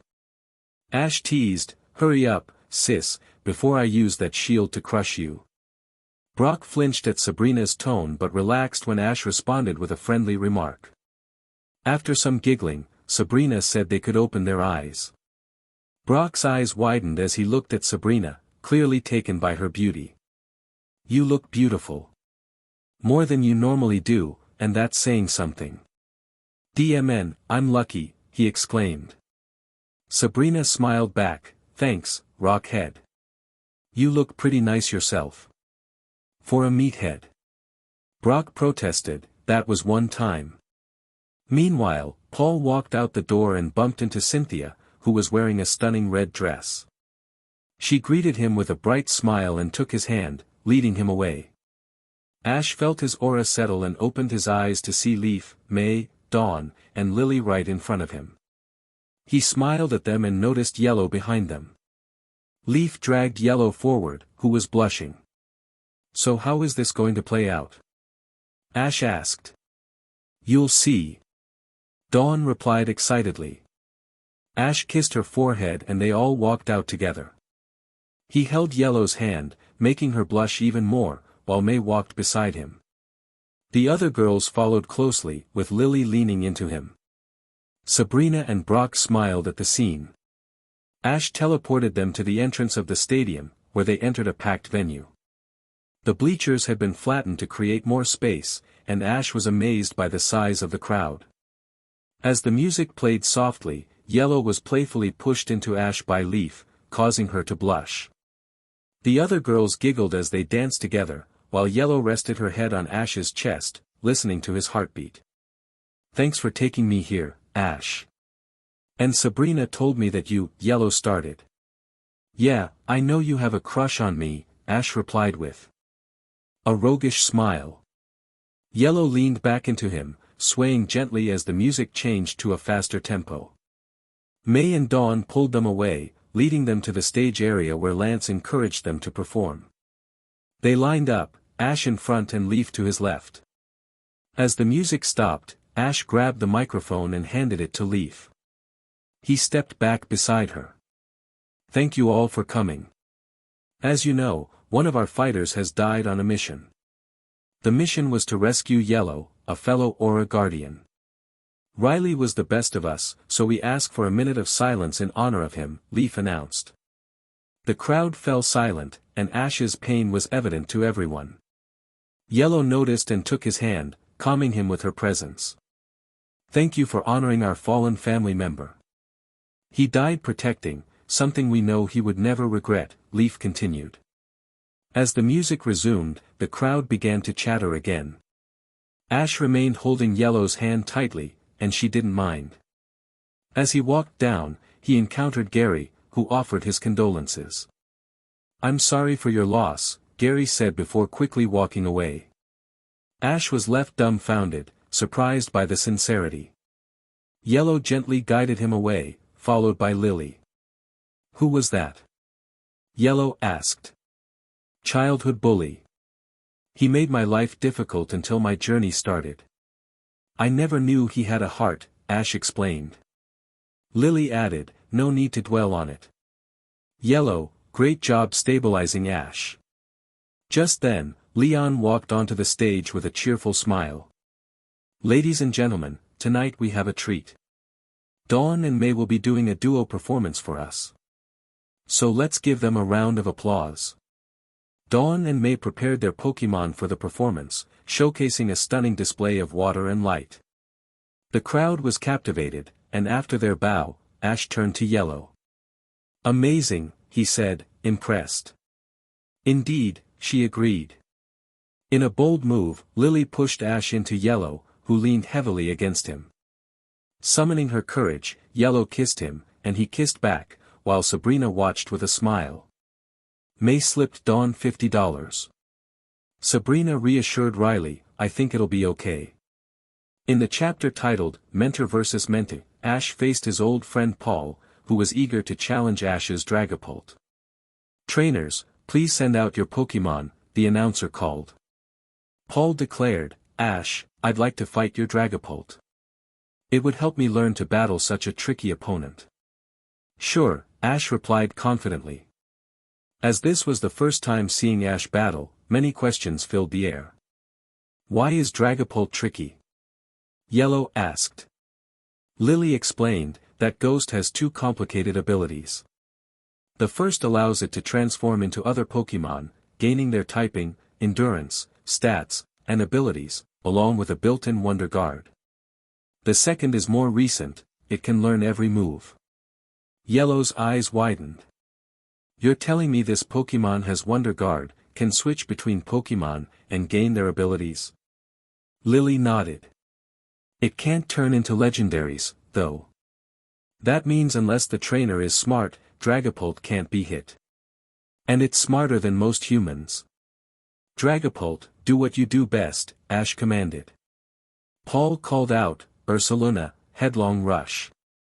The ancient Pokémon charged forward at incredible speed, but Dragapult transformed into a toucan, soaring into the sky and dodging effortlessly. It then returned to its original form and fired an aura sphere, which Ursaluna blocked with Protect. However, Dragapult phased through the shield and struck with Ice Spinner, sending Ursaluna back but still standing firm. "Crunch!" Paul shouted. Dragapult transformed into a Lapras, hitting Ursaluna with Hydro Pump. Despite the pain, Ursaluna bit into Lapras's fin. Dragapult then morphed into an Electrode, causing Ursaluna to bite thin air as the fake Pokeball Sonic boomed away. Dragapult transformed into a Cyclazer and unleashed Dragon Pulse. Ursaluna dodged, but Dragapult quickly changed into a Meowscarda, using Flower Trick to overpower the ancient Pokémon. As Ursaluna struggled to rise, it was hit by another Hydro Pump. "You had a good fight," Paul admitted. "Magmortar, you're up." Flamethrower. Dragapult turned into a Machamp, rendering the flames ineffective. Magmortar growled in frustration. Dragapult then launched 4 stone edges at the fire type. Magmortar blasted fire at the ground, creating a small hole around itself, avoiding the spikes. Dragapult began spinning rapidly, transforming into a glowing wheel. Collision course. Ash shouted. The wheel struck Magmortar, sending him crashing into the wall. Magmortar stood up, now shielded by flames. Dragapult transformed into a Talonflame and soared into the air. Magmortar retaliated with fire, but Dragapult turned into a Wylord, crashing down with a water shield. Magmortar attempted to escape but was overwhelmed. Dragapult then morphed into a Scizor, grinning. "What an unexpected battle!" Yellow exclaimed. "That's how he battles. You never know what he's going to do next." "That's why he's so strong," Dawn explained. "Not only that, but Dragapult is nearly impossible to damage. His Pokémon are powerful, and he's incredible. What else can his aces do?" Yellow asked eagerly. "You'll have to find out." Dawn replied. Paul sent out Drapion, commanding, Acupressure. Drapion boosted its attack stat, much to Ash's annoyance. Dragapult transformed into a Fiero, firing an air slash. Drapion dodged, but a Glisker bit into it with Fire Fang. Drapion retaliated with Night Slash, but it was ineffective. Dragapult then morphed into a Mamoswine, using Earthquake. Drapion took a heavy hit but managed to stay upright. Mamoswine transformed into a Heracross, which teleported in front of Drapion and struck with a horn attack, knocking it out. Dragapult returned to its original form. "He's not even going all out," Dawn noted. "Paul is doing his best to keep up, but Dragapult is dominating." "He's truly the strongest," Yellow agreed. Paul called out, "Weevil, Ice Shard." At blinding speed, Ice Spike struck Dragapult, but it was a Starmie that emerged instead. The ice melted, frustrating Paul. Starmie fired Secret Sword, but Weevil dodged. Starmie transformed into an Alakazam. Weevil seized the opportunity to use Night Slash, but it was a trap. Alakazam switched to Hitmonchan, landing a powerful close combat hit. Weevil struggled to rise, but Hitmonchan delivered a decisive Mach Punch, knocking it out. Paul sent out his 5th Pokémon, a powerful Gyarados. The Intimidation ability didn't activate, leading Ash to believe it had Moxie. Gyarados charged. With Waterfall, but Dragapult simply phased through. It transformed into a Charizard, soaring high and striking Gyarados with Air Slash. "Mega Evolve, Rain Dance," Paul commanded. Gyarados roared, growing larger and becoming a dark type. Rain began to fall, prompting Dragapult to change into a Kilowattrel. The bird unleashed thunder, hitting Gyarados hard. Before it could recover, an energy ball struck it from behind. Gyarados roared and attempted to use Ice Fang, but a thunder hit it in the mouth. The evolution of Fish collapsed, unconscious. Dragapult transformed into a Fletchling and landed on the defeated Gyarados, playfully liking its wings. "That's one powerful Pokémon," Paul admitted. "My final one, Eltariv, used thunder." A bolt of lightning struck the small bird, but it transformed into an electric type, boosting its speed. It reverted to Dragapult and fired a Draco Meteor, combined with a Roar of Time, taking out Paul's ace in one hit. The number of shiny Pokémon seen in this match was more than one would see in 50 lifetimes. "Not terrible," Ash remarked. "Just next time, don't play with your food more than you already do." Dragapult rolled its eyes and transformed into a massive Corviknight. Ash climbed onto the bird, and they took off. "Hey, can I ask you something?" Yellow inquired. "Sure, newbie," May replied. You still have that style I gave you, including the clothes. What gives? Yellow asked. Dawn chimed in, we liked it, duh. And we look stunning, just like you still do with your style and clothes. But anyway, today's the day you start aura training. Lily added, honestly, we're lucky to have me around. Yellow, the first test is for you to teleport to home base. Ash says to just picture the place and feel the aura. Yellow nodded and concentrated, envisioning her new home. A rush of air brushed past her ears. When she opened her eyes, she saw Ash standing over her with a large smile, helping her up.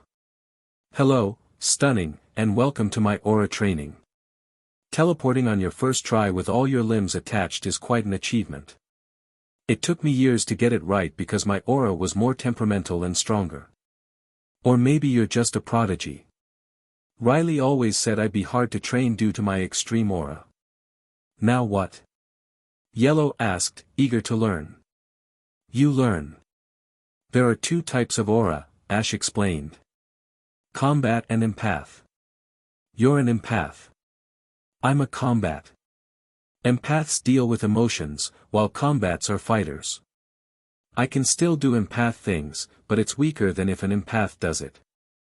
Empath abilities will come easy to you, but throwing aura shields, spheres, and attacks will be challenging. However, all aura users can teleport, among other things. My telepathy and mind reading are my psychic powers. Following? Yellow nodded in agreement. Ash continued, explaining that aura guardians have a shield around their minds, making it harder for their archenemies' psychics to fight them. Similarly, the enemies have a barrier around their emotions and soul. Typically, aura guardians focus on one type, but the more powerful ones can manage multiple. Using aura allows them to perform various abilities simultaneously, like communicating with Pokemon. However, using their powers drains them, and they need to be physically fit to use them effectively. He outlined their 5 goals for the day. Yellow was excited, ready for the challenge. Ash led Yellow to the lake, instructing her to use her aura to walk on the water. He told her to create small aura shields on her feet. She attempted it but fell through on her 3rd step, emerging soaked. Ash grinned while Yellow pouted. Undeterred, she tried again, making it halfway before falling again. Ash's eyes sparkled with amusement. After rolling her eyes, she tried once more, almost reaching the other side when an ember blast from Typhlosion caught her off guard. Ash reminded her to stay vigilant and watch her surroundings. She dodged an ember, only to be hit by a water gun from Hisuian Samurott. After several attempts, she finally made it to the end, successfully avoiding multiple attacks, until Ash playfully pushed her in. With a smile, Ash encouraged her to keep trying. After a successful attempt, he kissed her cheek, and they moved on to the next challenge, where Eevee, Lucario, and Alakazam awaited. Ash prompted Yellow to communicate with Eevee first. She greeted the Pokemon, who responded with excitement about how cute she was. Ash encouraged her to feel Eevee's aura, making it easier for her to connect. Moving on to Lucario, Ash warned Yellow that it would be a bit more challenging. She greeted Lucario, who complimented her and teased Ash about being a fantastic partner. Ash felt a mix of embarrassment and pride at the interaction. Next, Alakazam introduced himself, noting that Yellow was the new Aura Guardian and expressing how quickly Ash had fallen for her. Eevee chimed in, playfully suggesting that Ash had hit the jackpot. Ash, feeling overwhelmed by the comments, urged the Pokemon to give Yellow some space. Yellow, blushing, wondered if Ash's Pokemon were always this lively. Ash assured her that it was something she would get used to. They continued their training, and Ash mentioned that he could read minds, playfully warning her not to think about certain things. Eevee, ever the chatterbox, hinted at future possibilities for Ash and Yellow, which made her blush even more. Ash quickly redirected the conversation, focusing on their training goals. He instructed Yellow to create an aura sphere, demonstrating first. As she concentrated, Eevee distracted her, but she remained determined. Despite the challenges, Yellow persevered, and with Ash's encouragement, she finally managed to create a small aura sphere. Ash praised her efforts, impressed with her progress as an empath. "I'll be right back, I need to go get a Pokemon." With that, Ash vanished, leaving a shiny Espeon and Yellow behind. Espeon transformed into an Eevee, leaping into Yellow's arms. Yellow felt the creature's aura and tried her best to communicate with Ash's Eevee. Curiously, she asked, "So, can you tell me what he dreams about?" Eevee replied, "He simply wants to settle down. This war is draining him, especially after Granddad's death. He wants to marry all 5 of you, have kids, and live in peace. In honor of Riley, he wants to start an aura and psychic school. His Pokemon share the same dreams, including training the next generation and becoming the world champion." Yellow's eyes widened. "Me too. He wants to be with me too." "Duh," Eevee said. "He's madly in love with all 5 of you, but he can be a bit socially awkward. He often thinks about wedding bells, kids, and all those things. I just want to play with all of his kids." At that moment, Ash returned, teasingly calling Eevee a traitor. "Sorry, Dad, but she asked. She deserves to know what you want. Trust is important in a relationship." Eevee defended. "True," Ash admitted, "but I was proud that Yellow spoke up. Anyway, I got the Pokemon." He tossed out a Pokeball, and a massive Snorlax appeared. Yellow instinctively hid behind Ash while Eevee jumped onto his head. "Snorlax, you're scaring Yellow," Eevee exclaimed. "It's not my fault. I'm going to sleep," Snorlax grumbled. "Snorlax here is my laziest Pokemon, so your job is to wake him up. Have fun," Ash said, grinning. Eevee rolled its eyes. "Of course you gave her your chore, Dad." "Yellow, the trick is to. She has to use her brain to figure it out," Ash interrupted. "Alright, you big softy. Arceus, he's adorable," Yellow said, shaking Snorlax gently. When that didn't work, she focused on his aura, tugging at it until Snorlax stirred, attempting to swat her away. Ash quickly caught his fist, rolling his eyes at the situation. Snorlax glared at Yellow, causing her to hide behind Ash again, but then he went back to sleep. As Yellow used her aura, Ash felt his own aura strengthen, a phenomenon he had come to expect whenever they were together. He dismissed it as her aura being a bit erratic. "DMN, you're good. Sorry for the punch, he thought you were me. This one's complicated. Aura users need an anchor Pokemon to grow stronger. Riley's was Lucario, mine is Mew. We need to go to the Hall of Origins so Arceus can tell us what your anchor will be." In the Hall of Origins, Arceus spoke, "Your anchor is not a Pokemon, but something else. And it's closer than you think." Yellow glanced around, noticing only Arceus and Ash. The only Pokemon she had brought was Jolteon, but she knew it wasn't her anchor. Just as she was about to ask a question, Arceus blasted Ash. His aura flared up, and he quickly formed a shield. When Ash's aura flared, so did Yellow's, catching Ash's attention. "Sorry for blasting you, but impressive that you blocked a blast of 70% with minimal effort. Your reaction time is quite impressive as well," Arceus noted. "Anyway, Ash, I believe you noticed." Ash turned to Yellow, asking, "How attached are you to me? I need an honest answer." "You're the most important thing to me," she replied earnestly. "Well, Yellow, I think I'm your anchor. It's never happened before, but it's very cool. It means we're deeply connected." Arceus added, "To have a connection, both parties must care for one another equally." "That's tied with 4 others," Ash said, a hint of surprise in his voice. "Awesome!" Yellow exclaimed. "Strange, but expected," Ash replied.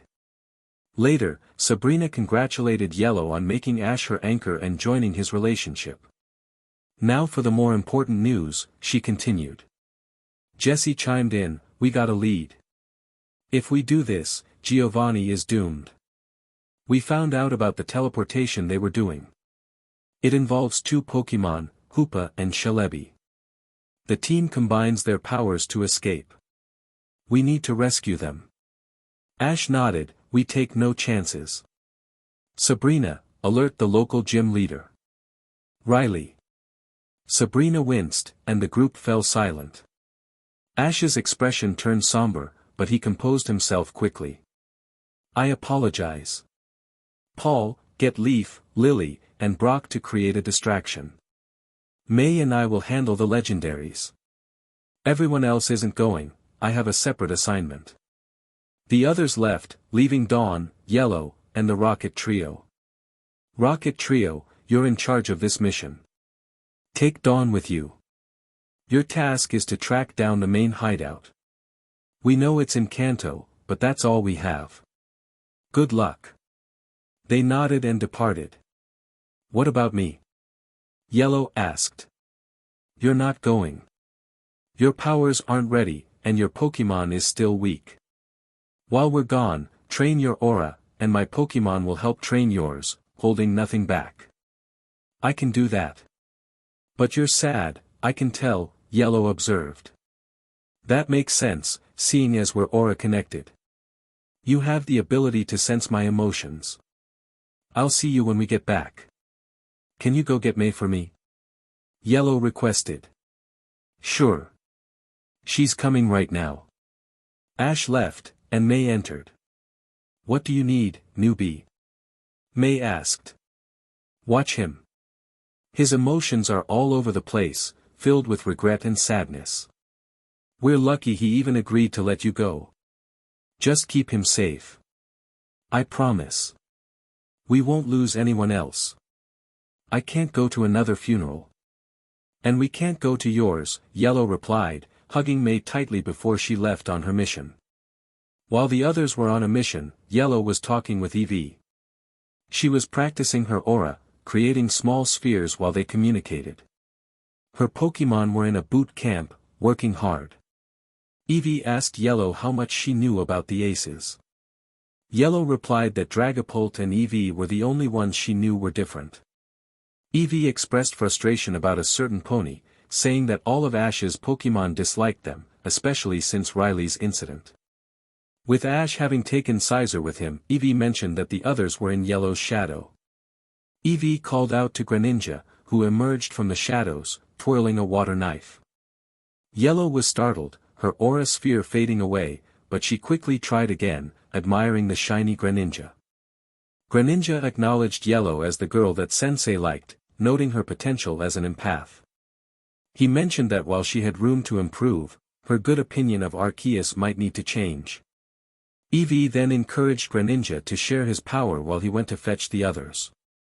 Greninja explained that they all had their normal abilities, like his Protean skill, along with two super abilities that set them apart. Yellow eagerly asked for Greninja's powers, to which he replied that he could control liquid, bending it to his will and altering its temperature, even transforming it into ice or gas. His other power was called Battle Bond, which allowed him to become Ash Greninja, a super-powered version of himself. Yellow was excited and expressed her desire for her Pokémon to have similar abilities. Greninja explained that it wasn't possible for her Pokémon to do the same, as Sensei had infused them with his aura and chosen one ability.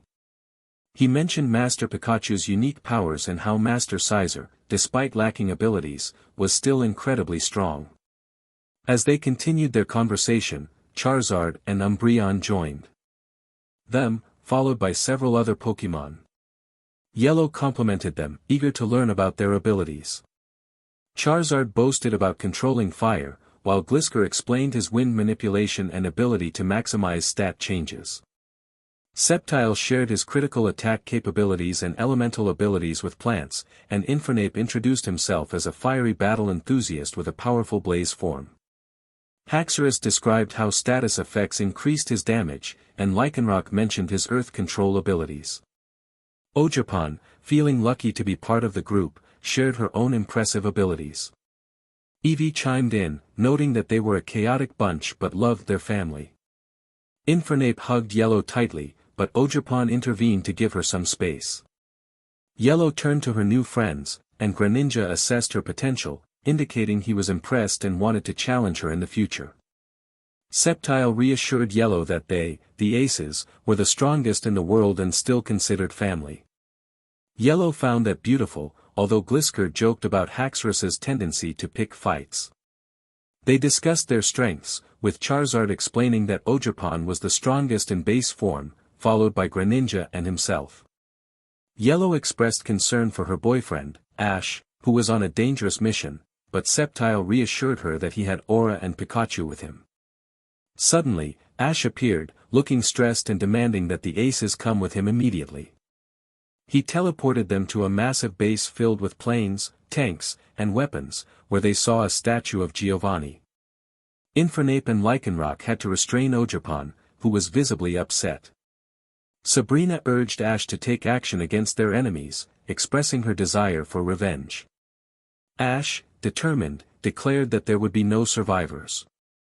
May, concerned for Ash's state of mind, questioned his decision but ultimately supported him, acknowledging that this was war. Sabrina instructed the rest of the group to stay back. Brock expressed his willingness to help, but Sabrina's frustration was palpable. She questioned whether they could truly take a life, emphasizing the harsh reality of their existence. They were trained to fight and endure suffering so that others could live in peace. Sabrina wiped away her tears, recalling how Riley had dreamed of a better future for people like them. He was a beacon of hope, and now that hope had been taken away. Ash reflected on Riley's impact, describing him as their guiding light. He shared the pain of losing someone who believed they could change their fate. Sabrina lamented that their lives were often reduced to mere pawns in a greater game, manipulated by powerful forces. She revealed her own dark past, having taken a life at a young age, a decision that weighed heavily on her. Ash recounted his own tragic story, revealing the burden of having to make difficult choices under the influence of a higher power. He expressed his desire for a different future, one where children wouldn't have to face the same horrors they did. Sabrina echoed his sentiments, acknowledging the curse of their lineage and the expendable nature of their lives. Suddenly, Ash found himself surrounded by armed forces, but he stood resolute, fueled by anger and determination. As chaos erupted, he unleashed his powers, taking down enemies with fierce resolve. His Pokémon joined the fray, showcasing their strength and loyalty. The battle intensified, with Ash and Sabrina fighting side by side against overwhelming odds. Amidst the chaos, Ash spotted familiar foes and unleashed a powerful aura beam, disintegrating everything in its path. In the midst of the battle, Leaf expressed her concern for Ash, recognizing the toll that war was taking on him. She understood that he was bound to fulfill his role, but she hoped to protect him from the darkness that surrounded them. As the fight raged on, the presence of powerful adversaries loomed, but Ash and his allies remained steadfast, determined to overcome the challenges ahead. He had a glove on, and a dark crystal in it. He threw a sphere at Ash, but Ash just pulled a grunt and made her hit it. The grunt screamed as dark veins appeared. Ash was reminded of Riley and his aura increased. Archie taunted Ash, questioning how he could defeat him when he couldn't even touch him, claiming he would die like his master. Ash firmly stated that Riley was not weak. With a surge of power, Ash appeared in front of Archie and slammed him into the ground, leaving him bloodied. As Archie reached for a pokeball, Ash decisively incapacitated him. Archie, in pain, called Ash a monster and declared he was going to hell. Ash replied that he would see him there. He ended Archie's life, and more grunts arrived, but Charizard, Infernape, and Lycanroc quickly dealt with them. A Shadow Gengar rushed at Ash, but he knocked it out with a powerful punch. The remaining grunts attempted to flee, but Ash showed no mercy. Lily declared her intent to stand by Ash, emphasizing that in war, people die, and they were not the judges but the executioners. She expressed her determination to protect her family. Ash's actions led to the downfall of a base filled with thousands of people, and he walked over to a statue, reducing it to metal slag. He looked around at his allies, who were watching him with a mix of emotions. Ash stated he had no regrets and urged his friends to stop being naive, reminding them that their enemies had made their choices. Suddenly, Archie's cell phone buzzed, and Sabrina answered it. Dragapult transformed into a Porygon Z to trace the call. Giovanni's voice came through, demanding a report about an alarm. Sabrina fiercely responded that all of Giovanni's troops were dead, and soon he would be too. Giovanni dismissed Ash's capabilities, but Sabrina confidently stated that Ash had indeed killed thousands. Giovanni cut the call, but they had traced his location, discovering multiple bases. Ash was determined to confront Giovanni and his family. He recalled Riley's words about the wrongness of killing, but with Riley gone, Ash felt resolved to take action. During the chaos, Dawn and the Rocket Trio arrived, and Yellow was teleported in, tears in her eyes, as Mew had brought them to witness the events. Dawn expressed her love for Ash, vowing to support him as he had always supported them. May, Lily, Yellow, and Leaf echoed her sentiments. In a bright flash, everyone was transported to the Hall of Origins, where Ash confronted Arceus, his pent-up anger and sadness evident. Arceus addressed the power users, apologizing for the pain caused over the centuries and acknowledging that humans had free will and hearts. He promised to stop interfering with their lives and to help them in their future endeavors. Ash, however, reminded Arceus of his previous promises regarding Riley, expressing his frustration and the feeling of being drafted into a war they would have fought on their own terms. Sabrina added that they would never forgive Arceus for his actions, but perhaps the new generation might find it in their hearts to do so. Chapter 54. After Ash revealed all the heavy truths about his life, he went to bed feeling overwhelmed, while Sabrina experienced a similar turmoil. Brock offered comfort to her, while the girls rallied around Ash. Paul and Team Rocket were summoned to the champions for a report. Paul, not the most emotionally expressive, felt out of his depth, but he had the support of his friends. Without Ash or Sabrina to teleport them, they had to walk, and Meowth couldn't stop grumbling about it. Paul had known Ash for a long time, and even he was shocked to learn about Ash's past. The weight of Ash's hidden struggles was heavy on his heart, compounded by the other challenges he faced. Sabrina, Ash, Riley, and likely Yellow were born with unique abilities, making them both powerful and vulnerable. Following their last mission, everyone was feeling a bit shaken. Instead of fearing Ash and Sabrina, their friends were worried about them. People like Ash and Sabrina often faced harsh treatment, so others could lead normal lives. But Ash still had a tournament to prepare for.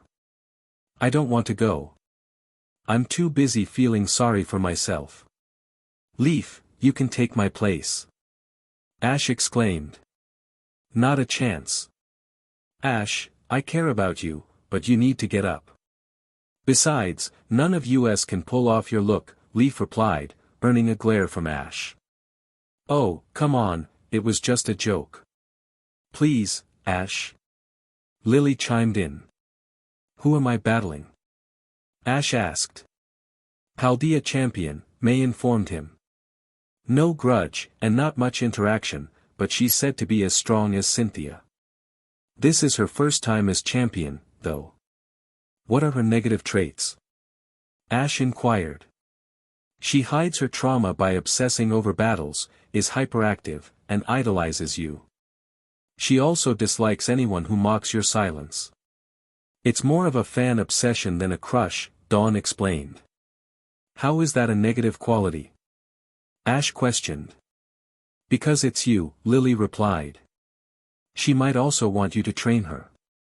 Her family pressured her to be the best, which pushed away her friends. She's just lonely. I think I just found Paul a girlfriend." "How did you all gather this information?" Ash asked.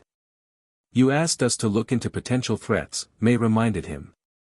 "Oh right, I did. Fine, I'll go. Yellow, train here, Mew will assist you," Ash decided. "I'm coming with you, so you don't have a breakdown," Lily stated. "I am not fragile," Ash protested. "Yes, you are. I can sense your emotions," Yellow interjected.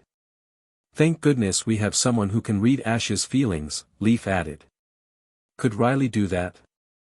Ash asked. Nope. I blocked everyone from reading my mind, and then you chose me as your anchor, Yellow explained. Anyway, Lily and Ash, get out of here. And Lily, make sure he's okay, May instructed. Lily saluted and linked arms with Ash, who rolled his eyes before teleporting to the locker room. Let's check on Sabrina, Dawn suggested. Lily rubbed Ash's back as he muttered under his breath, mostly directed at himself. When he was called up, he walked out with Lily by his side. A moment later, Neomona emerged, starstruck and wearing Ash's signature hat, which made Ash look a bit uneasy while Lily chuckled. Stay calm. You're okay, you're with me, Lily reassured him. Trainers, send out your Pokémon, the referee announced. Ash and Neomona were visibly nervous, Neomona because she was battling her idol and Ash because of the pressure. You're okay, you're okay. This is your life, not Arceus's, Lily continued. I'm fine, stop treating me like a child, Ash insisted. I won't. You're not okay, and that's alright, Lily replied. Go, Infernape. Let's have a great battle. Neomona called out. Baxcalibur, I choose you. Ash declared. Trainers, battle, the referee shouted. Mach Punch. Neomona commanded. Swords dance, then Dragon Dance, Ash instructed. Infernape struck Baxcalibur, but the dragon shrugged it off and powered up. Infernape retaliated with a flamethrower, which barely affected Baxcalibur, only making it stronger. Dragon Claw, Ash ordered. Are you always this laid back with commands? This is a battle for the championship. Lily exclaimed. A downside of being the strongest is knowing you'll win. Even if she gets me down to my last Pokémon, I'll just send in Pikachu to finish it, like the old days. I usually let them take out a Pokémon or two to keep their spirits up, Ash explained. Close combat. Neomona shouted. Baxcalibur charged in, faster than Infernape could react, slamming it to the ground with a dragon tail and then slashing with Dragon Claw. Infernape jumped back to its trainer, looking hurt. Infernape's fist glowed with energy as it prepared for another attack while Baxcalibur set up another Dragon Dance. This is so cool. Giga Impact. Neomona exclaimed. Ice Shard to weaken the impact, then catch it, Ash directed. Infernape glowed with energy and leaped into the air. Baxcalibur launched Ice Shards, piercing through the energy and dimming it. Infernape crashed into Baxcalibur, but the dragon caught it easily, its spikes glowing. Infernape struggled to break free but was hit by a glaive rush. It managed to land a Mach Punch before going down. Goodra, you're up. Dragon Pulse. Neomona called. Ice Fang, Ash countered. You just took out a champion Pokémon without significant damage, and you're so calm? Lily asked. He could sweep her team if he wanted to. But he'll take out 3, tie with the 4th, and then I'll send in another one to finish the rest, Ash replied. A giant purple dragon struck Baxcalibur, but it ignored the damage, biting into Goodra and throwing it aside. Goodra rolled, clearly in pain, while Baxcalibur roared in dominance. Goodra stood up, glaring at its opponent, and unleashed another Dragon Pulse, but it did little damage. The only chance I have is when he uses Glaive Rush. Goodra, charge up Abide, and when it hits you, let it rip, Neomona strategized. Good, she figured it out. Let her have hope, so we can crush it. Glaive Rush. Ash commanded. Baxcalibur charged up, glowing purple, and struck Goodra in the stomach. Goodra cried out in pain and unleashed its stored energy. Baxcalibur was pushed back, and when they assessed the damage, they were shocked. Baxcalibur spat out ice and roared. Goodra looked impressed yet frightened, and as Baxcalibur advanced, both Pokémon fainted from sheer fear. Wow! That was amazing! I want my Kommo-o to do that. Come on out, Kommo-o. Dragon Rush. Neomona called out. In an all-out attack, Kamo-o charged up energy, and a purple dragon appeared in front of it. The monster rushed forward, a fierce look on her face, filled with both revenge and respect. Dragon Tail, then trip it. Ash commanded. Kamo-o charged ahead, while Baxcalibur glowed green at the tip of his tail. Just as Kamo-o reached him, Baxcalibur tripped its feet, sending it crashing to the ground. The dragon energy dissipated, and Baxcalibur rolled his eyes before delivering a strong glaive rush to Kamo-o. Ash decided to return his Pokemon, wanting to give another a chance. Nemona did the same, wanting to save her dragon for later. You just had to one-shot it. Whatever. Anihapel, your turn. Ash called out. All three of my other Pokemon are weak to fighting, and my only other one is weakened. Did he plan this? Orthworm, you're up. Iron Head. Nemona shouted. Did you plan to make her last three Pokemon weak to fighting? Lily asked. Oh heck no. What happens, happens. I just sent an Anihapel because he won the lottery to battle next. Oh, it's on, close combat. Ash replied. Orthworm, wearing a goofy smile, charged back in, now encased in a metal sheen. The monkey saw it and grinned, happy his Pokemon friend had returned. But then he noticed his trainer, who was wearing a hat.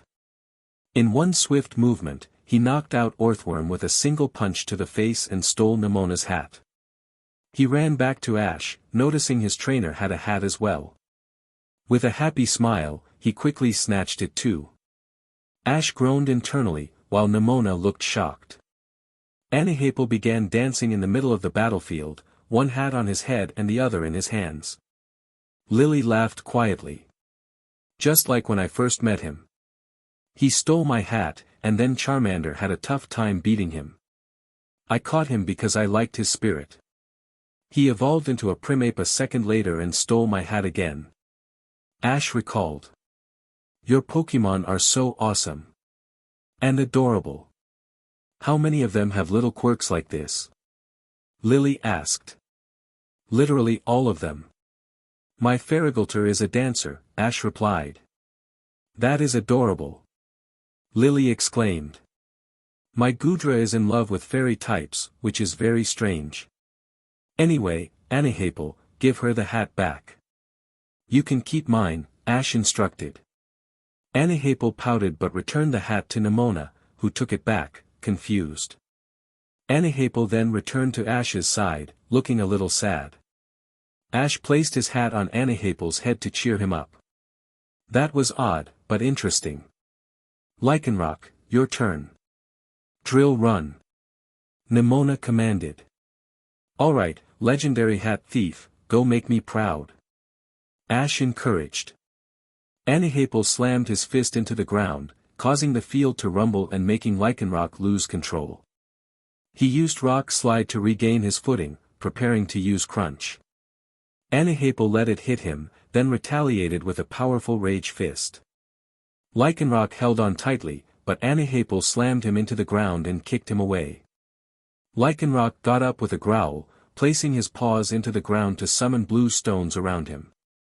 Anihapel stomped on the ground, breaking the stones. However, Lycanroc disappeared and reappeared, hitting Anihapel with Dig, sending his hat flying. In a fit of rage, Anihapel struck Lycanroc with another Rage Fist, knocking him out.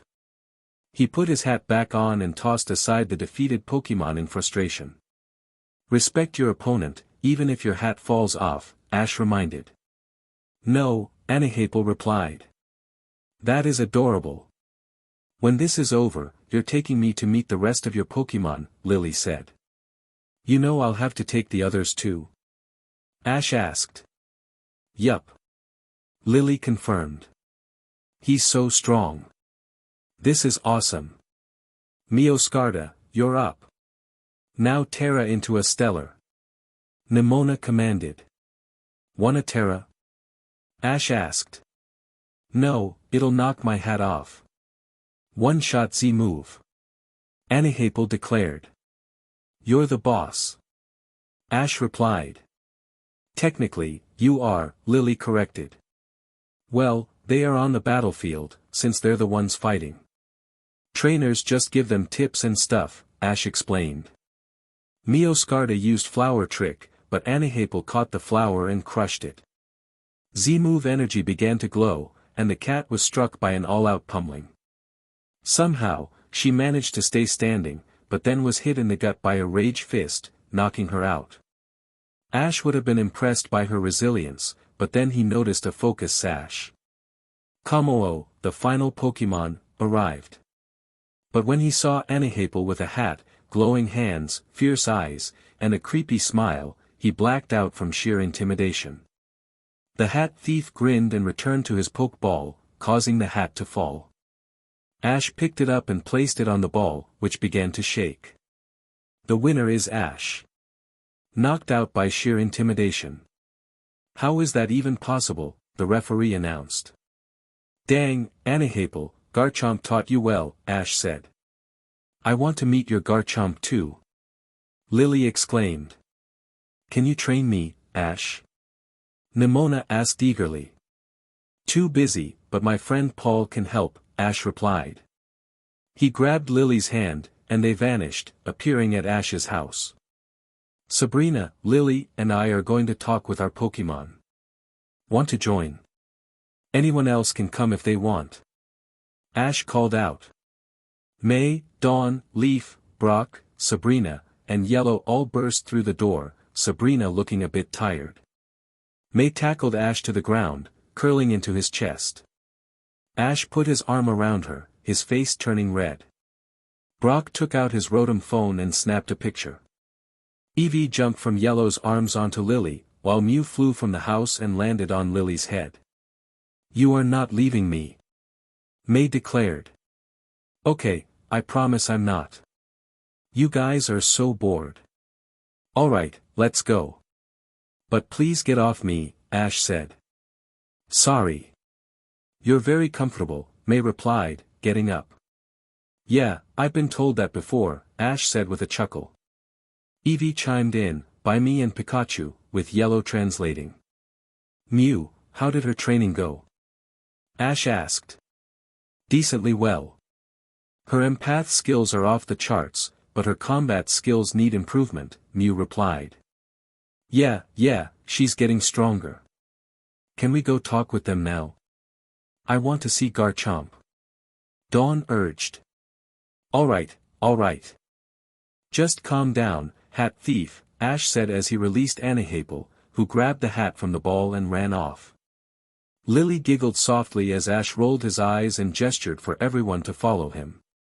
After a short moment, they saw Garchomp, who appeared in front of Ash in an instant, playfully biting his head. Brock yelled and was about to help when Ash raised his hand to stop him. Garchomp hugged Ash and then finally let him go. Meet Garchomp. He's the one that taught my Pokemon to knock someone out with just a glance, Ash said with a grin. That is cool. May exclaimed. Suddenly, a flash of black and white zipped by Noivern.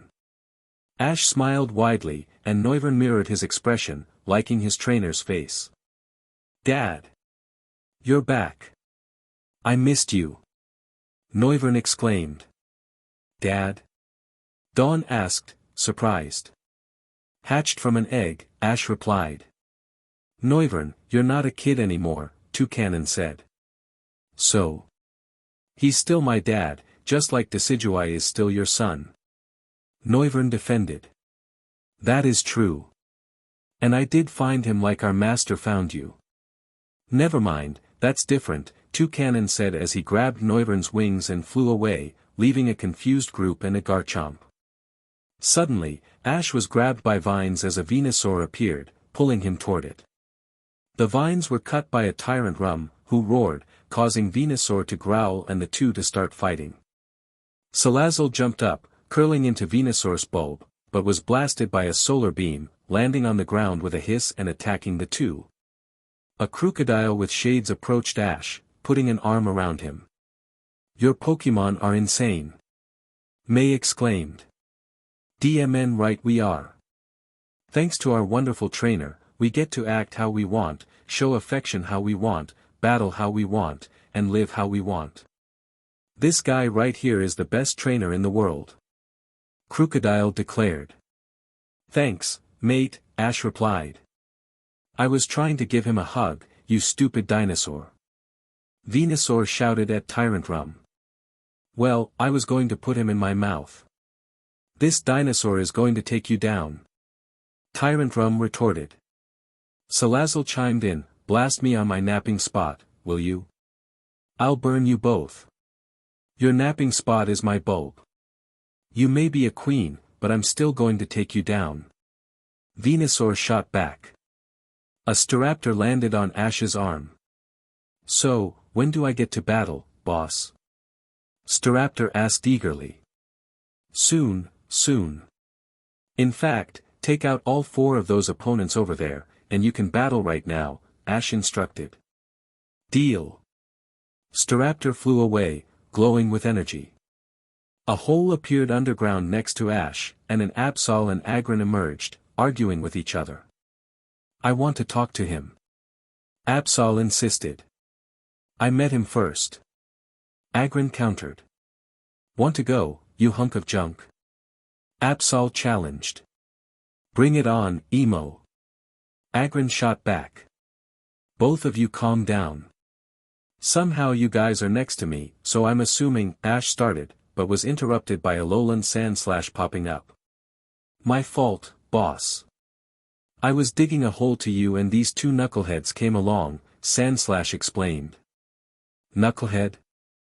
I'll take you on. Absol yelled.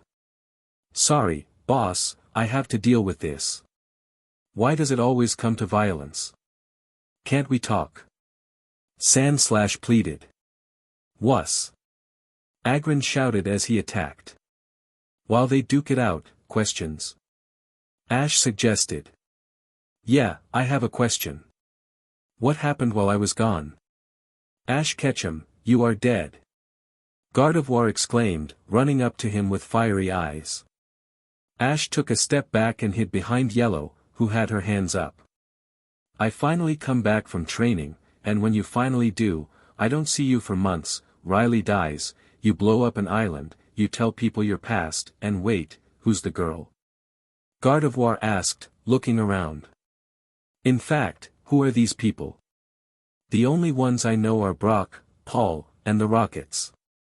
I swear if you killed. Gardevoir, please calm down. The girls standing before you are May, Leaf, Dawn, and Lily. Just my new apprentice and girlfriend, glowed them up a little. In fact, she's right in front of you. Yellow, meet the only reason I am who I am, Gardevoir. Please don't hurt me. Oh, and Sabrina and Brock are dating now. Ash explained. These are the girls. All 5 looking stunning, and yellow. Pikachu told me all about you. Ash, you're not out of the woods yet, we're talking later. From now on, you're taking me everywhere you go. Ladies, you're coming with me, including you, Sabrina. We have much to discuss, Gardevoir declared. Gardevoir froze all 5 girls and dragged them away.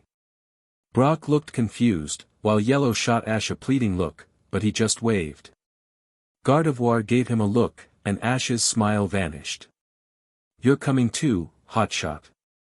You're going to explain to me how all these gorgeous girls fell for you, and then we're having a therapy session, Gardevoir said. Yes ma'am, Ash replied. Dude, she's your Pokemon. Why are you acting this way? Brock asked. This Pokemon is going to take you down, Rocky dude, Gardevoir warned. Never mind, I see why, Brock said. Good, he's smart. Never mind, stay with your friends. Ladies, we're talking. Yellow, lovely to meet you, and you made these girls even more beautiful. Can you help me too? Gardevoir asked. Dude, she just stole my girlfriend. Brock exclaimed. Let her be. She's going to be my kid's godmother, it's good for her to become friendly with the mothers, Ash said. You're thinking far ahead, twerp. Jessie shouted. I know. I only have so much time to live, seeing as I'm probably going to die young. Might as well focus. Ash replied. Also, duck. Without question, everyone ducked as a Rillaboom jumped over them, followed by a Drapion fighting it. He made fun of my pincers. Drapion yelled. You made fun of my drums. Rillaboom shot back. A Samurott coated in water was running away from an Emboar covered in flames. You stole my food. Die. Emboar shouted. Gotta catch me first, you stupid pig. Samurott retorted. What are they saying? James asked. These Pokemon are awesome. Chaotic fun. Ash, can you catch me? Meowth exclaimed. James would kill me, so no, Ash replied. I beat them all. Can I battle more? I want to fight. Staraptor called out. Those were 4 powerful Pokemon, and you still have more energy? Ash asked in disbelief. Hell yeah. Staraptor replied enthusiastically. Go break up all the fights, and you can battle a legendary and ace at the same time, Ash instructed. You're the best. I'll be back, I want to fight Deoxys and Ogerpon. Staraptor flew away. Ash looked back and saw all 4 of his Pokemon groaning in pain. Jessie and Meowth laughed, while James giggled. Paul rolled his eyes but looked impressed. Come on, boys, we have more Pokemon to see. And please, if you lose an arm, I ain't healing it, Ash said. Giovanni was in disbelief. How did he do that? He took down 10,000 people with minimal effort. We now have 0 admins, he knows our locations, and our shadow Pokemon are useless. Tobias replied, he owns Giratina. We're in trouble. Silver added, not true. We still have all of them. But the legendaries and Pokemon are holding back. I propose a plan. We need to increase the power of the shadow Pokemon control. Won't be hard, all we need is some blood of an aura user, and we can copy it. We have Yellow's blood, so only she can counter it unless another aura user has a similar aura. Here's our proposal. Tobias suggested sending out grunts to catch random Pokemon, building their shadow horde. Silver and Faba would increase the control and power of the shadows, while Giovanni needed to gather their army's power, increasing it dramatically. Giovanni agreed, but Tobias expressed regret about not keeping Riley alive. They would be lucky to get a quick end because if they lost, it would be game over for all of them. Meanwhile, Lance and Ash were in the champion's booth. Mew was curled up in Ash's hair, and Lance had an evil grin as he teased Ash about his upcoming battle with Gary Oak. Mew, sensing the tension, decided to get Yellow, but Ash thought it would be better for Dawn to join him since Yellow was unaware of his relationship with Gary. Dawn had mentioned that Gary had asked her out multiple times. When Mew returned with Dawn, who was blushing, Ash explained that Yellow and Sabrina wanted someone with him to keep him grounded. Dawn believed Yellow just wanted to hang out, but Ash was focused on defeating Cynthia. With a determined spirit, Ash teleported them to the battlefield where Gary was already waiting, looking more focused than usual. The referee called for the Pokemon to be sent out, and Ash released Staraptor, who was eager for battle. Gary sent out Umbreon, and Ash noted that Staraptor had fought hard to earn this moment. He decided to use Sirfetch'd as well, knowing it could help keep Staraptor in check. As the battle began, Gary commanded Umbreon to use Dark Pulse, but Staraptor skillfully evaded the attack and struck back with Aerial Ace, knocking Umbreon out. Gary acknowledged Umbreon's effort, and Ash reflected on how much Staraptor had changed, now showing gratitude and calmness. Dawn, curious about why the audience wasn't talking about her, learned that Ash was masking her aura, making her invisible to everyone except him. She found it cool. Staraptor landed in front of Ash, seeking praise, and Ash rewarded him for his performance. Staraptor was eager for more action, and Ash promised him a chance to battle again after this match. Gary sent out Regidrago, and Ash recognized the strategy behind Gary's choice. Staraptor was excited to face a legendary Pokémon, and Ash noted that while Staraptor wasn't his strongest Pokémon, his determination and passion made him one of the best. As the battle continued, Staraptor absorbed Regidrago's dragon energy and countered with a powerful attack, leading to an intense chase. Staraptor's confidence shone through as he used his skills to turn the tide of the battle. With a combination of Hurricane and Whirlwind, Staraptor launched a massive meteor at Regidrago, who was ultimately defeated by his own move. The crowd watched in awe as Ash and Staraptor celebrated their victory. Everyone was shocked when Staraptor flew up to Gary and tilted his head. Dawn exclaimed, "What?" Ash explained, "That's his style, turning his opponent's attacks against them while doing massive damage with Brave Bird." Gary responded, "Not bad, Drago, but let's make sure we don't get humiliated like that again." Staraptor called out for another challenge. Ash noted, "He's asking for another powerful Pokémon. This is going to be his last bout, so give him a strong one." "You going to deliver, Bear?" Gary confidently replied, "DMN right I am." "Blastoise, you're on." "That was so impressive, I want Staraptor to teach Pidgeot." Ash added, "Impress him and maybe." So far, he's glad he got to battle, though not even remotely satisfied. Dawn observed, "He's certainly changed." Ash agreed, "I think so. I wonder what happened." Dawn suggested, "Later, love. After you win." Gary noted, "This thing has reckless." "Makes sense since it's Ash's Staraptor." Ash continued, "Got it. He feels bad. When it was announced I'm saving the world, he grew more respect for me and wants to apologize. He wants my forgiveness and to prove his strength. Holy crap, he wants to join us. He did a complete personality switch." Gary commanded, "Blastoise, Mega Evolve. Ice Beam." Staraptor flapped his wings and shot up, dodging the ice. Blastoise fired another ice beam, but it was destroyed by a heatwave. Staraptor charged up a sky attack. Blastoise fired a water pulse, but Staraptor shook off the water droplets, grinning as he used his move alongside Close Combat and Brave Bird. Ash shouted, "Power move, Brave Sky Combat." Staraptor slammed into Blastoise, cracking his shell and destroying a cannon. Gary was shocked, but Blastoise was still in the fight until Staraptor flew up behind him and fired a hyper beam into his main cannon, knocking Blastoise out. The bird cawed in victory and flew back to his trainer. Staraptor eagerly asked, "Can I fight more?" "Please." Ash replied, "Give your brother a chance. He'd give you a chance." Staraptor conceded, "Fine.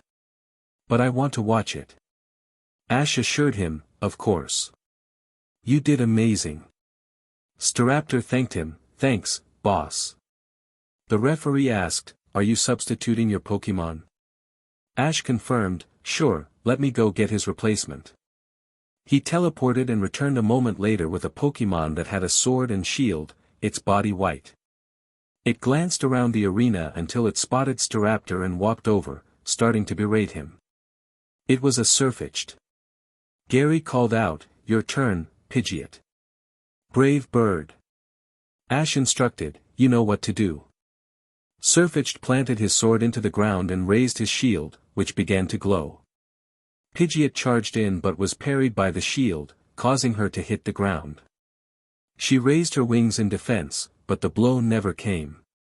Looking up, she saw her opponent, who had his sword and shield ready. Dawn wondered, why didn't he attack? Ash explained, he refuses to fight an opponent when they are knocked down. He considers it dishonorable, among other things. So instead, we found a battling style to fit his character. Gary commanded, "Air slash. Keep a distance, and we can win." Ash countered, "Not going to work." The fighter charged with energy and jumped, slashing Pidgeot across the chest as he landed softly. Pidgeot fell but quickly got back up. Before she could retaliate, Surfetch'd held his sword to her throat. Surfetch'd asked, "Yield?" Pidgeot replied, "Yield." She flew back to Gary and returned to his side. Surfetched nodded at her in respect and returned to battle position. Gary called out, "Hatterene, Moonblast." The fairy fired a sphere of moon energy, but it was parried again. Hatterene tried to control Surfetched with psychic, but he charged his weapons with dark energy, making it ineffective. She fired Moonblast once more, but this time, Surfetched launched it back with his sword, causing damage. Ash shouted, "Power move, Steel Bird Assault." Gary commanded, "Hyper Beam." The fairy fired a beam of pure energy. Surfetched's body glowed with white, gray, and orange energy. He jumped, cracking the ground beneath him, and cut through the beam, slashing across Hatterene. He landed back in a neutral position. Hatterene crumbled to the ground, defeated. Surfetched placed his weapons on the ground, gently picked up her body, and placed it next to Pidgeot. He then picked up his weapons and returned to Ash's side. Ash said, "Gary, he's asking you to treat her with respect, for she was a good opponent." Gary acknowledged, "I understand. My last Pokemon, help me out. Go, Arcanine. Extreme speed, take out the weapons." The fire dog appeared in front of Surfetched in an instant, biting his weapons and tossing them aside. He jumped back with a smug smile. Surfetched calmly cracked his knuckles. Ash remarked, "Show off." Surfetched stated, "I simply wish to fight without weapons." Arcanine rushed back in with extreme speed but was hit in the face. It looked shocked as it was punched repeatedly until it was finally knocked out. Surfetched grabbed his weapons and bowed to Gary before standing next to Staraptor. Staraptor pleaded, "Can I battle more?" Ash instructed, "Take Sir back home." Staraptor agreed, "Got it, boss." Surfetched climbed on top of Staraptor, and they flew off. Gary walked towards Ash, who waited quietly. He snapped his fingers, and Dawn disappeared. Gary said, "Ash, I am sorry for everything. You truly are the better trainer and man. Oak is lucky to have you as a successor." Ash responded, "That's why you're mad." "Dude, I declined that offer. Don't want it. He said he'd offer it to you when you come to your senses." Gary exclaimed, "What?" Ash teased, "You're an idiot. Oak still loves you, you moron. You're all he talks about. I don't know if I can forgive you, I'm not even sure I can talk to you without getting upset, but I know this, you're not worth hating. I've got worse enemies than you know. They have my time." Gary asked, "That means?" Ash replied, "You got demoted. I'll see you around, Oak. I'll see you around." Time passed, and everyone was in the PLA war room, ready to put an end to Silver. Ash declared, "We attack tomorrow. With everything we have. Out of the Freedom team, only me, Sabrina, and Paul are going. No one else. They aren't ready to lose their innocence." Lance inquired, "Plan?" Ash stated, "I have a plan. Attack." Cynthia insisted, "We need an actual plan." Ash conceded, "No point. But if you really need one, fine.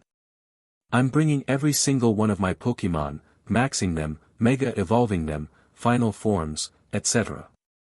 Z moves will be used first, then everything else will attack. My boys at the front, we will take out the bigger threats. Are we in agreement?" Leaf complained, "Can't believe I can't go. JRK. If you die, I'll kill you." Ash replied, "Love you too, beautiful. Now then." Brock urged, "Let us go. I know you want us to keep our innocence, but please let us." Ash instructed, "Everyone get out except my team." Everyone leaves, "You want to go so bad." Ash challenged Brock to prove his strength, suggesting he shoot him to demonstrate his capability. Brock, visibly shaken, refused to harm Ash, throwing the gun away. Ash acknowledged Brock's decision, revealing that he had no intention of killing the grunts, deeming them unworthy. Instead, they would target the leaders. Gardevoir insisted that Brock and the others should join them, and Ash reluctantly agreed, ensuring they would stay together for safety. He revealed his plan to confront Giovanni, igniting a sense of determination in the group. On the day of the attack, Ash confronted Lance about the presence of the Oaks, who claimed they could help. Ash instructed them to stay close to Gardevoir for protection. As they prepared to assault the base, Ash outlined their strategy. Gardevoir and Gallade would create chaos while the champions disabled the shadow Pokémon. Ash, with his strongest Pokémon, would take on the crime family. Sabrina, concerned for Ash's safety, asked him to promise he wouldn't die. Ash reassured her, emphasizing the importance of teamwork and resilience. As the battle began, Ash rallied his allies, encouraging them to fight back if they were hurt and to stay safe until his return. With a surge of energy, Ash charged into the fray, his aura glowing brightly. He faced Faba, who had been waiting for him, and was momentarily impressed by Sabrina's unexpected attack. Ash unleashed his Pokémon, ready for battle as they stormed the building, determined to confront the enemy leaders. As the fight escalated, Ash's Pokémon engaged in fierce battles against legendaries and other formidable foes. Charizard, in particular, showcased its power, taking down opponents with impressive moves. The chaos of battle intensified as Ash and his team fought valiantly, determined to overcome the odds and achieve their goal. With each clash, the stakes grew higher, but Ash remained resolute, focused on the mission ahead. Regice attempted to return to the battle, but it was unsuccessful. It unleashed an ice beam as Palkia countered with Hydro Pump. Glisker skillfully dodged both attacks, delivering an uppercut to Palkia and striking Regice with Rock Tomb. Palkia retaliated with Dragon Claw, but the attack missed and struck Regice instead. Although Regice still had some strength left, Glisker finished it off with Brick Break. Palkia then hit Glisker with Hydro Pump, causing some damage. Glisker shook it off and bit Palkia with an Elemental Fang. Palkia roared in frustration, trying to escape, but Glisker bit down harder while simultaneously using Night Slash. NX Scissor. Palkia grabbed the Scorpion Pokémon, attempting to blast him away, but Glisker countered with a Hyper Beam. As Palkia was recovering, Glisker unleashed an Earthquake and Brick Break, taking them both out. Meanwhile, Sceptile was engaged in a fierce battle against three legendary Pokémon, Moltres, Articuno, and Darkrai. He defended himself against their blizzards, heat waves, and dark pulses. Seizing an opportunity, Sceptile sliced Darkrai, but the other two legendaries pinned him down. He created a Dragon Pulse to use as a shield, absorbing their powerful attacks. Just then, Zapdos appeared, zapping Darkrai, allowing Sceptile to knock him out with a Leaf Blade infused with lightning. Moltres, relieved to see Darkrai down, turned its attention to Sceptile. Zapdos intercepted with a lightning bolt while Sceptile struck Articuno with Dual Chop. Zapdos continued to distract Moltres with Thunder, while Sceptile slammed Articuno into the ground with Frenzy Plant. Zapdos followed up with a Thunderbolt. Articuno attempted a Brave Bird attack on Sceptile, but Zapdos created an electric field to hold it in place. Sceptile then knocked Articuno out with a Dragon Pulse as Zapdos unleashed a Thunder attack.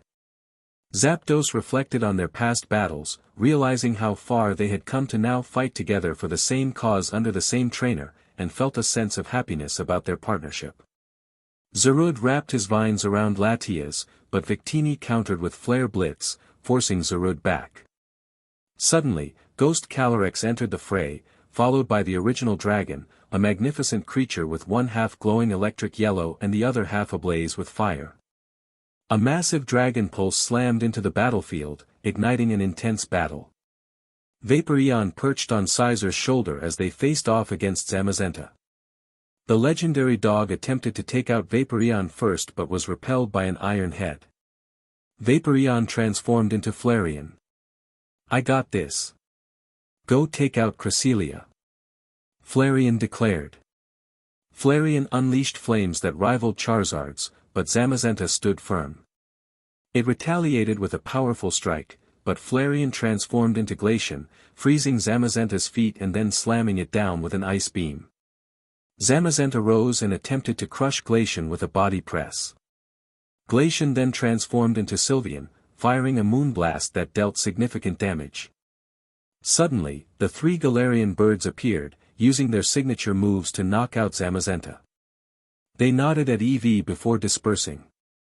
Scizor was locked in combat with Cresselia, who unleashed a moonblast, only for it to be deflected.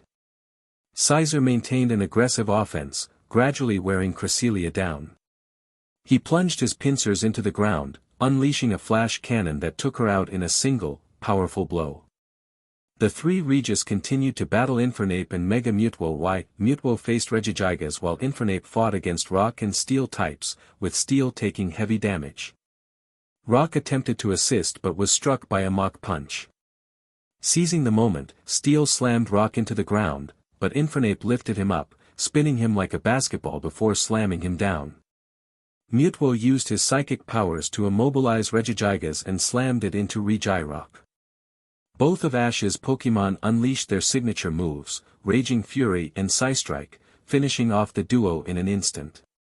Haxorus charged past them, followed by an enraged Latios. Infernape caught Latios and hurled him toward Haxorus, who was glowing with power.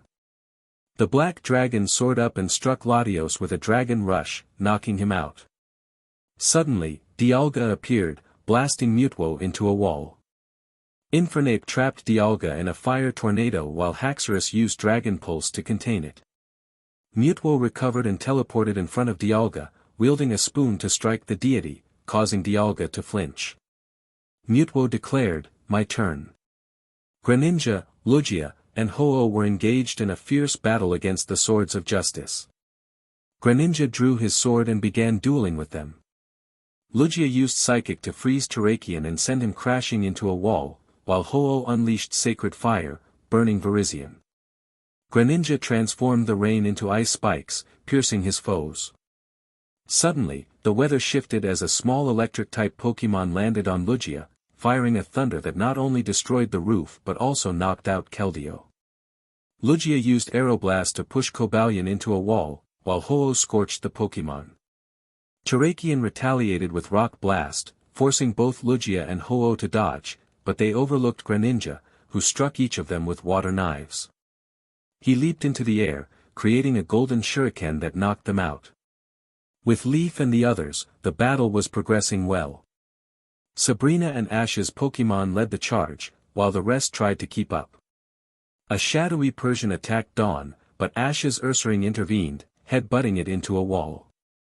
Brock noticed Ash's Flapple soaring above, dropping apple bombs with the help of Swellow and Braviary. Gary was with them, and his Pokémon appeared anxious. Brock's Swampert unleashed a Hydro Pump, taking out several grunts. A plane fired at them, but Ash's Spiritome created a shadow shield. Ash's Empoleon fired a flash cannon, causing the plane to crash. Another ship appeared, but Brock's Crobat swiftly destroyed it. "Is it usually this chaotic?" Gary exclaimed. "Normally, yes." "Steelix, use flash cannon." Brock commanded, followed by an explosion. "Glalie, ice beam." Another explosion followed. Yellow made her way over, her Zebstrika and Manectric providing cover. Lightning bolt struck the grunts, knocking them out. A loud crash echoed as Ash's Delphox hurled a tank at another tank.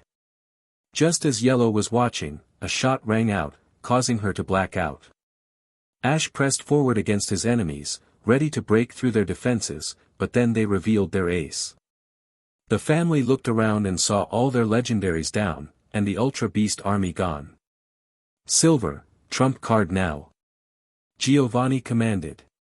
Silver pressed a remote, causing the base to shake. The villains fled, leaving behind those who had been knocked out, as the shadows failed to work. Ash looked up to see Giovanni with his sons, feeling the dark aura surrounding them. He pushed the feeling aside and helped everyone carry out the knocked-out Pokémon. His Pokémon were beaten and bruised but still had some fight left in them. Giovanni shouted at Ash, "Idiot Ketchum. We don't plan to lose here. Not now, not ever. Tobias, on my command." The base had been transported into the sky. Ash's team left the area they were fighting in and headed to the main area.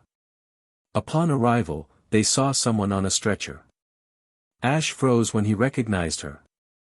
Yellow had been injured. He started to panic, thinking about Riley, but Sabrina smacked him upside the head. "Calm down. She's completely fine. It was just a normal injury, so heal her already." "Everyone's fine," Sabrina reassured him. Ash quickly healed Yellow, and to his relief, it worked. He hugged her tightly, causing her to blush. Looking around, he noticed only Sabrina and Yellow were with him, neither of their Pokémon were present. Suddenly, a grunt appeared with a weapon, but one look from Ash's Lycanroc made him faint. "Everyone else is still fighting," Sabrina informed them. "You're not dead," Yellow exclaimed. Ogerpon chimed in, "We kicked butt." Greninja added, "Language, young lady." Moving on, what happened? Giovanni made the base fly up. "Legendaries, go help them," Ash commanded. Giovanni sneered, "Such a touching reunion. But it'll be over soon." "Tobias, fire." Tobias pressed a button, and something strange happened. Silver shadows crept up to Ash, but he showed no signs of damage. However, his eyes were void and pure silver, and his aura, once bright blue, was now silver.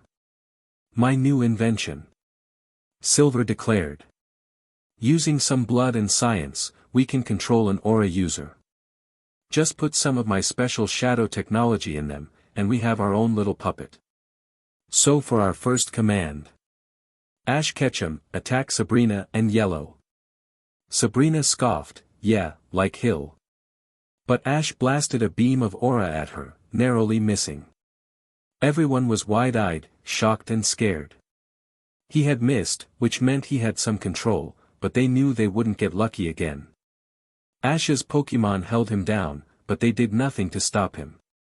Somehow, his Mega and Bond forms were still active, meaning he wasn't lost just yet. "What do we do?" Haxorus exclaimed. "Like I know." Ogerpon replied. "We have to fight the second most powerful being, who trained us and we love." Dragapult added. Sabrina suggested, "We have two options, remind him who he is or fight him." Personally, I'd love to do the second option. Pikachu insisted, "Both." Yellow asked, "What the heck is happening?"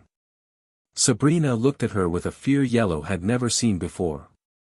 She was scared to die, scared of her comrade, scared to fight, but most importantly, scared Ash would live with the guilt. "We have to fight Ash Ketchum. And win," Pikachu stated. Sizer exclaimed, "We are so dead." Silver commanded, "Kill them all, my creation. Listen to your masters. Attack your own Pokémon." At this point, they were just trying to stay alive. But right before Ash turned completely over, everyone heard his voice. "Kill me," Ash said. "What's wrong with him?" Yellow asked. Sabrina explained, "Giovanni turned his dark side against us. That silver shadow is controlling Ash. Our only hope is 12 Pokémon and a dream. We don't need hope. We have an electric rat," Yellow replied. Ash's aces were fighting their trainer while he was trying to attack them. Ogerpon attempted to hit him, but he caught her weapon and threw it back. Glisker tried to fly up with Ash, but he flipped and landed on Glisker's back. With one swift kick, Glisker hit the ground hard. Infernape punched him in the face, but Ash retaliated with a powerful aura blast, sending Infernape into Ogerpon. Haxorus slammed his tail, but Ash caught it and spun, launching it toward Dragapult, who used String Shot to wrap him up. However, Ash burned through it. Charizard used Dragon Claw on Ash, and Pikachu blasted him with lightning. Greninja created a water tornado around him. Lycanroc jumped through the water, crashing into Ash and pinning him down.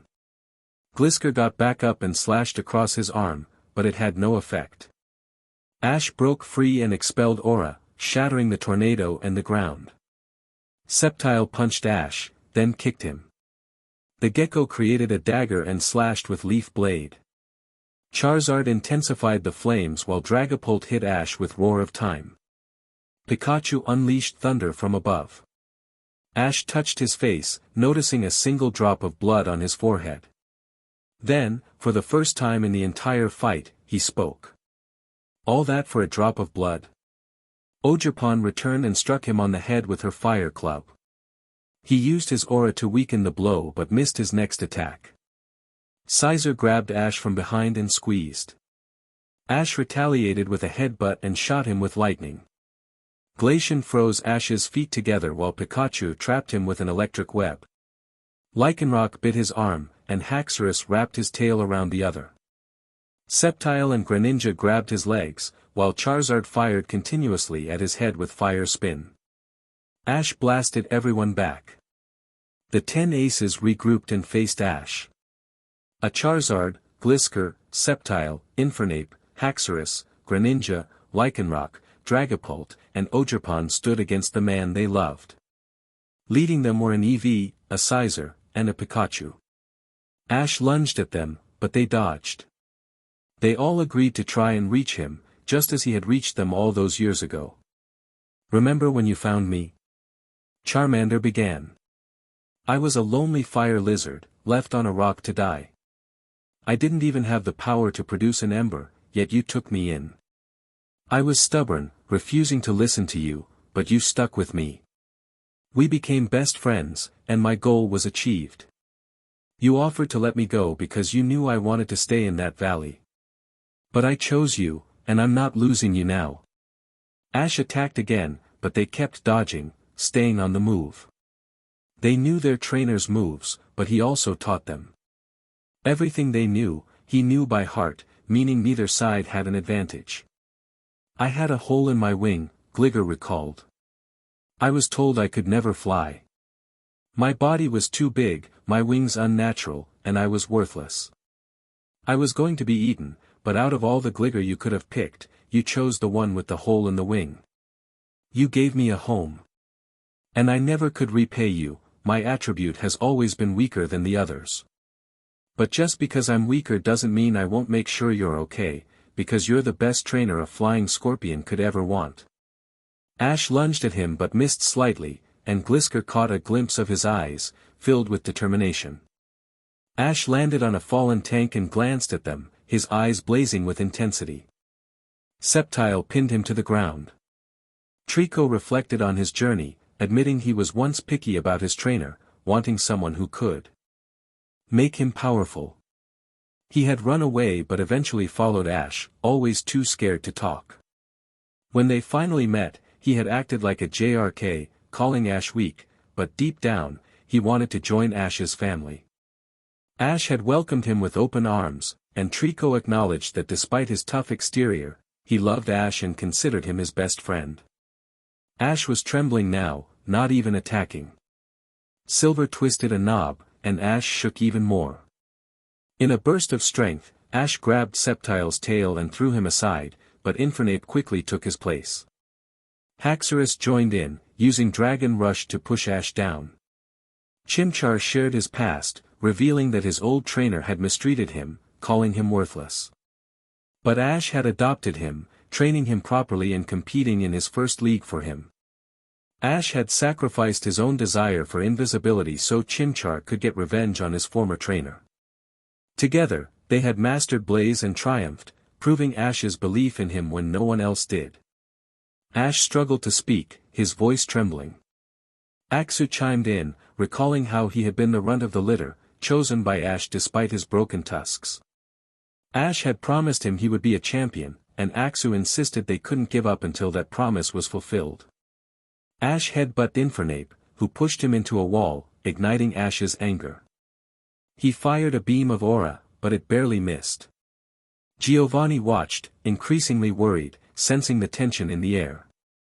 Greninja lunged at the Mafia family, but Ash blocked him. Froakie expressed his feelings, revealing he had run away from all his trainers, believing none could make him the best. But Ash had always wanted him back, making him stronger each time. When they unlocked Battle Bond, Froki realized that despite Ash's cold demeanor, he was his true sensei, and their family needed him. Ash punched Greninja, and the battle intensified. Glisker took to the air, moving faster than ever. Rockruff jumped on Ash, pleading with him to return, reminding him of the promise he made when he hatched Rockruff's egg. Ash had once been his dad, and Rockruff insisted he couldn't break that promise. Dreepy chimed in, asking Ash to come back, emphasizing the importance of his leadership. Ojapan and Eevee echoed similar sentiments, expressing their longing for Ash and the bond they shared as a family. Pikachu, feeling the urgency, jumped onto Ash's chest and unleashed a powerful attack. Witnesses later described it as a bolt of lightning from the heavens. The energy surged through Ash, and the light faded. Meanwhile, Yellow and Sabrina were on the battlefield, witnessing the chaos unfold. Ash's legendary Pokémon had arrived, shifting the tide of battle. Yellow kept glancing back at Ash, concerned, while Sabrina reminded her to focus on their own safety. As the battle raged on, Ash's Pokémon fought valiantly against the opposing forces. Sabrina was doing her best to fend off any threats, but it was taking its toll. The sight of a black lightning bolt striking near Ash caught their attention, and Yellow tried to rush over, but Sabrina held her back. Pikachu opened his eyes to see Ash, the one who believed in him and his team, awakening with renewed energy. Ash pushed everyone off him, and Pikachu jumped onto his shoulder. Ash declared, "You should have killed me." Pikachu responded, "You're not leaving us that easily. But welcome back." With determination in his eyes, Ash said, "Now then, let us begin."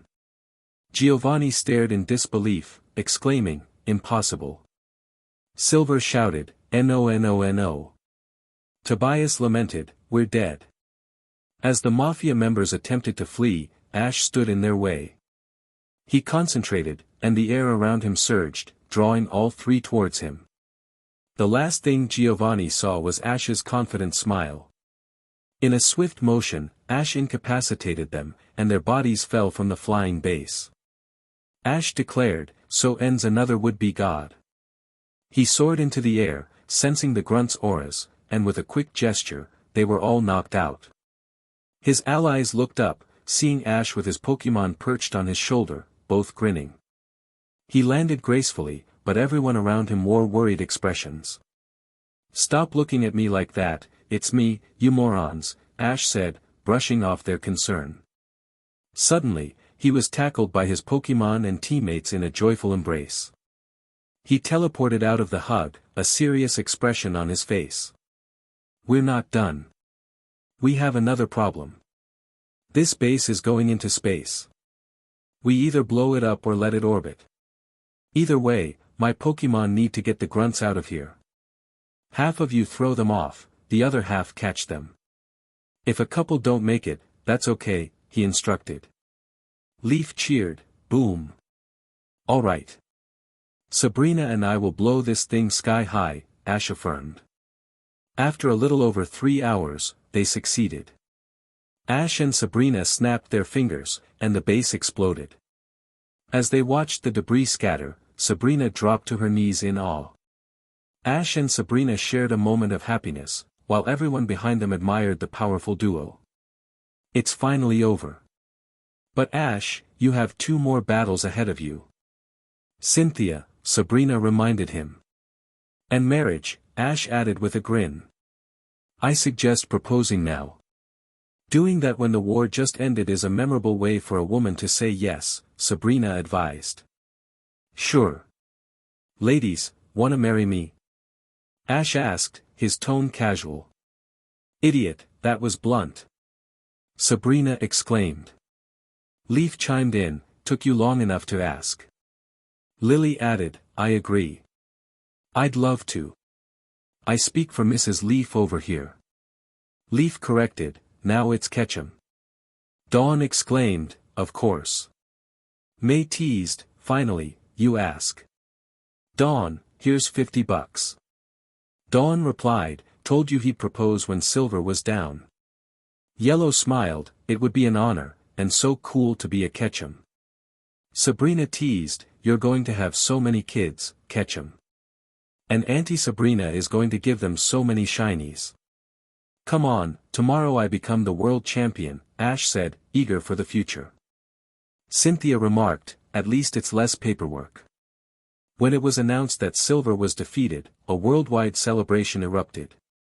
Giovanni's and his son's bodies were respectfully dealt with, while Ash and Sabrina took a moment to honor Riley. The pair decided to start a school for individuals like them. Despite Arceus's misleading claims about their numbers, the school was filled with eager students on its first day.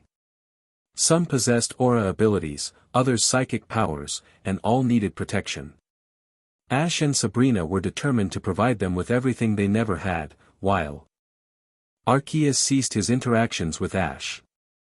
In a new announcement, it was revealed that Ash and Leon would battle Mustard and Gita to determine who would face Cynthia. The trainers sent out their Pokémon. Sizer. Ash called. Dragapult, go.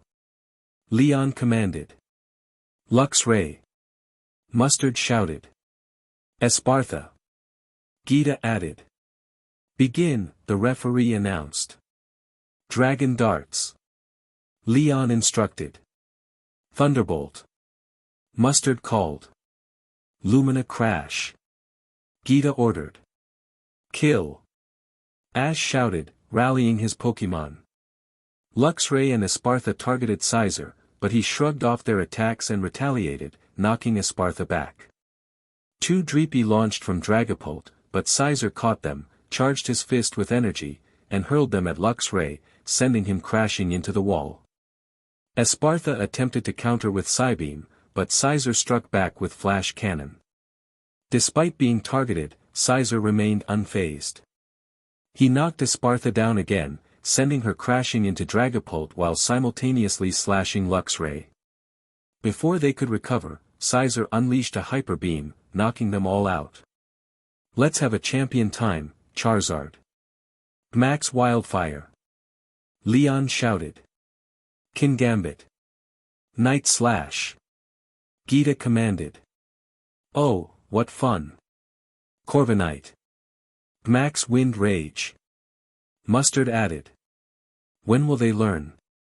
Ash mused. Two massive Pokémon and their trainers faced Sizer, but they stood no chance. Charizard charged at Sizer, who cleverly used Kingambit as a shield.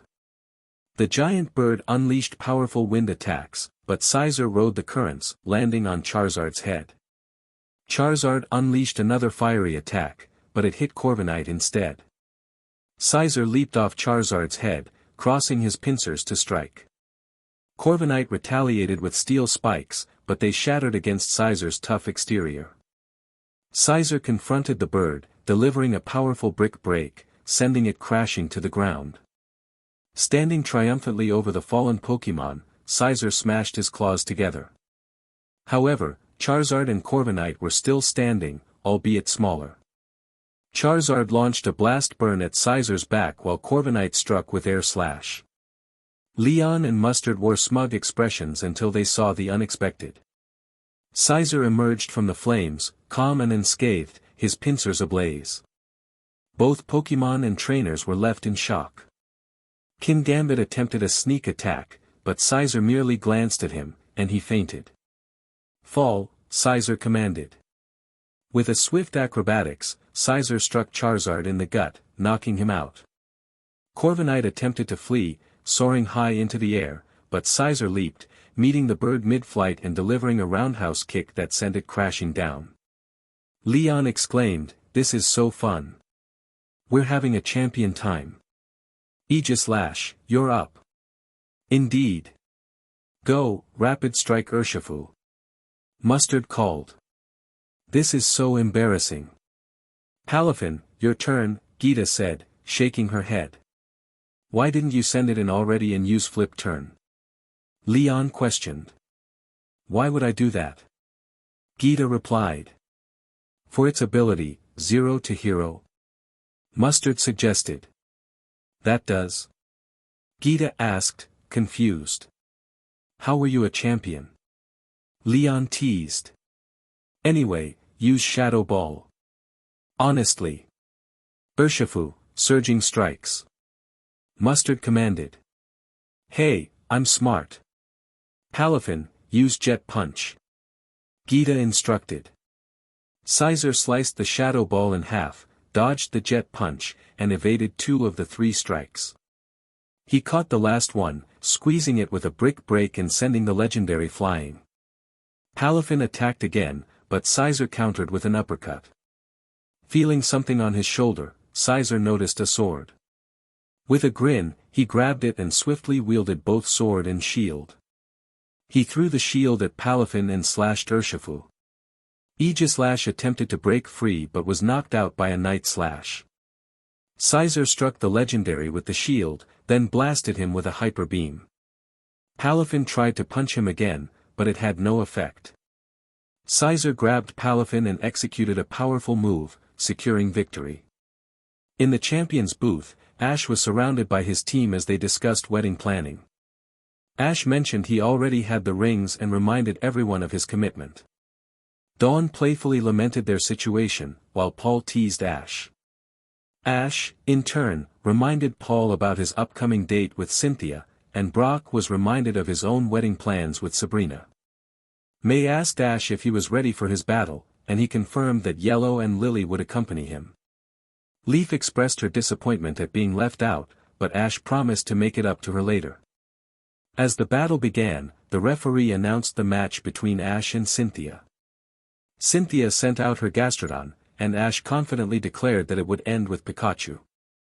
The crowd was puzzled by Ash's choice, but they were about to witness his strategy. Cynthia commanded Gastrodon to use Earth Power, hoping to gain the upper hand. Ash instructed Pikachu to use Thunder, and as storm clouds gathered, Pikachu unleashed a powerful attack that left Gastrodon on the brink of fainting. Pikachu then fell from the sky with Iron Tail, but Gastrodon managed to adapt. Pikachu followed up with Discharge, showcasing his excitement as the rain poured down. Cynthia called upon Glaceon, who attempted to counter with Blizzard, but Pikachu was undeterred. He stored lightning in his tail and countered with a powerful attack, knocking Glaceon out. Cynthia, determined, sent out Roserade, but Ash encouraged Pikachu to unleash an Electro Ball rain. The storm intensified, and despite Roserade's efforts to shield itself, it was overwhelmed by the electric onslaught. With Roserade defeated, Cynthia sent out Garchomp, who acknowledged the honor of battling Ash. Pikachu, eager for a challenge, urged Garchomp to give it his all. Cynthia commanded an earthquake, but Pikachu dodged and retaliated with lightning, hitting Garchomp as he dug underground. The battle escalated, with Garchomp attempting a Draco Meteor attack. Pikachu countered effectively, and as the fight continued, Cynthia decided to Mega Evolve Garchomp. The 2 Pokémon exchanged powerful blows, but Pikachu's agility and strategy kept him in the game. In a final showdown, Pikachu unleashed a massive lightning bolt that knocked Garchomp out. Cynthia, though disappointed, acknowledged Ash's victory. She sent out her remaining Pokémon, but they were quickly defeated by Pikachu's electric attacks. With the battle concluded, Ash celebrated his victory with Pikachu, and they took a picture with the trophy. Back home, Ash was greeted by his family, who celebrated his achievement. Years later, Ash, now 28, and a champion for a decade, had 5 children, each with unique abilities. His son Riley, a calm psychic child, took after his father. His daughter Delia was adventurous and headstrong, while Red, another son, was quiet and fascinated by Pokémon. Lassity, his daughter with Leaf, inherited both Ash's powers and his fiery spirit. Lastly, his daughter with Yellow mirrored her mother in looks but shared Ash's personality. Ash's Pokémon continued to defend their title each year, and during this time, he chose to relinquish his elemental powers, focusing instead on his family and their adventures. Paul and Cynthia were preparing for their wedding, and Ash's Pokémon had taken a liking to his children, beginning their training together. Ash's journey as a mute trainer inspired others with similar challenges, such as those who were deaf, to pursue their own paths. Dawn and May had become top coordinators and Elite Four members, while Lily excelled as a professor specializing in Pokémon adaptations. Leaf remained the Kalos champion, undefeated, and Yellow taught at the Aura school. Ash and Sabrina managed both a power school and a trainer school, and life felt better than ever for Ash. After dinner one evening, Ash shared a heartfelt story about his grandfather, Riley, who embodied commitment, love, and joy. He recounted, "Riley was my dad. He was the greatest man I ever met. Every day, I strive to be like him. Now, it's time for bed before I have to call Godmother Gardevoir and Pikachu." As he tucked the kids in, Ash gazed at the stars from the porch, with Sabrina beside him. Yellow gave them their moment of peace. Despite their past struggles, they found balance in one another. "We have a life, thanks to Riley," Ash said softly. Sabrina replied, "You're such a downer. We won, and we get to live. That's a miracle in itself. Just look at the stars, Ash. Riley would want us to enjoy this. Knowing him, he's watching over us." Together, they admired the night sky. Ash still had the legendaries, including those who had turned shadow, as they chose to stay with him. They roamed the world, maintaining balance while remaining a family. "Maybe living isn't so bad," Ash mused. "But we both know this peace won't last." Sabrina responded confidently, "So what? We'll handle whatever comes our way. We have the mute trainer on our side. What could possibly go wrong?" Suddenly, a portal opened, and a man stepped through who looked exactly like Ash. Same face, same eyes, same build, but with a distinct aura. Ash sensed their powers were similar yet different. The newcomer wore a dagger at his belt, and the light around them dimmed with his presence. His eyes were pitch black. "Hello, mute trainer. My name is Ash Ketchum.